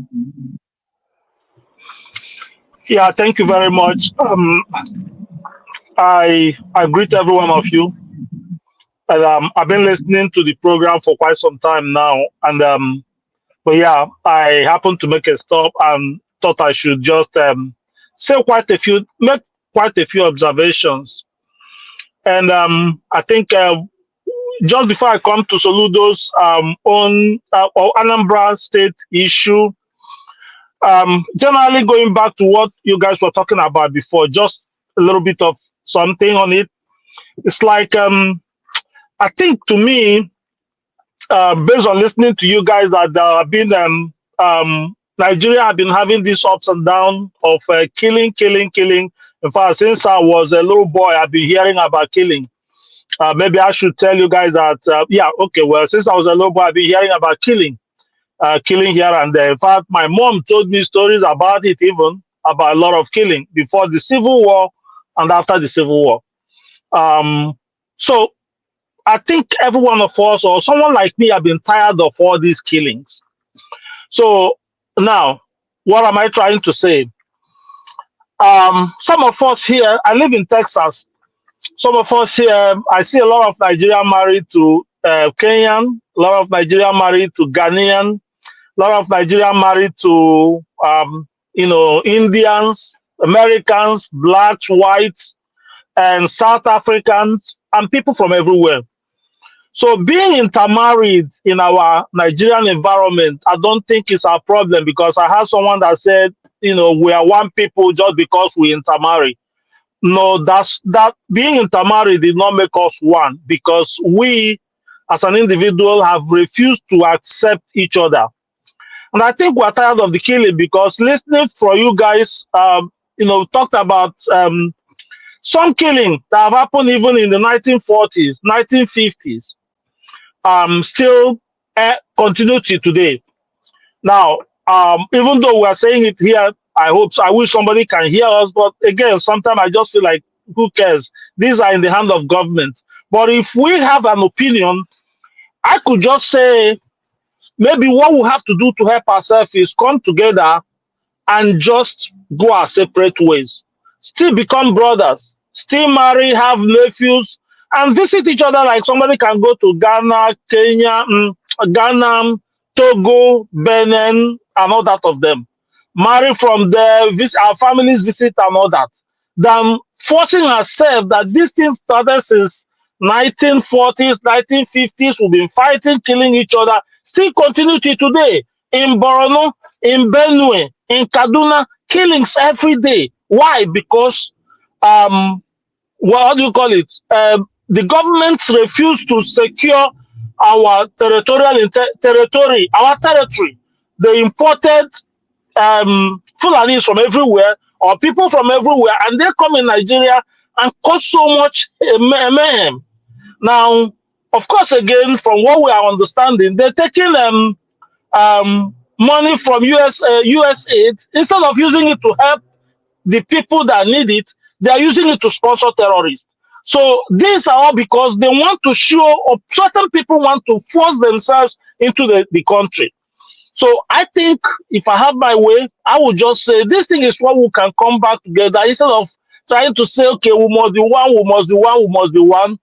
Bro, we have tried this a long time and it's not working. That's just my opinion on that. Now, back to Soludo issue.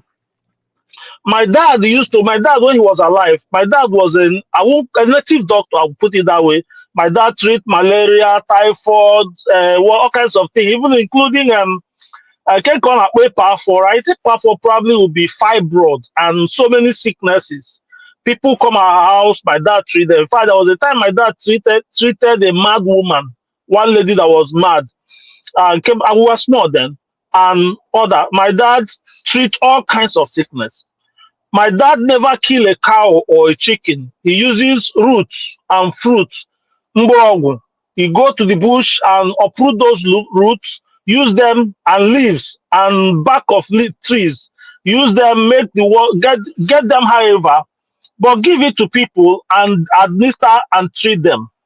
Now, those guys that are in Anambra and encouraging young men to do what they have to do to be rich, encouraging them to bring this or bring that or bring chicken this, bring animal this, bring human head and all the rituals, these are not culture. When people talk about our culture, it doesn't mean that our native, our what do you call it, our worship, our religion. These are no way of life. It's not a religion. I think is actually ritualist. So I think in any way, if Soludo is actually attacking people that are involving themselves in rituals instead of curing sicknesses, that's fine. But people, if it's just someone that curing people, okay. But what I know as religion may be like Sele, what do you call them? Sele and all that Assemblies of God and all that of church, or any other church anyway. But those ones could be religion. But okay, in the traditional worship, our grandfathers have it then. They have a little shrine or whatever thing. They go there, kill a little chicken, pour the blood and all that of them, go home, eat the chicken. That's just worship. They do it in certain time, not even around the year. But again, those grandfathers, as much as I know, never encourage anyone to get rich quick. It was just a worship. So that's what I have to say about what Soludo is doing. Is I probably would think I don't have a problem with it. I'm tired of all the killings and encouraging young men in Anambra to get rich quick, go and buy Mercedes, XLE, and all kinds of things. And people are thinking that killing people will give them that. Meanwhile, if you kill somebody, bro, there is no way money produces from any tree or anywhere money will fly into somebody's house if you didn't go work for it. That's my opinion. Thank you so much. Thank you so much. I love that guy comment. Thank you so much. Our forefather was supporting his religion. Now you need to let him talk. Forefather, can you speak? And I'll also make your submission because we're around. I find it troubling that the Nigerian state. This is where I support what Christian was saying, that sometimes we go after our own cultural heritage. Why would you go after native doctors when pastors are doing practically similar stuff? Churches are doing them. They are abusing their power and their victimizing people all the time. We've talked about this several times on this show. So why go after these native doctors? We heard about something like this in the Kwara too. I don't know why we just accept these things. We have to start pushing back, because all these foreign religions, let's face it, that's what they are. I don't want to be like I'm trying to be mean. The religion is what it is. People believe it for their reasons, but they too are foreign. How is it that religions and practices that have been with us for thousands of years, our own people are turning on it? Why they preserve the one Fofana, quick question. Are you assuming that what the people are doing? Which African religion supports quick money? Which religion is that? Which African religion? Exactly, my friend. Exactly. No. I'm not talking about quick money. That's why I said, KJ, you do not have. No, but that's what you're already assuming. Haven't you heard about KJ has the question properly? Haven't you heard of prosperity preachers? They are just as bad. Where they preach people that you're going to get promotion, you give me your money, give me your best salary, or whatever they call it. But why prosperity religion is not good? I won't say it's good. Prosperity preachers is not good. Forefathers, I get your point. But again, they do not encourage people to go for rituals. Bring woman head, bring woman breast, bring man's penis. Bring this, they don't encourage. I don't think any time. Go after those ones. Don't ban the practice outright, because they are legitimate people that practice their traditional practices. So go after the ones that are doing bad. If pastors are doing those things, are you going to ban the whole Christianity? Go after the ones that are doing it. KJ, sorry, I want to ask him. Forefather, so in this your traditional practice, is this how you guys use human being for sacrifice? No. Of course not. If we are busy killing everybody, there will nobody left. Huh? Please don't. KJ, let me have my last say, if you don't mind. Please, Forefather, have you finished? Yeah. Yes, the point is well made that they should preserve the traditional beliefs. The ones that are doing something wrong, go after them. Just like the ones that are doing something wrong in Christianity or Islam or any other major religion, you go after the ones that are doing something wrong. Why ban the practice outright? How about the ones that are doing the right thing? What are they going to do? Okay. Let me just have my last say, if you don't mind, and I'll just. Okay, yeah, you have your last say. Let me just have my last say. I think I wanted to circle back to what Masca said, but I'll just let it go.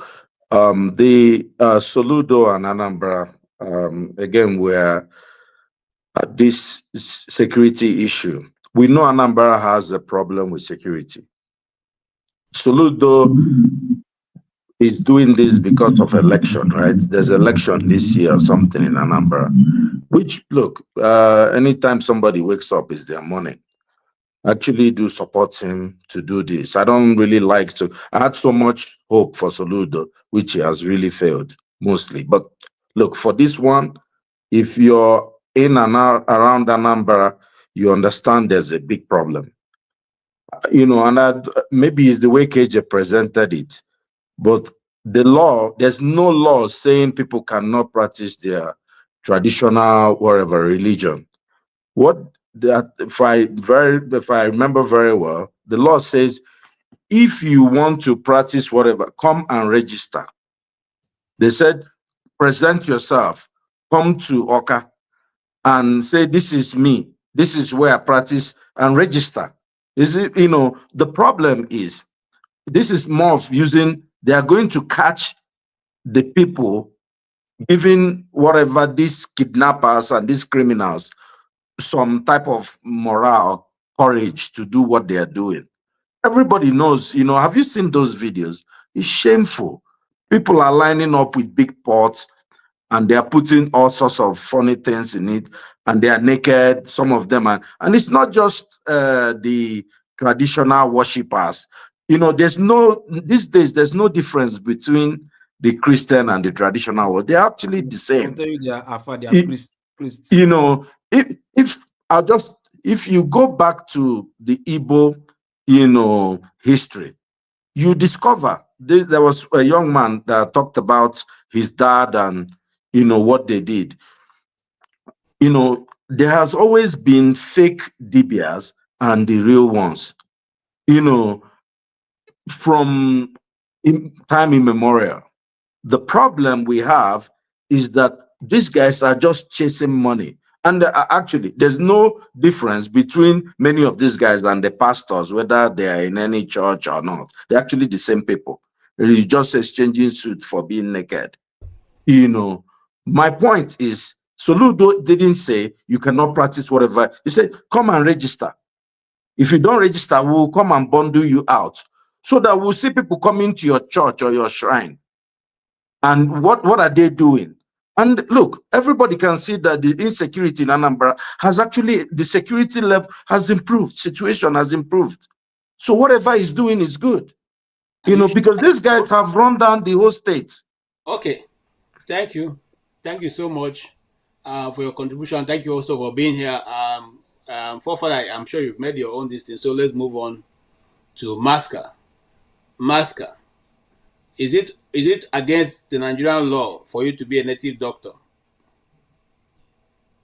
KJ, I can see what we do on this platform. We coin topics in a way that it will suit our narrative. No, I'm not coining anything. I'm not looking for any narrative. That's what honestly speaking, this is exactly what you're, because what do you mean by is it against the law? When a state governor has enacted a law, how can you go back to law? This has nothing to do with law. Hold on. Is it not a law? Is he doing anything unlawful? So then you answer. When you answer, I say it is lawful in Anambra State for that to go on. I'm not asking for any opinion. I don't hold any opinion on this.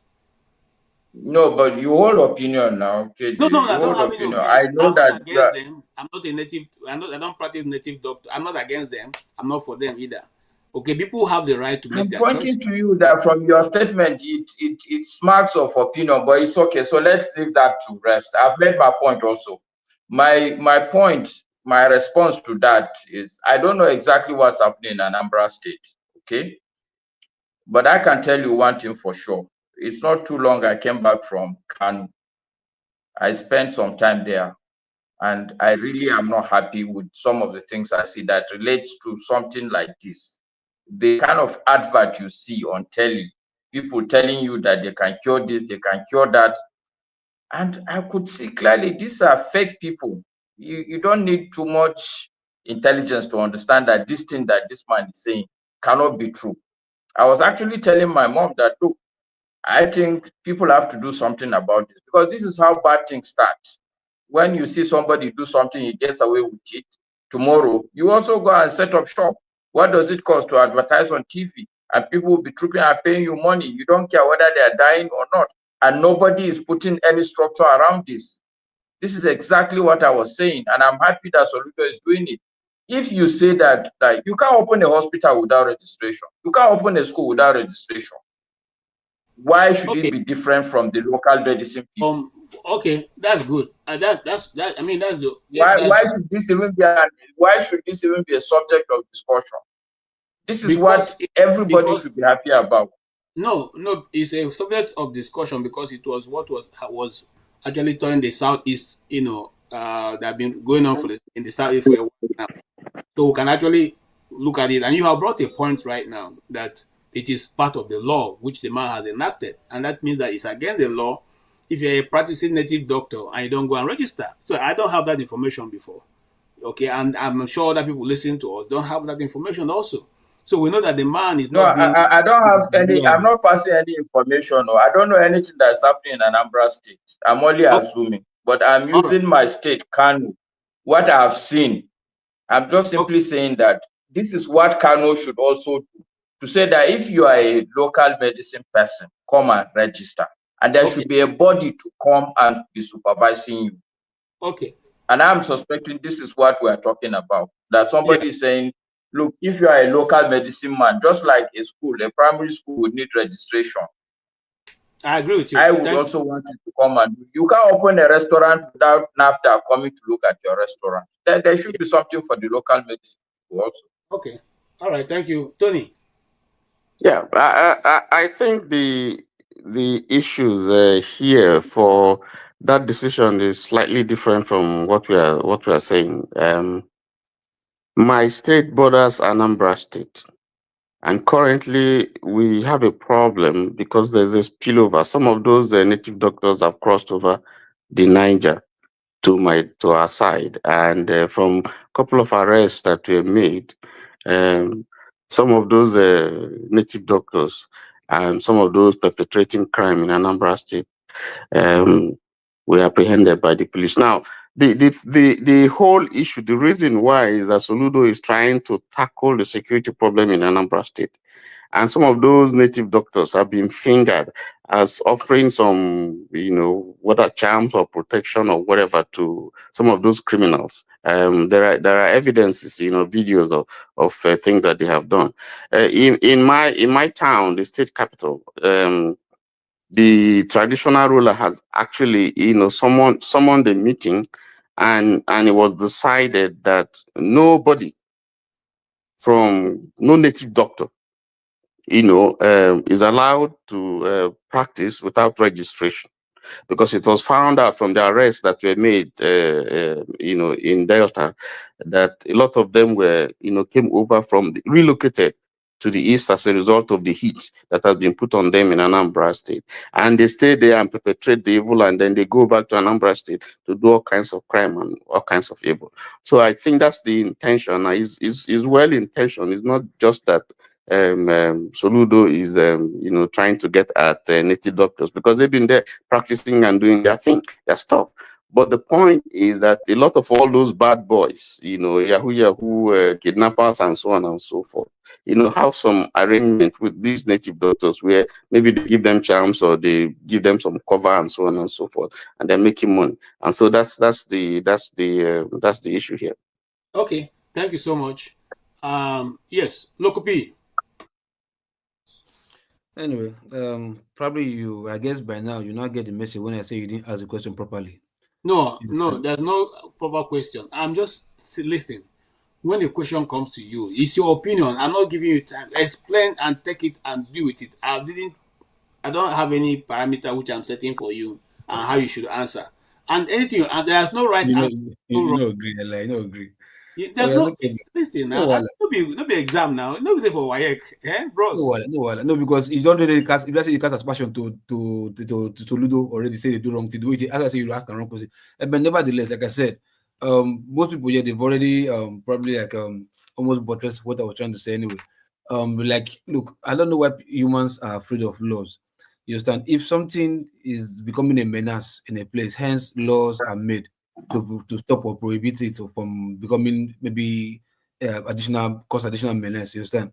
So, like somebody rightly said, if they catch any armed robber, you understand, kidnapper, ritualist, bandit, terrorist, whatever, they have charms. You understand? And the police is their duty to ask who are the ones give what is this? What is this? What is this for? Then the robbers will confess, the criminal will confess, this is for this on my waist is for this on my arm is for this. Who is giving it to you? Then they finger point the person. And if these finger pointers are becoming too rampant for the security to contain, they pass a law to like government. This is what's one of our problems. I think we should this. Then the government come and look into it and say yes, this should be. It's necessary. So we shouldn't be like, you understand, because if these criminals have not maybe happened to one of us, we will not understand what Soludo is trying to do. You understand? So it's not a bad thing. He's not said that they should ban. He went to attack those who are even showcasing their own, getting wet, because I see no reason why the herbalists, you understand, say it's spiritually whatever, is building mansions, buying Lamborghini, this and that. With how much? That means you must be enjoying benefits from kidnappers and enjoying benefit from ritualists. So if you're enjoying benefit from those criminals, you by association, you're also guilty as charged. So hence they want to apprehend all of them so that they can tell, okay, now if you want to practice your this and your that, these are your parameters you have to. And if you can't explain yourself properly, you'll be in jail. If you can explain yourself and this and that, then you go free. It's not asking you to like come and that you should not practice it. It's not banned. He's just trying to curtail this menace from happening, and that's what he's just trying to do. And this is not the end of it. They are still doing investigation, you understand? So the law is not really for ban them. It's just like after this is what you should do, this is what you should do, and that's it. Nothing else. All right. Thank you so much. AY. Yeah, wow. Well, I don't know. Like, KJ, you just treating us as if you don't know what is going on in Anambra. I But I don't know know. you know. You don't agree. You don't agree. I don't agree. Never. I don't agree. I know you know. Now, Okay, wow. let me assume you don't know, because me and my friend from Anambra will be discussing this stuff, right? There are issues on ground why Soludo is acting in his capacity as the chief security officer of the state. There is one native doctor over there that is, I think he's like 26 years old. If even when you check his copper, the cars that are there from to me, like there is no car less than 30 million naira in that place. He has a bunch of cars, big house, he has a lot of hotels. The issues are, they are tracing these people. They've been arresting a lot of kidnappers in Anambra recently. Of course, their cases were investigated. They discover some native doctors are doing charm for them. This charm, they know what they are specifically made for kidnapping, to escape, be arrested. There are issues of Yahoo, which is kind of rampant all over Nigeria, especially in the south. Where these native doctors are doing all sorts of charm. You know the popular one, is the OKOT they call it? Yeah, that one was one they really pointed to, where it seems the security, the vigilante people, they also understand this because they are local. That's why we said localize the security of Nigeria. They are local. They know how you set this thing up, what is going on. They know what is going on. So that's why they arrested them. I think, I think like what Masker said, if you want to practice practice as a native doctor, if the governor said, yeah, come to work, come and register, let's know who is practicing it as a native doctor. Let's know your scope. Let's know what you are doing. Like the guy that came off very first, right? That was explaining how his father used to cure people with leaf.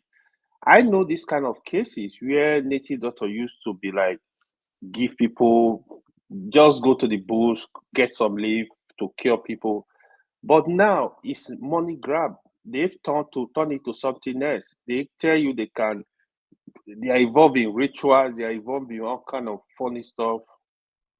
These cases are known. So I think Soludo is doing the right thing. I support him 100%. Let him get it done. Let him get rid of criminal in the state. Okay. That's what we need. We need active governor. If he's doing that because of election, he needs to continue doing that after election. He should not deceive the people. Thank you. Thank you so much, every single one of you. If Soludo is doing this, I also ask him to go ahead and collect tax from them, since they are able to buy Lexus Jeep and build upstairs and go to nightclubs and close it down. They should also be able to pay tax to the government from whatever they are collecting. And again, we say here on this channel, money don't grow. Extending it to the churches too, to collect tax too. Money, no, I won't extend to churches. Money. Why not? Yeah, they have more money. I won't extend to churches for single reason. Why? Because the churches have other social functions that they are doing that you may not be privy to. So religious money. It's not every church leader that is as greedy as the ones you are looking at. You see, KJ, you see, you people are criticizing Fofana on opinion, but I can say that you're dripping with what is the stronger word more than opinion? I don't know. You AY, tell us. what's the I'm asking for help here. Your own is more than opinion. It's like partiality. Yes. Listen. You are very partial. My consequency is the church. And no, you cannot see, but are you okay? So hold on. No, before you come, KJ, no, let me make this point. See, you are supposedly to be a journalist. Okay, this platform is supposedly to be a platform for the people. They have your say. But you are now calling up constituencies. So is this a Christian platform now? Is that the constituency you are representing now?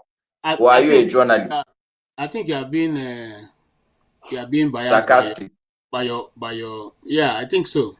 Because you see, despite that I'm a journalist, I have my own biases. Everybody here has a bias.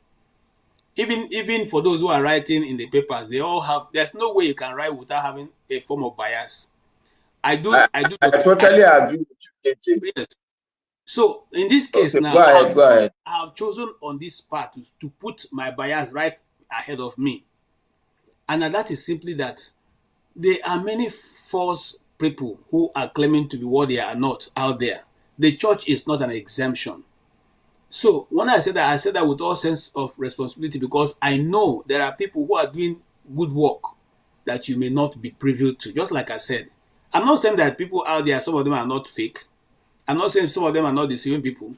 I didn't try to defend them anyway. I simply said I'm not going to put them on this payment of tax. Okay? Right. For the simple fact I just said again. Okay. Some of them have bias.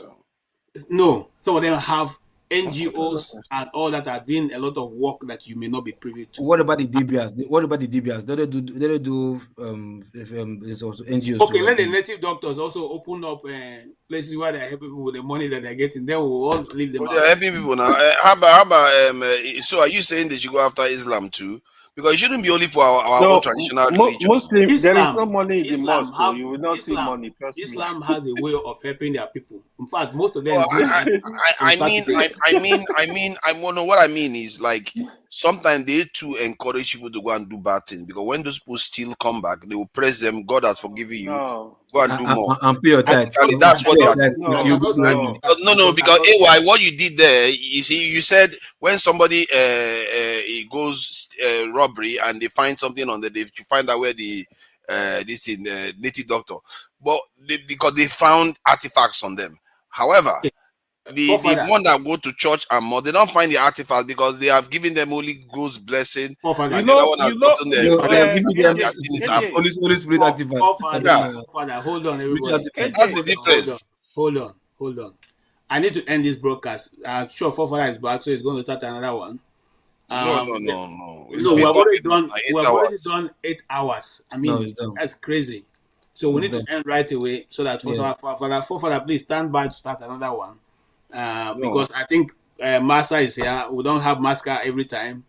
And Loco P is here. No, I didn't come to talk. I just come to fraternize with you people. The truth is, you guys are great guys individually. It's only when you get into the tribal, when you carry the tribal gap that all of you lose your identity. That's just the issue. Master, listen. But individually, you are all great guys.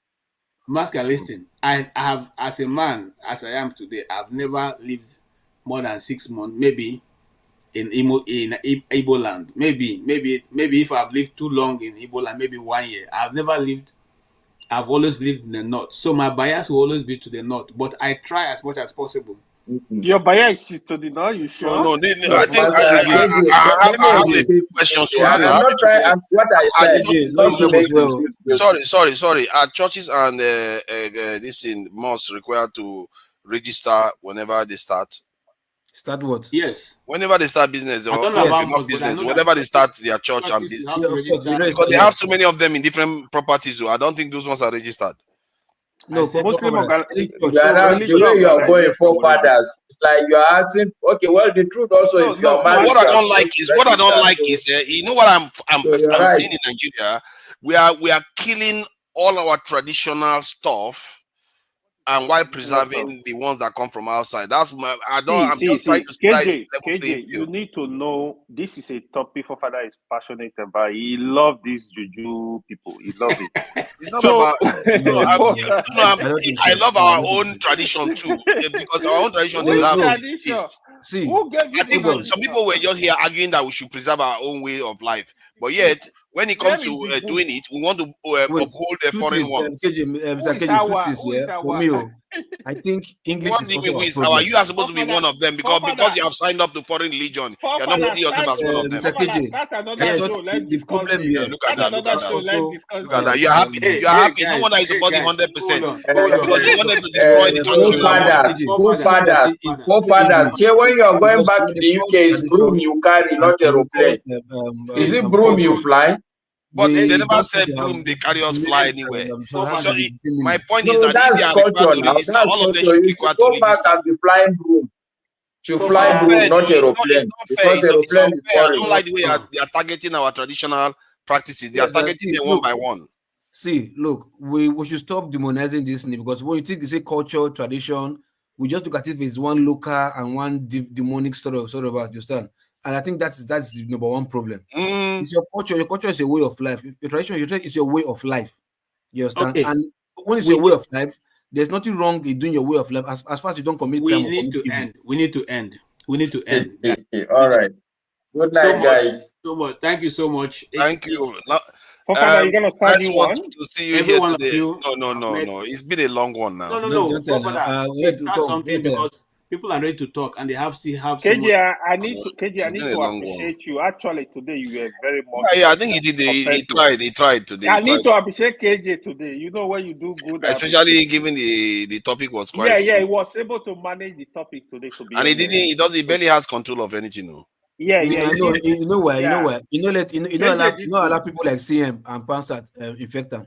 He drew himself come out. CM was ready to throw blow today. CM na idiot. That guy's an idiot. But people don't know that guy's an idiot. Okay. Yeah, so don't call him idiot behind his back for that matter. Don't let him come back. Okay. Today has been very this thing. We are going to keep dissecting this Babangida's book, if not for anything, for us to understand the intricacies that are involved in Nigerian politics. I find it a bit strange and very annoying that all those people who have kept our country back can sit in one room and be clapping hands for themselves. In other words, we have warned them, we have our monies in our pockets, and there's nothing any of them can do. And the statements made by people like the president and and some other people there was very annoying because their lives have been lost, that can never regain. Their families have been destroyed, that can never be able to recover. And there are young people who have, one way or the other been maimed. I know people who lost a limb and also from that Abiola conflict who will never be able to regain. And yet we are in the room and a person gets up and say, I take responsibility, and they are clapping hands. I've never seen such a thing. It's just like what we used to see when we were growing up those days. You see elderly people waving at the plane that is taken off by the airport, and you're wondering, what is that for? So, as Nigerians, we must learn how to come together or learn how to, sit down and devise way forward that can help us. If you ask me as an individual, I would say, let's go back to the constitution, the meeting that we had before the coming together of Nigeria as a nation, where people can operate in their various regions and have a common center. That is the only way we can keep it. Because see, the issue of tribalism or tribe will always be exercised or used against us by these political players. And you can't educate everybody. The Nigerian situation is sad because at this point, if you ask me when I was in secondary school, We all had great hope for this nation. We did. And if you ask me, I never thought I would ever in my life leave Nigeria. I never planned for it. When we were growing up, I had many of my friends who left before, after secondary school and all that. We refused to go. We said Nigeria is getting forward, is moving forward. And like I said, growing up in the middle belt, I had the opportunity of meeting almost every major player in the middle belt. Probably the only person I didn't meet was Solomon La. But if not, I met the great governor of Benue State, Ape Aku. I met the great senator, J.S. Taka, of blessed memory. I met Paul Nongu, and every one person as a child, in secondary school and primary school, and so we're able to have opportunity of seeing how politics are played in close and far distance. We didn't think, and I'm sure those people, if you wake them up today and they come and look at Nigeria, they'll say, is this the country we fought and died for? They will never believe that Nigeria is where it is today. And so if we keep playing this ostrich, thinking that things are going to get better, one Oyibo man will come and solve our problem. One NGO will give us money to build our nation. Those people who sat in that hall are the people who have our money for development and they're the ones who have our progress in their pockets. And their children are lacking nothing while we are clapping for them. And they say, I take responsibility. In other towns, when you take responsibility, you go to jail. You go to jail. Okay? But now we're taking responsibility. People's parents, people's families. Somebody wrote an article for what's the name? The later what's his name now? The poet, the general who was killed during the coup. That the widow of the man died. Mama Vasa. His wife died of heartbreak. Never able to recover the bodies of her husband. Was never ever given proper burial. And now we sit down and we say, oh, we take responsibility. And that is it. And that's why I played the Amechi's clip. That we seem not to follow our development. We seem to think that somebody is going to come down and struggle this power with us. And I keep saying it. The same thing will happen in 2027 if Nigerians go and sit down and say, oh, we will go and cast our vote and it will happen. Can I say something, KG? Yes. Even though the I'm running speech you are giving is a good speech, okay? But the sad part of it is on this platform now, this is the platform we are supposed to sit down and agree. But guess what? Go and replay, hold your peace. Go and replay all the episodes on this Dr. Damage's platform. Hardly would you find a day where the discussion will not be waylaid into a tribal discourse. Even on this platform that cannot take more than 12 people. That's where you should start. This is your sermon. You should call all the other people that are always see everything in the color of tribe. And the reality also is that unfortunately for Africa, if we are going to go to tribes, it's never going to work. Because even in the Benue state you are talking about, how many tribes do you know? Forget all the Idoma and this thing. Me, I also know that there is Egede, there are so many other tribes. Egede and Idoma cannot, see. So the truth is we have to find some idea out of the box. The idea that by separating it makes sense is not going to fly, because we'll separate into too many bits and pieces. I understand the Igbo thinking, because they are also just narcissists. They are only thinking about themselves, not thinking of the other black people. So if the Igbo as a race is going to go and do well, what happened to the Egede? What happened let's even go bigger. What happened to Idoma? What happened to people like John Abba? Because they are not going to go anywhere. Even in Benue State, you know that they are suffering within Benue State itself. Yes. So, Masker, what I'm simply saying is this. Where there's a will, there is a way. Where there's no will, how can the way come? We first have to... my brother, KJ, I think Masker should also make this preaching to the people who are also promoting ethnicity and injustice and so on and so forth, because there's no way. It's the reality in Nigeria. You can't say people shouldn't talk about it when it's staring them in the face. So it has to be talked about. Okay, so It Mr. is the Tony, talking this is about. what this is. Hold This on, is hold what on, I understand hold what on. you're saying. This is It my is the school of talking. thought. It is the talking about it that will bring solution. We can't sweep it under No, the carpet because it's real. I know it's not about. See, look, the reality is what you're saying is a fact. Okay, that there's injustice in Nigeria. But what I am addressing is KJ's speech. Because the fact of the matter is that the people that sat in that IBB book launch in the room, is it one tribe? No, it's not a rhetorical question. I'm asking you. Yes, it's one tribe.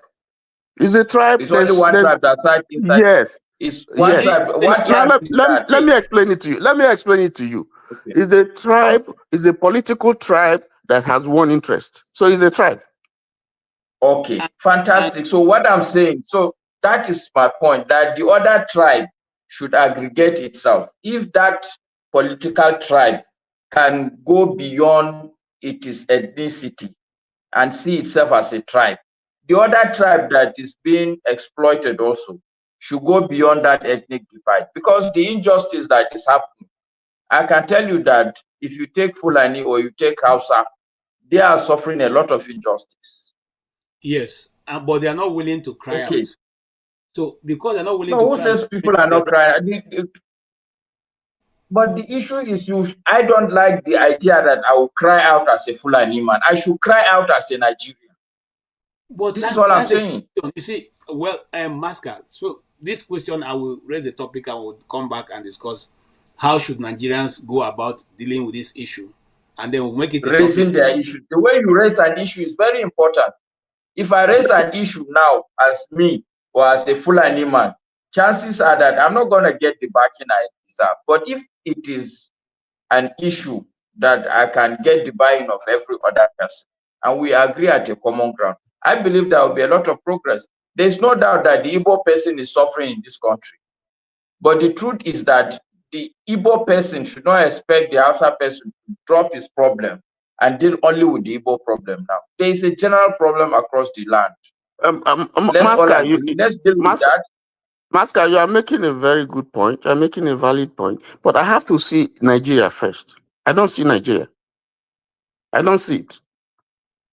No, you are not being honest. No, I'm telling you that's the fact. I don't see no, it. You are not being honest. You know, this whole platform is about Nigeria.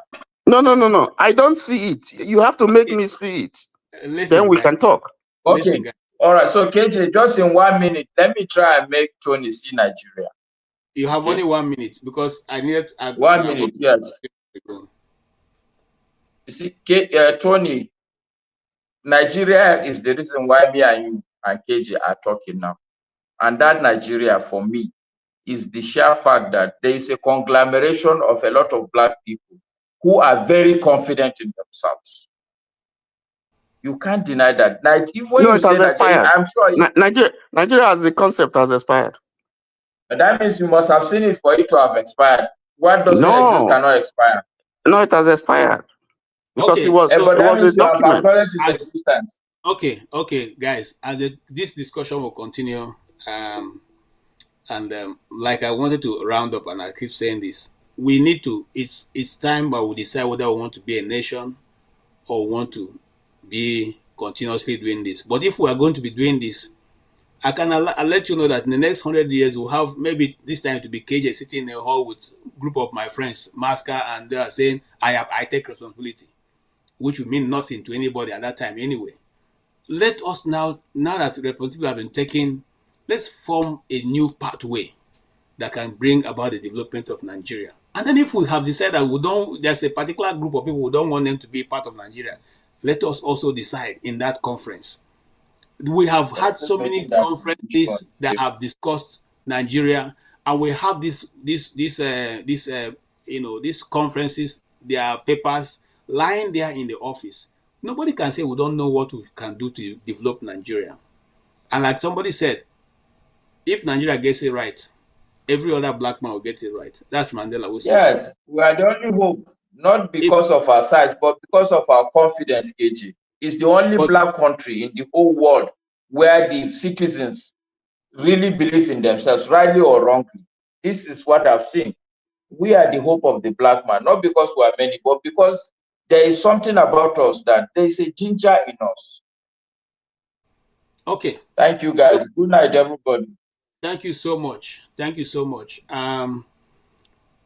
The truth remains, like I said earlier, we can either decide to tell ourselves the truth or continuously to say to ourselves, look, and we are doing so well. We don't need anybody to tell us where to go to. The truth is that we're not doing well at all.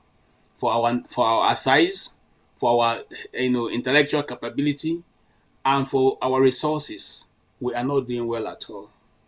We need to tell ourselves that. You see, the reason why developed countries develop is that the leaders tell themselves the truth. If you have done something wrong, they tell you up straight. Nobody is afraid of you.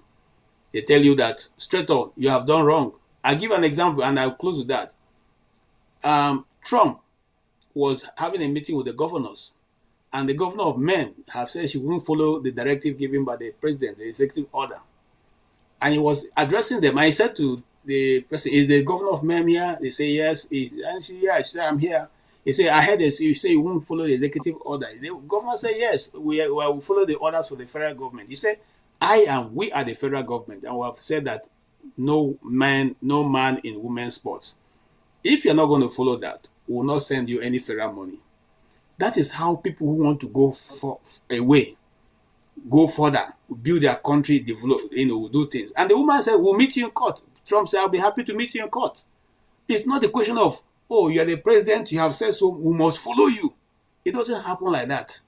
It doesn't happen. So both of them carry their case and go to court. The judiciary will look at it and say, madam, you are wrong, or President Trump, you are wrong. Not somebody just sitting, and once you say something, everyone must follow you, everyone must obey you. If you have said that is it, they say the president said, who is the president? The commissioner said, the governor said. Nobody, no country builds like that and makes progress, for crying out loud. We must come to a place where we will sit down. How many tribes do we have in Benue State? How do we divide the resources to make sure that it touches everybody? Igede, Idoma, Agatu, and all the rest. Okay? Until we come to that point. That's why I was saying that you have to make Nigerians see Nigeria. I mean, it's like if you take a census, you're asking Nigerians, are you going to die for Nigeria? You'll be surprised what they're going to tell you. Is it not the man who stole our money for 8 years, said he wasn't ready to die for Nigeria? Oh, so what are you talking about? He said so because he knew that if he declared Abiola, the likes of Abacha will not leave him. And he's afraid to die. And he has everything. He has lived his life. He has done it, but he doesn't want to die. So is it me that we're going to go and die for Nigeria? So that's why when I come to this channel, I say before you die for Nigeria, make sure you know what you're dying for. So for him, it's him. He puts himself first before the nation. And it's unfortunate for a leader to say that kind of a thing. So what I'm saying is that we have to be realistic. We can't run away from the problem. We see the problem. It's staring us in the face. Let's talk about it. Maybe when we fight and tear ourselves to pieces, we'll come down and we'll sort it out. But we have to talk about it. We cannot reinvent the wheel. I keep telling myself, each day it snows in America, I go out, I thank God for giving us rain. Because if we didn't have rain, we have snow, the kind of weather that they have in America. I'm telling you, people will die and be smelling in their house because nobody will go there to them. Just imagine if we had snow and they are not even allowing you to have electricity. Imagine if you have snow and they're not nobody to clear the road. So you can imagine. We even have the minimum to do, and yet our people who are in power are not doing that. All those that we are ahead of, they've all gone past us. And some people are telling us Rome was not built in one day. Was it built in 100 years? They've gone far past us. So, gentlemen, as we come to a close today, our reason for meeting here is to just think about our sorrows, talk about our pains, talk about what we desire for our nation to move forward, how we can help with all that.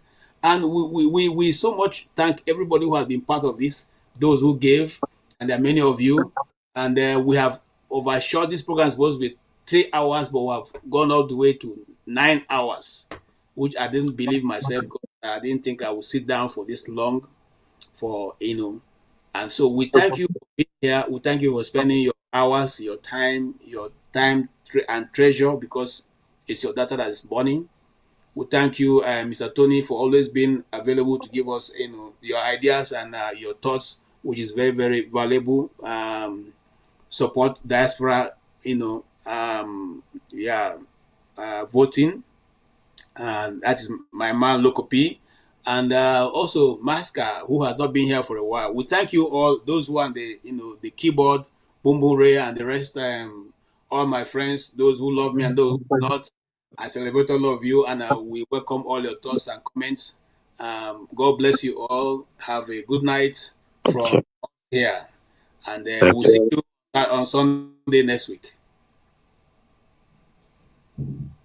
All right. Thank you so much, Mr. Tony. I really appreciate your staying to the end. Thank you. And then this is KJ sitting in for Dr. Damages, who will be with you next week, Sunday, by 12:30 p.m. New York time. God bless you all. Arise, O compatriots, Nigeria's call obey, to serve our fatherland.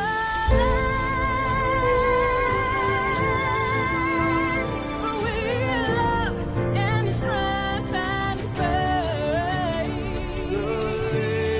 labor of our heroes past shall never be in vain.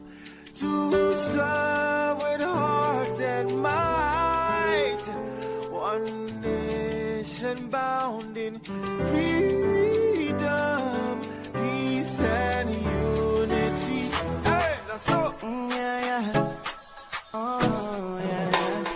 Arise, O compatriots, Nigeria call obey, to serve our fatherland with love and strength and faith. The labor of our heroes past shall never be in vain.